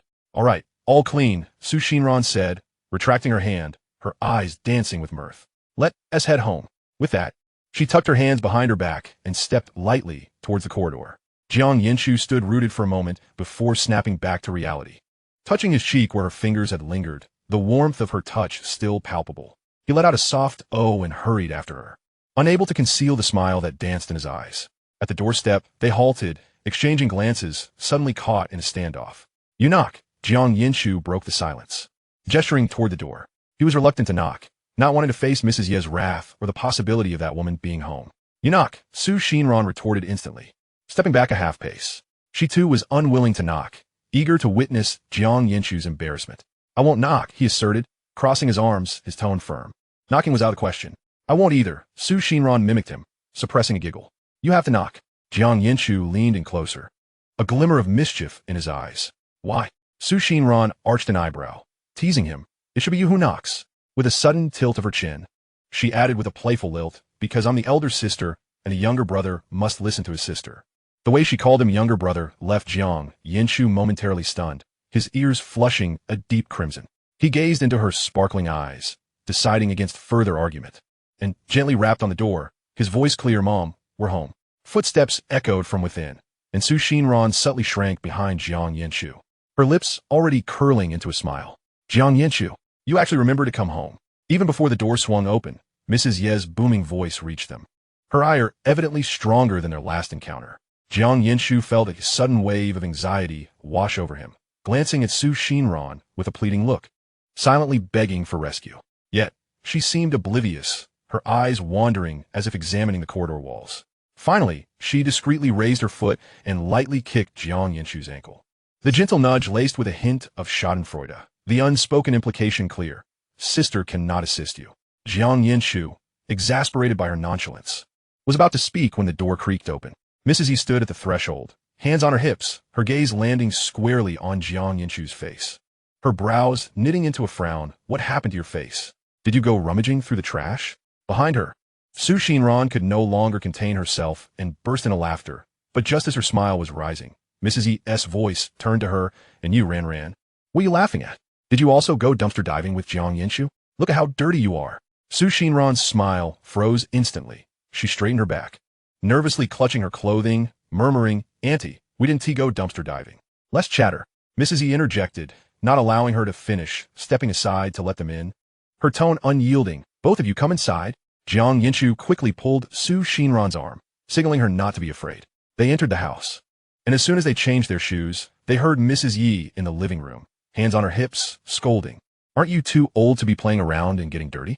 Especially you, Jiang Yanchu, leading Ran astray. Su Xinran glanced at Jiang Yanchu, noting his helpless expression as he refrained from retorting, and she couldn't help but stifle a laugh, pressing her lips together to avoid being caught. You two, stand right there, Mrs. Yi commanded, surveying them. She immediately noticed the smile tugging at Jiang Yanchu's lips and glared at him. Jiang Yanchu, be serious. No smiting. If you do, I'll smack you. Jiang Yanchu quickly stifled a smile, pressing his lips together, adopting a well-behaved demeanor. Only then did Mrs. Yi turn her attention to Su Xinran, her tone softening. Ran, you go first. Where did you go today? She then turned back to Jiang Yanchu, warning him, no smiling. You'll have your turn soon. Su Xinran fidgeted with her clothing, speaking softly. Annie, I went to see Liang. Mrs. Yi nodded, a flicker of understanding in her eyes as she gently probed. Go on. You didn't tell Auntie, nor did you tell Jiang Yanchu, and you went alone? Because I didn't want to trouble anyone. Su Xinran's voice dropped further, her head bowing slightly. Silly Ran, Mrs. Yi sighed, stepping closer to pat her shoulder gently, her voice softening. Don't be afraid. Annie just wants you to know that you should regard us as family. There is no such thing as a bother, all right, Ran? Su Xinran lifted her head, her eyes glistening with unshed tears, nodding vigorously. I understand. In truth, she felt no fear. She relished being corrected by Annie, as the equal treatment she received, just like Jiang Yanchu, made her feel truly a part of this family. To her, Annie was like a mother.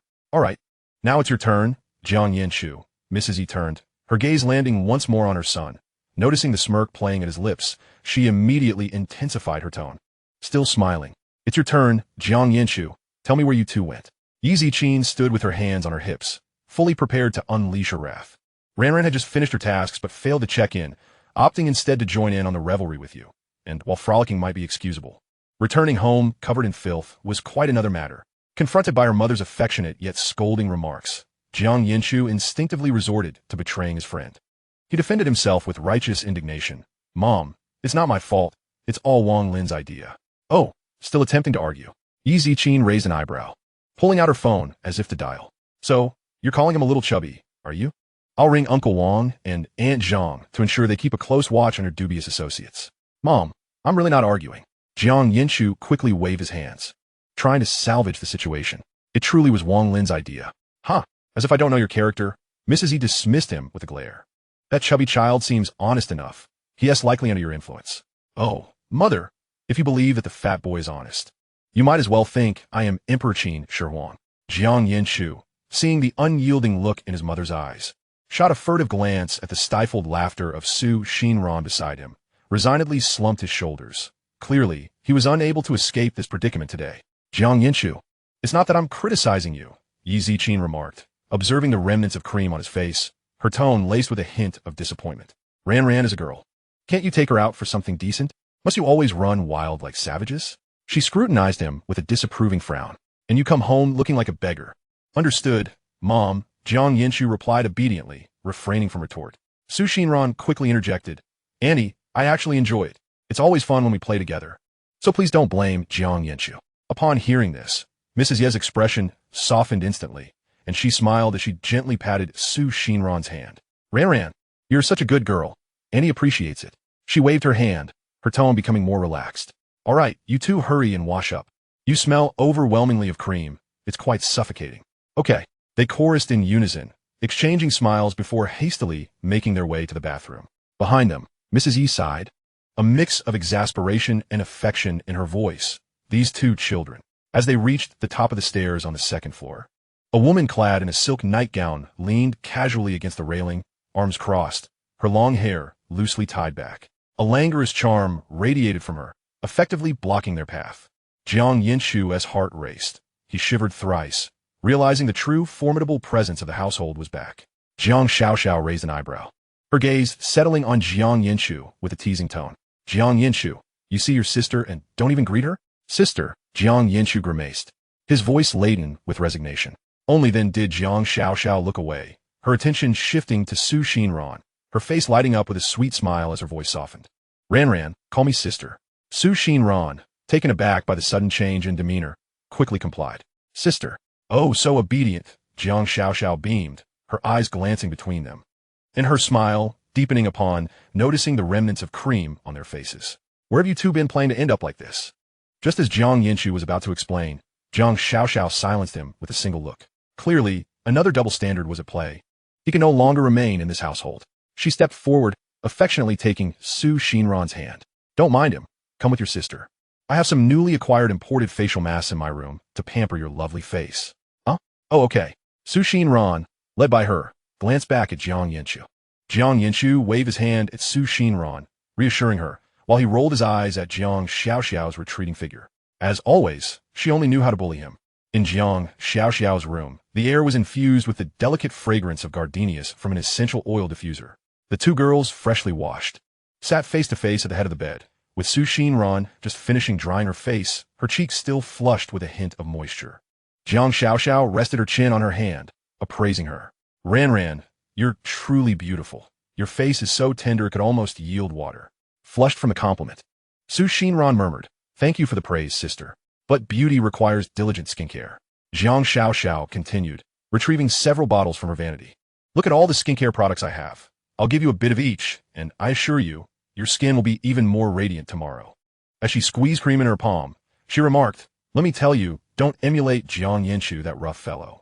He washes his face as if he is merely going through the motions, never getting it clean. As his sister, she was all too familiar with Jiang Yanchu's habits. Xinran hurried to defend him. Sister, that's not true.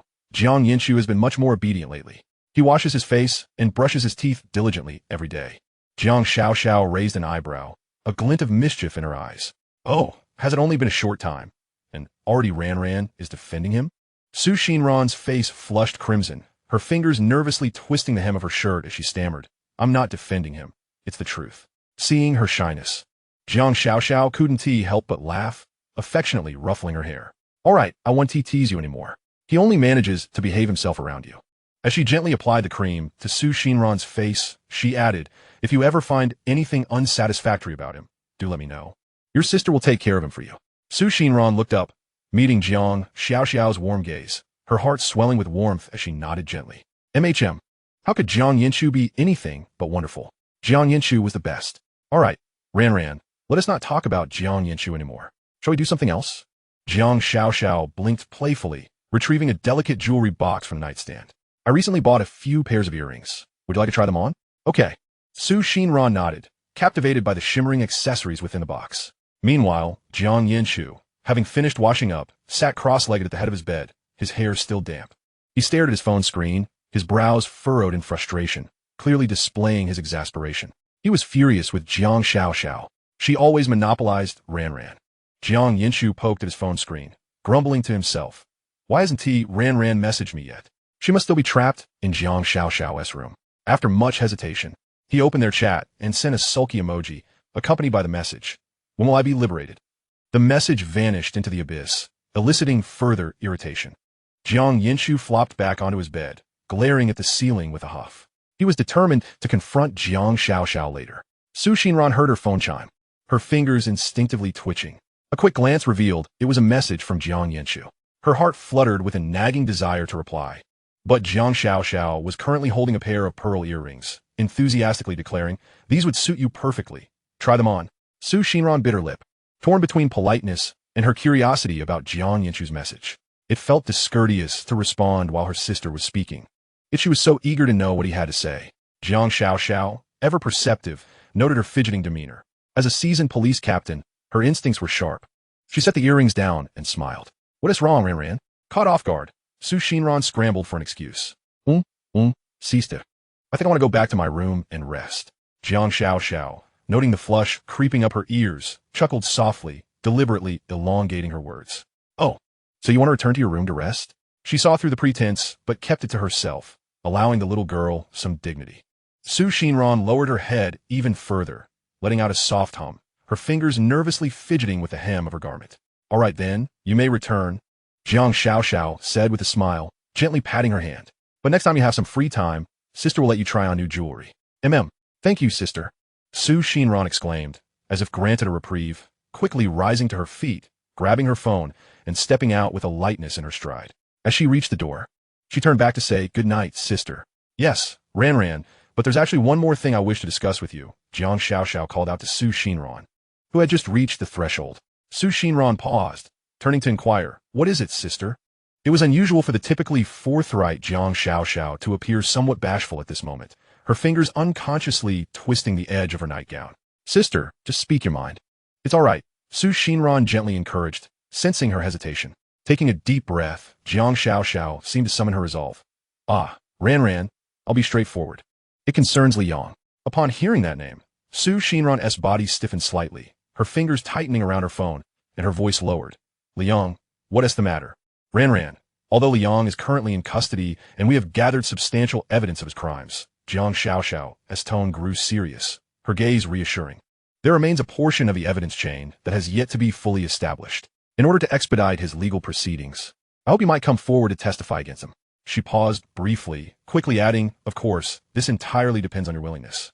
I understand that Li Yang has cast a significant shadow over you, and if you feel uncomfortable or unwilling to do so, it's perfectly all right. I assure you, even without your testimony, we will ensure Li Yang is brought to justice at the earliest possible opportunity." The room fell silent for a few seconds, the mist from the aromatherapy diffuser wafting gently through the air. Xinran bowed her head, her long hair concealing her expression, her shoulders trembling slightly. Jiang Xiao made no attempt to rush her, quietly watching, allowing the girl time to process. After a moment of silence, Xinran slowly lifted her head. Looking at Jiang Xiao with a smile, her tone light, "Sister, I thought it was something serious. It's just identifying Li Yang's criminal actions, which I can certainly do." Still somewhat anxious, Jiang Xiao sought reassurance. Ran, if you truly feel reluctant, you can refuse. There's no need to force yourself." "Sister, I genuinely do not feel forced." Xinran's eyes sparkled with an unprecedented determination. "I'm more than willing to testify against him. I want to witness that scoundrel face justice. Last time I missed the opportunity to see it firsthand, but this time I'll be a part of it." After speaking, Xinran lightly clenched her fist as if to bolster her own courage. "Do you have anything else, sister?" she inquired, looking up. "No, Ran, Hian Xiao replay." Observing the light in her eyes, feeling relieved, and smiled in return. "You should head back and rest." "All right, good night, sister." Xinran waved and swiftly exited the room, her steps more assured than before. In the instant she closed the door, she felt her phone in her pocket, the screen still illuminated. With no response from Jiang Yanchu yet. However, the anxiety she had felt moments ago dissipated, replaced by a sense of grounding. For she could finally push the shadows of her past further away. Liberated, Su Xinran murmured to her phone, her fingertips dancing across the keyboard. When shall we have a video call? Jiang Yanchu replied. Su Xinran responded, just a moment, I'll be back in my room shortly. The girl smiled, stowing away her phone, and hastened back to her own quarters. With a click, the door shut behind her, and Su Xinran immediately retrieved her phone, tapping a few times on the screen to initiate a video call. The screen brightened swiftly, revealing Jiang Yanchu's face, damp hair glistening, his eyes sparkling. Jiang Yanchu. Su Xinran waved her hand, her smile lighting up her features. I've been waiting for you for quite some time, Jiang Yanchu replied, his tone tinged with a hint of complaint, yet underlined by delight. I miss you for a long while too, Su Xinran confessed, sticking out her tongue. But my sister was present, and it would have been impolite to leave abruptly. I understand. Jiang Yanchu chuckled softly at the sight of Su Xinran on the screen.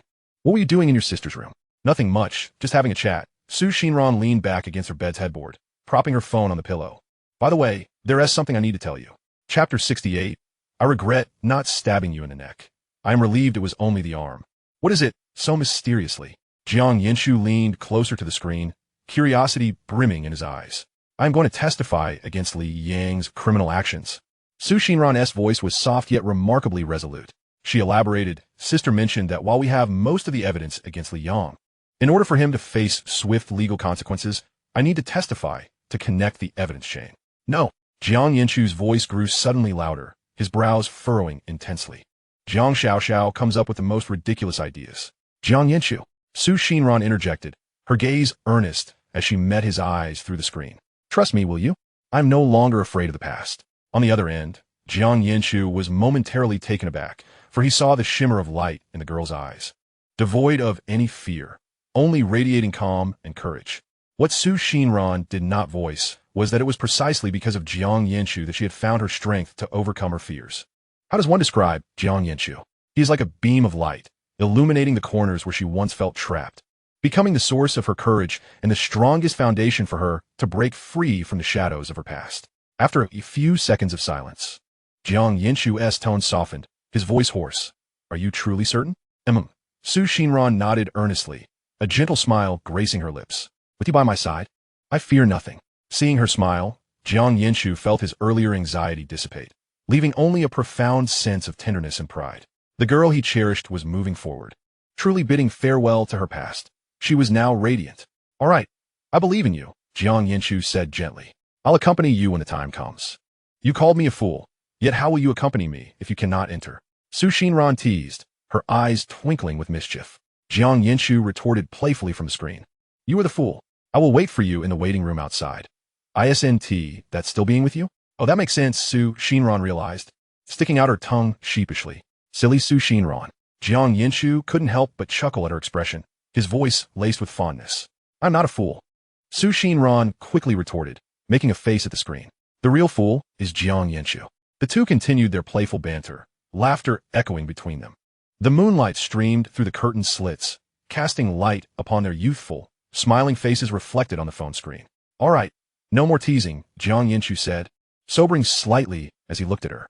No matter how long it takes, I will be waiting outside. The moment you step out, you will see me. Su Xinran nodded earnestly, warmth flooding her heart. His words meant more than anything to her. Jiang Yanchu, get some sleep. Good night. Su Xinran yawned slightly, her eyes beginning to droop.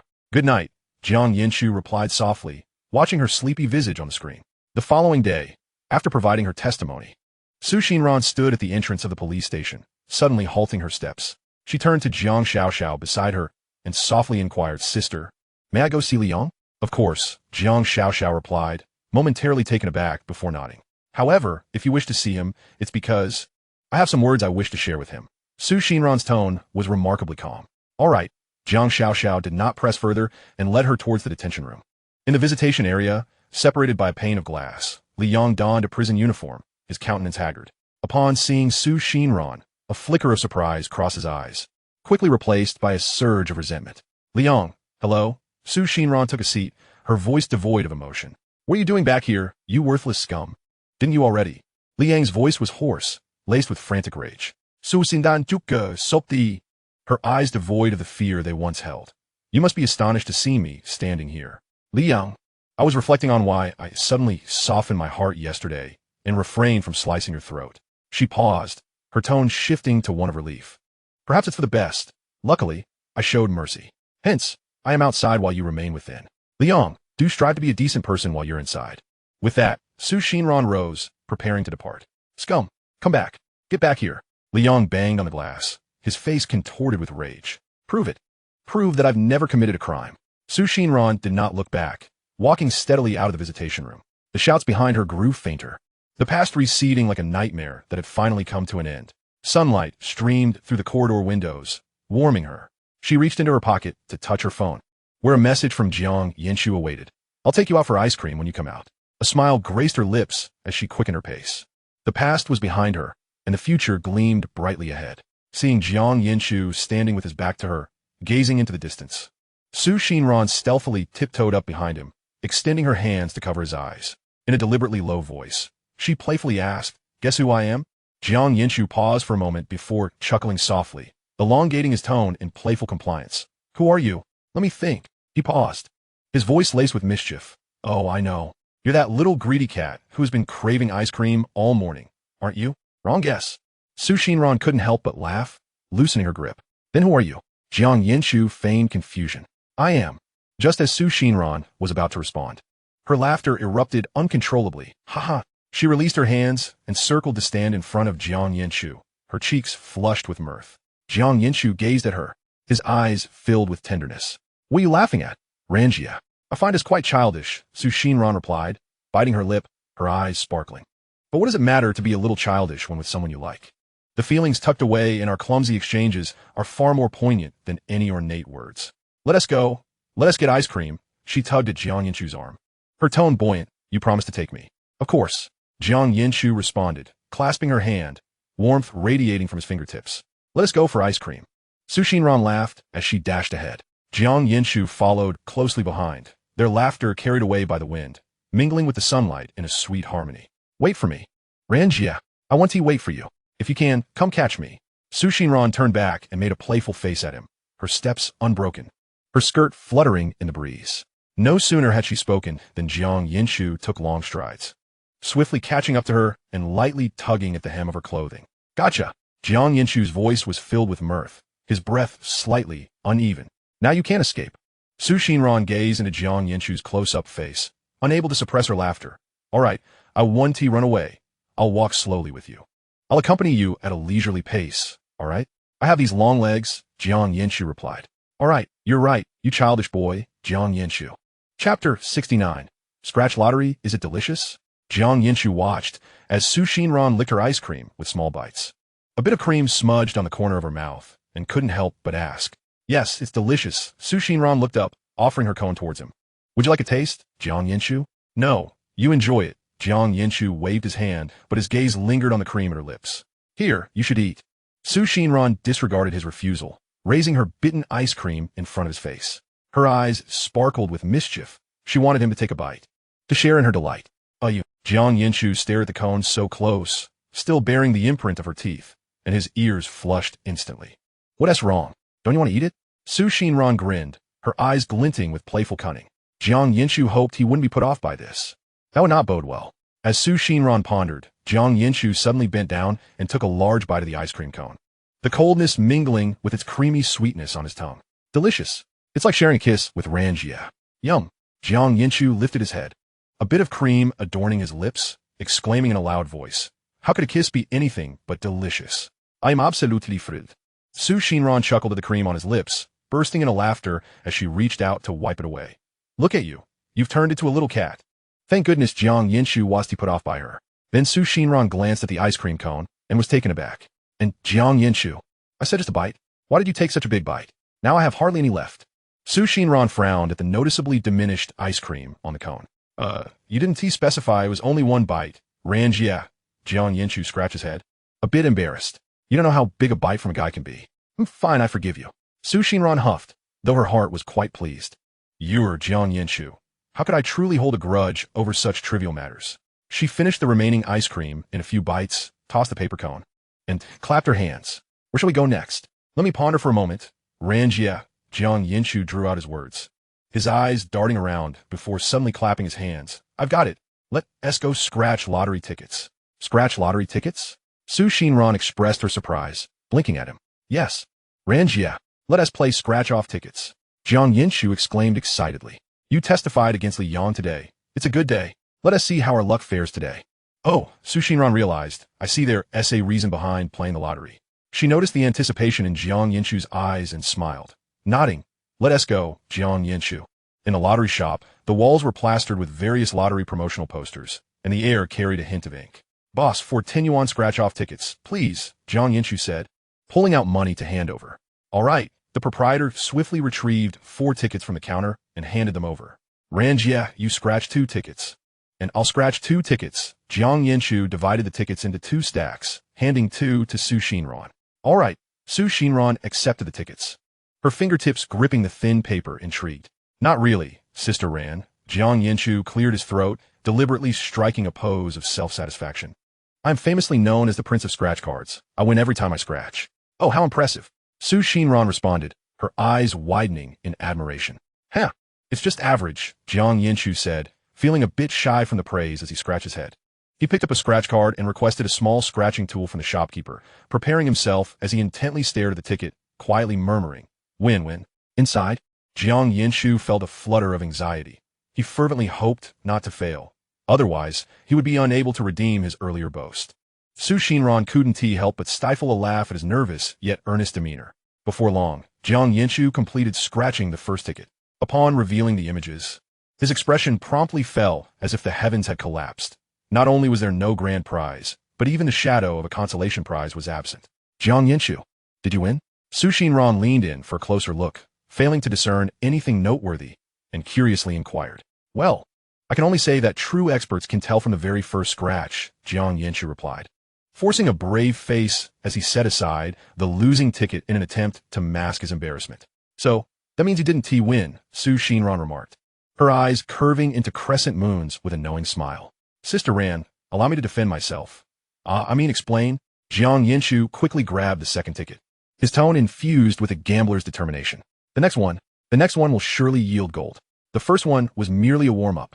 Suppressing her laughter, Su Xinran not that, how sets Li. Yes, I believe in you. Noticing the teasing glint in her eyes, Jiang Yanchu cleared his throat and began to scratch the second ticket vigorously, mentally reciting his earlier incantation several times.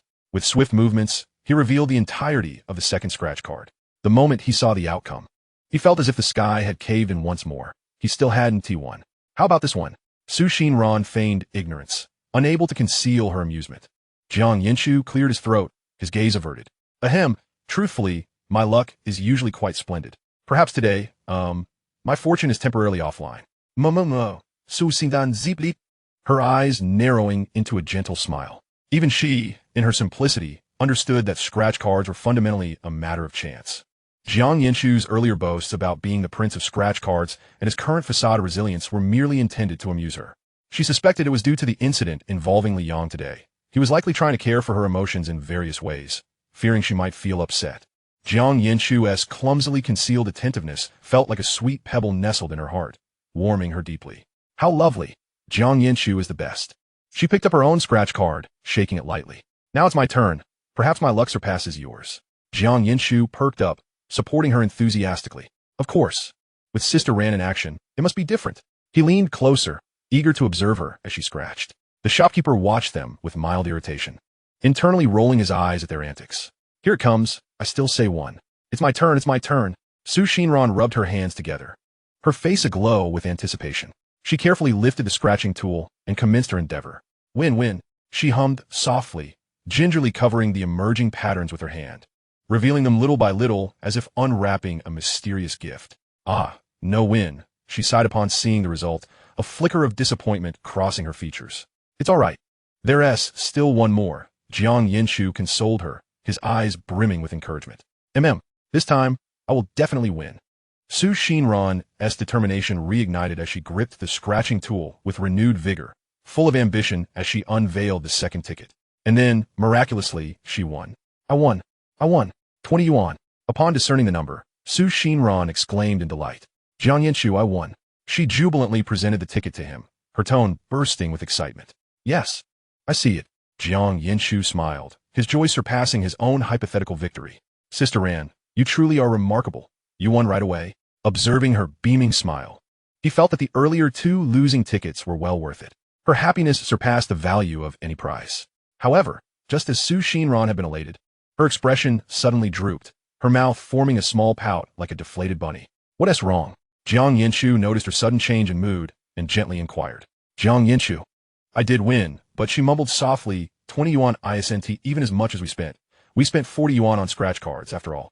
Sister Ran, we weren't aiming to win big, Jiang Yanchu chuckled, ruffling her hair. Didn't we say before coming here? Winning signifies good fortune for today. So we should be happy regardless of the amount, right? Su Xinran's head shot up, her eyes sparkling as the earlier disappointment vanished like mist. Indeed, good fortune is what matters most. Jiang Yanchu truly had a knack for comforting her, and she secretly thought her fondness for him had grown just a tad more today. Let's claim our prize, Sister Ran. Jiang Yanchu gestured toward the counter. All right. Su Xinran clutched the ticket, her steps light and buoyant. The earlier trivial concerns vanished without a trace. After all, being with someone she cherished, even if they only won 20 yuan, felt sweet. She cared little for today as fortune, as her joy stemmed solely from sharing this moment with Jiang Yanchu. With her small hand clutching the winning scratch card, she tiptoed to the shopkeeper. Sir, I'd like to claim my prize. The shopkeeper examined the scratch card, glanced at Jiang Yanchu, and sighed. Young lady, I have a question, though I'm unsure if it's appropriate to ask. What is it? Su Xindan Budin get, Gudio. You're so happy to win 20 yuan with your boyfriend over a scratch card? The shopkeeper chuckled, a teasing lilt in his voice. Huh? Yes, not my boyfriend. Su Xinran's cheeks flushed as she hastily waved her hands in denial. In her heart, she added, even though I wish you were my boyfriend. One for a lifetime. It may not be true now, but it surely will be in the future. Ah, young lady, you're still arguing with me, the shopkeeper remarked, pointing at their wrists. Well, you're wearing isn't a matching couple S watch. Su Xinran instinctively looked down at her wrist, then glanced at Jiang Yanchu's. Indeed, they were wearing the matching pink watches they had bought together during their last shopping trip. A graduation gift from him. All right, the shopkeeper relented, fetching 2 10 yuan notes from the drawer. I'm just old-fashioned and don't understand the romantic gestures of young couples these days. Here, take your 20 yuan. Su Xinran accepted the money, her fingers tingling with warmth. Stealing a glance at Jiang Yanchu, she noticed his ears were flushed, and he was pretending to inspect the shelves. She slipped 10 yuan into his hand. Here, I'll share half with you. Good, Jiang Yanchu replied as he accepted it. As they exited the lottery shop, Su Xinran clutched the 10 yuan, her heart brimming with sweetness. What shall we do now? This time, it was Jiang Yanchu's turn to inquire. Not quite sure. Su Xinran trailed off, casting a glance at the 10 yuan bill in her hand. A spark of inspiration ignited in her eyes. Jiang Yanchu, I know what we should do, she exclaimed, raising the money triumphantly, her face alight with anticipation. Jiang Yanchu looked at her, puzzled. What do you mean? We can use this 10 yuan to prepare a gift for each other. What do you think? Su Xinran's voice brimmed with excitement. This 10 yuan is from our first scratch-off lottery win, and I believe it holds significant meaning for us. Using it to prepare gifts will surely make it even more special. Upon hearing her words, Jiang Yanchu nodded emphatically. All right, let us split up to make sure we can surprise each other, Su Xinran suggested. Are you sure you can manage on your own? Jiang Yanchu still harbored some concern regarding her well-being. Trust me, Su Xinran reassured him, patting her chest and fluttering her large eyes. Once we're ready, we'll contact each other via our phones. Okay, bye. See you soon, Jiang Yanchu. Su Xinran waved goodbye and dashed into a nearby alley. Bye, Jiang Yanchu murmured, watching her retreating figure, gripping the 10 yuan tightly as he pondered what to purchase. This gift had to be something extraordinary, given that it was crafted from their lucky money. At the alley's corner, Su Xinran held the 10 yuan, her fingertips pressing against it gently. A fleeting expression of unease flickered in her eyes. What gift should she prepare for Jiang Yanchu? An idea crossed her mind. Perhaps a hair tie for him? Something he could wear as a declaration of having a girlfriend. But she quickly dismissed it. No, they hadn't officially confessed their feelings yet. Although she longed to claim Jiang Yanchu for herself, she recognized the need for patience. Thus, she decided to purchase something else. Su Xinran's eyes brightened as she spun around and hurried towards the convenience store at the street corner. She recalled they sold small glass jars filled with colorful stars, precisely within her budget of 10 yuan. Every time she saw Jiang Yanchu smile, his eyes sparkled like stars. Perhaps he would appreciate such a gift. Shout, Jiang. I like whatever you give me, she imagined him saying. Bursting into the store, she quickly located the glass jar, paid for it, and tucked it into her bag. As she felt the cool surface of a jar, a thought struck her. She should fold the stars herself. That would make it even more special. She could simply claim that she needed more time to prepare the gift and present it to Jiang Yanchu in a couple of days. Meanwhile, Jiang Yanchu stood on the roadside, grappling with the 10 yuan in his hand. Ran-jie certainly knows how to pose a challenge. What decent gift can I buy with just 10 yuan? He furrowed his brow, scanning the nearby shops with a blank mind. Just as he was growing anxious, his phone chimed. He quickly pulled out to check. It was a message from Xinran. Jiang Yanchu, I'm all set. Are you ready? His eyes widened momentarily, and his fingers flew across the screen, replying, I'll be ready in a moment. He felt a rush of urgency. What did Ran-jie like? She seemed to enjoy everything, but she particularly loved singing. Unfortunately, 10 yuan wouldn't suffice for an album. Suddenly, a light bulb went off in his head. He had an idea. He dashed into a nearby, cultural shop, swiftly scanning the shelves until he locked onto his target. However, he decided to play coy and delay giving Ran-jie her gift for a while longer. After making his purchase, Jiang Yanchu sighed with relief and quickly texted Xinran. I'm all set. Where shall we meet? At the entrance of a city number 1 high school. It seems we're quite close to it, she replied. All right, I'll be there shortly. He responded eagerly. At the entrance of a city number 1 high school. The sunset cast elongated shadows across the school gate. Xinran, clad in a yellow floral dress and carrying a small canvas bag, kicked at the pebbles along the roadside, glancing occasionally toward the intersection. Why hadn't Jiang Yanchu arrived yet? What if he got lost? As if summoned by her thoughts, she suddenly heard a familiar voice call out, Ran-jie. Xinran looked up sharply to see Jiang Yanchu, dressed in a white t-shirt, standing in the sunlight across the street, waving vigorously at her. The rays of the setting sun enveloped his hair in a gentle golden hue. Come over here, she called back, her lips curling into an involuntary smile. Coming, Jiang Yanchu replied, glancing at the traffic before hurriedly crossing the street. Watch for cars, Xinran reminded him. Got it. He quickly reached her, a thin sheen of sweat glistening on his forehead as he caught his breath. Xinran noticed the droplets of perspiration on his brow and frowned slightly, her voice softening. It's hot. Isn't it? Did you run here? Jiang Yanchu nodded, lifting his hand to wipe away the sweat with his sleeve, chuckling, I didn't want you to wait too long. Xinran pouted slightly, murmuring, on a hot day like this, you didn't have to rush so much, you silly. Although she had indeed been eager to see Jiang Yanchu, she couldn't bear to see him arrive all hot and bothered. Jiang Yanchu chuckled softly, not arguing. Of course, when it came to meeting someone he liked, he wanted to rush over. Every second felt like an eternity. Still smiling, you fool, Xinran shook her head in exasperation, reaching into her small backpack to pull out a packet of wet wipes. She tore it open, took one out, and gently stood on her toes to wipe the sweat from his brow. The coolness of the wipe brushed against his skin, and he could see the sunlight sparkling in her lashes from their close proximity. Jiang Yanchu's heart skipped a beat, and he instinctively averted his gaze to the nearby phoenix tree, feeling a warmth creep into his ears. Ran-jie was too close, and she looked so lovely. It made him somewhat bashful. Jiang Yanchu, don't move. Xinran playfully scolded as she noticed him shifting. Oh, he obediently stilled, even moderating his breath.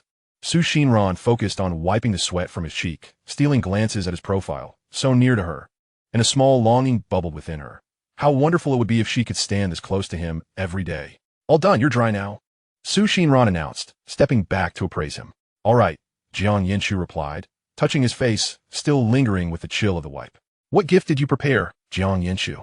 You first, tell me what you've got. They both spoke simultaneously, then paused, blinking at each other before, as if on cue, they chimed in together. I need to prepare a bit more. After speaking, they both couldn't help but laugh. So, it was just me wanting to play coy, Jiang Yanchu remarked, raising an eyebrow at her with a playful glint in his eye. We're on the same wavelength, Xinran said, a hint of shyness coloring her cheeks. Then, could we have a few more days? Sure, she nodded, stepping back a couple of paces. Let us reconvene in 2 days with our gifts. It's a promise, Jiang Yanchu declared, raising his hand to form a pinky swear. All right, pinky swear. Su Xindang Apfim. Xinran extended her pinky finger and hooked it with Jiang Yanchu's finger.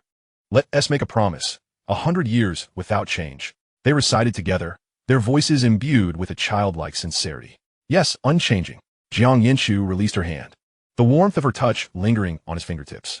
After completing this ritual, he turned his gaze towards the entrance of City No. 1 high school behind them, and suddenly suggested, Sister Ran, would you like to revisit our alma mater? Sure. Xinran's eyes sparkled. It had been half a year since she last set foot in the school, having taken a leave of absence due to her mental health. Then let us go. Jiang Yanchu led the way towards the school gate. However, Xinran hesitated, but what if the security uncle doesn't let us in? We've already graduated. So we shouldn't just walk in. Don't worry, I have a plan. Jiang Yanchu winked mysteriously. What kind of plan? Bribery. Huh? Xinran looked puzzled. Bribing the security uncle? Just wait and see. Jiang Yanchu grinned at her and quickened his pace towards the security booth. Approaching the window, he called out cheerfully, Uncle, do you remember me? The uncle looked up and immediately recognized him, his voice booming, Little Jiang. Yes, it's me. Jiang Yanchu replied, pulling a pack of cigarettes from his pocket and handing it over. Here, Uncle, have a smoke. I'm just here to stroll around the school. Could you do me a favor? The uncle accepted the cigarettes, tucking them behind his ear, and waved his hand with a benevolent smile. Sure. Go on in, but be careful not to cause any trouble. Thank you, Uncle. Jiang Yanchu quickly expressed his gratitude, turning to Xinran with a triumphant gesture. The uncle chuckled, playfully tapping Jiang Yanchu on the head before waving them through the gate.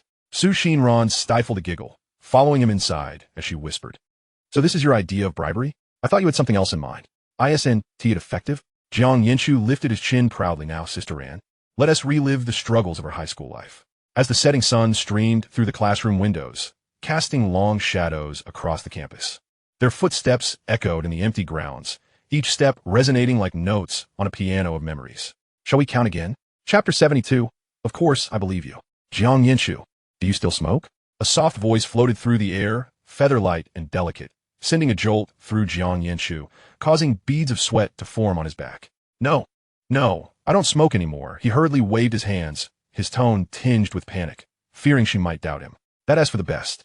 Xinran elongated her tone, her eyes glinting with understanding. How could she forget? In their second year of high school, Jiang Yanchu had attempted to impress his friends by taking up smoking. To her surprise, she caught him in the act on his third attempt. At that moment, tears had brimmed in her eyes as she plaintively declared, Jiang Yanchu, you mustn't smoke anymore. Seeing her on the verge of tears extinguished his bravado, leaving only a sense of urgency. He quickly extinguished his cigarette, repeatedly promising, I won't smoke again, I promise. That vow had remained etched in his heart until now. I really have quit, Jiang Yanchu stated more seriously. The cigarettes I gave to the uncle were from when I helped my dad buy some. I just happened to pocket them. I don't smoke myself. Noticing his anxious demeanor, Xinran couldn't help but chuckle. I know, I was just teasing you. Sister Ran, a man should always carry cigarettes for emergencies. Jiang Yanchu scratched his head, explaining with a hint of male camaraderie. Understood, Xinran replied, her tone playful, though her lips curled into a smile. She didn't quite grasp the concept of those so-called emergencies, but Jiang Yanchu's earnest explanation amused her. Ultimately, his assurance of having quit sufficed for her. From the moment he had earnestly promised, she had believed him. As they meandered along, they unknowingly arrived at the playground. Xinran paused, the sunlight casting a warm golden hue on the rubber track. She squinted slightly, pulled out her old Android phone, and smiled at the visible cracks on the screen before skipping to the center of the track. Standing in the sunlight, she tilted her head to look back at Jiang Yanchu, her face breaking into a broad, sweet smile. The sunlight sparkled in her eyes like shards of gold. Taking a deep breath, she called out brightly, Jiang Yanchu, thank you. The wind carried her voice, laced with a playful lilt. Jiang Yanchu stood rooted to the spot, gazing at the girl enveloped in sunlight, her yellow floral dress fluttering in the breeze like a little sunflower reaching for the light. What was she thanking him for? For being by her side today, for finding ways to make her happy, for hiding his attentiveness within his clumsy gestures. Jiang Yanchu waved back with a smile, calling out, what are you thanking me for? For you. Xinran elongated her tone, racing back to him, standing on her tiptoes to whisper softly in his ear, thank you. Jiang Yanchu. The boy's ears reddened again, his heartbeat drowning out the distant cicada song. The setting sun stretched their shadows long, entwined together as if they would never part. Let us go check out the basketball court. I know you want to play, Xinran said, turning to Jiang Yanchu with a smile. Actually, I'm not that eager. Jiang Yanchu scratched his head, musing inwardly, what I really want is to take a leisurely stroll with you under the sunset. Well then. Xinran tilted her head to look at Jiang Yanchu. I want to see you play. Is that okay? Absolutely. Her words seemed to invigorate him, and he straightened up, his tone brightening. Let us go. The sound of basketballs bouncing echoed from the court where the school team was engaged in practice. Jiang Yanchu and Xinran walked in side by side, the familiar atmosphere washing over them. Jiang Yanchu called out to a boy in a red training suit on the court. Zhang Yi. Huh? Yang Yi. The boy turned, his eyes lighting up upon seeing Jiang Yanchu. What brings you back? Add me to the game. Jiang Yanchu flexed his wrists, eager to play. Sure. It's been a while since we played together. We're short on players. Zhang Yi laughed as he tossed the ball over. All right, Jiang Yanchu caught the ball confidently and turned to Su Xinran, gesturing for her to find a spot to sit and wait for him. Su Xinran called out softly, "Jiang Yanchu, good luck." "Thanks." Jiang Yanchu nodded vigorously, a confident smile gracing his face as he sprinted onto the court. The sunlight illuminated his energetic figure, igniting a spark of enthusiasm. Su Xinran found a bench on the sidelines, resting her chin in her hands as she watched him run and shoot hoops, her smile unwavering. Watching the person she liked engage in something he loved was simply delightful. "Jiang, you want to stop me?" Jiang Yanchu dribbled outside the three-point line, his eyes fixed on the basket, a teasing tone in his voice. "Jiang, watch me intercept you." Jiang Yi crouched down, arms spread wide in anticipation. Faced with the defense, Jiang Yanchu executed a swift shoulder shimmy, followed by a quick change of direction, his movements fluid as he seamlessly slipped past Jiang Yi. "Jiang Yi, your pace is rather sluggish." Jiang Yanchu, dribbling the ball with fervor, playfully taunted, "I'll pass you as effortlessly as an elderly lady crossing the street in the morning." A hint of playful banter enhances the ambience of a basketball match. "You seem to be celebrating prematurely, brother Jiang." Jiang Yi retorted, determined to catch up, leaping high in an attempt to block him. Out of the corner of his eye, Jiang Yanchu caught sight of him, abruptly folding his body in mid-air, delicately flicking his wrist. The ball traced a beautiful arc, gliding past the side of the backboard and settling securely into the net. A dazzling layup. "Splendid," cheered Su Xinran from the sidelines. As Jiang Yanchu landed, he maintained his balance and turned to her, flashing a victorious gesture, his face aglow with joy. Jiang Yi, standing nearby, clapped him on the shoulder. "Well done, brother Jiang, your touch is still on fire." "Absolutely," Jiang Yanchu replied, his eyes sparkling as he received the ball from a teammate. "Let us go again." "All right, brother Jiang. This time I shall defend diligently." Jiang Yi exclaimed. "Oh, Jiang Yi, you're playing dirty, double-teaming me." Jiang Yanchu encouraged. "Let us count it down. 104, 121, 3219. Chapter 73, Basketball. Time flew by, and in the blink of an eye, the basketball game concluded. Jiang Yi's team triumphed by a narrow margin of 1 point. Approaching Jiang Yi, Jiang Yanchu patted his shoulder. "Not bad, you've improved." "You flatter me, brother Jiang," Jiang Yi chuckled, scratching his head. "After all, I am leading our A-team. No need for modesty. Keep training. I must take my leave." Jiang Yanchu deeply. "All right, goodbye, brother Jiang." Jiang Yanchu turned and walked towards Su Xinran, who sat on the sidelines. Sweat trickled down his cheeks, soaking the collar of his white t-shirt, yet it did nothing to diminish his striking appearance. "You played incredibly well, Jiang Yanchu." Su Xinran gazed up at him, her eyes brimming with genuine admiration. "Do you understand basketball?" Jiang Yanchu teased her deliberately. The girl shook her head, candidly. "If you can't comprehend basketball, then merely say I'm impressive. No need to fib," he said, sitting beside Su Xinran, his tone laced with mirth. "I'm not lying. You truly are impressive." She mumbled, lowering her gaze. "You look particularly handsome when you run, and even more so when you score. In short, you are remarkable." Jiang Yanchu couldn't help but chuckle at her earnestness, feeling a sweet warmth fill his heart at her words. He raised his hand, intending to ruffle her hair as he had moments ago, but halfway through, he withdrew, opting instead to take a sip from the water bottle nearby. As Jiang Yanchu drank, he casually inquired, "Since you don't understand basketball, why do you still wish to watch me play?" "I just want to see. I want to tell you." Su Xinran turned her face away, her ears subtly reddening, clearly wanting to avoid the topic. "So why do you want to watch?" Back in school, she felt she hadn't much talent, aside from daydreaming, and had few friends aside from Xianyan. Therefore, watching Jiang Yanchu play basketball was one of her rare sources of enjoyment during her time at school. She had watched him play since middle school, from his clumsy beginnings to his current effortless prowess on the court. In truth, she still didn't grasp the rules, traveling fouls, such terms baffled her. But what did it matter?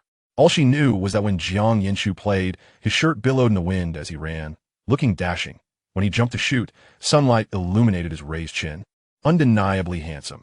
And when he wiped sweat after scoring, the movement of his Adam's apple was equally captivating. As long as she could watch him, understanding basketball was inconsequential. For she never watched basketball itself, but rather the person who played it. Jiang Yanchu observed Su Xinran's awkward profile, pursing his lips slightly. He refrained from probing further, merely giving her arm a gentle nudge. "Let us go. It's getting dark." "Oh," she replied obediently, rising to her feet, yet unconsciously edging closer to him. "Are we really leaving?"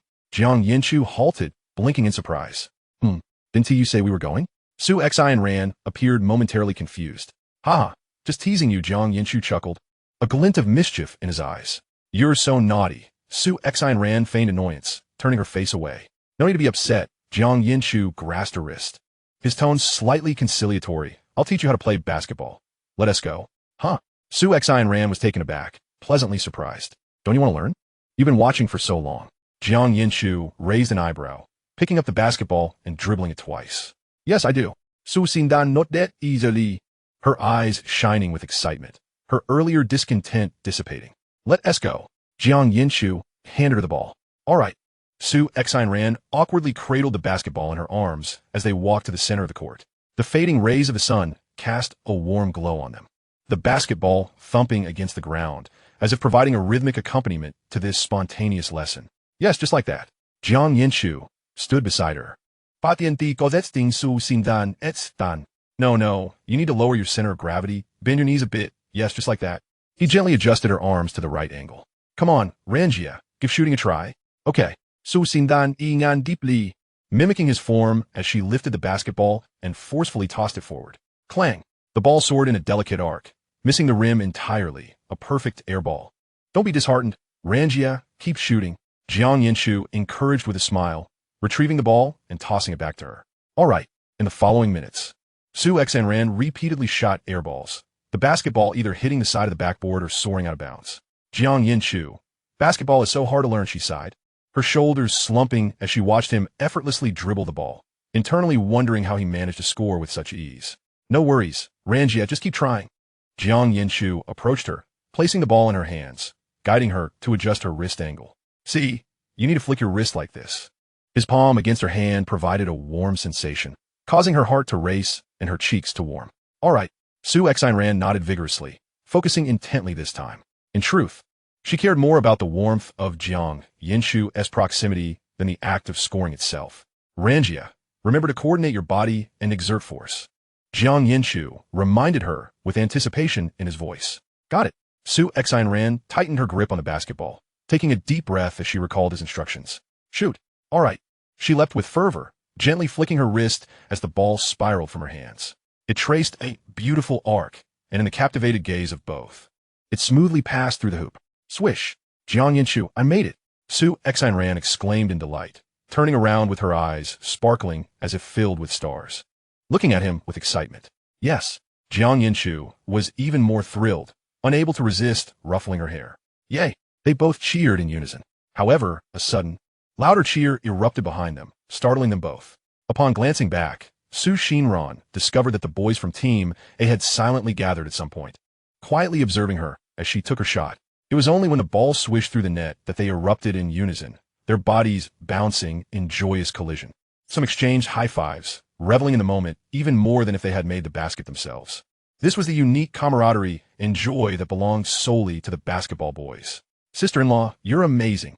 Zhang Yi led the cheers, inciting a chorus of laughter in agreement. Who is the sister-in-law? Xinran's cheeks flushed crimson, and she shyly ducked behind Jiang Yanchu.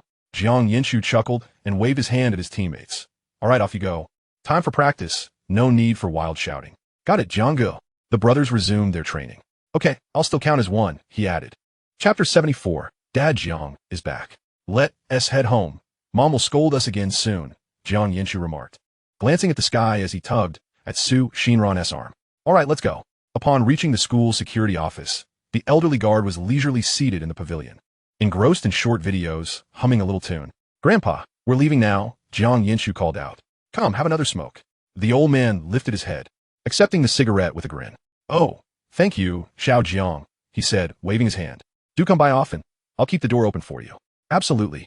Jiang Yanchu waved goodbye. See you, Grandpa. As they exited the school gates, Jiang Yanchu caught a glimpse of Xinran, who was stifling her laughter. And couldn't he resist asking, what is so funny, Ran-jie? Jiang Yanchu, Xinran giggled, her eyes crescent-shaped with mirth.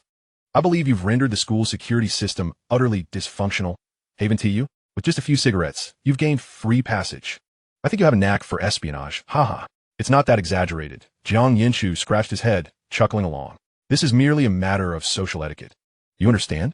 Yes. Jiang the spy knows best. Xinran mimicked his tone, skipping ahead. Hey, wait for me. Jiang Yanchu hurried after her. The two chatted animatedly as they walked home, the setting sun casting elongated shadows. Today, Jiang Yanchu was particularly sharp, likely having been chastised by Yiziqin, as he had thoughtfully brought along the house keys.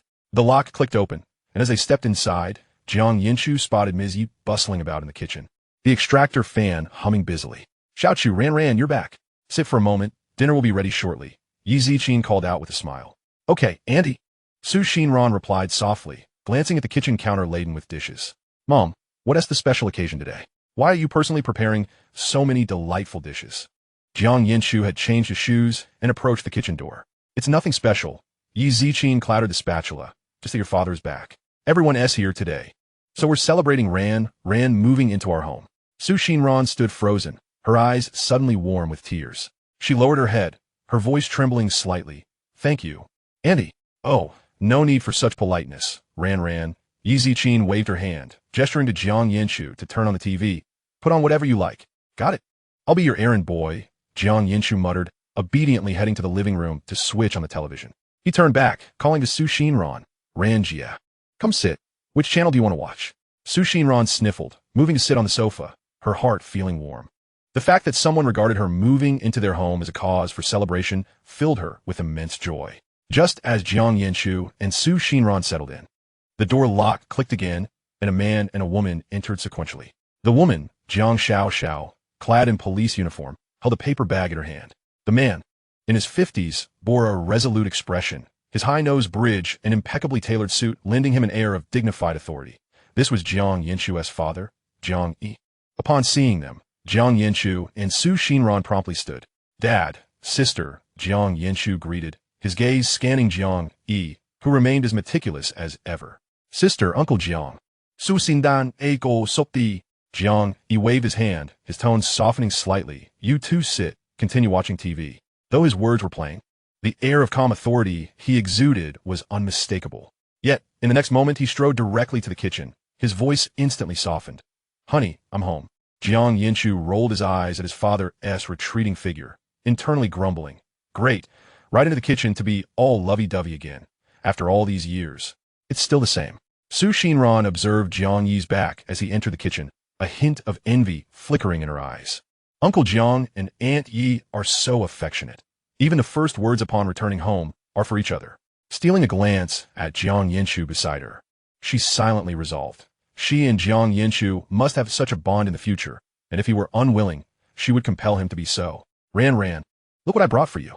Jiang Xiao approached, handing over the paper bag. "Last time, I heard Yanchu say you like those mung bean cakes, so I made a special detour to buy some." "Thank you, sister." Xinran's eyes sparkled as she eagerly accepted the bag, feeling a warm glow inside. Jiang Xiao ruffled her hair playfully, then turned to glare at Jiang Yanchu. "Look at you, all lethargic. What were you up to this afternoon?" "Playing basketball," Jiang Yanchu shrugged, flopping onto the sofa. "Sister, why didn't you give us a heads up about your return?" "To give you a surprise," Jiang Xiao replied, taking a seat and surveying the two with a knowing smile. "Surprise? More like a shock. I sent it, sister," Jiang Yanchu teased, retracting his neck. "You're feeling cheeky again, aren't you?" Jiang Xiao arched an eyebrow, playfully tugging at his ear with just the right amount of pressure. "Ouch, no, I was wrong. Please don't pull my ear." Jiang Yanchu winced, hastily pleading for mercy. "Sister, let him go," Xinran interjected, tugging at Jiang Xiao's sleeve. "He knows he was wrong. Little fool, you're always defending him." Jiang Xiao released her grip, pinching Xinran's cheek, her eyes sparkling with amusement.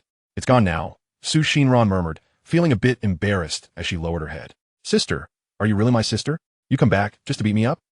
Jiang Yanchu complained, rubbing his ear with a pitiful expression. "Well, you're being cheeky," Jiang Xiao shot him a sidelong glance. "Besides, Ran even pleaded for you. Aren't you grateful?" Jiang Yanchu turned to Xinran, seeing her stifling a giggle, and all his grievances dissipated, replaced by a sweet warmth.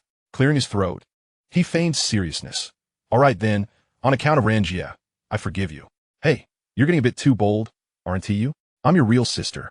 "You know," Jiang Xiao pretended to threaten him, but Xinran laughed and stopped her. "Sister, how is the Yang doing?" Jiang Yanchu's playful demeanor faded, his tone growing serious. "It's all good. Today, Ran's information was incredibly helpful, pointing out several key details. Rest assured, he'll soon face the law."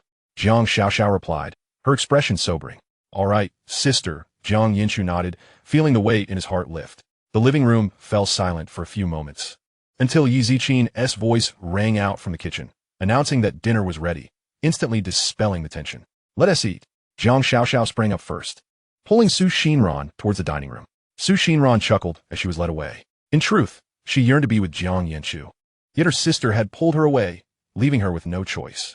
Jiang Yanchu observed Su Xinran being led away by Jiang Xiaoxiao, muttering to himself, "What am I to do now that you've taken Ran away, sis? Little Jiang, today I'm number 1. Ran, no, I am. Little Jiang, then I shall be number 2. Ran, humph." Chapter 75, The Taste of Home. At the dining table, Su Xinran sat with an air of restraint. Her head bowed low, speaking little as she quietly pushed her food around in her bowl. Jiang Yanchu noticed her discomfort and subtly reached out, gently nudging her arm with his elbow. The girl glanced at him with a look of inquiry in her eyes, as if to ask what was wrong. Jiang Yanchu winked at her, silently mouthing, Ran, there's no need to be so tense." Their subtle exchange did not go unnoticed by the others at the table.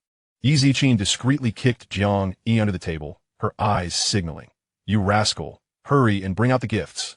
Jiang Yi nodded in response, silently assuring her, "All right, darling. Don't worry, it's coming." He set down his chopsticks and cleared his throat. Jiang Yanchu and Su Xinran both looked up, perplexed by his sudden seriousness. "What is the matter, Dad?" Jiang Yanchu was the first to speak. "Yanchu, Ran, Jiang Yi addressed the two youngsters. "You finished your college entrance exams, and I still haven't given you your gifts." "Oh, is Dad preparing for a big splurge?" Jiang Yanchu raised an eyebrow, a teasing tone lacing his voice. "Huh, you're quite the chatterbox." Jiang Yi shot him a glare, then rose to retrieve 2 exquisitely wrapped boxes from a nearby cabinet, presenting one to Jiang Yanchu and the other to Su Xinran. "Open them and take a look." Jiang Yanchu accepted the box, weighing it in his hands, mumbling, "What could this be, so shrouded in mystery?" As he spoke, he eagerly began to unwrap it. Upon opening the box and seeing its contents, his eyes widened in astonishment, exclaiming, "Dad, is this the key to that off-road vehicle in your garage?" "Indeed," Johnny nodded, nostalgia lacing his tone. "I'm passing it on to you. This has been my trusty companion, witnessing my rise from nothing. You must cherish it." "Of course, Dad." Jiang Yanchu clutched the keys tightly, his eyes sparkling with excitement. He had long coveted that vehicle and was astonished that his father was willing to part with it. Ran, you should open yours too?" Jiang Yi turned towards Su Xinran, his gaze softening considerably. "Yes, do hurry and unwrap it," Jiang Yanchu urged, his curiosity piqued about her gift. "Go ahead, Ran, Yi Zichin chimed in cheerfully. "Look at how impatient Jiang Yanchu is. You should quickly see what it is," Jiang Xiaoxiao teased, feeling slightly embarrassed under the collective gaze. Su Xinran lowered her head and responded with a soft her fingers delicately tearing away the wrapping paper. The moment she opened the box, she froze, initially taken aback. Inside, nestled in red velvet, lay a carved golden bracelet, a delicate gold necklace, and a round, polished gold pendant, gleaming gently under the light. She hastily closed the box, raising her gaze to Jiang Yi, her tone urgent. "Uncle Jiang, this is too extravagant. I cannot accept it." Upon hearing this, Jiang Yi's expression turned stern. With his naturally resolute features, this seriousness bore an unmistakable air of authority, prompting even Jiang Yanchu to sit up straighter. Ran, you must accept it." Jiang Yi's voice deepened. "You are like a cherished daughter to me now that you are here. If you refuse, it would mean you do not consider us family and do not wish to recognize this home." "But Uncle Jiang, this really—" Su Xinran attempted to decline further, her fingers gripping the edge of the box, turning pale. Ran, just accept it," Jiang Yanchu interjected, his tone lightening. "My dad may not have many virtues, but he is wealthy, so consider it a way to help him spend it." "Yes, please accept it," Yi Zichin gently persuaded. "Otherwise, Annie will be quite saddened." Hearing this, Su Xinran lowered her head, her shoulders beginning to tremble. "Why is Ran crying?"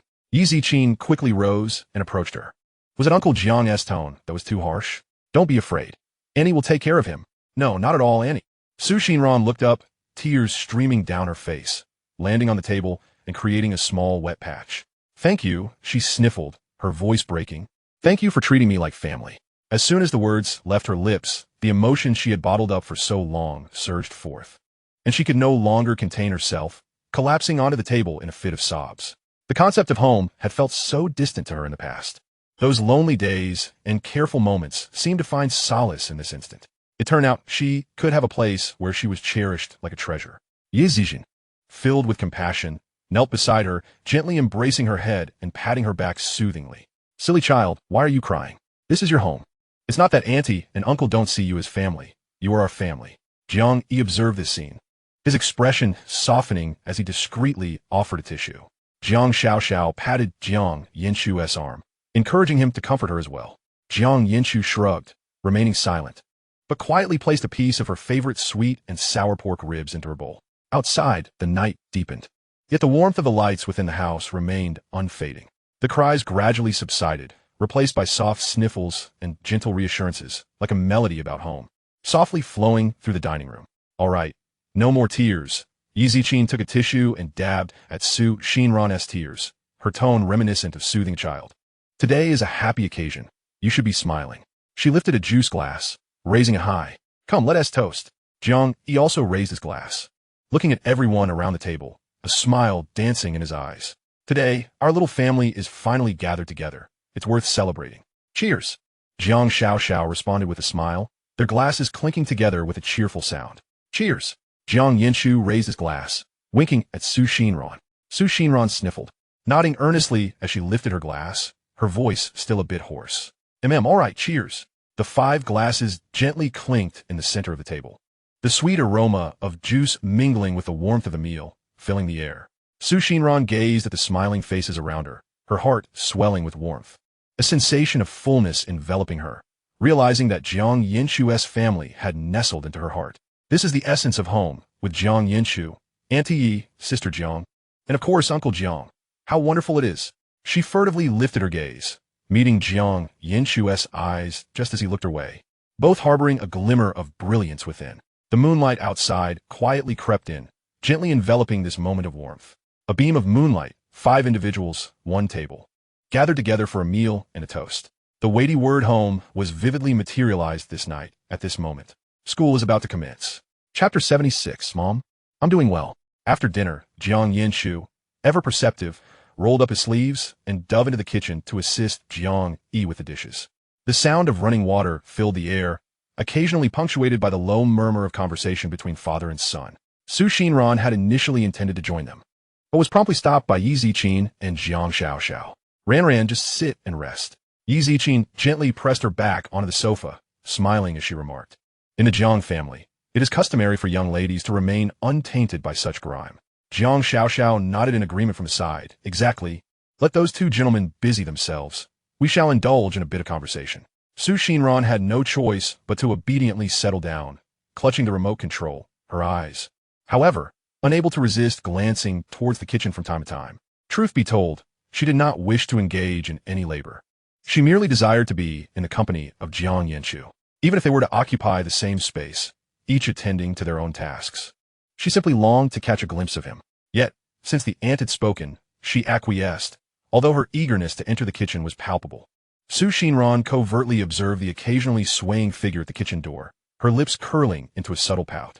Fortunately, she could still discern the outline of Jiang Yanchu's back from her vantage point. Inside the kitchen, the sound of rushing water echoed as Jiang Yanchu diligently washed the dishes, while Jiang Yi stood nearby, drying the freshly cleaned plates.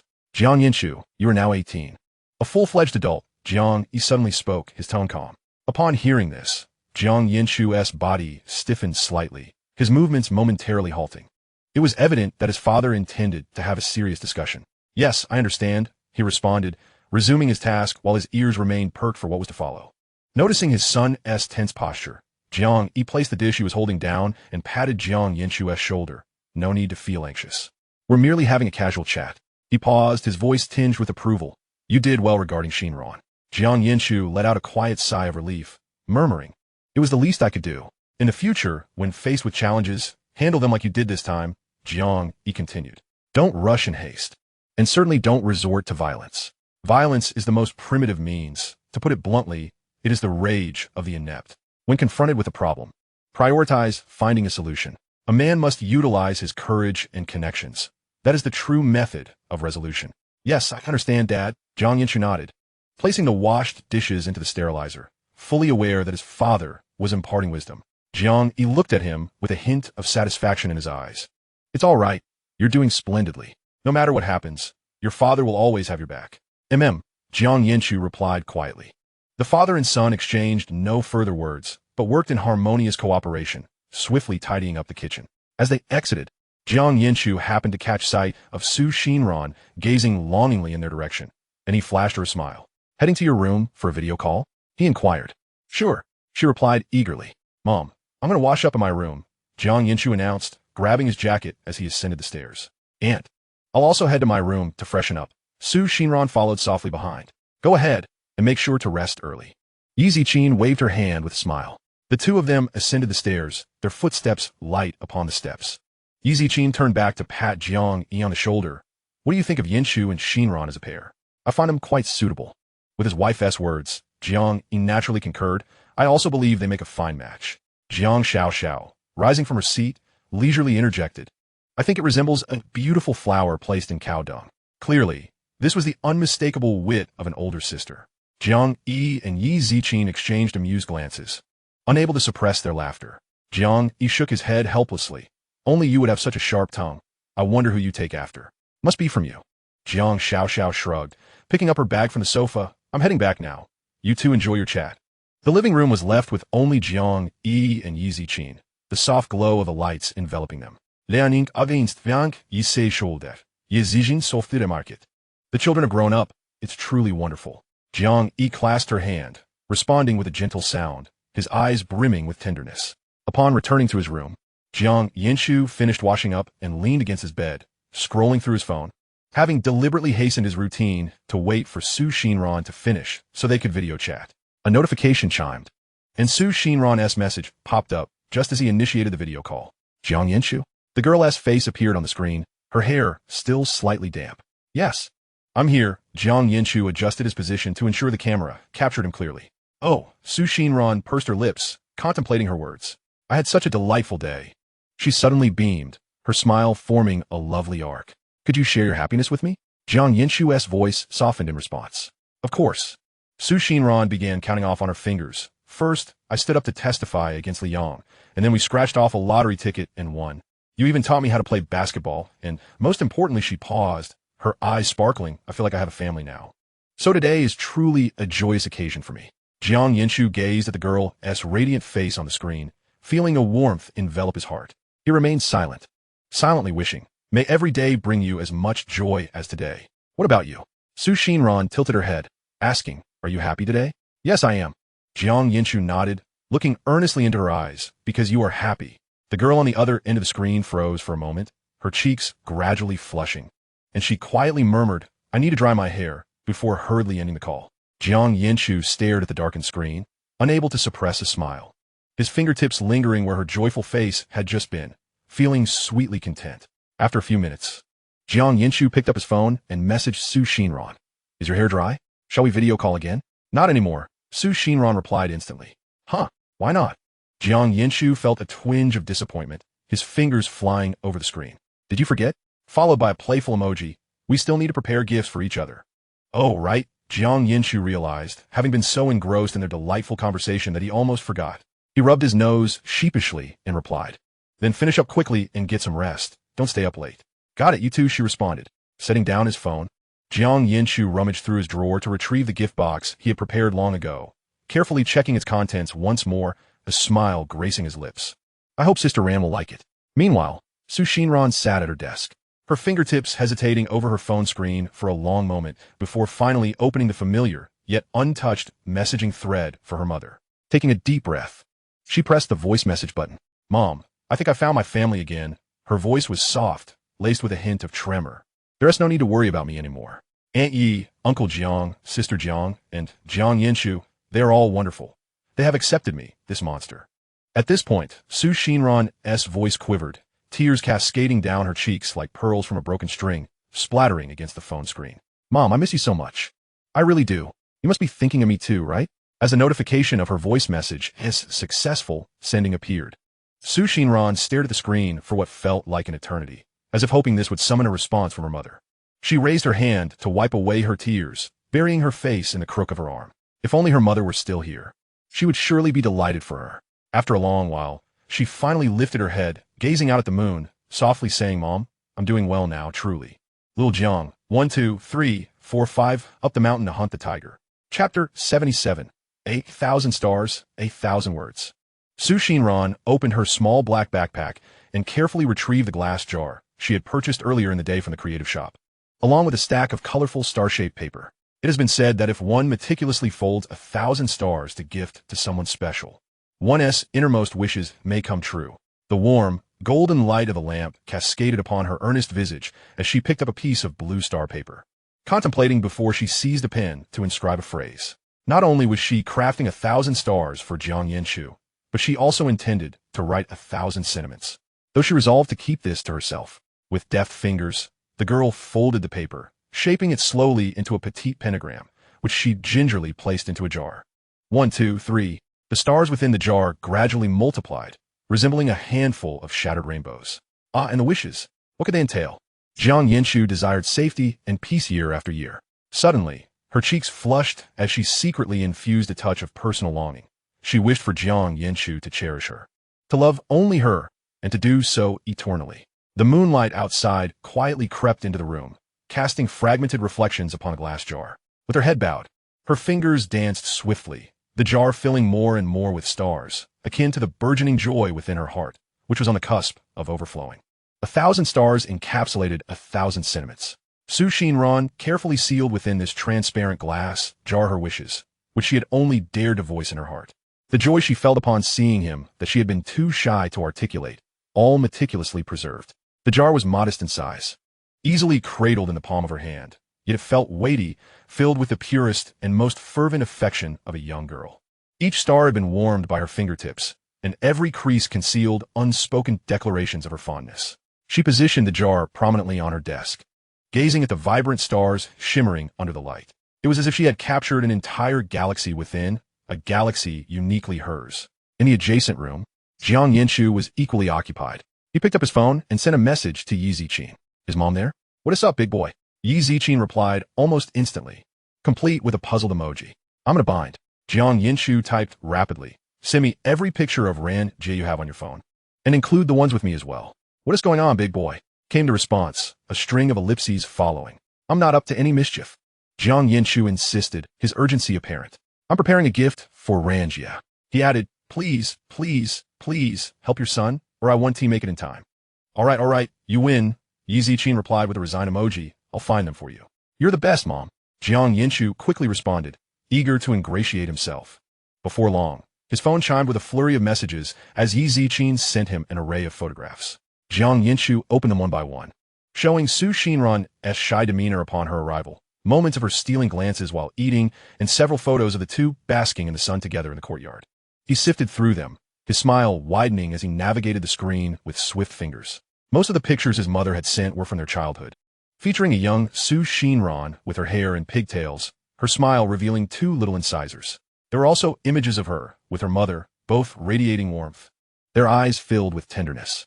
Additionally, there were photos of the two of them together, clad in childish attire, sharing innocent laughter, as well as pictures of their families on outings against a backdrop of bright sunshine and lush landscapes. Supplementing these were the clandestine captures he had taken of her during school, her brow furrowed in concentration as she completed her assignments, the pen gliding across the paper, or the way she would gaze out the window, lost in daydreams of freedom. Jiang Yanchu retrieved the exquisite photo album he had purchased from a creative store, its cover a soft blue adorned with delicate starlight patterns. With meticulous care, he inscribed a few lines behind each photograph before affixing them within. This one was taken on your 6th birthday, when you were caught sneaking cake by Annie, your face turning as red as an apple. This one was during the final exams in sophomore year. You struggled with the last math problem for half an hour, and I want to tell you that I was just as clueless. This snapshot is from that year. We were 10 at the park when you declared you would be my sister for life. Though it seems things have shifted a bit since then. Yet, these sentiments remained hidden behind the photographs. The essence of these images lay in their ability to freeze moments in time, and Jiang Yanchu carefully extracted these memories from the past, quietly infusing his long-held thoughts into the album as well. He caressed the cover, a flutter of nervousness and anticipation coursing through him. Tomorrow, when he presented it to her, would she appreciate it? Did these captured moments conceal his gaze? Having completed his task, Jiang Yanchu glanced at the time on his phone. It was already 1 a.m. He paused momentarily before sending Xinran a message. Good night. To his surprise, she replied instantaneously. Good night. Are you still awake? Jiang Yanchu felt a twinge of astonishment. Yes, Su Xinran replied promptly. I'm preparing a gift, and it's all ready. Me too. I'm ready as well. Jiang Yanchu chuckled, his fingers dancing across the screen. Make sure to rest early, Jiang Yanchu. All right, he replied, pausing before adding, shall we reveal our gifts together tomorrow? Okay, good night. After setting down his phone, silence enveloped the room, punctuated only by the occasional chirping of insects outside. Jiang Yanchu reclined back onto his bed, staring at the ceiling, lost in thought. What would tomorrow bring? Meanwhile, Su Xinran lay in bed, her eyes fixed on the ceiling, contemplating the same question. Tomorrow? Surely it would be splendid. Yet, she tossed and turned, unable to find sleep. Finally, she opted to close her eyes and softly hum a tune, her voice barely above a whisper, as if afraid of being overheard. Let the evening breeze embrace this summer, this season with you. The melody was gentle, imbued with youthful shyness and anticipation. She envisioned the moment she would unveil the glass jar, imagining Jiang Yanchu's expression upon seeing the stars, her lips curving into a smile. Moonlight filtered through the gaps in the curtains, casting a patch of brightness on the blanket. As Su Xinran hummed, drowsiness gradually enveloped her, and in her dreams, there seemed to be an evening breeze, summer, and the boy who always protected her. Chapter 78. Flowers may bloom again, yet youth is irretrievable. The following day, both Jiang Yanchu and Su Xinran rose early, around 11 in the morning. They encountered one another at the staircase, Su Xinran clutching a neatly wrapped small box, while Jiang Yanchu carried a canvas bag that was bulging with contents. Have you freshened up? Su Xinran scrutinized him, her eyes sparkling with amusement. Of course, Jiang Yanchu replied, tilting his chin with confidence. Let me check. She moved closer, her nose nearly brushing against his cheek. Go on, check, Jiang Yanchu teased, relishing her earnest demeanor as his lips curled upward. She reached out to touch his cheek, and then sniffed. Not bad, you didn't slack off. So, shall we exchange gifts now? Su Xinran stepped back slightly. Let us have brunch first, Jiang Yanchu suggested, tugging at her arm. Anzai, Su Xinran not that? Her eyes sparkling with excitement. Wait for me to grab the car keys and helmet.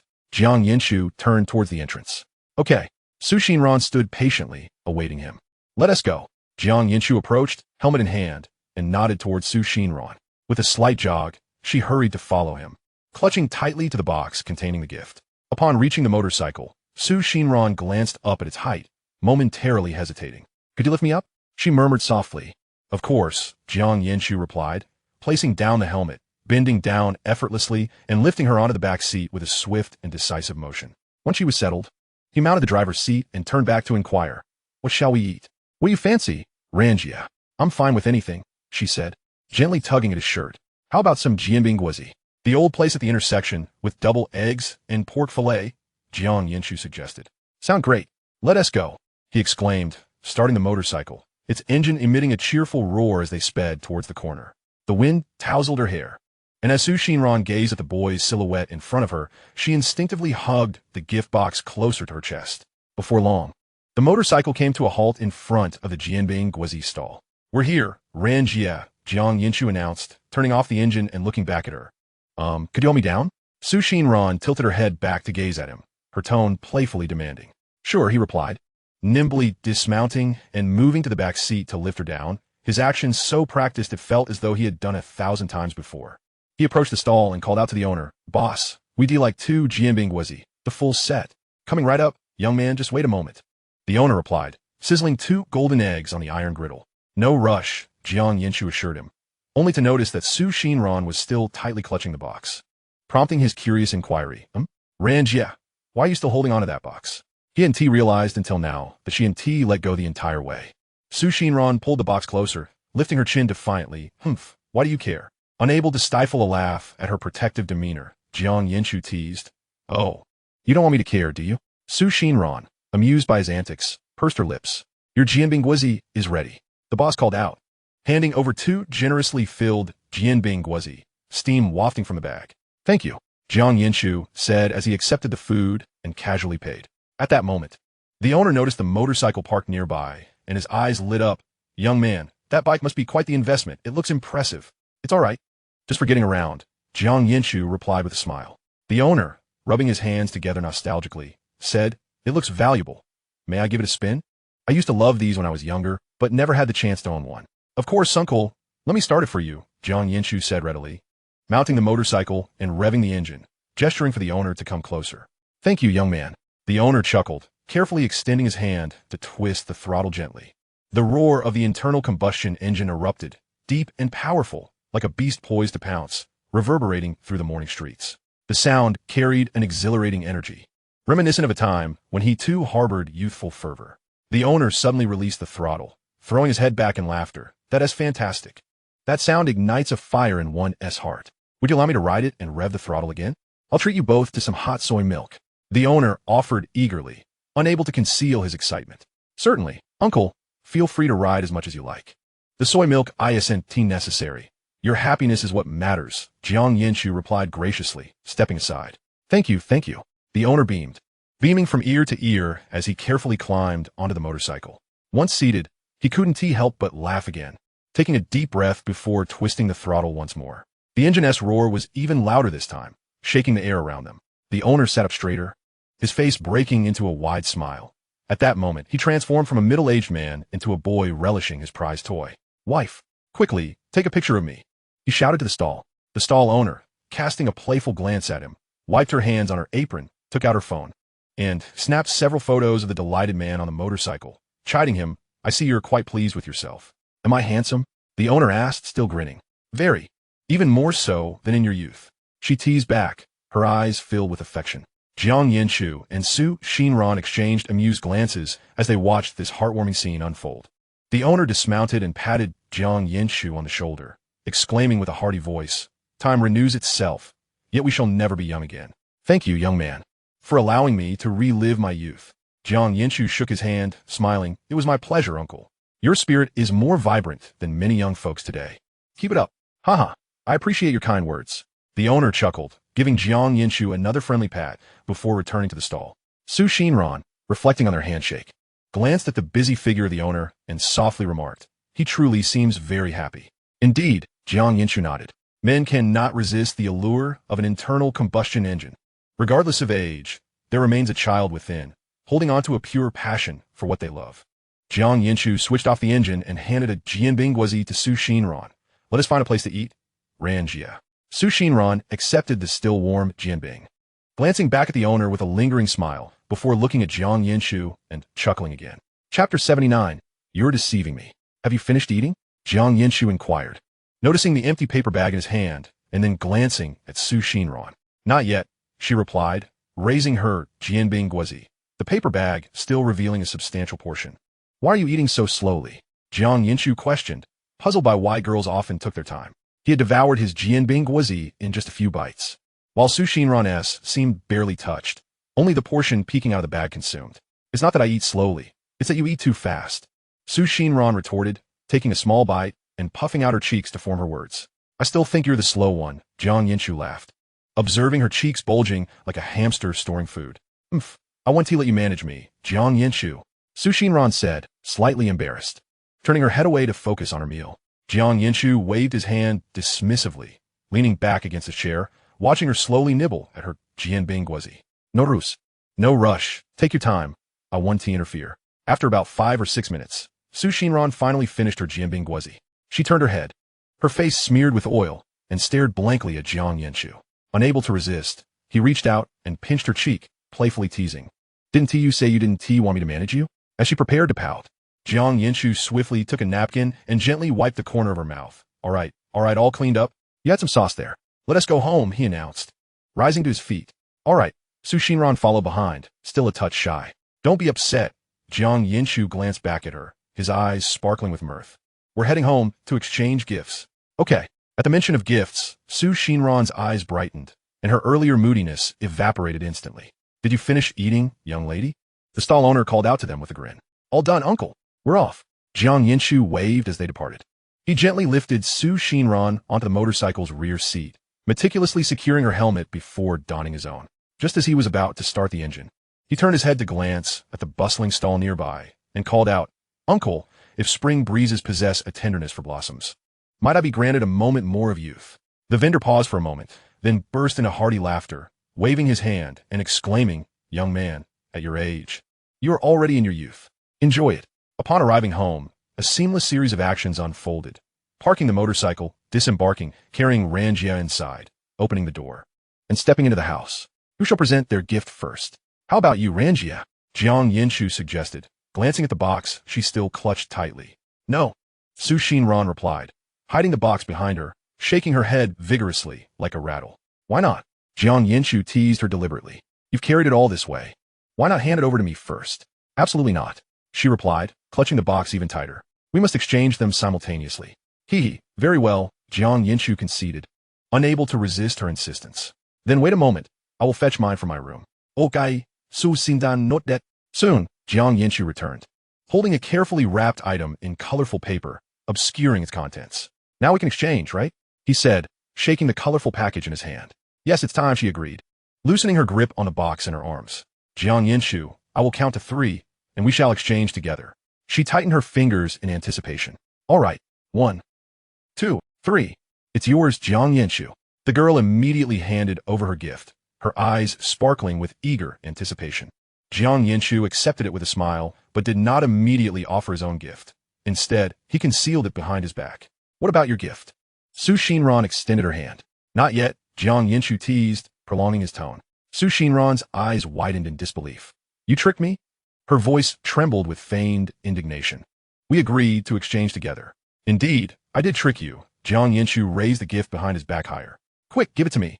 Xinran tiptoed to reach for it, but her fingers fell short. I won't. Then I shall seize it, she declared, pretending to be angry as she reached for Jiang Yanchu's arm. Come and try, he said, sidestepping her grasp while playfully shaking the colorful package in his hand. Give it to me. Xinran chased him in a small circle, a bead of sweat forming on her forehead. If you manage to grab it, I shall. Watching him hold the item high above her reach, Xinran realized her 165-centimeter stature stood no chance against Jiang Yanchu's 187 centimeters. She halted, pouting her lips. I am upset. As soon as she spoke, her eyes glistened with unshed tears, her lashes appearing as if adorned with tiny droplets, a picture of both grievance and endearment. Jiang Yanchu's heart softened. He could no longer tease her. He quickly lowered the gift, placing it into her embrace, and affectionately tousled her hair. All right. I won't tease you anymore. Our Ran-jie is the best. Don't be upset. Receiving the gift, Xinran's demeanor shifted as swiftly as turning a page. The moment her fingers brushed against the paper, her earlier discontent vanished, her lips curving into a radiant smile, her eyes forming crescent moons. You tricked me. She feigned annoyance, though her tone lacked any trace of anger. I did not deceive you, Jiang Yanchu replied, raising an eyebrow with a playful smile. Is you who tricked me, isn't it? Stop pretending to cry. I did not trick you, silly Jiang Yanchu. I'm going to my room to unwrap my gift now. Goodbye, see you soon. Xinran exclaimed, clutching the colorful package as she turned to dash up the stairs. Oh, Jiang Yanchu responded, watching her joyful figure retreat. However, after a few steps, she halted, turned back, and gently patted his head as if to comfort a child who had just been wronged. Jiang Yanchu inclined his head slightly, facilitating her gesture. Her fingertips radiated warmth as they brushed against his hair, her movements swift and soft, akin to a delicate paper drifting upon a lake, creating gentle ripples. Hurry and unwrap it, he whispered. Xinran nodded vigorously, then hurriedly ascended the stairs. As Jiang Yanchu observed her silhouette fade from view at the staircase's edge, he looked down at the wrapped jar in his hand, revealing a satisfied smile.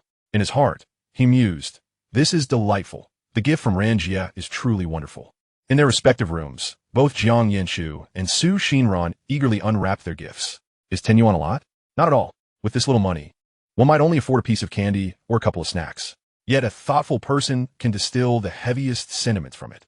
It has never been that 10 yuan is insufficient to procure fine gifts. Rather, without that genuine heart, even the most extravagant items seem insubstantial. Before long, their phones lit up simultaneously. Are you there? Jiang Yanchu sent a message first, his fingertips still warmed by the jar surface. I am here. Xinran replied in an instant, her album resting on her lap, a page holding a photograph of her childhood braids. I really love your gift, Jiang Yanchu remarked, gazing at the stars within the jar. It seemed to him that each star shone brightly, representing Ran-jie's heartfelt intent.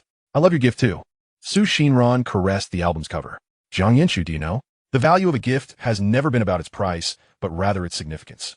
Jiang Yanchu replied, his eyes fixed on the screen as he typed. Thus, your gift is truly, truly cherished. Sunlight streamed through the gaps in the curtains, illuminating their gifts. A glass jar, an album, neither particularly expensive, yet they contained the most sincere sentiments of two young souls. Heavy with emotions, they encapsulated the gentle essence of the entire summer. Most importantly, the other side of the gifts concealed the unspoken thoughts of the boy and girl. As Xinran folded stars, each one held a desire to share countless years together. When Jiang Yanchu affixed photographs, each line of text encircled the tenderness that existed solely for her. These unexpressed sentiments were quietly wrapped within the gifts, shared between them. Their intentions conveyed as well. Would they realize it? Perhaps not. One day, Jiang Yanchu might discover the small writing on the back of the star paper. Perhaps, one year, Xinran would comprehend the subtly altered meaning in the album. Or perhaps, these feelings would remain nestled away, forming soft yet warm shadows in their memories. Yet, this seemed to matter little. Some sentiments, unspoken, felt freer, much like the evening breeze understanding the moon's waxing and waning, like the summer cicadas remembering the shade of trees. They concealed their softest yearnings within the gifts, quietly passing them to one another. That was sufficient. After all, there is still plenty of time ahead. They have countless moments yet to share. Jiang Yanchu, have you put your gift away? I have. Why do you ask? After much deliberation, Xinran finally typed. Flowers may bloom anew, but youth is fleeting. Huh? What do you mean by that? Jiang Yanchu playfully retorted. Nothing. She paused, then added, actually, I know you want to learn how to ride a motorcycle too, don't you? On the other end of the screen, a few seconds of silence passed before a single word came through. Let us go. I'll take you to driving school shortly, Jiang Yanchu quickly replied. All right. Why did you suddenly think of motorcycles? Jiang Yanchu couldn't help but ask. Xinran smiled at the screen and typed, I won't tell you. It's a secret. What kind of secret could it be? In truth, there was nothing convoluted about her reasoning. The simplicity of her desire to learn stemmed from one thing.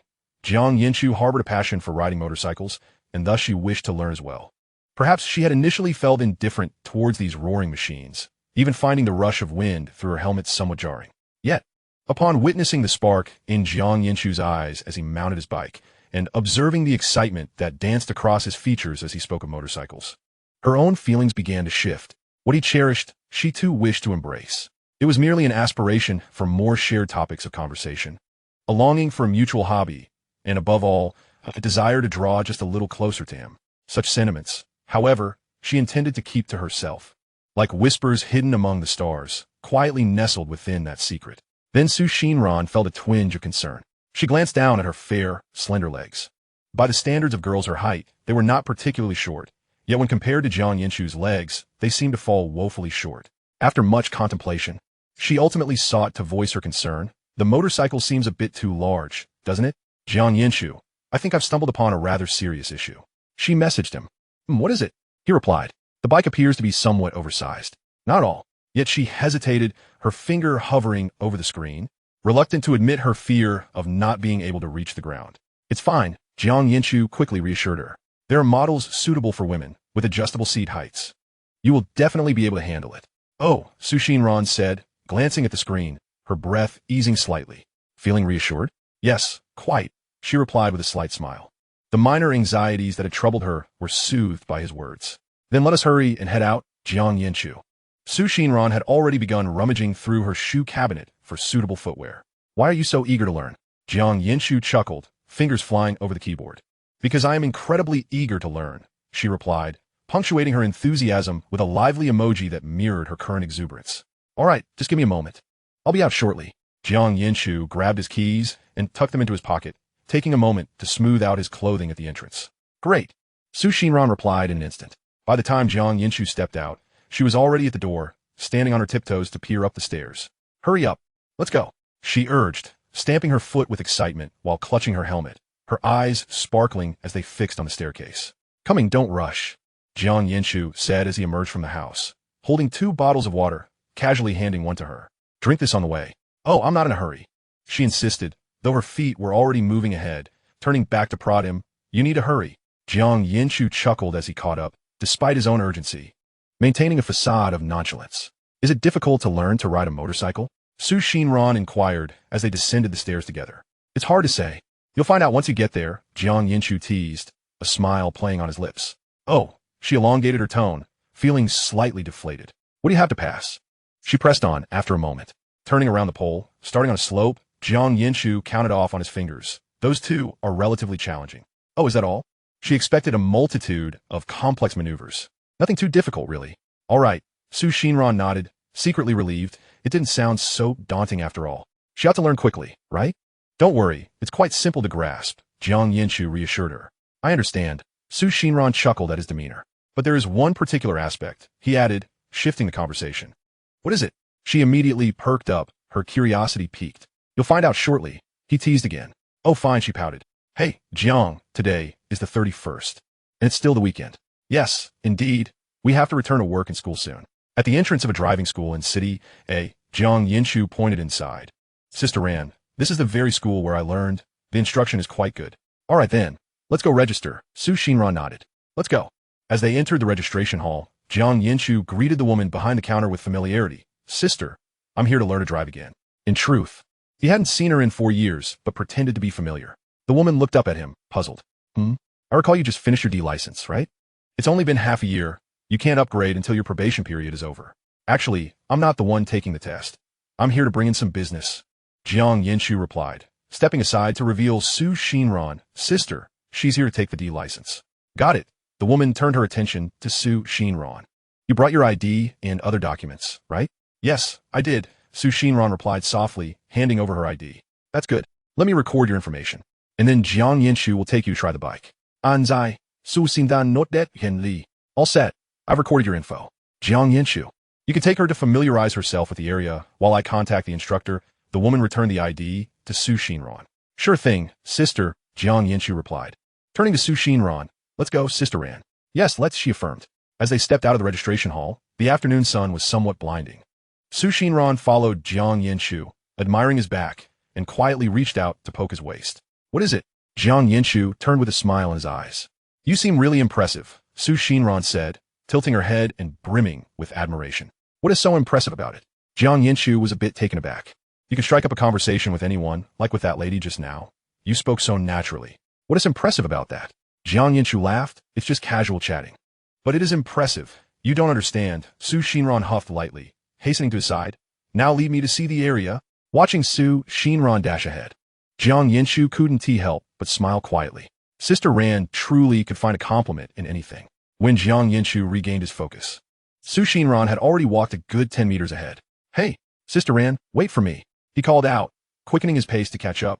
Do you even know where the area is? Why are you walking so fast? Su Xinran turned back with a smile. Oh, just hurry up and catch up. All right, just give me a moment. Jiang Yanchu sped up. Upon arriving at the site, Su Xinran was taken aback. Jiang Yanchu, are you sure this is where we learn to ride motorcycles? She asked, pointing to a few large tricycles parked nearby, her tone laced with uncertainty. Jiang Yanchu couldn't help but burst into laughter at her expression. Of course. The driving school wouldn't deceive you, but I thought I was here to learn to ride motorcycles. Su Xinran blinked, confusion evident in her eyes. These sturdy tricycles were a far cry from the sleek motorcycle she had envisioned. Jiang Yanchu, seeing her reaction, couldn't contain himself any longer. Su Xinran's astonishment mirrored his own when he first encountered those very tricycles at the driving school. Do you remember when I first arrived and mentioned something quite special? Su Xindan not that, Su Den Li Zi Li Ding. So what you referred to as special was actually about learning to ride a tricycle? Indeed, Jiang Yanchu clarified. The primary reason is that learning on a tricycle is significantly safer. It's less likely to topple over. Oh, now I understand, Su Xinran said, reaching out to touch the handlebars of the tricycle. It just feels a bit odd to be riding a tricycle, she murmured softly. With her other hand, she instinctively fiddled with the edge of the seat, a slight reluctance evident in her expression. Observing her resistance, Jiang Yanchu approached and gently tapped her forehead twice, saying, It's all right. No one will pay attention. With you being so beautiful, even riding a tricycle, you'll still stand out. Safety first, right? Su Xinran replied, her gaze lowered. It wasn't the opinions of others that concerned her. She was solely preoccupied with how Jiang Yanchu perceived her. Come on, let us get on. Don't be upset. I'll take you for a ride, Jiang Yanchu urged, mounting the tricycle and patting the front basket. Take me for a ride? Su Xinran looked up, a flicker of curiosity in her eyes. Yes, I'll have you sit in the basket, Jiang Yanchu reassured her, tapping the edge of the basket confidently. Haha, all right. Su Xinran giggled, bending down to sit in the basket, ensuring she held onto the side rails securely. I must tell you, I was quite adept at riding this tricycle back in the day, Jiang Yanchu boasted, revving the engine as the tricycle began to move slowly. All right. Su Xinran sat in the basket, feeling the breeze brush against her cheeks, gazing at Jiang Yanchu's back, her heart filled with sweetness. Regardless of whether it was a motorcycle or a tricycle, as long as she could learn, it was a good ride. "Hey, young man, what do you think you're doing?" A loud voice suddenly boomed. "Stop. Don't you know that a tricycle can't carry passengers?" Coach Jiang, the motorcycle instructor, approached briskly, his brow furrowed. Caught off guard while trying to show off, Jiang Yanchu had no choice but to obediently halt, scratching his head in embarrassment. Xinran leaned out of the basket, stuck out her tongue, and quickly climbed down. "Do you have a license?" Coach Jiang inquired. "Yes," Jiang Yanchu replied softly. "Having a license, yet still carrying passengers? I see you just want to show off in front of the young lady." Coach Jiang teased, poking his arm playfully. "Uncle, what are you saying?" Jiang Yanchu's face flushed slightly as he hurriedly pulled out a cigarette and offered one to him. "Here, you can smoke. Why not play along?" Coach Jiang chuckled, instantly revealing Jiang Yanchu's intentions. However, he knew the best way to appease the instructor was to offer a cigarette, a tactic he was well acquainted with. Coach Jiang accepted the cigarette, and the wrinkles on his face relaxed as he waved his hand. All right, this time I'll let it slide. "Is this your friend? Here, to get a license?" "Yes, uncle, this is Xinran. She just signed up today." Jiang Yanchu nodded eagerly. "Okay, I'll guide her to get familiar with the vehicle. You just watch and don't cause any more trouble," Coach Jiang instructed, turning to Xinran with a smile. "Don't be afraid. The tricycle is easy to handle. Follow my lead, and I guarantee you'll get your license within a week." "All right," she replied, her determination growing. "Count off. Xiao Jiang. School has started. Let us see how many friends we have left." Chapter 82. The engine won't start. "Come here, young lady. Let me demonstrate for you," Coach Jiang said, patting the seat of the tricycle, his tone considerably gentler than it had been with Jiang Yanchu. "Ohat, okai, su sinan zetponde." Stepping forward and standing beside the vehicle, her eyes fixed intently on the instructor's movements. "Did you see everything clearly?" Coach Jiang adjusted his seating position and looked up at her. Xinran replied softly, her voice barely audible. "Don't be shy. Speak up. Did you see everything?" Coach Jiang encouraged with a smile. "I saw it." Xinran took a deep breath and raised her voice. "All right, let us begin the demonstration. Remember, left hand is for the clutch, right hand is the throttle. First, turn on the ignition, pull the handbrake, squeeze the clutch, and gently give it some throttle," he instructed, demonstrating the actions as he spoke. Then, he released the clutch, and the tricycle lurched forward with a sudden burst. "Did you understand?" "Sort of. I think I get it," Xinran replied, scratching her head, still feeling a bit anxious. "Words alone won't suffice. Experience is the best teacher. Come on, give it a try," Coach Jiang encouraged, stepping away from the vehicle. "Okay," Xinran clenched her fists and slowly mounted the tricycle. After settling in, her eyes instinctively darted towards Jiang Yanchu, who gave her a thumbs up. As she settled into the driver's seat, she unconsciously wiped her forehead. In truth, she wasn't sweating. She was just a bit nervous. Xinran mentally recited the coach's instructions, took a deep breath, and grasped the handlebars. Ignition on, handbrake off, squeeze the clutch. Rev the throttle. She executed the sequence fluidly, but the tricycle sputtered loudly before stalling. Stunned, Xinran remained frozen in the driver's seat, her hands still poised over the throttle, turning to Coach Jiang with an embarrassed smile. "Coach, it seems I've stalled." "Don't worry." Coach Jiang waved his hand dismissively, his tone still warm. "You released the clutch too quickly. You need to let go of the clutch while gently giving it some throttle. The main actions need to flow together for the vehicle to take off smoothly." He paused before encouraging her again. "Try again. Don't be disheartened. Everyone struggles at first." "Okay." Xinran nodded, reigniting the engine. She went through the same sequence again, but the result was identical. The vehicle stalled once more with a loud clank. This time, not only was Xinran bewildered, but even Coach Jiang was taken aback. "This girl has smooth movements. Why does it keep stalling?" Xinran smiled sheepishly at the instructor, her grip on the handlebars tightening as her nerves escalated. Coach Jiang returned her smile with a hint of helplessness. He truly had no more advice to offer. "Coach, how about you take a break, and I'll figure it out myself?" Xinran suggested quietly. "By yourself?" Coach Jiang observed her tense shoulders, sensing her anxiety. "All right, take your time.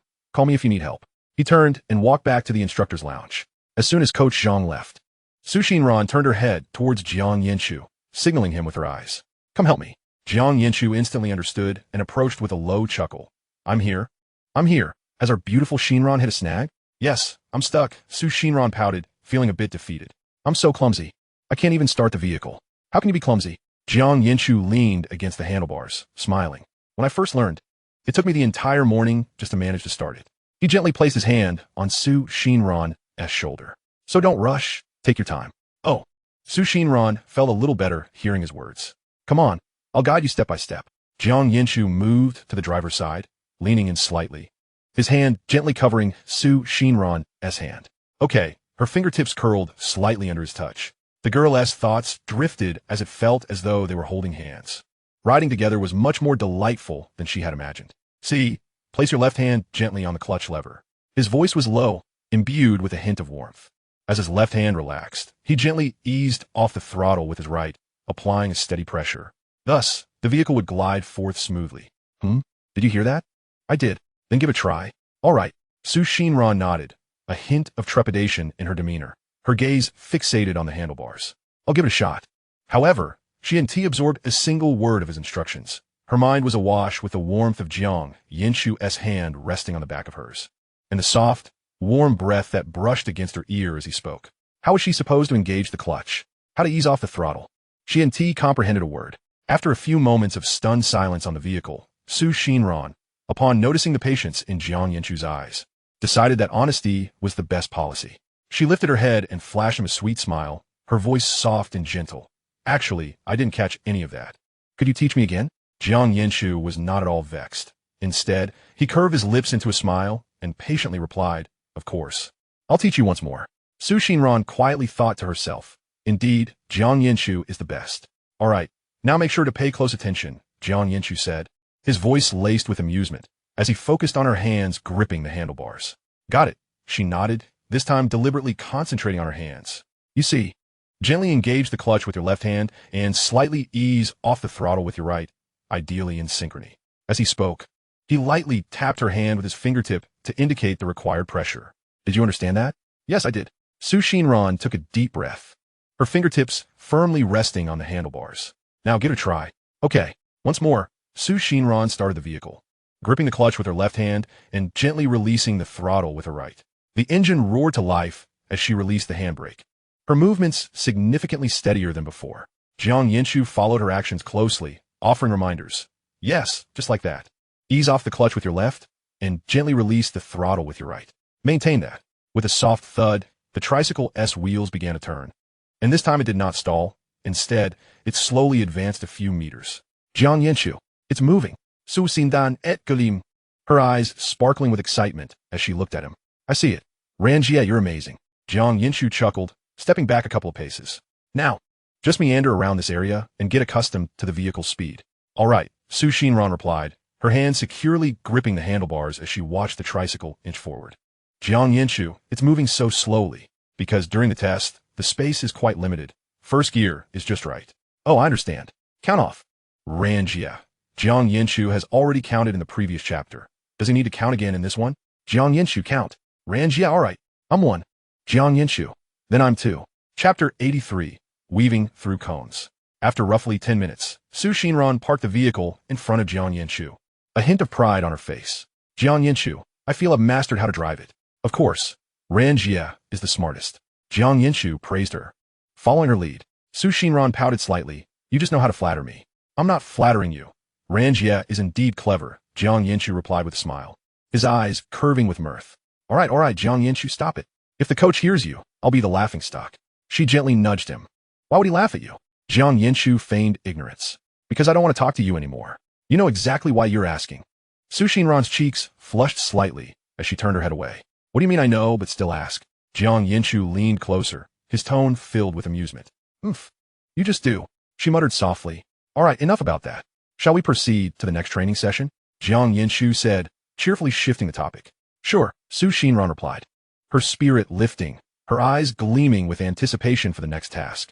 What will we practice next? Weaving through cones. It's the most challenging part of the test. Let us first familiarize ourselves with the layout and the distance between the cones.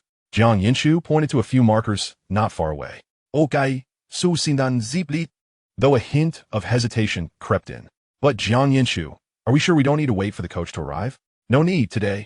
Coach Jiang will teach you, he assured her, patting his chest with confidence. All right, then, Su Xinran nodded, placing her faith in Jiang Yanchu, believing he would guide her well. After all, he was the most capable, wasn't he? Let me first outline the basic requirements. Jiang Yanchu cleared his throat, adopting the demeanor of a serious instructor. Su Xinran immediately nodded, her eyes sparkling with seriousness. Yes, okay. First, remember these points. Our tricycle must not exceed the lines on the ground. He pointed to the yellow lines drawn on the pavement. Second, you must not touch the cones. If you violate either of these rules, you'll receive a 0 in the motorcycle test. Do you understand? Jiang Yanchu emphasized, adopting an authoritative tone. I understand, Coach Jiang, Su Xinran replied, her voice sweet and elongated. Jiang Yanchu felt a flutter in his heart at being addressed as Coach Jiang. His ears turned slightly pink as he bashfully scratched his head. Then I'll continue explaining. Okay, Su Xindan Ziplit Ijali. Next, I'll share a method that can help you master the test in one go. Make sure to pay close attention. I'm super duper attentive. Su Xinran sat up straight, her hands obediently resting on her knees, resembling a well-behaved student awaiting class. Come, Ran-jie, get down. I'll ride the tricycle while explaining to you. Jiang Yanchu patted the seat. Is it that professional? Su Xinran's eyes sparkled with surprise. She had struggled to start the vehicle moments ago, and weaving through cones sounded quite difficult. Having Jiang Yanchu guide her step by step should make it easier. Of course. Jiang Yanchu lifted his chin slightly, a trace of pride evident. Come on, Ran-jie, hurry up. Anzai, Su Xindan, Gom Li. Stepping off the vehicle and watching Jiang Yanchu expertly mount it. Now we first start the vehicle, aiming for the center of this entrance and slowly drive in. Jiang Yanchu instructed, simultaneously turning the key as the tricycle smoothly advanced.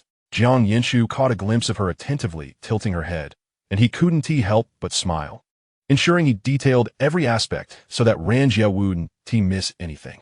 Now, stop here. Jiang Yanchu parked beside the first cone. Do you see it? I do.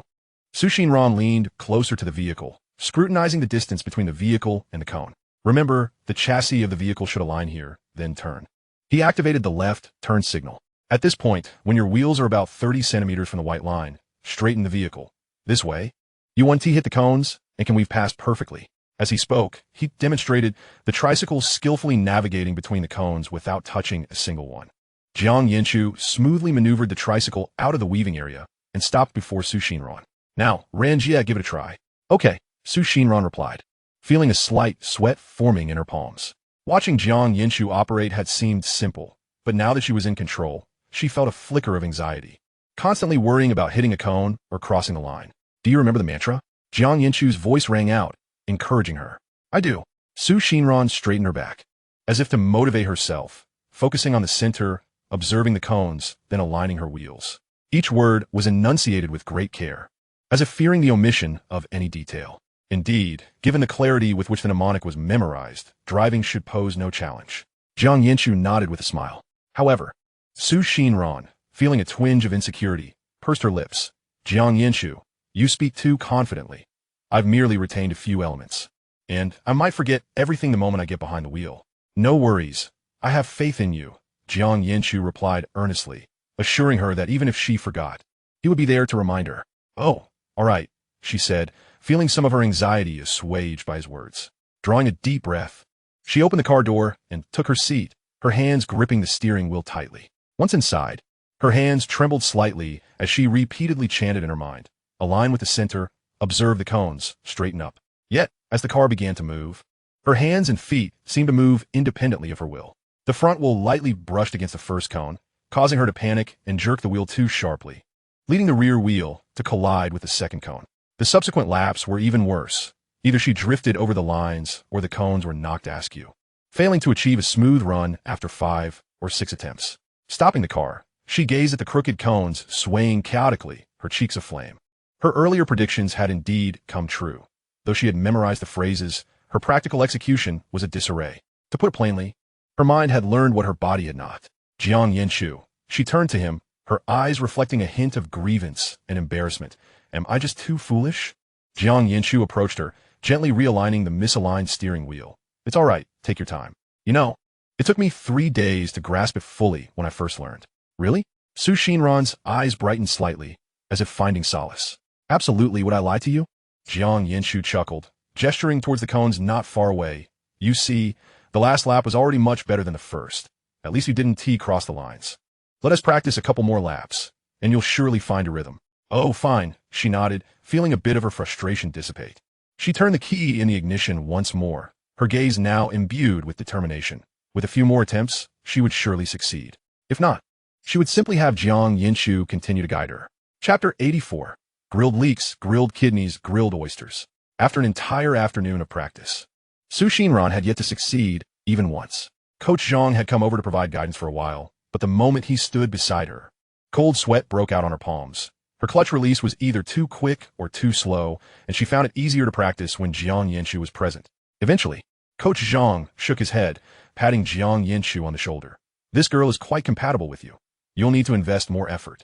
He relinquished the teaching duties entirely. As the sun slowly sank, it elongated their shadows.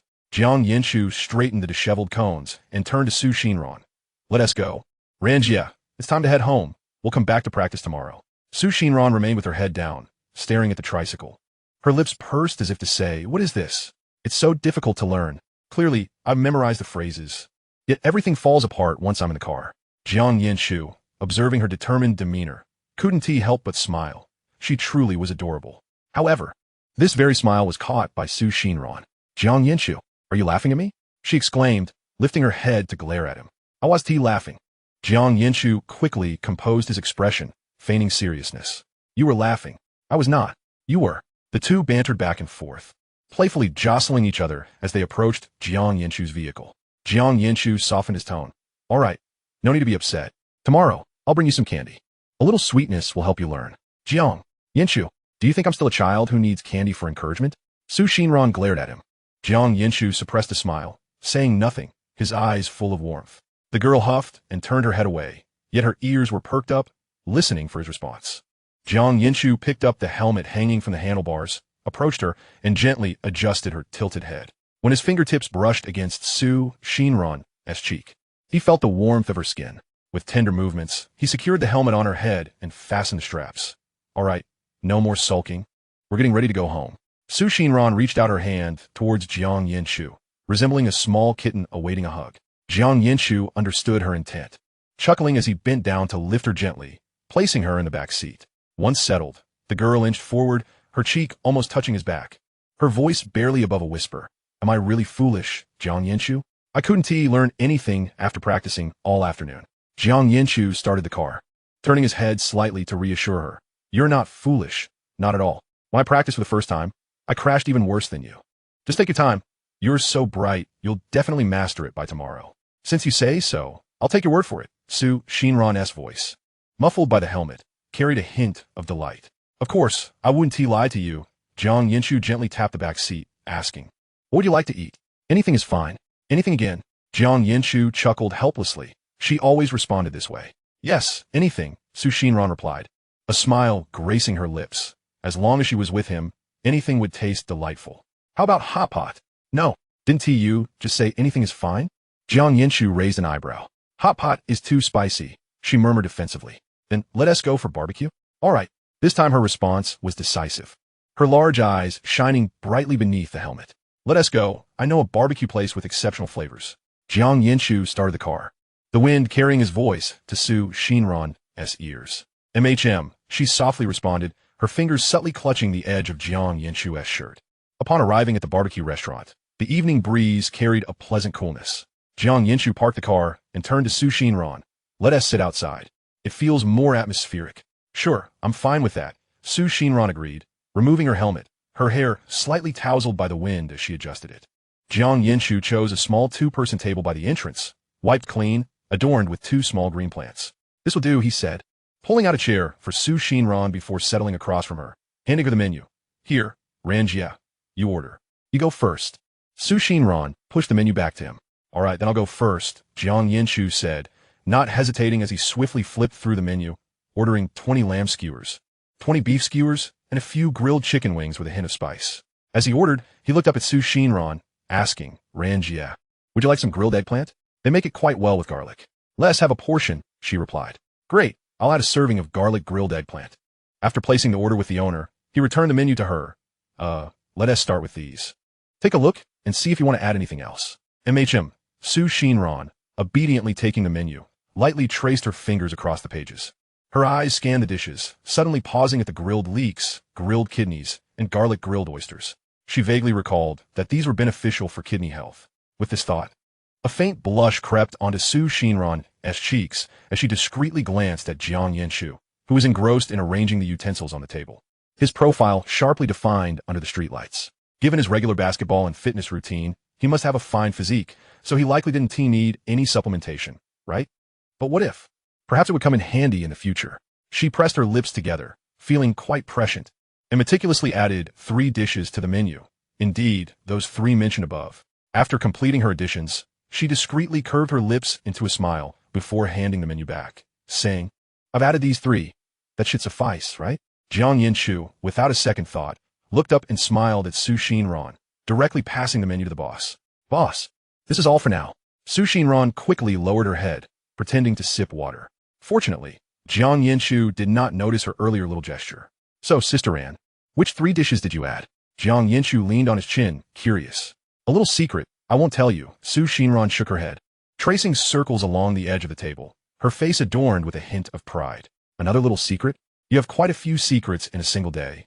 Jiang Yanchu chuckled, shaking his head. "Oh, you'll find out when it arrives." She shot him a playful glare, laughter hidden in her eyes. "All right then." Jiang Yanchu did not press further, but his mind was racing. What on earth did she order? It couldn't possibly be the barbecue trio, could it? Jiang Yanchu scratched his head. Indeed, if Xinran were to discover what Jiang Yanchu was pondering, she would undoubtedly say, "Little Jiang, you're quite clever to guess what I'm thinking so quickly." Chapter 85. You wouldn't think I'm being insincere, would you? Xinran sat somewhat uneasily, stealing glances at Jiang Yanchu. His physique surely needed proper care, and she must ensure he eats well. Just as she was lost in thought, the waitress arrived with a tray. Table 32. "Your skewers have arrived. Here are the lamb skewers, this is the beef skewers, and here are the grilled chives you just added. The others will take a bit longer." With that, she turned and moved on. Jiang Yanchu first handed a few skewers to Xinran, while he picked up a pair of chives, raising his gaze towards her. "Sister Ran, is this the dish you added?" Xinran's voice was small and slightly awkward. "Jiang Yanchu, you should eat more." "Me? Eat more?" Jiang Yanchu was taken aback, still holding the chives. "Yes," she gently nodded, her eyes evasive. Jiang Yanchu instinctively poked his side with his other hand, pondering. His waist was quite sturdy. He had never slacked off in basketball or workouts, did Sister Ran think he. He looked at her, suddenly laughing, and offered a skewer of chives to her mouth. "All right, then you must eat with me too. It's no fun eating alone." No, Jiang Yanchu, you should eat more." Xinran hurriedly waved her hands. You eat. I specifically ordered this for you." Just as her words fell, her head abruptly dipped, her chin nearly resting on her chest, no longer daring to meet Jiang Yanchu's gaze. Wasn't her intention too obvious? Would Jiang Yanchu misinterpret it? But perhaps a misunderstanding wouldn't be so bad after all. Jiang Yanchu watched her flushed ears, a smile curling at his lips, teasingly saying, "All right, I shall indulge a bit more. I cannot let your good intentions go to waste." As soon as he uttered those words, Xinran's face flushed crimson, resembling a steamed prawn. Fortunately, she kept her head down, so Jiang Yanchu could not see. Otherwise, she would truly want to find a crack in the ground to hide in. Xinran softly murmured, her voice barely above a whisper, "Just eat a little more." After a while, the remaining dishes all arrived. The garlic oysters steamed with heat, and the grilled kidneys glistened with oil, all neatly arranged on a plate. Jiang Yanchu glanced at these 2 dishes, silently sighing. Just as he had suspected, Sister Ran truly believed his body needed fortification. He cleared his throat. Attempting to assert his health, Sister Ran, "Truly, my body is in excellent shape. I haven't missed a beat with basketball or workouts, and I'm quite strong." As he spoke, he almost felt compelled to roll up his sleeves to showcase his muscles. However, Xinran pouted, murmuring, "Even if you're fit, you still need to replenish. Strengthening will only make you sturdier.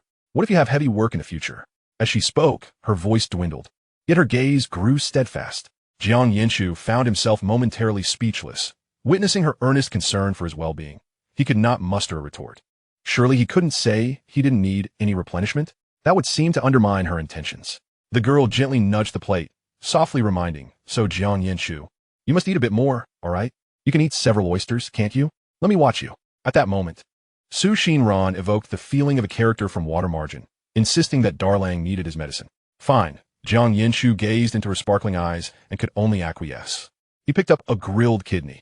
This must be what others refer to as a sweet burden. Oh well, Sister Ran's kind-heartedness should not go to waste. Ultimately, under Xinran's repeated encouragement, Jiang Yanchu managed to consume all those sweet burdens. He patted his round belly, exclaiming, "This is truly delightful, though quite sweet. I wish for no more." He would have to find an opportunity to assure Sister Ran that his health was perfectly fine and he truly did not need such vigorous replenishment. Are you full now? Su Xinran looked up at Jiang Yanchu. I am full, to the point of bursting. Jiang Yanchu leaned back against the chair, his tone tinged with exasperated humor. Upon hearing this, Su Xinran felt a bit embarrassed and scratched her head. Did I make you too much? No, it's all right. Jiang Yanchu quickly waved his hands, not wanting Su Xinran to feel disheartened. It's mainly because your choices were too delicious. I couldn't help but indulge a bit more. Oh, Su Xinran's lips curved into a smile, her guilt dissipating somewhat. Standing up, Su Xinran asked, shall we head home or take a walk? Jiang Yanchu also rose, conveniently grabbing her helmet. Let us walk.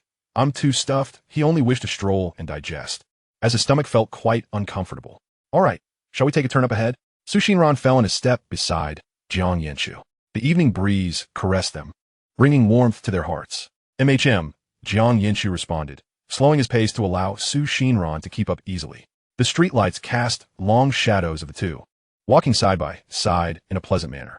As they strolled, Su Xinran kicked a small stone by her foot, suddenly speaking, learning to ride a motorcycle is so difficult.